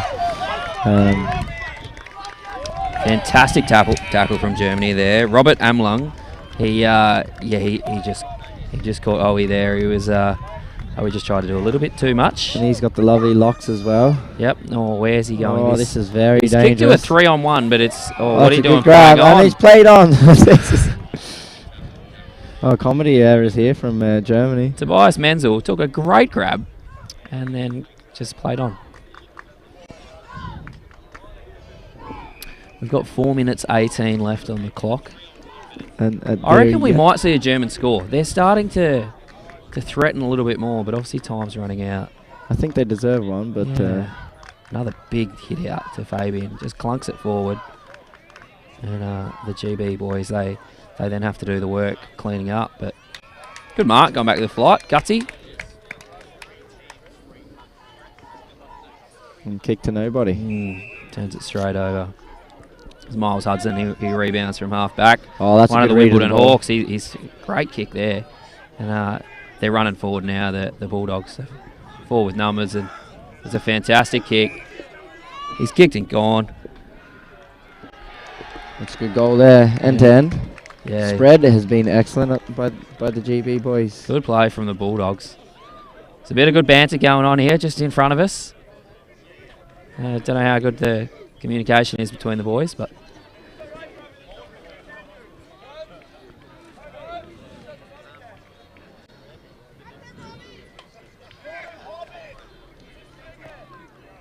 see both teams, they're ringing the changes. Yeah, they are, yeah. I'd say GB at this point are maybe shutting up shop a wee bit and giving the boys a rest. I think that's the hard bit about these tournaments is the recovery so important. So what do you guys do to give everyone an insight after matches? What happens? Yeah, well, I'll give a shout out to our man Stu. We got him on board. He's an old actually warrior of our own.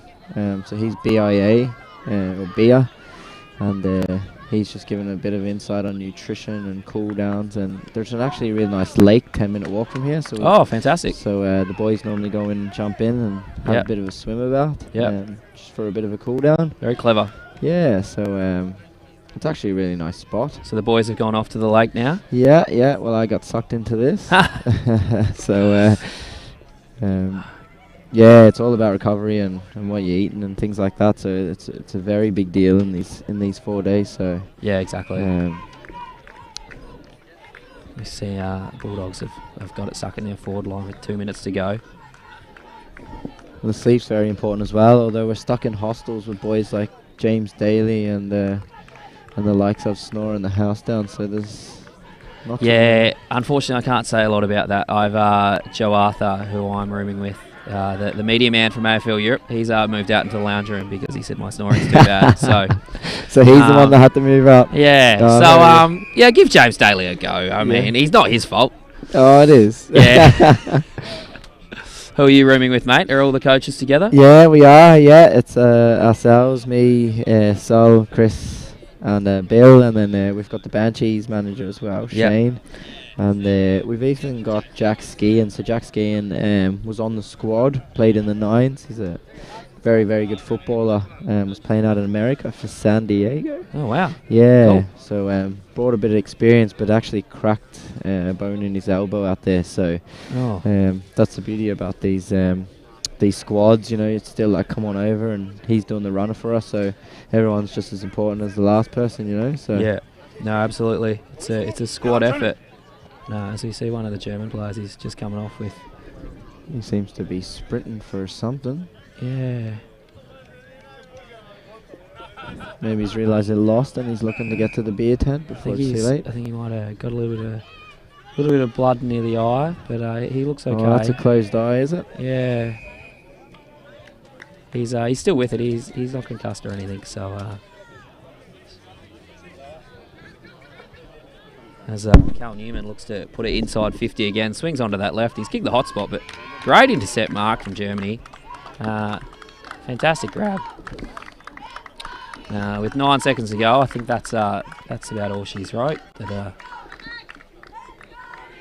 the players crack until the end, don't they? Yeah, everyone. they do, yeah. So everyone here, and that's the final siren. But the players can see how long's left all the time. But I mean, it's finished at a convincing win to GB. But the players can see the time, and they still keep going. Yeah, So it's a pride factor, isn't it, for your nation? You want to just keep pushing on and battling through. So yeah, 100%. So big result. It'll see GB finish third. I think it'll mean a GB versus French semi-final. Yeah. Did GB not finish second? Second.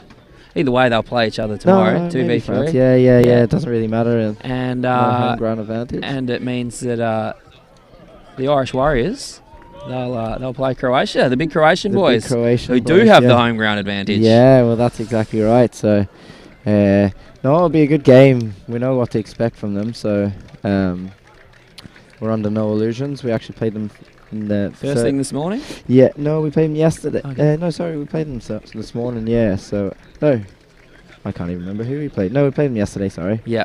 So yeah, so we're under no illusions how their game style is. So we'll back our boys in. Yeah. No, it should be good. I think. Dino, thanks for joining me. You've I definitely pushed you under the bus a little bit there, but there was no one else to do it. Me and Dino will have a chat. I like talking to Dino. Threw me on the spot. Dean Skinner, good man. Yeah. No bother at all. Really appreciate it. Probably giving a good insight to the. We've got 138 now, so that we're having a listen. So big day tomorrow. The stream will be on again tomorrow from 9 a.m. Check out AFL Europe's Instagram. You'll get it'll be on the YouTube, but you'll get a link from Instagram as well. So tune in from 9 a.m. and it's semi-final day. So 2 men's semi-finals, 2 women's semi-finals, and should be a really good day. So that's all we've got today from Zagreb. But thanks very much, Dino, and yeah, we'll talk to you all tomorrow. Cheers, thanks, guys.